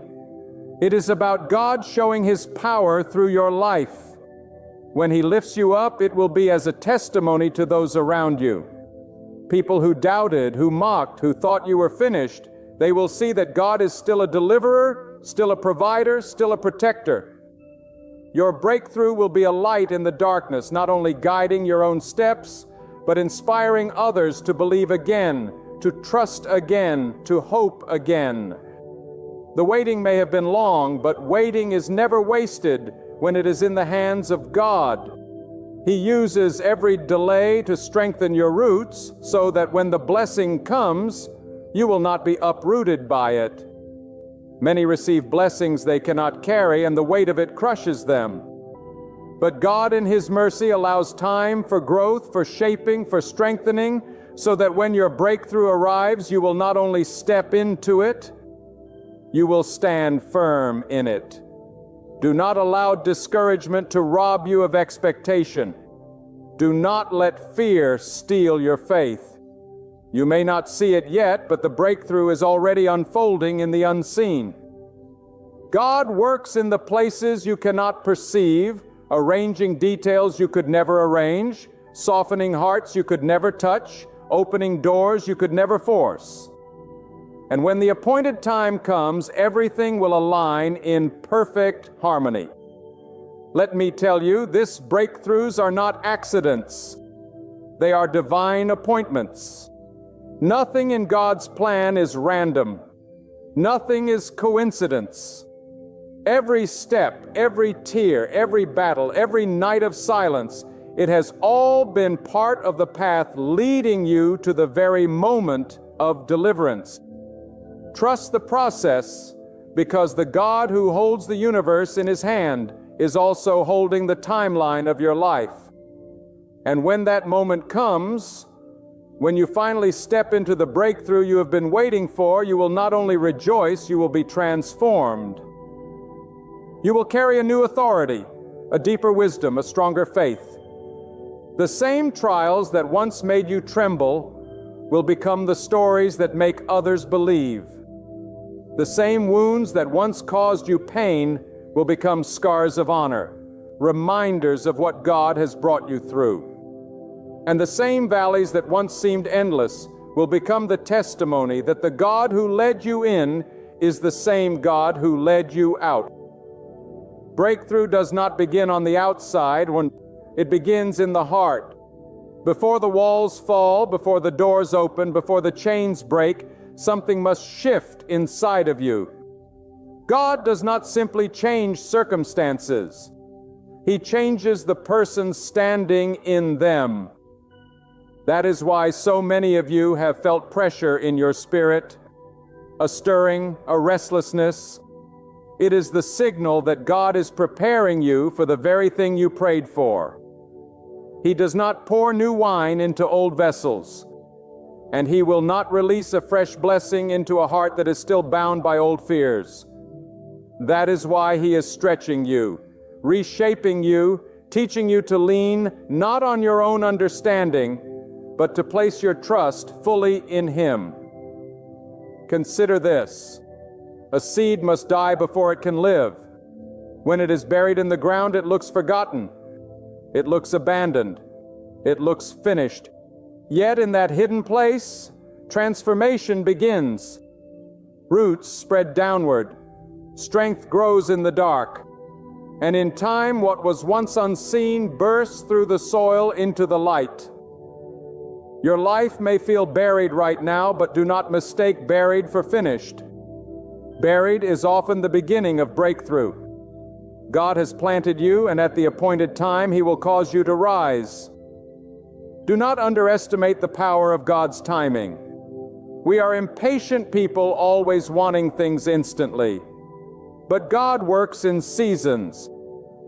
He knows when the soil of your life is ready, when the conditions are set, when the fruit will not only appear but endure. If He gives it too early, it may spoil. If He gives it too late, it may be missed. But when God moves, He moves in perfect alignment. That is why you must not grow weary in waiting. For in due season you shall reap if you do not faint. Breakthrough also comes when you shift your vision. Too often we focus on what we lack, on what has been lost, on what has not yet happened. But God calls you to lift your eyes higher. Look not at what is gone, but at what is coming. Look not at what was taken, but at what is being prepared. Faith is not the denial of reality. It is the conviction that God is greater than reality. You may see obstacles, but God sees opportunities. You may see scarcity, but God sees abundance. You may see defeat, but God sees victory. If you would only align your vision with His, you would recognize that the breakthrough is already closer than your doubts want you to believe. Let me speak to the battles within. Some of you have been carrying silent wars in your heart, fears no one knows about, doubts you have never spoken aloud, wounds you have never shared, and you think that because no one sees them, they cannot be healed. But God sees them. God knows the hidden struggles, the silent tears, the quiet despair.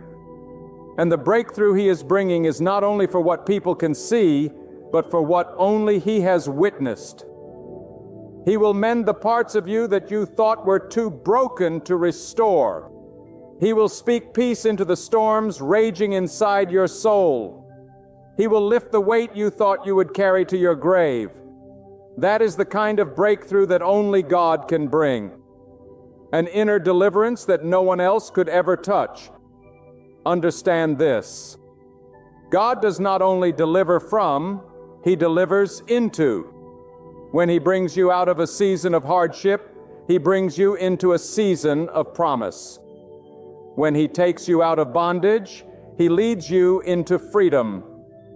When He removes the ashes of sorrow, He replaces them with the beauty of joy. Breakthrough is not only about leaving something behind, it is about stepping into something greater. You are not just escaping pain, you are being positioned for purpose. And let me tell you, the weight of waiting is not wasted. Every tear has watered the soil of your destiny. Every prayer has been a seed planted in the unseen. Every act of faith has been a step closer to the door that is about to open. God does not forget. He is a keeper of promises, a fulfiller of destinies, a restorer of what was lost. His word does not return void. It accomplishes the purpose for which it was sent. And if He has spoken breakthrough over your life, it is not a matter of if, it is only a matter of when. You may be surrounded by people who doubt you, people who mock you, people who tell you it cannot be done. Do not let their unbelief drown your faith. They are not your source. God is. They are not the author of your story. God is. And when the breakthrough comes, it will silence every critic. It will confound every skeptic.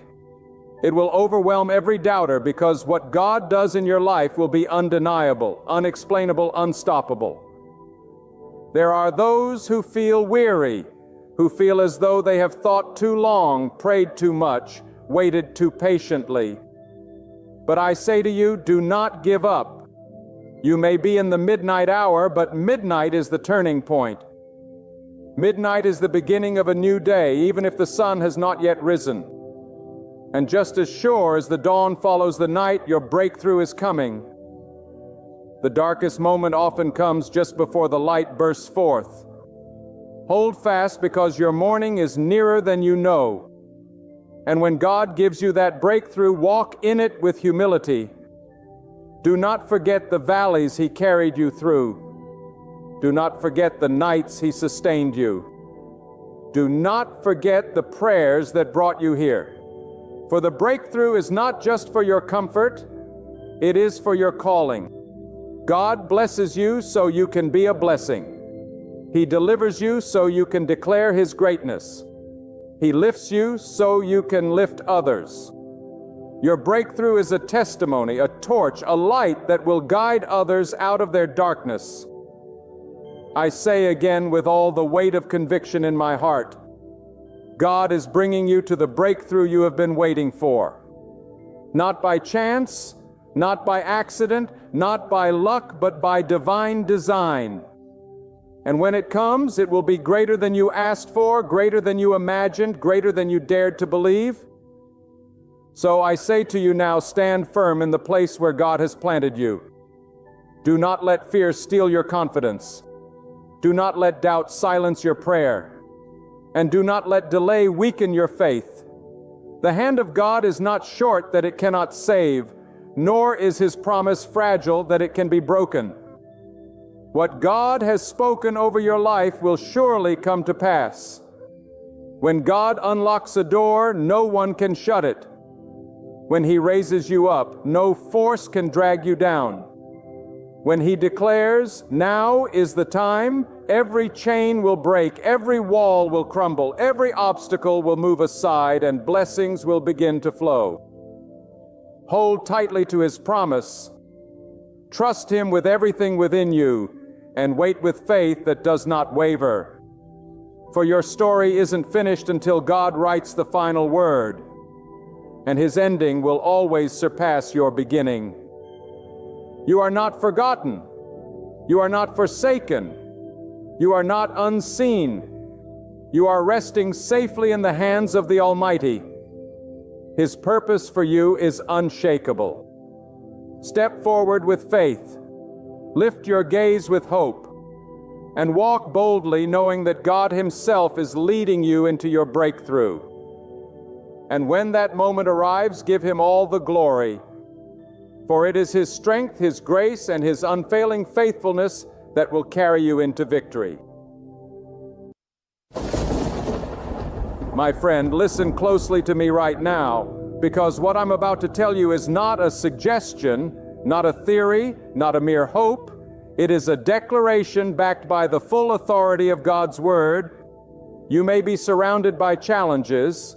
You may feel trapped by your situation. You may think the pressure is closing in, but God is already creating a way out. You do not have to live in fear. You do not have to drown in anxiety. You do not have to lose another night's sleep, because while you are worrying, God is working. While you are stressing, God is unlocking doors you haven't even seen yet. While you are weeping, God is setting the stage for a breakthrough no one can hinder. So stop stressing, because the hand of God is already in motion over your life. I know how heavy life can feel. I know the weight of burdens that press down so hard it feels like your very chest cannot rise. You may be asking, when will this end? How will I get out? Where is the answer?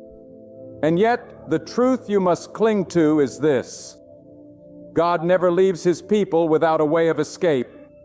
God is not blind to your pain nor deaf to your cries. He is not distant, not uncaring, not idle. Even when you cannot trace His steps, you can trust His heart. God is ahead of you, making crooked places straight, preparing rivers in the desert, and carving highways through the wilderness. You see only the problem before your eyes, but God sees the outcome. You see the storm, but God sees the rainbow. You see the prison, but God has already planned the release. Stress comes from the illusion that you must solve everything yourself, that you must carry it all on your shoulders, that the outcome depends on your effort alone. But God says, "Cast your burdens on me, for I will still sustain you." Do you hear that? God is saying, I am enough, I am your deliverer, I am your strength, I am your way out. Worry does not open doors. Prayer does. Anxiety does not solve problems. Surrender does. Fear does not change outcomes. Faith does. So stop tormenting yourself with the endless what-ifs. Stop rehearsing in your mind every possible disaster. Stop living as though God has abandoned you. God has not abandoned you. He is already making a way. Think of how many times in your past you thought it was over and thought you would not make it. Thought there was no solution, but you are still here. Why? Because God made a way then, and God is making a way now. He did not bring you this far to leave you stranded. He did not allow you to endure this long just to watch you collapse. He has been faithful yesterday. He is faithful today, and He will be faithful tomorrow. Stress is an insult to the faithfulness of God, for it whispers, God cannot handle this. But faith shouts back, God already has the answer. Stop letting your mind run wild with doubt. The battle is not yours. It belongs to God. The storm is not greater than the one who commands the winds. The darkness is not stronger than the light of God's presence. Even now, when you think nothing is happening, God is orchestrating the details, shifting the circumstances, aligning the right people, and dismantling the wrong ones. Your deliverance is already in progress. Some of you feel like you are drowning under the pressure. Bills are mounting, relationships are breaking, health is failing, and peace feels like a distant memory. You wake up tired, you go to bed restless, and the weight never seems to lift. But listen, your stress cannot change what only God can do. God does not need your worry to accomplish His will. He does not need your sleepless nights, your trembling hands, or your racing heart. What He needs is your trust. What He desires is your faith. What He commands is your surrender. Stress is evidence of misplaced trust. Faith is evidence of surrender to God's power. You may be saying, but I can't see the way out. You don't need to see it. God sees it. You may say, I don't know when this will change. You don't need to know when. God has already appointed the time. You may say, I don't know how this will work. You don't need to know how. God has already determined the method. You don't need to figure out the plan, because the plan belongs to God, and His plan is perfect, is unstoppable. His plan is already unfolding. Think about it. When a seed is planted in the ground, you don't see anything happening for a long while. The soil looks empty, lifeless, barren. But beneath the surface, something powerful is taking place. Roots are growing. The seed is breaking. Life is pushing upward. And then suddenly at the appointed time, the green shoot bursts form. That's what God is doing in your life. Beneath the surface, in ways you cannot see, He is moving, preparing, shaping, and setting the stage for a breakthrough that will astound you. Stop digging up the soil every day to check on it. Stop stressing about what you cannot see. Trust that God is at work in the invisible realm, bringing forth visible results at the right time. And when that breakthrough comes, you will see that all your stress was wasted energy. You will see that none of your sleepless nights added a single blessing to your life. You will see that the tears you cried in doubt did not open doors. Only God did. God is already doing what you could never do on your own. So why stress over what is already guaranteed by His power? The enemy wants you to live in fear. He wants you to live in panic. He wants you to live in a constant state of unrest because a restless mind cannot hear God clearly. But God calls you into peace. God calls you into stillness. When God calls you into trust, when you quiet the storm inside, you will hear His voice guiding you through the storm outside. He says, "Be still and know that I am God." That stillness is not weakness.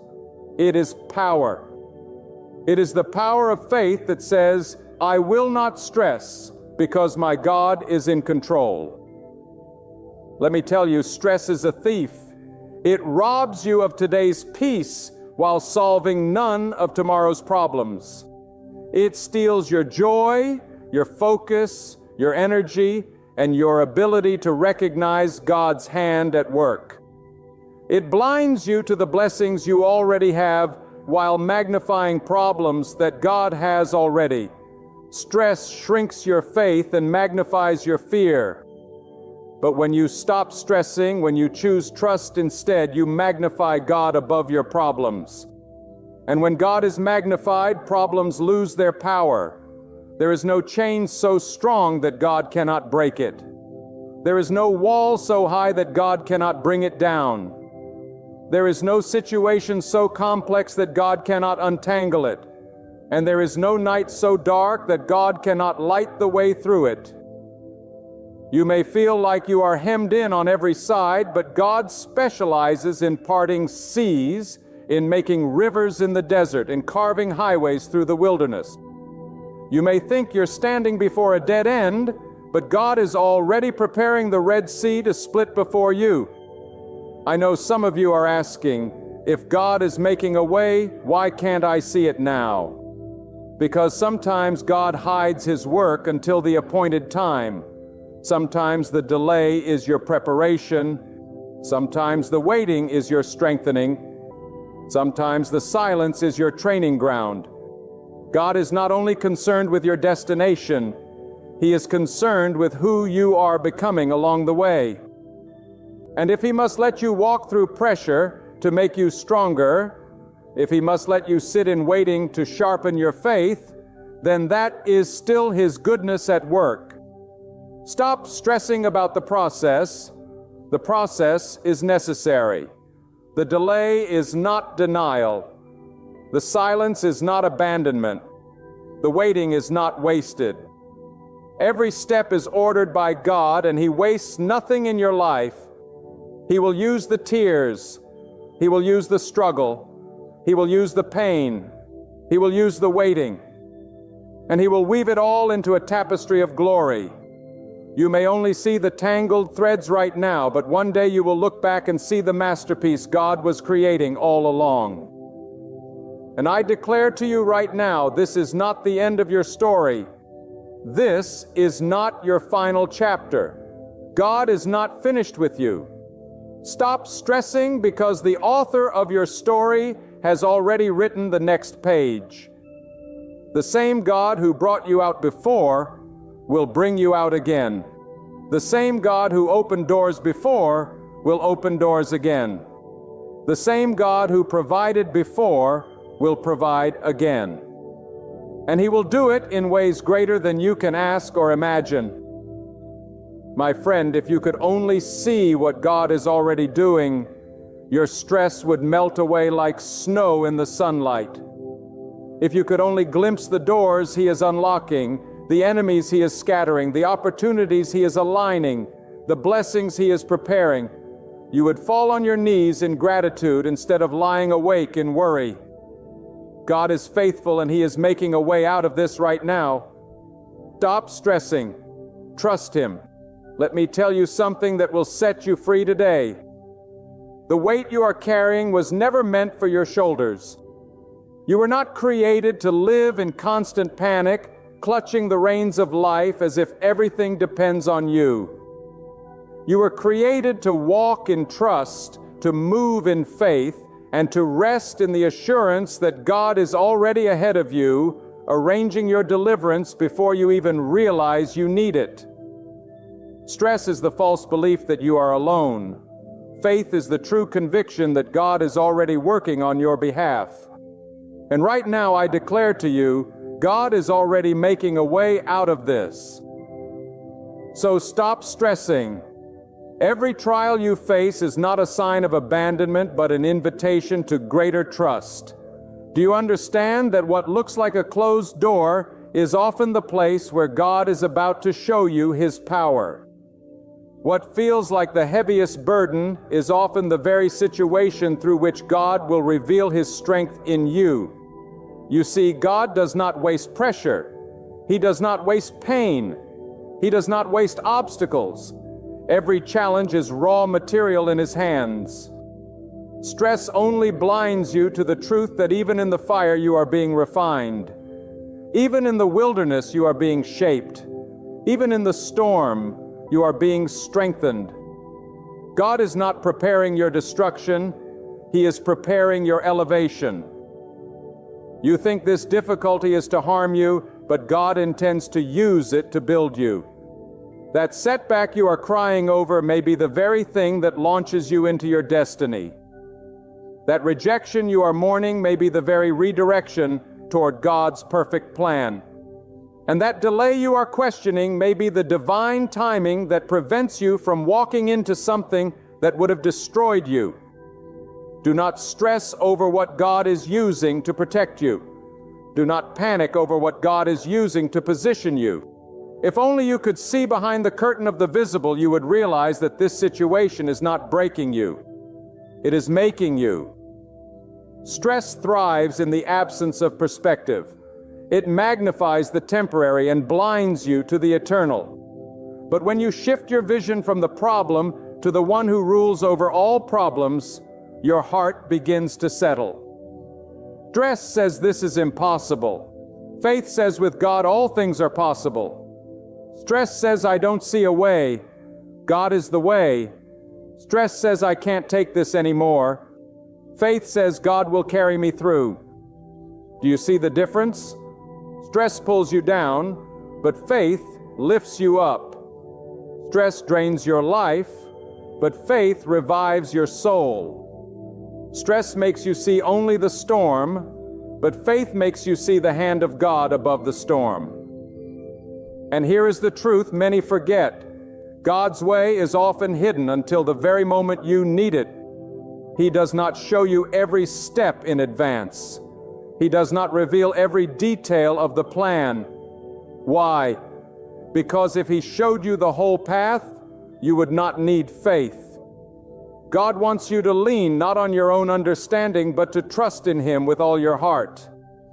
He wants you to walk step by step, moment by moment, relying not on your sight, but on His promise. The fact that you cannot see the way does not mean there is no way. It means God is teaching you to trust Him. So stop stressing about tomorrow. God is already in tomorrow. Stop stressing about the outcome. God has already secured the outcome. Stop stressing about the how. God is the how. Your part is not to worry. Your part is to believe. Your part is not to panic. Your part is to pray. Your part is not to collapse in fear. Your part is to stand firm in faith. Let God be God, and you will see doors open that no man can shut. Some of you have been living in cycles of worry for so long that you don't even know how to live without it. You wake up with worry. You carry it through the day. You lie down with it at night. But I am telling you now, God never intended for worry to be your companion, yo. His presence was meant to be your companion, yeah. His peace was meant to walk with you. His guidance was meant to steady you. The reason you feel so tired is not because the burden is too big. It's because you've been trying to carry what belongs to God. Stress will wear you out, but surrender will lift you up. Think about the eagle. The eagle does not waste energy flapping endlessly in the storm. It spreads its wings and lets the wind carry it higher. In the same way, you must learn to spread the wings of faith and let the winds of God's Spirit lift you above the storm. Stress keeps you flapping, panicking, exhausting yourself. But faith allows you to soar, to rest in the assurance that God's strength is greater than your struggle. Do not confuse motion with progress. You can run in circles of stress and never move forward an inch. You can worry, plan, calculate, overthink, and still remain stuck where you started. But when you trust God, when you release control, when you surrender the outcome into His hands, suddenly things begin to shift. Suddenly doors swing open. Suddenly burdens are lifted. Suddenly peace floods your heart.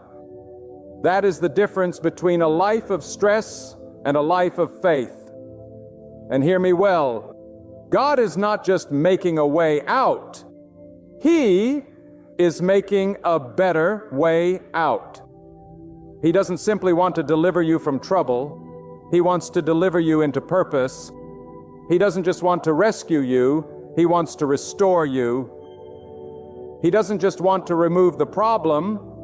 He wants to transform you through it. That is why you must stop stressing, because God's plan is bigger than the problem. His plan is greater than the opposition. His plan is deeper than your fears. And His plan will prevail. Every single thing that is against you right now is already subject to God's authority. Your enemies may think they have power, but God holds all power. Your obstacles may look immovable, but God is the one who moves mountains. Your situation may appear hopeless, but God is the God of hope. And when God says, I am making a way, no devil in hell, no scheme of man, no obstacle in life can stop Him. His word is final. His power is absolute. His plan is unstoppable. Do you realize that stress is often the voice of unbelief whispering, what if God does not come through? But faith is the voice of certainty declaring, God has already come through.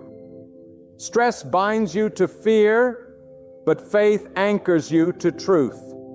You see, the problem with stress is that it magnifies the storm, but shrinks the greatness of God in your mind. Yet the storm is never bigger than God. The problem is never stronger than His power. The darkness is never thicker than His light. God is already working even when your eyes cannot perceive it, even when your heart struggles to believe it. When you wake up in the morning, the enemy wants the first thing on your mind to be your problems, but God wants the first thing on your mind to be His promises.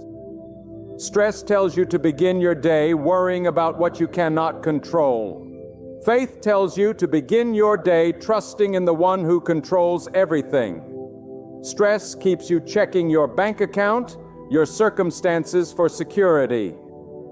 Faith keeps you lifting your eyes to the heavens because that is where your help comes from. God has never failed in His word. He has never broken a promise. He has never abandoned those who place their trust in Him. Why then should you allow stress to rule your heart when the throne of God is still occupied? Hear me well. God is not pacing the floors of heaven, wringing His hands, wondering how to solve your problem. He already has the answer. He is not scrambling to figure out how to rescue you. He has already prepared the way. He is not surprised by what you are facing. Long before you stepped into this trial, He had already written your escape. And not just any escape, but the perfect one, the one that will bring peace to your soul, the one that will silence your enemies, the one that will reveal His glory in your life. Stress also tricks you into thinking that God's silence is God's absence and all. But silence does not mean absence. Silence is often preparation. Silence is where faith is tested and trust is forged. Silence is where God works in the hidden spaces, aligning what must be aligned, shifting what must be shifted, moving what must be moved. Just because you don't hear Him does not mean He is not speaking.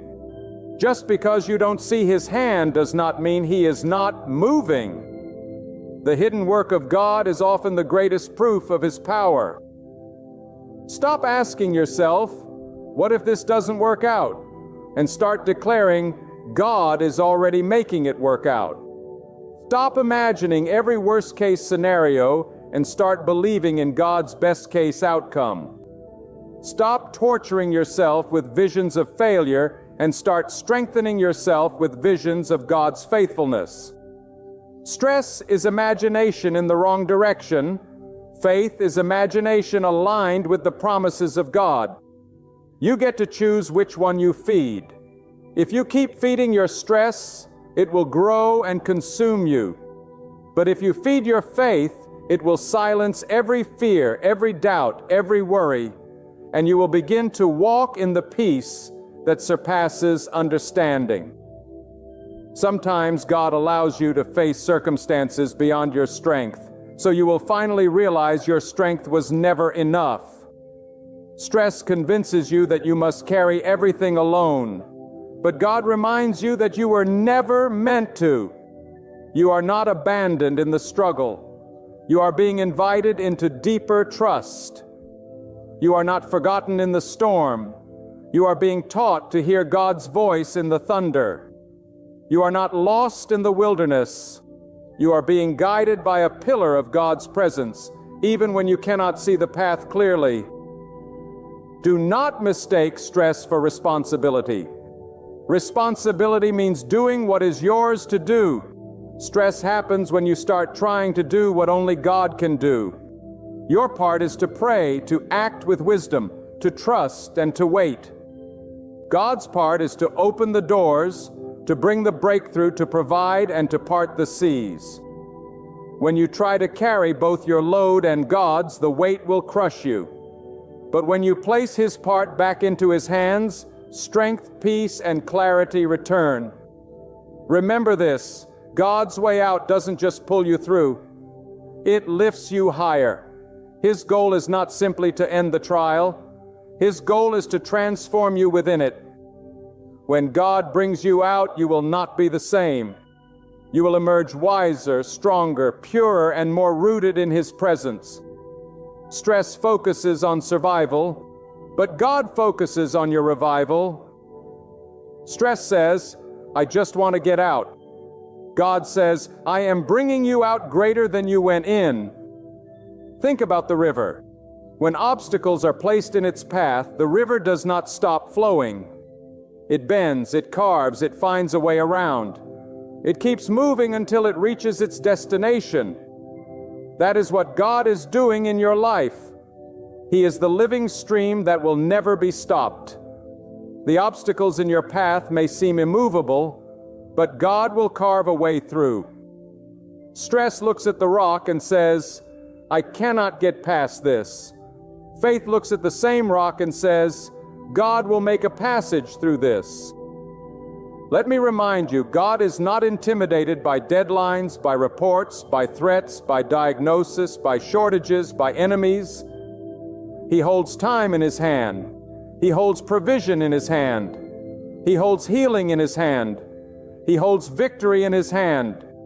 Nothing is outside His authority, and if He has already declared that He is making a way, then no force on earth or in the unseen can stand against it. Stress says, look at what's against me. Faith says, look at who is for me. And sometimes, my friend, the greatest act of faith is to rest. Rest is not laziness. Rest is trust. Rest says, I refuse to let stress dictate my life because I know God is in control. Rest is proof that you believe God is already at work. Rest is the silence that declares louder than words, my God will make a way. When you learn to rest in Him, even in the storm, even in the fire, even in the valley, you will see that His presence is enough. So stop rehearsing your fears. Stop feeding your doubts. Stop magnifying your stress. Instead, magnify God. Speak His promises over your life. Remind yourself of His faithfulness in the past. Declare His power in the present. Proclaim His victory over your future. Stress cannot remain where faith is alive, and faith cannot die where God is trusted. God is already making a way out of this. So stop stressing and start believing. Listen closely, because what I am about to tell you is not just encouragement. It is a lifeline for your spirit. Stress is not just an emotional reaction. It is a spiritual weight that tries to choke the life out of you. It whispers, "You are alone. There is no way out." But faith rises up and answers, "God has already made a way. I am not abandoned. I am not defeated. I am not trapped. My God is working right now." And when faith speaks louder than stress, chains begin to break, doors begin to open, and peace begins to flood your soul. You must understand that stress is not only dangerous to your mind, but it also poisons your body, weakens your heart, and blinds your vision. That is why the enemy loves stress, because it makes you too weak to pray, too tired to hope, too distracted to see what God is already doing. But when you shift your focus back to God, stress begins to lose its grip. God never intended for you to live bent under the weight of fear. He intended for you to live free, walking in His assurance, moving in His strength, and trusting His plan. And here's a truth you must hold on to. Sometimes God allows the pressure to increase so that you will finally release it to Him. As long as you think you can handle everything on your own, you will keep carrying the weight. But when the burden gets too heavy, when the storm gets too fierce, when the problem gets too great, that is when you finally drop to your knees and cry out, "God, I cannot carry this anymore." And it is in that moment when you surrender that you feel His hand lift the burden, His peace cover your heart, and His power make the impossible possible. Stop telling yourself that you are failing. You feel overwhelmed. You are not failing. You are being positioned. You are being brought to the very place where you must depend on God completely. And dependence on God is not weakness. It is the very source of your strength. When you lean on your own strength, you collapse. When you lean on God, you rise. Stress says, "I am not enough." Faith says, "God is more than enough." And remember this, what looks like a setback is often a setup. The closed door you are stressing over may be the very thing protecting you from disaster. The delay you are fighting against may be the divine pause saving you from walking into the wrong situation. The unanswered prayer may not be silence at all. It may be God's greater answer, one that will be revealed at the perfect time. Stress says, "This is the end." Faith says, "This is preparation." Stress says, "I am losing everything." Faith says, "God is aligning everything." You see, God is not only making a way out, He is making a way forward. He is not only rescuing you from this problem, He is leading you into greater blessing.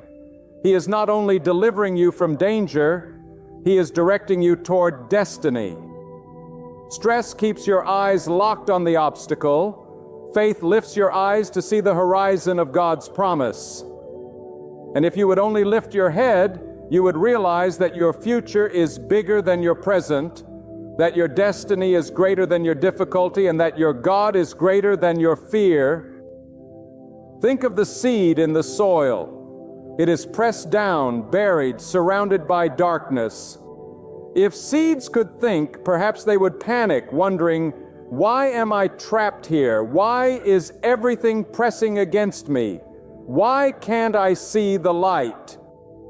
But what the seed does not realize is that the pressure, the soil, and the darkness are the very conditions for its growth.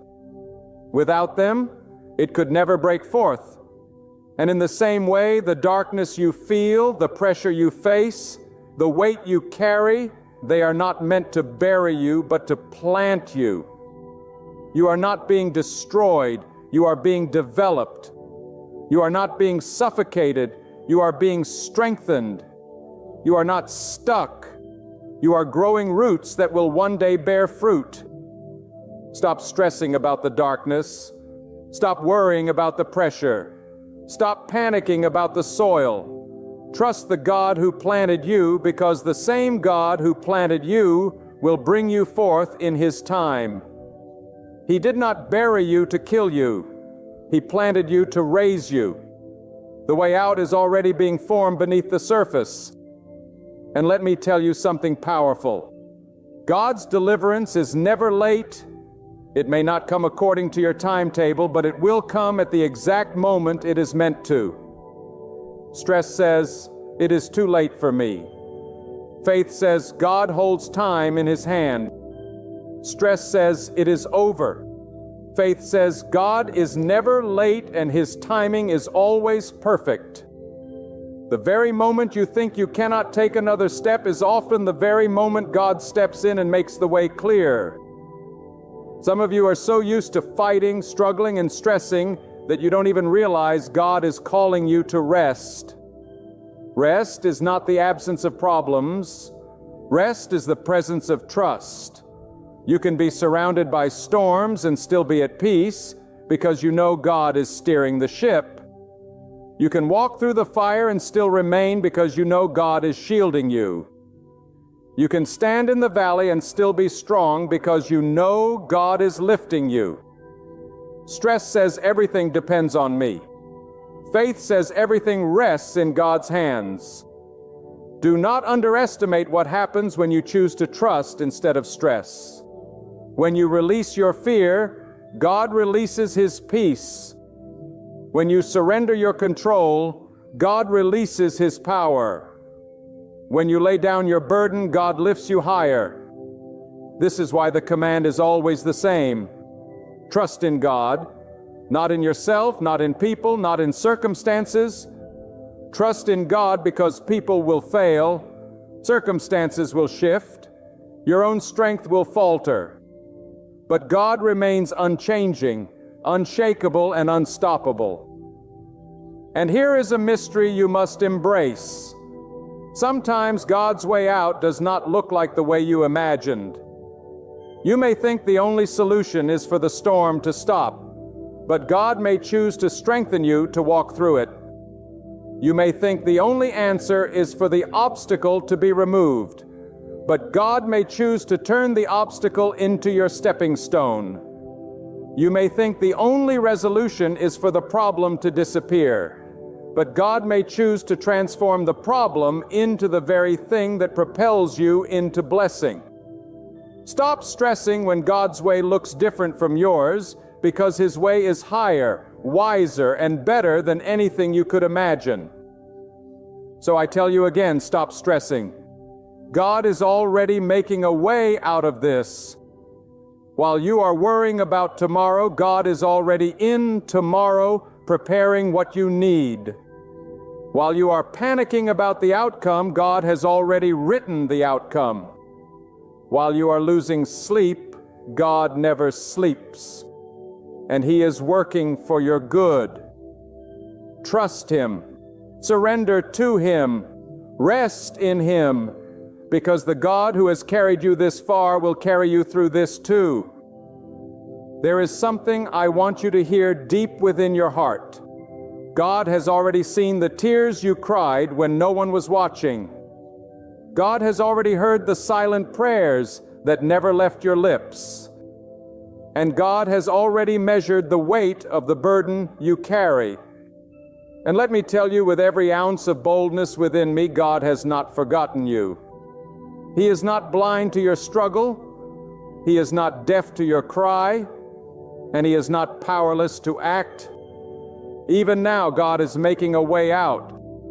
Even when your eyes cannot see it, even when your heart feels faint, even when your strength is nearly gone, the hand of God is moving behind the scenes of your life. That is why you must stop stressing.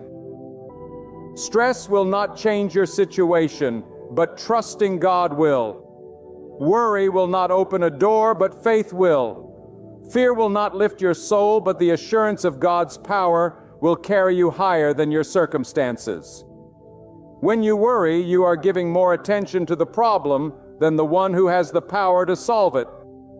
When you stress, you are putting faith in the storm instead of the one who commands the storm to be still. And I declare to you, God is not intimidated by the weight of your burden. God is not overwhelmed by the size of your enemy. God is not shaken by the obstacles standing in your way. If He could part the sea for His people when there was no bridge, if He could bring water from a rock in the middle of a desert, if He could bring light into the darkest corners of existence, then He can bring you out of this season you are in. He does not need your help to perform a miracle. He does not require your wisdom to make a way. All He asks of you is to trust Him, to rest in His power, and to release your grip on fear. The truth is, many of us are imprisoned not by the chains of our circumstances, but by the chains of our thoughts. It is the prison of worry, the cage of fear, the chains of stress that hold us back more than the reality of the problem itself. But God is the one who breaks chains. God is the one who opens prison doors. God is the one who brings freedom where there was bondage. And if you will allow Him, He will lift that weight off your shoulders. He will release you from that fear, and He will open a path you did not even know existed. That is why you must stop stressing, because your stress is an insult to the power of God. Your stress is declaring that the problem is bigger than the one who governs the universe. And I tell you now with fire in my soul, nothing is greater than God. No mountain is higher, no valley deeper, no giant stronger, no darkness thicker. God stands above it all. And when He speaks, creation bends to His will. Listen to me. Stress robs you of today by borrowing from a tomorrow that God already holds in His hands. Why would you let your peace be stolen by something that God has already settled in His plan? The birds of the air are not stressing about their food, yet God feeds them. The flowers of the field do not toil or spin in worry, yet God clothes them in beauty. And if God cares for the smallest details of creation, how much more does He care for you? You who are created in His image, you who are carried in His hand, you who are watched by His eye every moment of your life, God has already made provision for you. He has already mapped out your escape, already planned your breakthrough, already written the ending to this trial. You are simply walking through the pages of His divine story. You may think the walls around you are too strong, but God is already shaking them. You may believe the chains are too heavy, but God is already breaking them. You may feel the night is too long, but God is already sending the dawn. Do not measure your life by what your eyes see in this moment. Look with the eyes of faith and see the hand of God moving. Look with the vision of the Spirit and recognize that God is not waiting until tomorrow to act. He is working right now.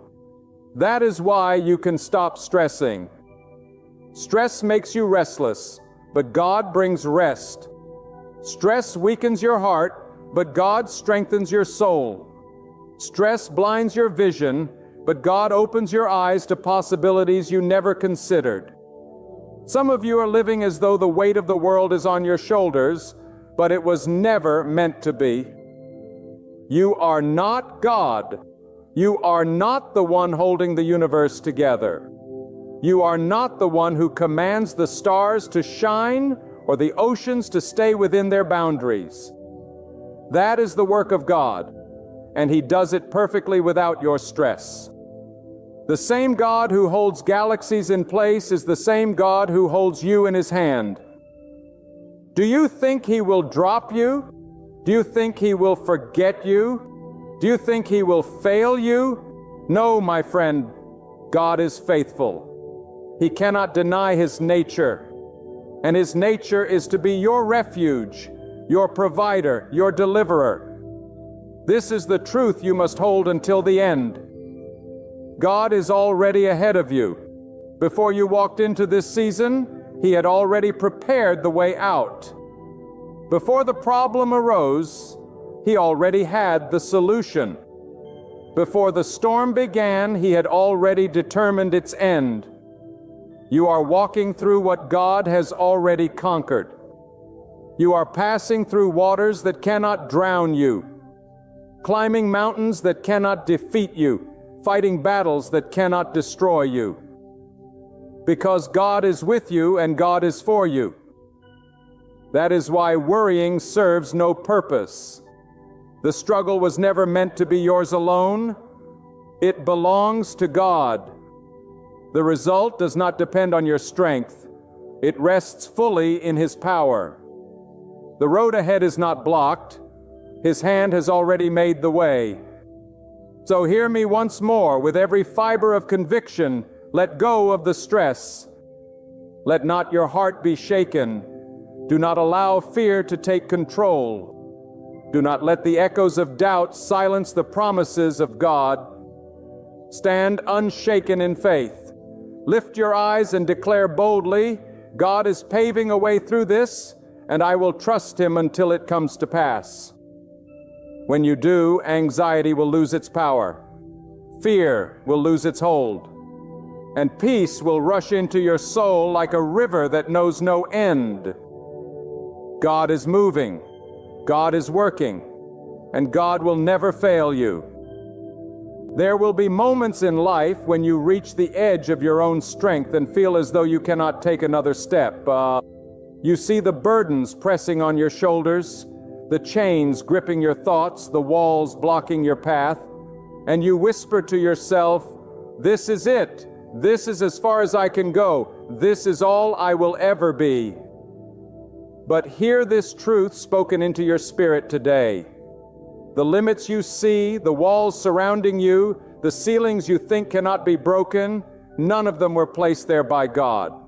They are born from fear, from doubt, from the boundaries you have unknowingly built within yourself. And with the power of faith, I tell you this, if you will surrender those limits to Him, God will shatter every barrier you once believed could never fall. You were not created for a life of defeat. You were not born to crawl in the dust of despair. You were fashioned by the very hands of God, with potential so vast, with strength so great, with possibilities so endless that no human eye can measure it. Yet the tragedy of life is that men and women live small, they live confined. Not because God has made them so, but because they have placed shackles upon their own minds and souls. God has never once said, you cannot rise. God has never once said, you cannot dream. God has never once said, you cannot overcome. Those are words we speak to ourselves when fear whispers louder than faith. And yet when you turn your eyes toward God, when you surrender those limits you have placed upon yourself, then and only then will you discover that the very chains you thought unbreakable were only illusions of your doubt. I have met people who live defeated before the battle even begins. They walk into opportunities with their heads bowed low, already convinced they will fail. They approach dreams as though they are enemies. afraid of disappointment, afraid of rejection, afraid of falling. But hear me, my friend, God never intended for His children to live in fear. Fear is the prison of your mind. Fear is the greatest thief of destiny. Fear will convince you to stay in the valley when God has prepared the mountain. Fear will whisper, "This is too much for you," when God is declaring with me, "Nothing is too much for you." Do not let fear put a limit where God has placed no boundary. The human mind is powerful, but without faith in God, it becomes a cage. How many times have you told yourself, "I am not good enough"? How many times have you looked in the mirror and said, "I do not have what it takes"? How many times have you silenced your own dream before the world even had the chance to hear it? That is not humility. That is unbelief. And unbelief is a greater enemy than any obstacle in your way. Because when you do not believe, you rob yourself of the very power God placed in you from the beginning. God never created you to speak defeat over your own life. God created you to rise with strength, to move with courage, to believe with faith, and to walk knowing that every limitation you feel is no match for His power. There are people listening right now who have buried their dreams. You once had a vision, a fire inside of you, a passion that made your heart race and your spirit leap. But over time, the voice of doubt grew louder. The words of others weighed heavier, and the mistakes of your past built walls around you. And now you live with the ashes of what once burned brightly. But hear this truth: God does not bury dreams. God resurrects them. What you thought was over, what you thought could never live again, what you thought was gone forever, God can breathe life into it once more. Do not let your own voice of doubt become stronger than God's voice of promise. He is greater than your weakness, greater than your past, greater than every excuse you have ever used to chain yourself down. The greatest battles you will ever fight are not outside of you, but inside of you. The war of the mind is where destinies are won or lost. The enemy of your soul does not have to break down your door to stop you. He only needs to whisper lies into your thoughts and let you do the rest. When you believe you cannot, you have already surrendered the fight. But when you believe that God can, that God will, that God is able, then no force in heaven or on earth can keep you bound. God removes limits not by changing who you are, but by reminding you of who He already made you to be. Every time you tell yourself, "I cannot," you are speaking words that chain your spirit. But when you declare with God, "I can," you release power into your life that no chain can hold. Some of you have been living under ceilings of your own construction. You have told yourself you cannot go higher, you cannot do better, you cannot reach further. But those ceilings are not real, they are shadows of your doubt. God is saying to you today, lift up your head, tear down the ceiling, walk in faith, step into the wide open space I have prepared for you. Think of the mighty river that flows from the mountain. No rock, no bend, no obstacle can hold it back. It may be slowed. It may change direction, but it will always find its way forward. That is what a life with God is meant to be. You may encounter setbacks. You may face detours. You may stumble and fall. But when you trust in God, your destiny will keep flowing. The river does not stop because of a stone, and you must not stop because of a challenge. Do not let a moment of failure define the rest of your life. God has greater waters ahead, and He will remove every rock, every barrier, every wall if only you will keep moving in faith. I speak to those who have been told by others, "You cannot do it." Let me tell you something. God does not consult the opinions of men when He creates your destiny. God does not need the approval of your critics to bless your life. God does not measure your worth by the standards of society. When people say you are not enough, God says, I am enough through you. When people close doors in your face, God says, I will open doors no man can shut. When people place limits upon you, God declares, my power has no limit, and I will work through you if you trust me.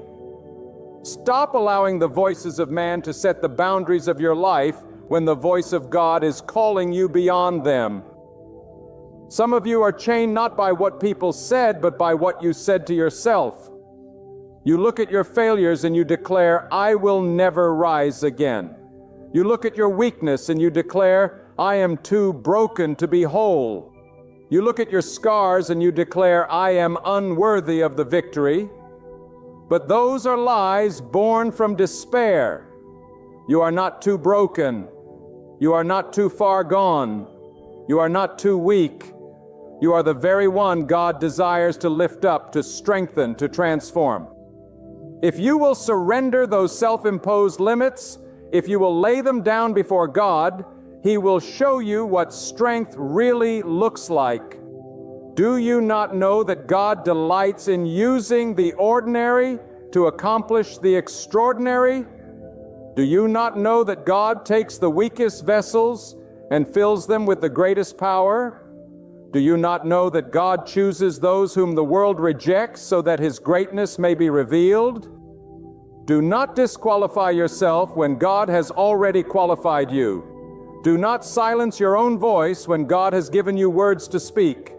Do not shrink back in fear when God has called you to stand in courage.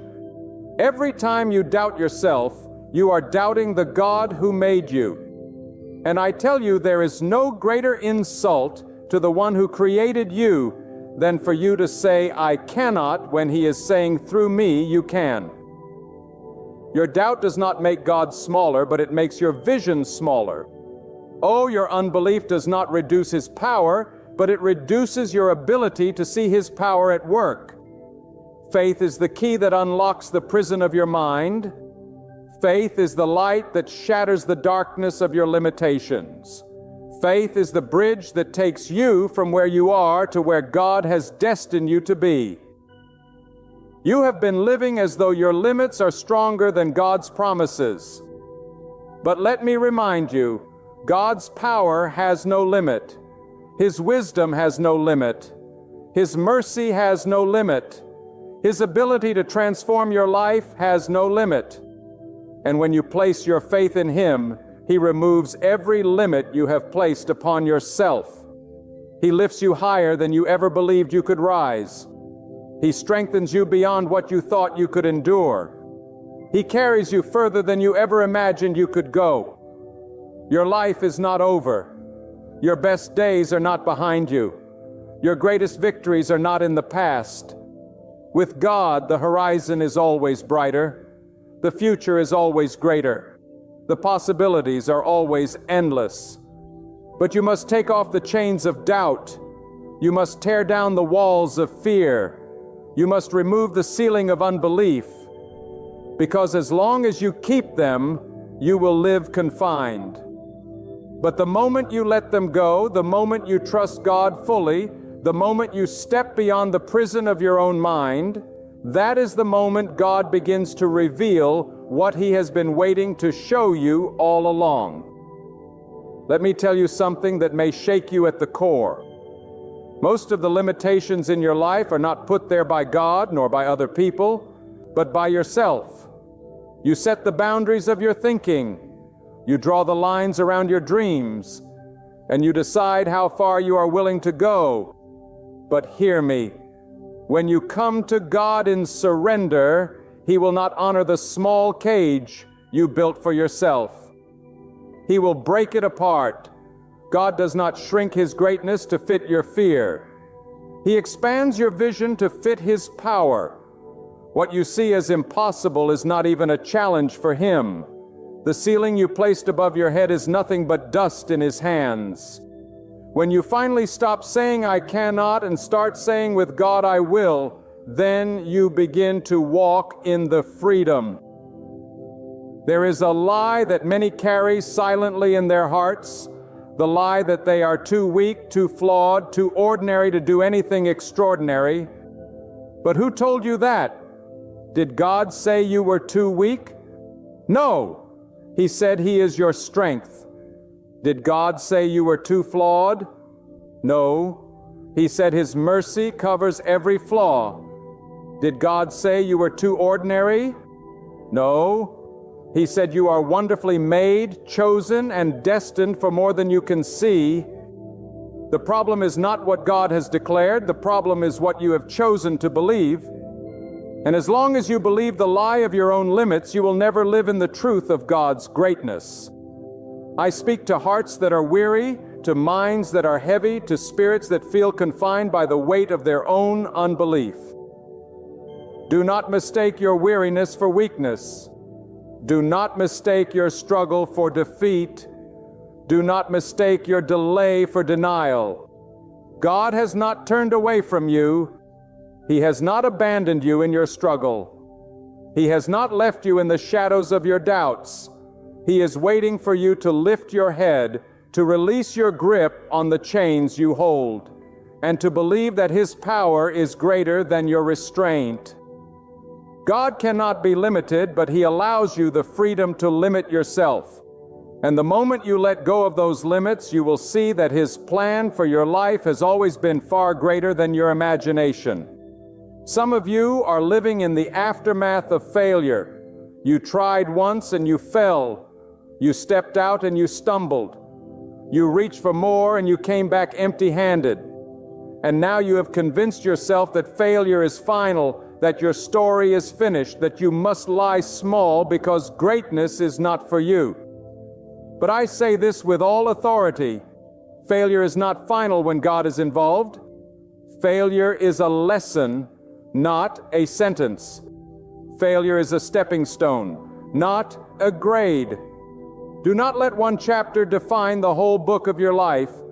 God has written a story for you that is filled with redemption, filled with triumph, filled with promise, but you will never know its power if you allow the ink of doubt to blot out the words of hope. Others among you are trapped by the voices of your past. Maybe you were told you would never succeed. Maybe you were told you were not enough. Maybe you were told to stay in your place, to shrink, to settle, to live quietly in the shadow of others, in hardship, so I must remain in hardship. I was abandoned, so I must always live in loneliness. That is a lie born from despair. Where you began is not where you must end. The valley you came from does not determine the mountain you can climb. The wounds of your past do not determine the victories of your future. God delights in lifting the lowly, in raising the broken, in strengthening the weary. If you believe your circumstances are stronger than your destiny, you have believed wrongly. God is greater than your beginnings. He is greater than your pain. He is greater than the chains of your past. And He will remove every limit if you dare to trust Him beyond what your eyes can see. Too often we measure ourselves against others and call it truth. We look at their success and say, I can never be like that. We look at their strength and say, I am too weak. We look at their blessing and say, God has forgotten me. But God never asked you to measure yourself against anyone else. Your journey is your own. Your calling is your own. Your purpose is your own. Comparison is another limit you place upon yourself, and it will rob you of joy, rob you of peace, and rob you of destiny. When you look at others, you see what God has done for them. But when you look to God, you will see what He can do for you. Stop comparing. Stop shrinking. Stop doubting. God has given you a life to live, a purpose to fulfill, a destiny to walk in. And when you trust Him, no comparison can diminish it. Hear me when I say you will never outdream God. No matter how great your vision, no matter how vast your hope, no matter how bold your desire, God's plan is always greater. He sees further than you see. He knows more than you know. He is able to do beyond what your mind can comprehend. And so if your dreams are limited, it is not because God gave you small dreams. It is because you stopped yourself from dreaming bigger. Open your heart again. Dare to believe again. Dare to hope again. Dare to step out in faith, not because you are strong enough, but because God is. Every day you wake up, you face a choice. Will you live bound by fear, or will you live free in faith? Will you believe the lies of your limits, or will you believe the truth of God's power? Will you shrink back into the cage of your own making, or will you step forward into the wide open field of God's promise? The choice is yours, but the power is God's. And when you choose faith, when you choose courage, when you choose to believe that God is greater than your limits, then nothing can stop you. Do not think for a moment that God desires for you to live a life of mediocrity, trapped in chains of doubt and fear. No, God desires abundance, fullness, freedom, and victory for His people. He is not glorified in your defeat. He is glorified in your triumph. He is not magnified in your despair. He is magnified when you rise from despair into hope. He is not honored when you hide in fear. He is honored when you walk boldly in faith. Do not dishonor the greatness of God by living small. Live wide. Live free. And when the storms come, and they will come, do not see them as proof of your limits. See them as opportunities for God to show His power.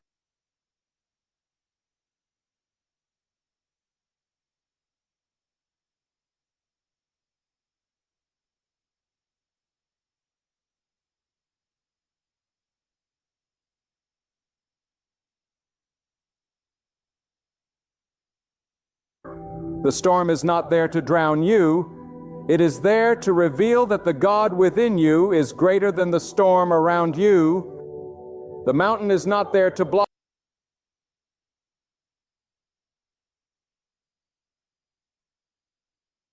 you. It is there to reveal that with God you can climb higher than you ever imagined. The challenge is not there to defeat you. It is there to prove that the strength of God in you cannot be broken. What you see as a limit, God sees as an opportunity. What you see as an end, God sees as a beginning. There comes a time when you must look in the mirror of your soul and ask yourself, who told me I could not? Who told you that the dream in your heart was too great? Who told you that your weakness was permanent? Who told you that your failures had to define you forever? It was not God. God never whispered defeat into your ear. God never stamped impossibility across your destiny. Those words came from your fear, your doubt, and your wounds, Kron. But the voice of God is different. The voice of God calls you upward, outward, forward. The voice of God tells you that there is no chain too strong, no wall too high, no burden too heavy, no obstacle too great. The voice of God says, trust me, and I will remove every limit you placed upon yourself. When you walk with God, you are walking with the author of possibility. What you call the end, He calls the beginning. What you call broken, He calls a masterpiece in progress. What you call weakness, He calls an opportunity for strength to be revealed. God does not look at you through the eyes of man. Man sees your flaws, but God sees your potential. Man sees your limits, but God sees your future. Man sees your failure, but God sees the victory He has already prepared for you. And when you align your vision with His, when you stop looking at yourself through the eyes of doubt and start seeing yourself through the eyes of God, then you will understand that the limits you believed were permanent were nothing but shadows ready to be scattered by His light. Too many live like prisoners, though the door of the cell has been left wide open. They sit in the corner bound by invisible chains, convinced that they cannot leave, when all the while God is calling, step out. The door is open. The walls around you may look real, but they are walls built of fear, not of stone. They are walls built of your own words, your own thoughts, your own hesitation. Tear them down with faith. Tear them down with courage. Tear them down with the truth that God has made you for more. Stop living as though the prison of your mind is stronger than the power of the Almighty. Do not mistake this truth. Limits will always stand before you. Every dream will be tested. Every step toward growth will meet resistance. Every longing for greatness will walk through fire. But the limit itself is not your enemy. The real question is whether you choose to see it as final or hand it over to God and watch Him clear it from your path. Some of you stopped right before the breakthrough. You reached the wall and decided to rest. You stood before the river and turned away. You faced the storm and ran for shelter. But God never told His people to retreat. He calls His people to press on even when their strength feels small. Even when the road is unclear, even when fear is shouting loud, He commands you to trust that He alone will move the wall, divide the waters, and still the raging storm. And hear this clearly. Sometimes the limit you feel is not outside of you, but inside of you. It is the voice in your mind that says, you cannot. It is the whisper in your spirit that says, you are not enough. It is the doubt that grows louder every time you try. But God did not place that voice within you. That voice is the echo of fear, not the truth of faith. Replace that voice with the Word of God that says, I am with you. I will strengthen you. I will uphold you. Let His truth silence every lie. Let His power drown out every doubt. Let His presence drive away every shadow. There are some who think if God wanted me to rise higher, He would have made it easy. But my friend, God does not shape greatness through ease. He shapes greatness through resistance. Just as the wind shapes the tree, just as the fire refines the gold, just as the storm strengthens the roots, so too does God allow challenges to shape you. The limit is not meant to break you. It is meant to make you stronger. The wall is not there to end your journey. It is there to prove the strength that God has already placed in you. If you would stop seeing limits as barriers and start seeing them as teachers, you would understand that every challenge is a message from God, saying there is more in you than you think. Think of the eagle. It does not fear the storm. It uses the storm to rise higher. While other birds hide from the wind, the eagle spreads its wings and lets the very force others fear become the force that carries it upward. That is what God calls you to do. Do not run from the storms of life.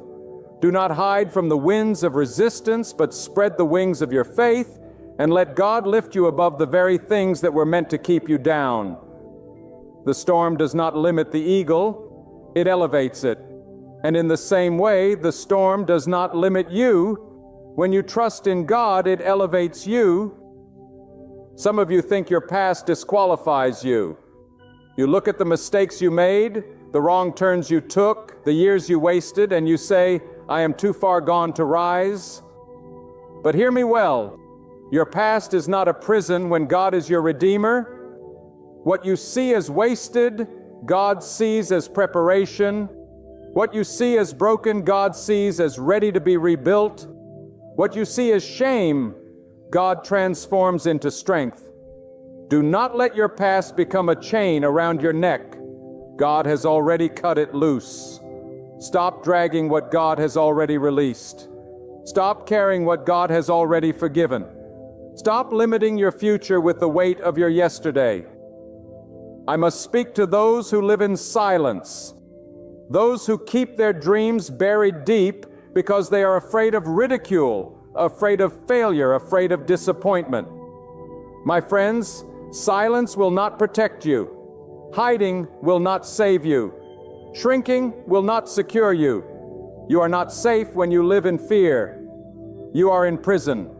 The only safety is in the arms of God, and the only freedom is in the courage to live the life He has given you without restraint.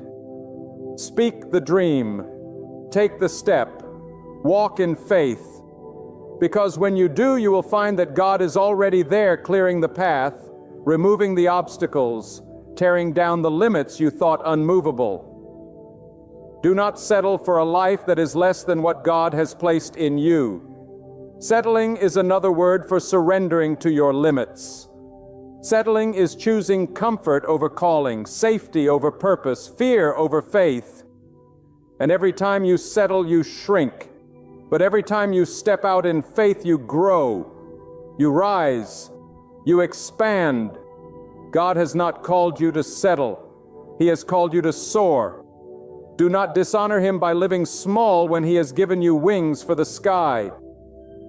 Every limit you break through becomes a testimony to someone else.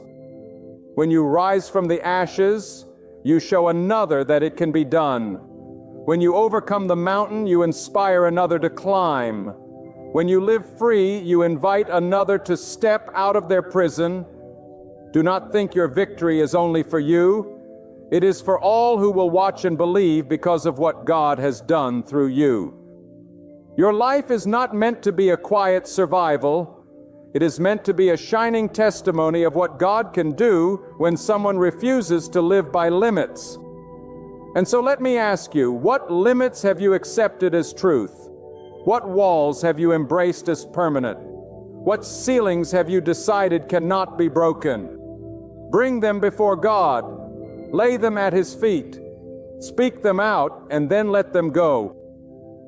Because the moment you place them in His hands, He begins to remove them. And when He removes them, you will find yourself running where you once crawled, soaring where you once stumbled, rejoicing where you once wept.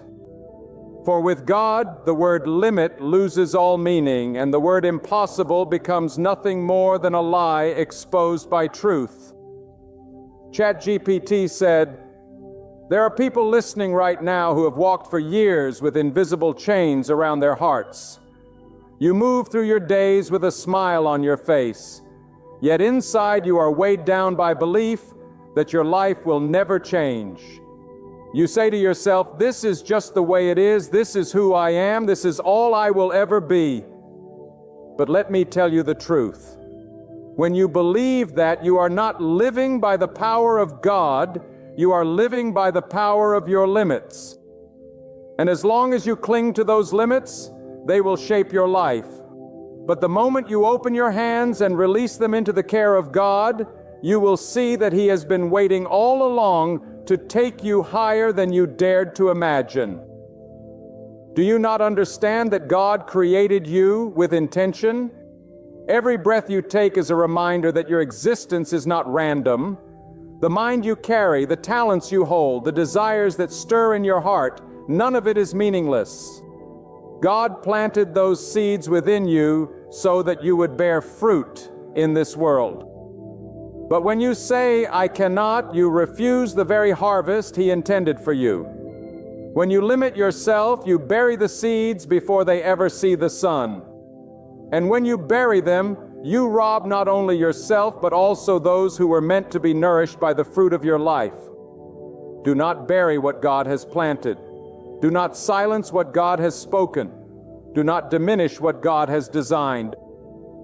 Some of you carry the weight of impossibility because you are trying to carry it all by yourself. You measure your strength against the size of the mountain, and you say, I will never climb it. You measure your wisdom against the size of the problem, and you say, I will never solve it. You measure your resources against the size of the dream, and you say, I will never reach it. And yes, if it were only you, you would be right. But it is not only you, it is God through you. And when God is with you, the mountain is not too high. The problem is not too complex. The dream is not too far. Do not measure your destiny by your power. Measure it by God's power. There is a reason that people who trust God live differently. They walk into storms with peace. They step into uncertainty with courage. They face challenges with hope. It is not because they are stronger than others, but because they know that God is greater than the storm, greater than the uncertainty, greater than the challenge.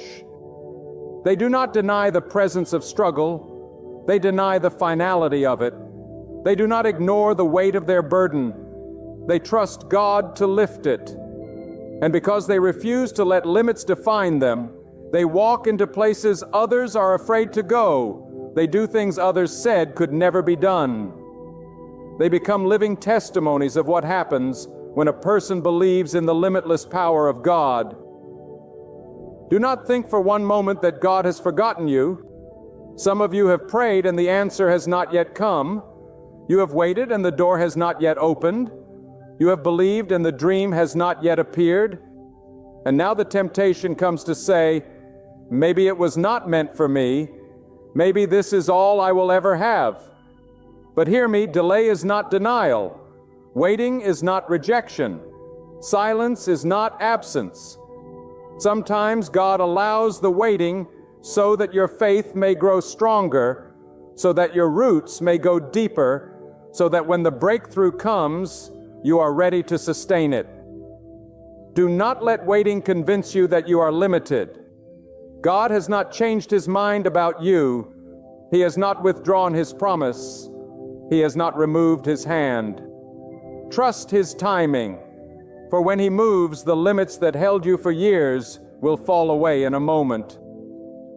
Some of the greatest chains people carry are not seen on their hands or feet, but are wrapped around their minds. Chains of doubt, chains of insecurity, chains of shame, chains of fear. And these chains are heavier than any iron, stronger than any steel, more confining than any prison. Because if your mind is bound, your life will be bound. But if your mind is free, your life will be free. That is why you must renew your thinking, not with your own words, but with the truth of God. Fill your mind with the knowledge that He is your strength, He is your guide, He is your provider, He is your shield, He is your freedom. And the more you meditate on His greatness, the weaker your chains become until one day they snap and fall to the ground. Let me tell you, the enemy of your destiny is not the size of your obstacle. It is the size of your unbelief. Because the truth is, the obstacle may look great, but God is greater.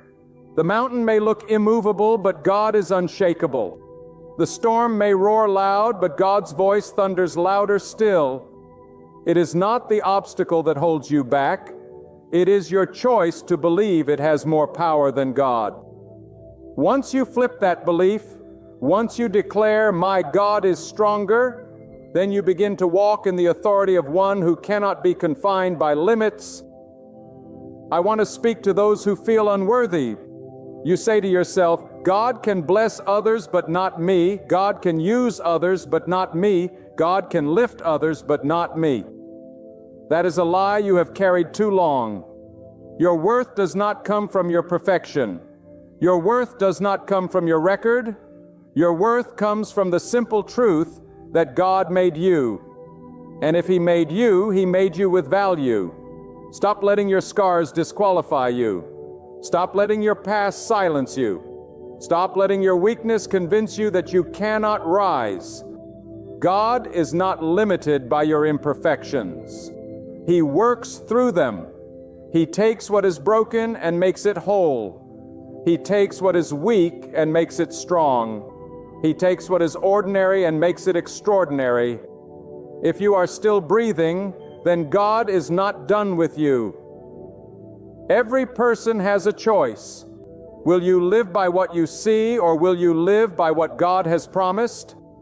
If you live only by what you see, you will always be limited. You will see the obstacle and stop. You will see the storm and turn back. You will see the desert and give up. But if you live by what God has promised, then you will move forward even when the path is unclear. You will press on even when the night is long. You will endure even when the weight is heavy, because you know that God's promise is not bound by what you see. And those who live by His promise, not by their sight, are the ones who break through the limits and become living proof that nothing is impossible with Him. And so I declare to you, rise up. Do not let another day go by with chains around your soul. Do not let another sunrise meet you while you are still living small. Do not let another night fall with your dreams buried in the ground. Rise up and believe that God is greater than your limits. Rise up and trust that He will remove every wall, every chain, every barrier you have placed on yourself. Rise up and walk into the wide open freedom He has prepared for you. Because the truth is, the only thing standing between you and the life God intended is the belief that you cannot. Replace that with the truth that through Him you can, and you will see a life beyond limits unfold before your very eyes. There is a moment in every human heart when doubt begins to whisper, when fear begins to creep in, and when the voice of limitation seems louder than the voice of hope. But I tell you with all the authority of truth, God did not create you to live under the weight of chains you built yourself. He did not breathe His life into you only for you to surrender to the bars of self-doubt, fear, and hesitation. He is the one who can remove every limit you have placed upon your own soul. For where your strength ends, His power begins. What you see as a wall, He sees as dust that can be blown away with a single word. What you call impossible, God calls small. Every time you tell yourself, I cannot, you are not describing the reality of God's power, but only the frailty of your own vision. You are speaking from the language of human weakness, not the language of divine strength. And when you cling to those words long enough, they become chains. They become a prison. But God in His mercy breaks the very locks you put on the doors of your own destiny. He does not wait for your permission to be God. He only waits for your faith to align with His greatness. And when you allow Him to take control, the walls you thought were too high begin to crumble. The oceans you thought were too wide begin to part. And the ceilings you thought were fixed begin to shatter. There are countless lives today that live in quiet defeat, not because God has withheld His blessings, but because they have believed the lies of limitation. They measure their future by their past failures. They judge their worth by the opinions of others. They shrink their dreams down to the size of their fears. But I say to you, when God has written your story, no failure defines it, no critic can erase it, and no fear can silence it. The same God who stretched out the heavens and set the stars in place has never once needed permission from your doubts to make you victorious. Think about the power of the human mind when surrendered to God. A single idea gifted by Him can build nations, can heal generations, can turn weakness into strength. Yet how often do we bury those God-given ideas beneath the soil of hesitation? How often do we silence the very calling that could change everything because we fear the size of the mountain? But hear me clearly. The mountain was never meant to intimidate you. It was meant to reveal the power of God to move it. The barrier was never meant to end your journey. It was meant to showcase that His hand can lift you above it. When God is for you, even your mistakes cannot keep you down. Even your past cannot chain you. Even your own weakness cannot destroy you. For what you call weakness, He calls opportunity. What you call broken, He calls ready for His touch. What you call a limit, He calls a platform for His glory. Every limit you accept is an insult to the one who knows no bounds. Every ceiling you build is a shadow compared to His endless sky. And every excuse you make is powerless against His eternal decree. Do not underestimate what God has put inside you. The very breath you carry is not your own. It is His gift. And if He has given it, then He has also given purpose. That means you are not wandering without direction. Even if your eyes cannot yet see the path, the limits you see are temporary. The strength He gives is eternal. The storm you face is passing. The victory He promises is forever. I must warn you, if you live your life only by what your eyes can see, you will never rise above the limits of this world. But if you choose to live by what God has spoken, you will walk on waters that others sink in. You will climb mountains that others surrender to, and you will see possibilities where others see only impossibilities. For God does not speak in terms of limits. He speaks in terms of abundance, power, and victory.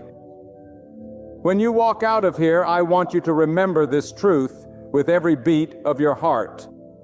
God has never designed you to be small, defeated, or chained by the walls you've built for yourself. He has called you higher.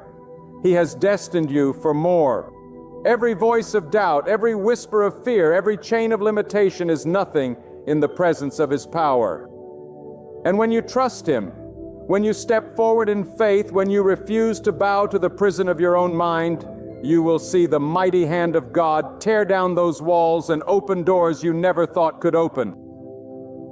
Do not walk away carrying the same boundaries that held you when you arrived. Leave them behind. Release them. Allow God to reveal what unfolds when faith outweighs fear. When obedience rises above hesitation, when trust stands taller than doubt, He will lift you out of the valley and set your feet upon higher ground. He will take your shattered pieces and shape them into power. He will expand your vision beyond what your mind could ever conceive. The world may label you bound, but God calls you free. The world may see weakness, but God declares strength. The world may assume your story has ended, but God says it has only just begun. Lift your gaze toward Him and see how He breaks every ceiling, tears down every wall, unshackles every chain, and shatters every limit you once believed. For with God there are no boundaries, no barriers, no impossibilities, only victory. There comes a time in every life when the road you're on starts to feel like confinement instead of calling. You wake up each day with a quiet ache in your heart, sensing that something is missing, that the ground beneath you no longer feels like the place God meant for you to stay. You may wear a smile, but deep down you know there's a silent cry within you, a cry for direction, a cry for freedom, a cry for a fresh beginning. And hear me clearly, this cry is not your imagination. It is not weakness, and it is not confusion. That cry is God's whisper in your soul. He is saying, you need a new path, and I am the one who will lead you there. So many of you listening have walked for years down the same road, repeating the same choices, circling the same mountains, never finding peace in your spirit. You've tried to convince yourself that this is the only way life can be, that this is all you deserve. But deep within you, a still small voice keeps saying, this is not where you were meant to stay. God has seen every tear you've shed in silence. He has watched every restless night when sleep would not come because your soul was unsettled. And He has heard every unspoken question in your heart. Is there more for me? Is there a better way? Can I ever change direction? And His answer is yes. Not only can you, but you must. Because when God sees that you need a new path, He does not leave you where you are. He calls you to rise, to move, and to step into the destiny He designed for you long before you took your first breath. You see, the danger of staying on the wrong path is not just wasted time, it is wasted life. And life is too short, too precious, too sacred to be squandered on roads that lead nowhere. Many of you are clinging to a path that God has already told you to leave. You are holding on to relationships that poison your spirit, to habits that chain your future, to fears that paralyze your potential. And as long as you keep walking down the road of compromise, defeat, and disobedience, you will never taste the fullness of what God created you to experience. That is why He shakes your world. That is why He disturbs your comfort. That is why He will not let you feel settled in a place that was never meant to be your home. Because God loves you too much to let you die on the wrong path. And some of you know exactly what I mean. You thought you were losing everything when that door closed, when that person left, when that plan failed. But what you thought was lost was actually protection. What you thought was the end was really the beginning. Because God knew that if He allowed you to keep walking the same road, you would destroy yourself. So He disrupted your direction, not to punish you, but to prepare you, not to break you, but to build you, not to push you down, but to lift you up. God knew you needed a new path, and He is still calling you to follow it today. But here is the question: will you listen? Because the tragedy of life is not that God refuses to lead us. The tragedy is that we refuse to follow. God has been speaking to you in ways you cannot deny. Through circumstances, through challenges, through the deep unrest in your heart, He has been saying, "This road ends here. It is time to turn." But too many of us close our ears to His voice because we are afraid of the unknown. We cling to what is familiar. Even when it is killing us, we would rather walk in circles on a broken road than step out in the uncertainty of faith. But hear me tonight. The path God calls you to may be unfamiliar, but it is never unsafe. It may feel uncertain, but it is never unwise. If God calls you to it, He has already gone before you, and every step you take in obedience will lead you closer to the life He intended. Do not confuse comfort with calling. Do not confuse survival with success. You may be surviving on the path you're on, but you're not thriving. You may be moving, but you're not advancing. You may be busy, but you're not fruitful. And God did not create you just to exist. He created you to live with purpose, to walk in His light, to become all that He designed you to be. That is why He is calling you to a new path, because your old one cannot carry the weight of the future He has prepared for you. I want you to think about this. Every great turning point in life begins with a moment of decision.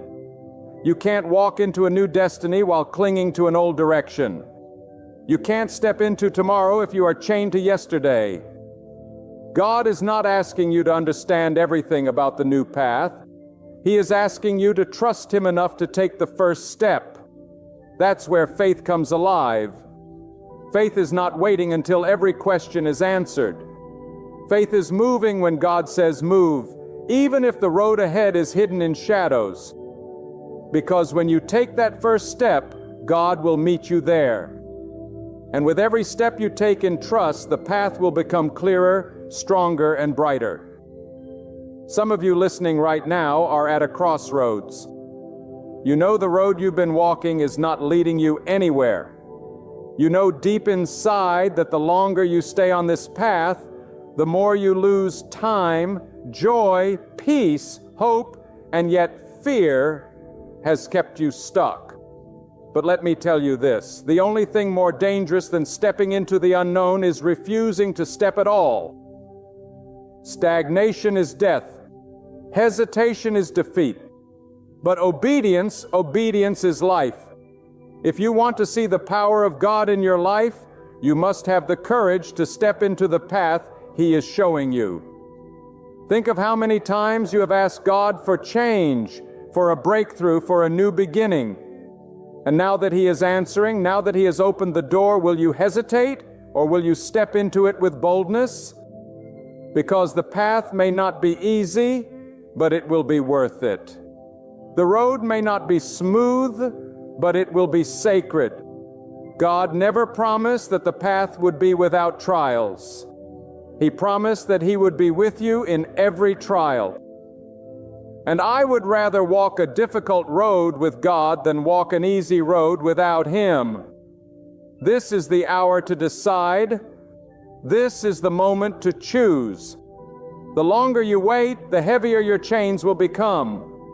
But the moment you turn your feet toward the path God has set before you, the moment you surrender your way for His way, the moment you stop resisting and start following, you will discover a freedom you have never known. Because the will of God will never lead you where His power cannot sustain you.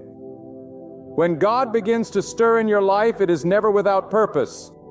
The uneasiness you feel, the dissatisfaction with the path you're on, the longing for something more, these are not accidents.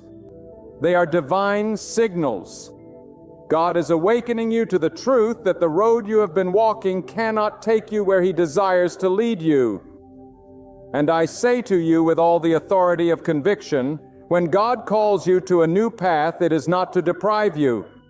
It is to deliver you. It is not to strip you of joy, but to restore it. It is not to destroy your plans, but to replace them with His greater plan. The path you cling to now may be comfortable, but it is also confining. God does not call you to comfort. He calls you to transformation. And transformation requires change. It requires courage. It requires stepping into the unknown, knowing only that God Himself goes before you. There are some listening right now who have mistaken delay for denial.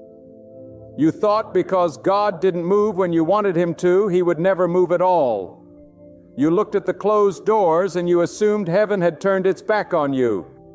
But let me declare to you tonight, God's silence is not His absence. His timing is not your timing. And just because He allowed you to walk a season of wilderness does not mean He has abandoned you. Sometimes God lets you taste emptiness so that you will hunger for the fullness only He can provide. Sometimes He allows your path to dry up so you will stop drinking from broken wells and turn your face toward the living water that never runs out. What you call delay, God calls preparation. What you see as wasted years, God sees as training ground. And the moment He knows you are ready, He will open before you a new path that no force on earth can shut. But do not think for a moment that the new path will be without challenge. Every divine path demands sacrifice. Every step closer to God's plan pulls you farther away from what is familiar, what is easy, what is safe. And many fail to walk the new path because they cannot let go of the old one. They want the blessing without the breaking, the promise without the pruning, the destiny without the discipline. But hear me clearly, God will not build your future on foundations that cannot carry the weight of His glory. If you refuse to release what is killing you, you cannot receive what will heal you. If you cling to the chains of yesterday, you cannot embrace the freedom of tomorrow. A new path requires a new surrender. And when you lay down your will for the will of God, when you release your grip on what you thought you needed, then and only then will you have hands open enough to receive what He has prepared for you. I tell you with passion and certainty, there are blessings God is waiting to give you that cannot come until you move.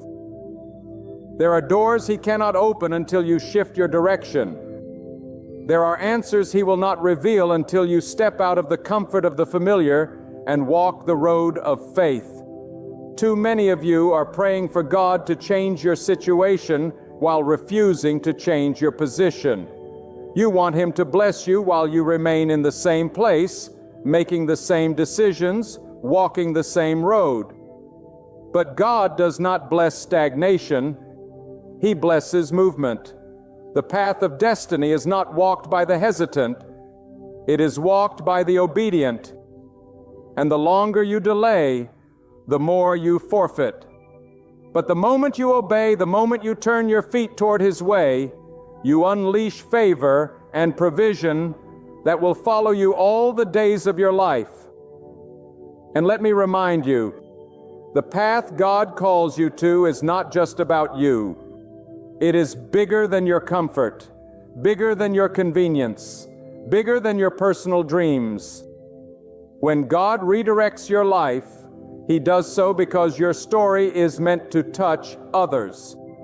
Your journey is meant to shine light for those still wandering in darkness.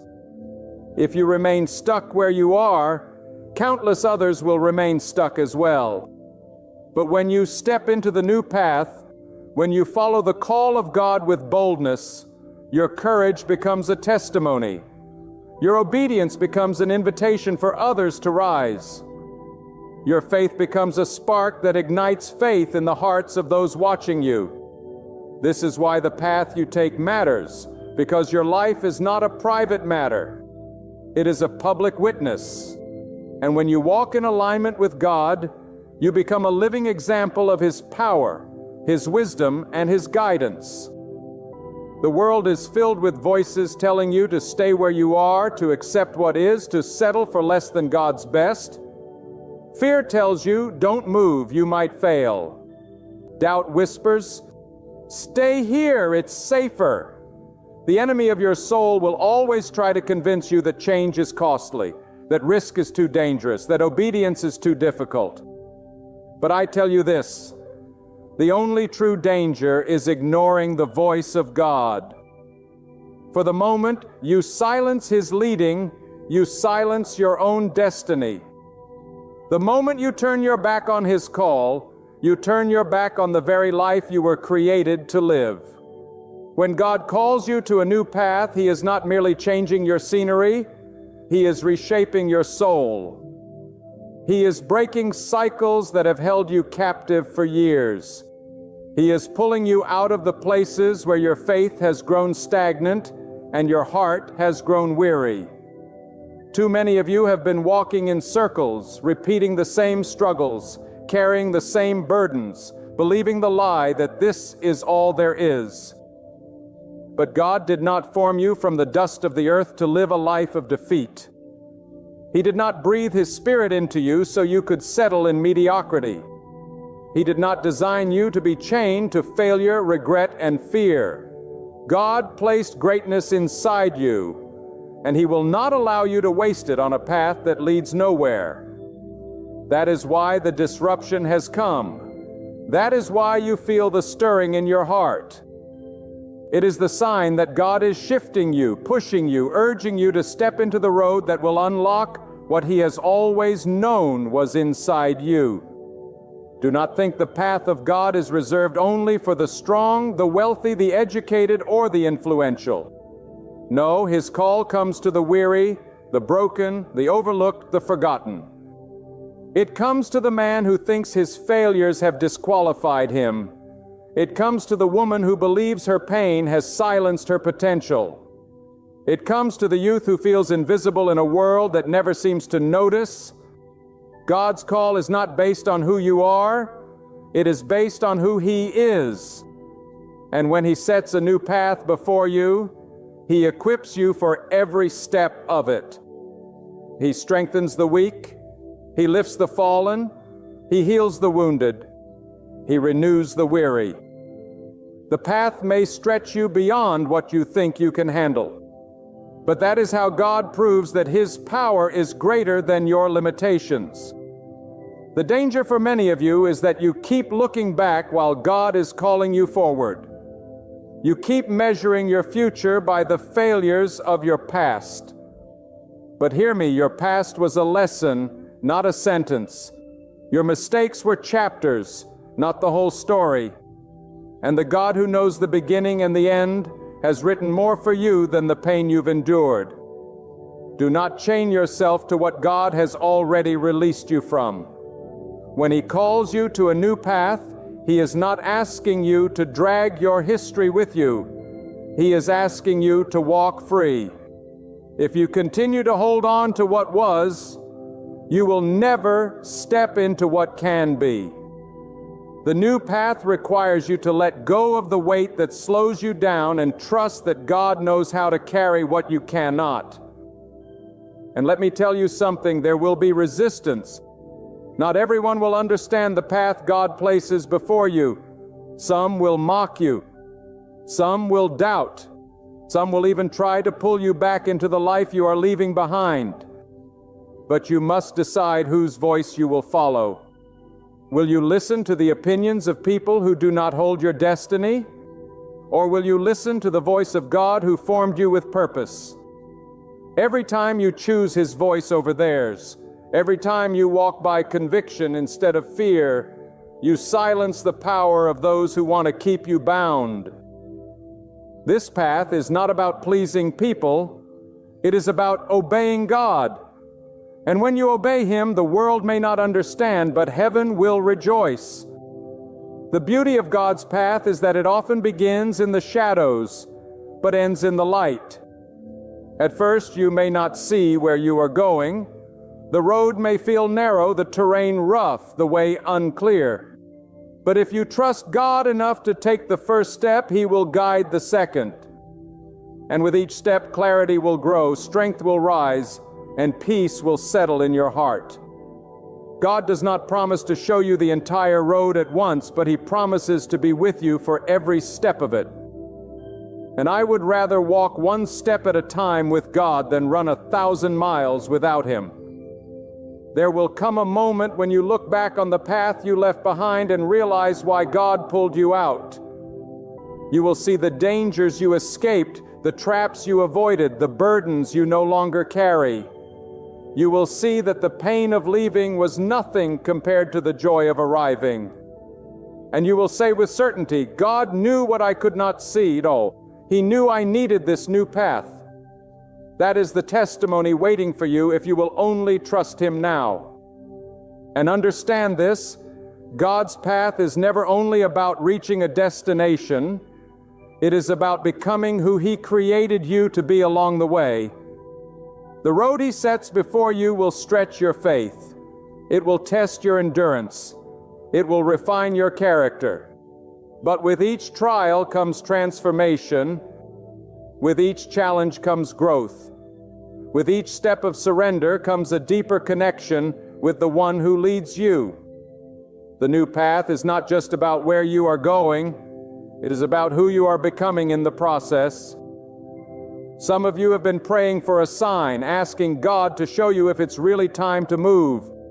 Let me tell you, the unrest in your spirit is the sign. The dissatisfaction that will not leave you is the sign.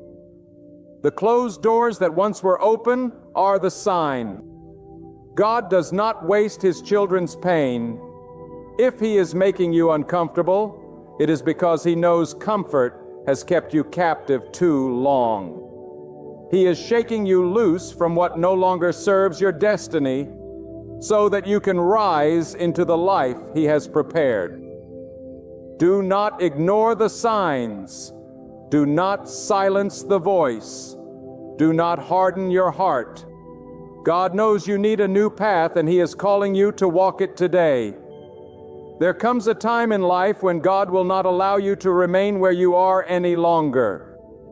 He will disturb the ground beneath your feet, shake the walls around your comfort, and make it impossible for you to stay in a place that no longer carries His blessing. This is not because He seeks to harm you, but because He knows that if you linger too long in the wrong place, you will miss the purpose for which you were created.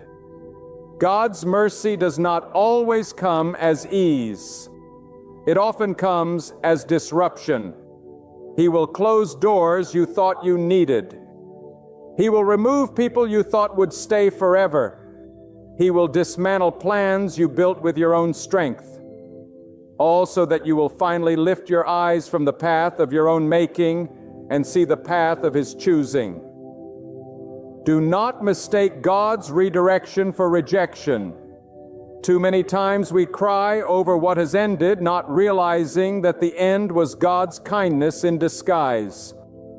That opportunity that slipped through your fingers was not punishment. It was protection.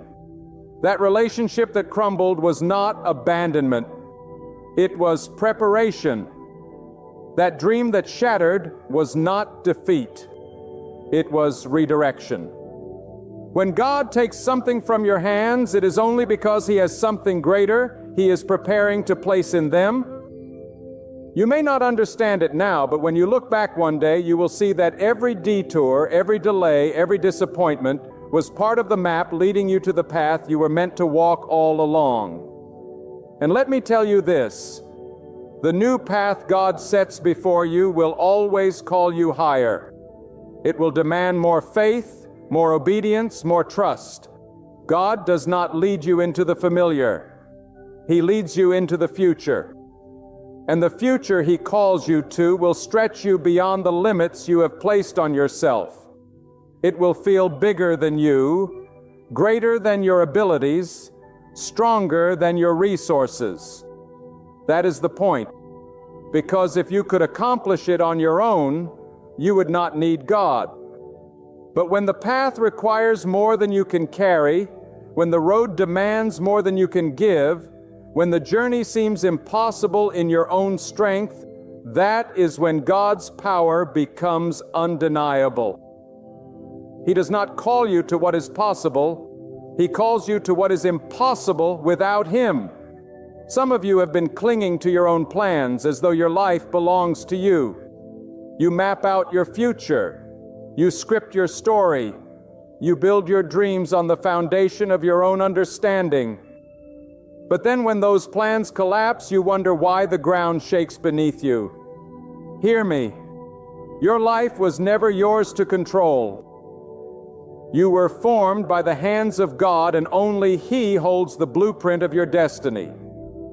Until you surrender your plans to Him, you will always feel the tension of walking a path that does not align with His design. The safest place you can be is not on the road of your choosing, but on the road of God's calling. And yet, I must warn you, walking God's path will require courage. It is not the easy way. It is the right way. It is not the path of the majority. It is the path of the faithful. There will be moments when doubt will scream louder than faith, when fear will try to chain your feet, when the voices around you will question your every move. But you must silence those voices with the truth that God does not lead His children into failure. If He has called you, He has equipped you. If He has led you, He has prepared the way before you. If He has stirred your heart, then the very fact that you feel His pull is proof that He has already made provision for your journey.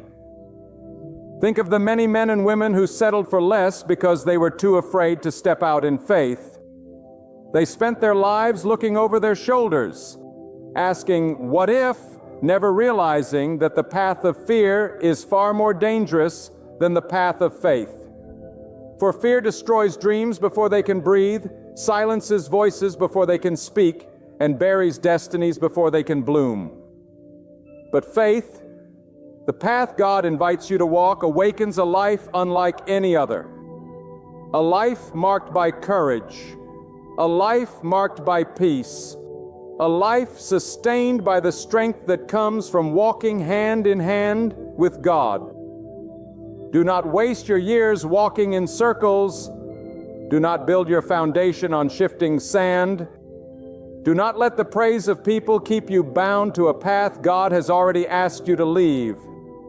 Every breath you draw reminds you that time is moving. With each passing second, the chance to step into God's plan grows nearer or slips further away. You cannot stay still. You cannot wait for everything to be perfect. The perfect time is now, because this is the moment God is calling you. And here is what I want you to understand. God's path will never lead you in emptiness.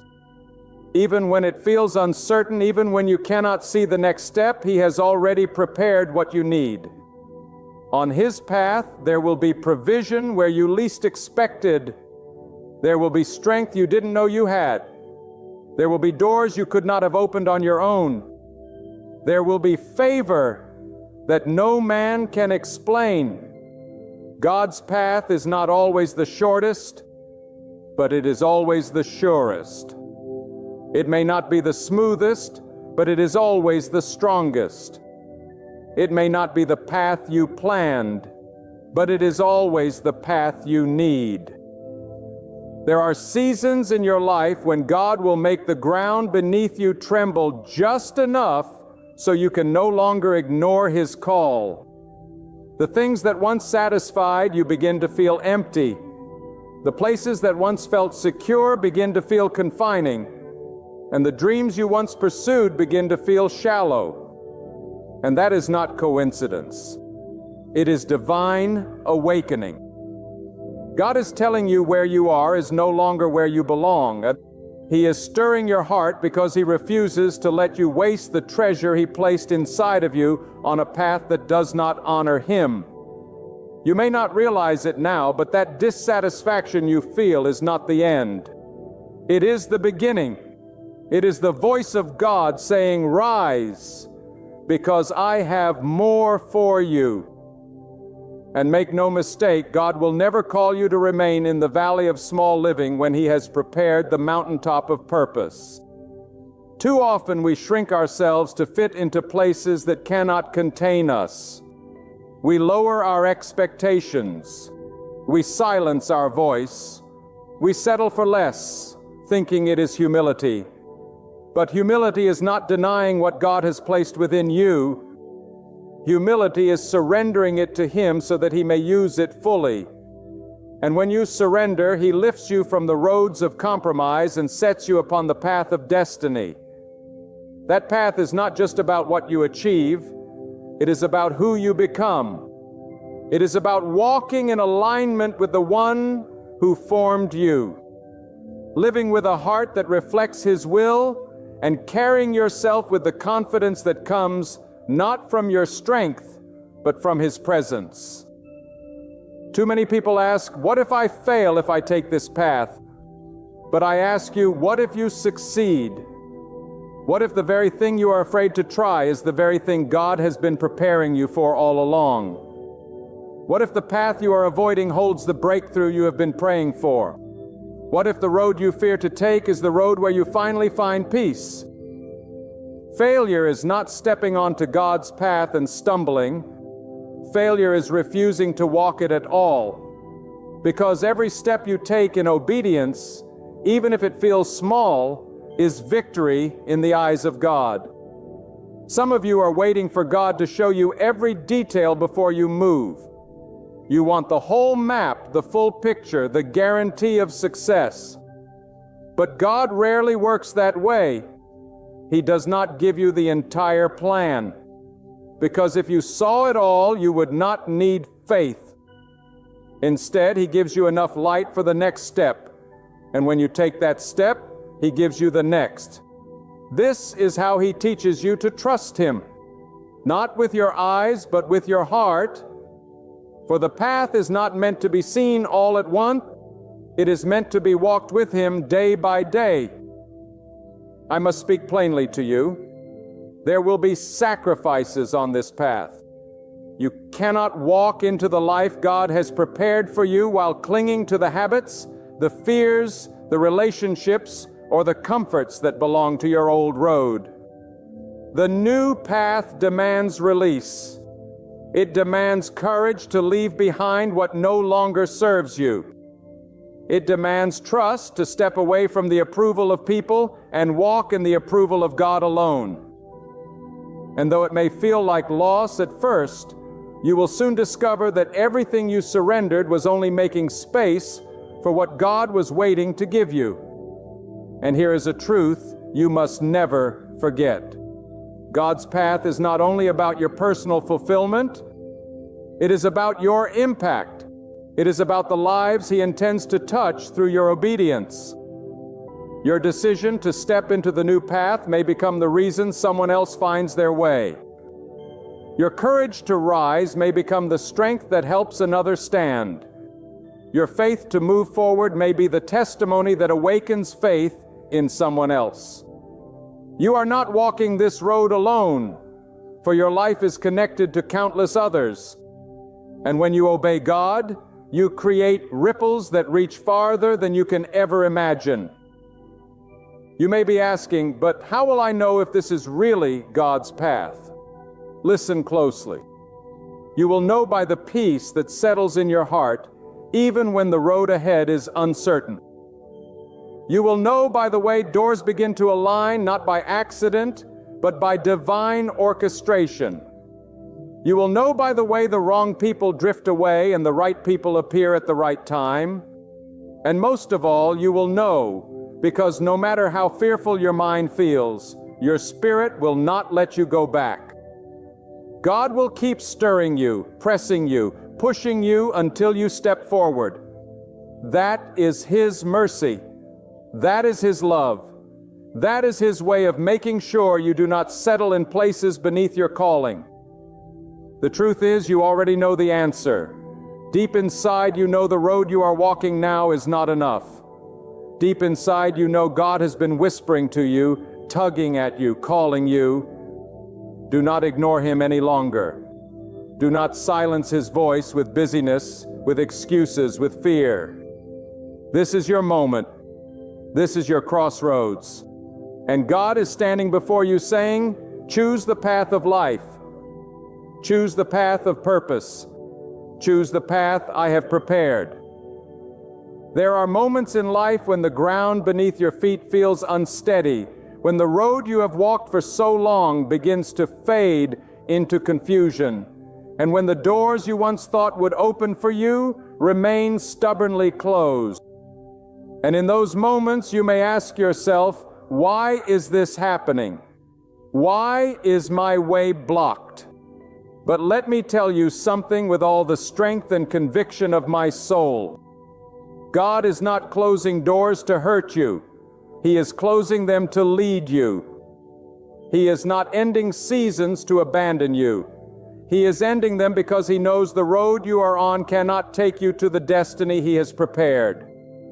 God knows you need a new path. And sometimes the hardest thing for us as human beings is to release what we have clung to for years, to let go of the familiar, to leave behind the comfort of routines that no longer serve us. We would rather remain in a place of struggle than step into the unknown. But God calls you beyond your fear. God calls you into a future that your mind cannot yet imagine. He sees the traps you cannot see. He knows the dangers that lie ahead if you continue as you are. He knows the burden of the chains that you pretend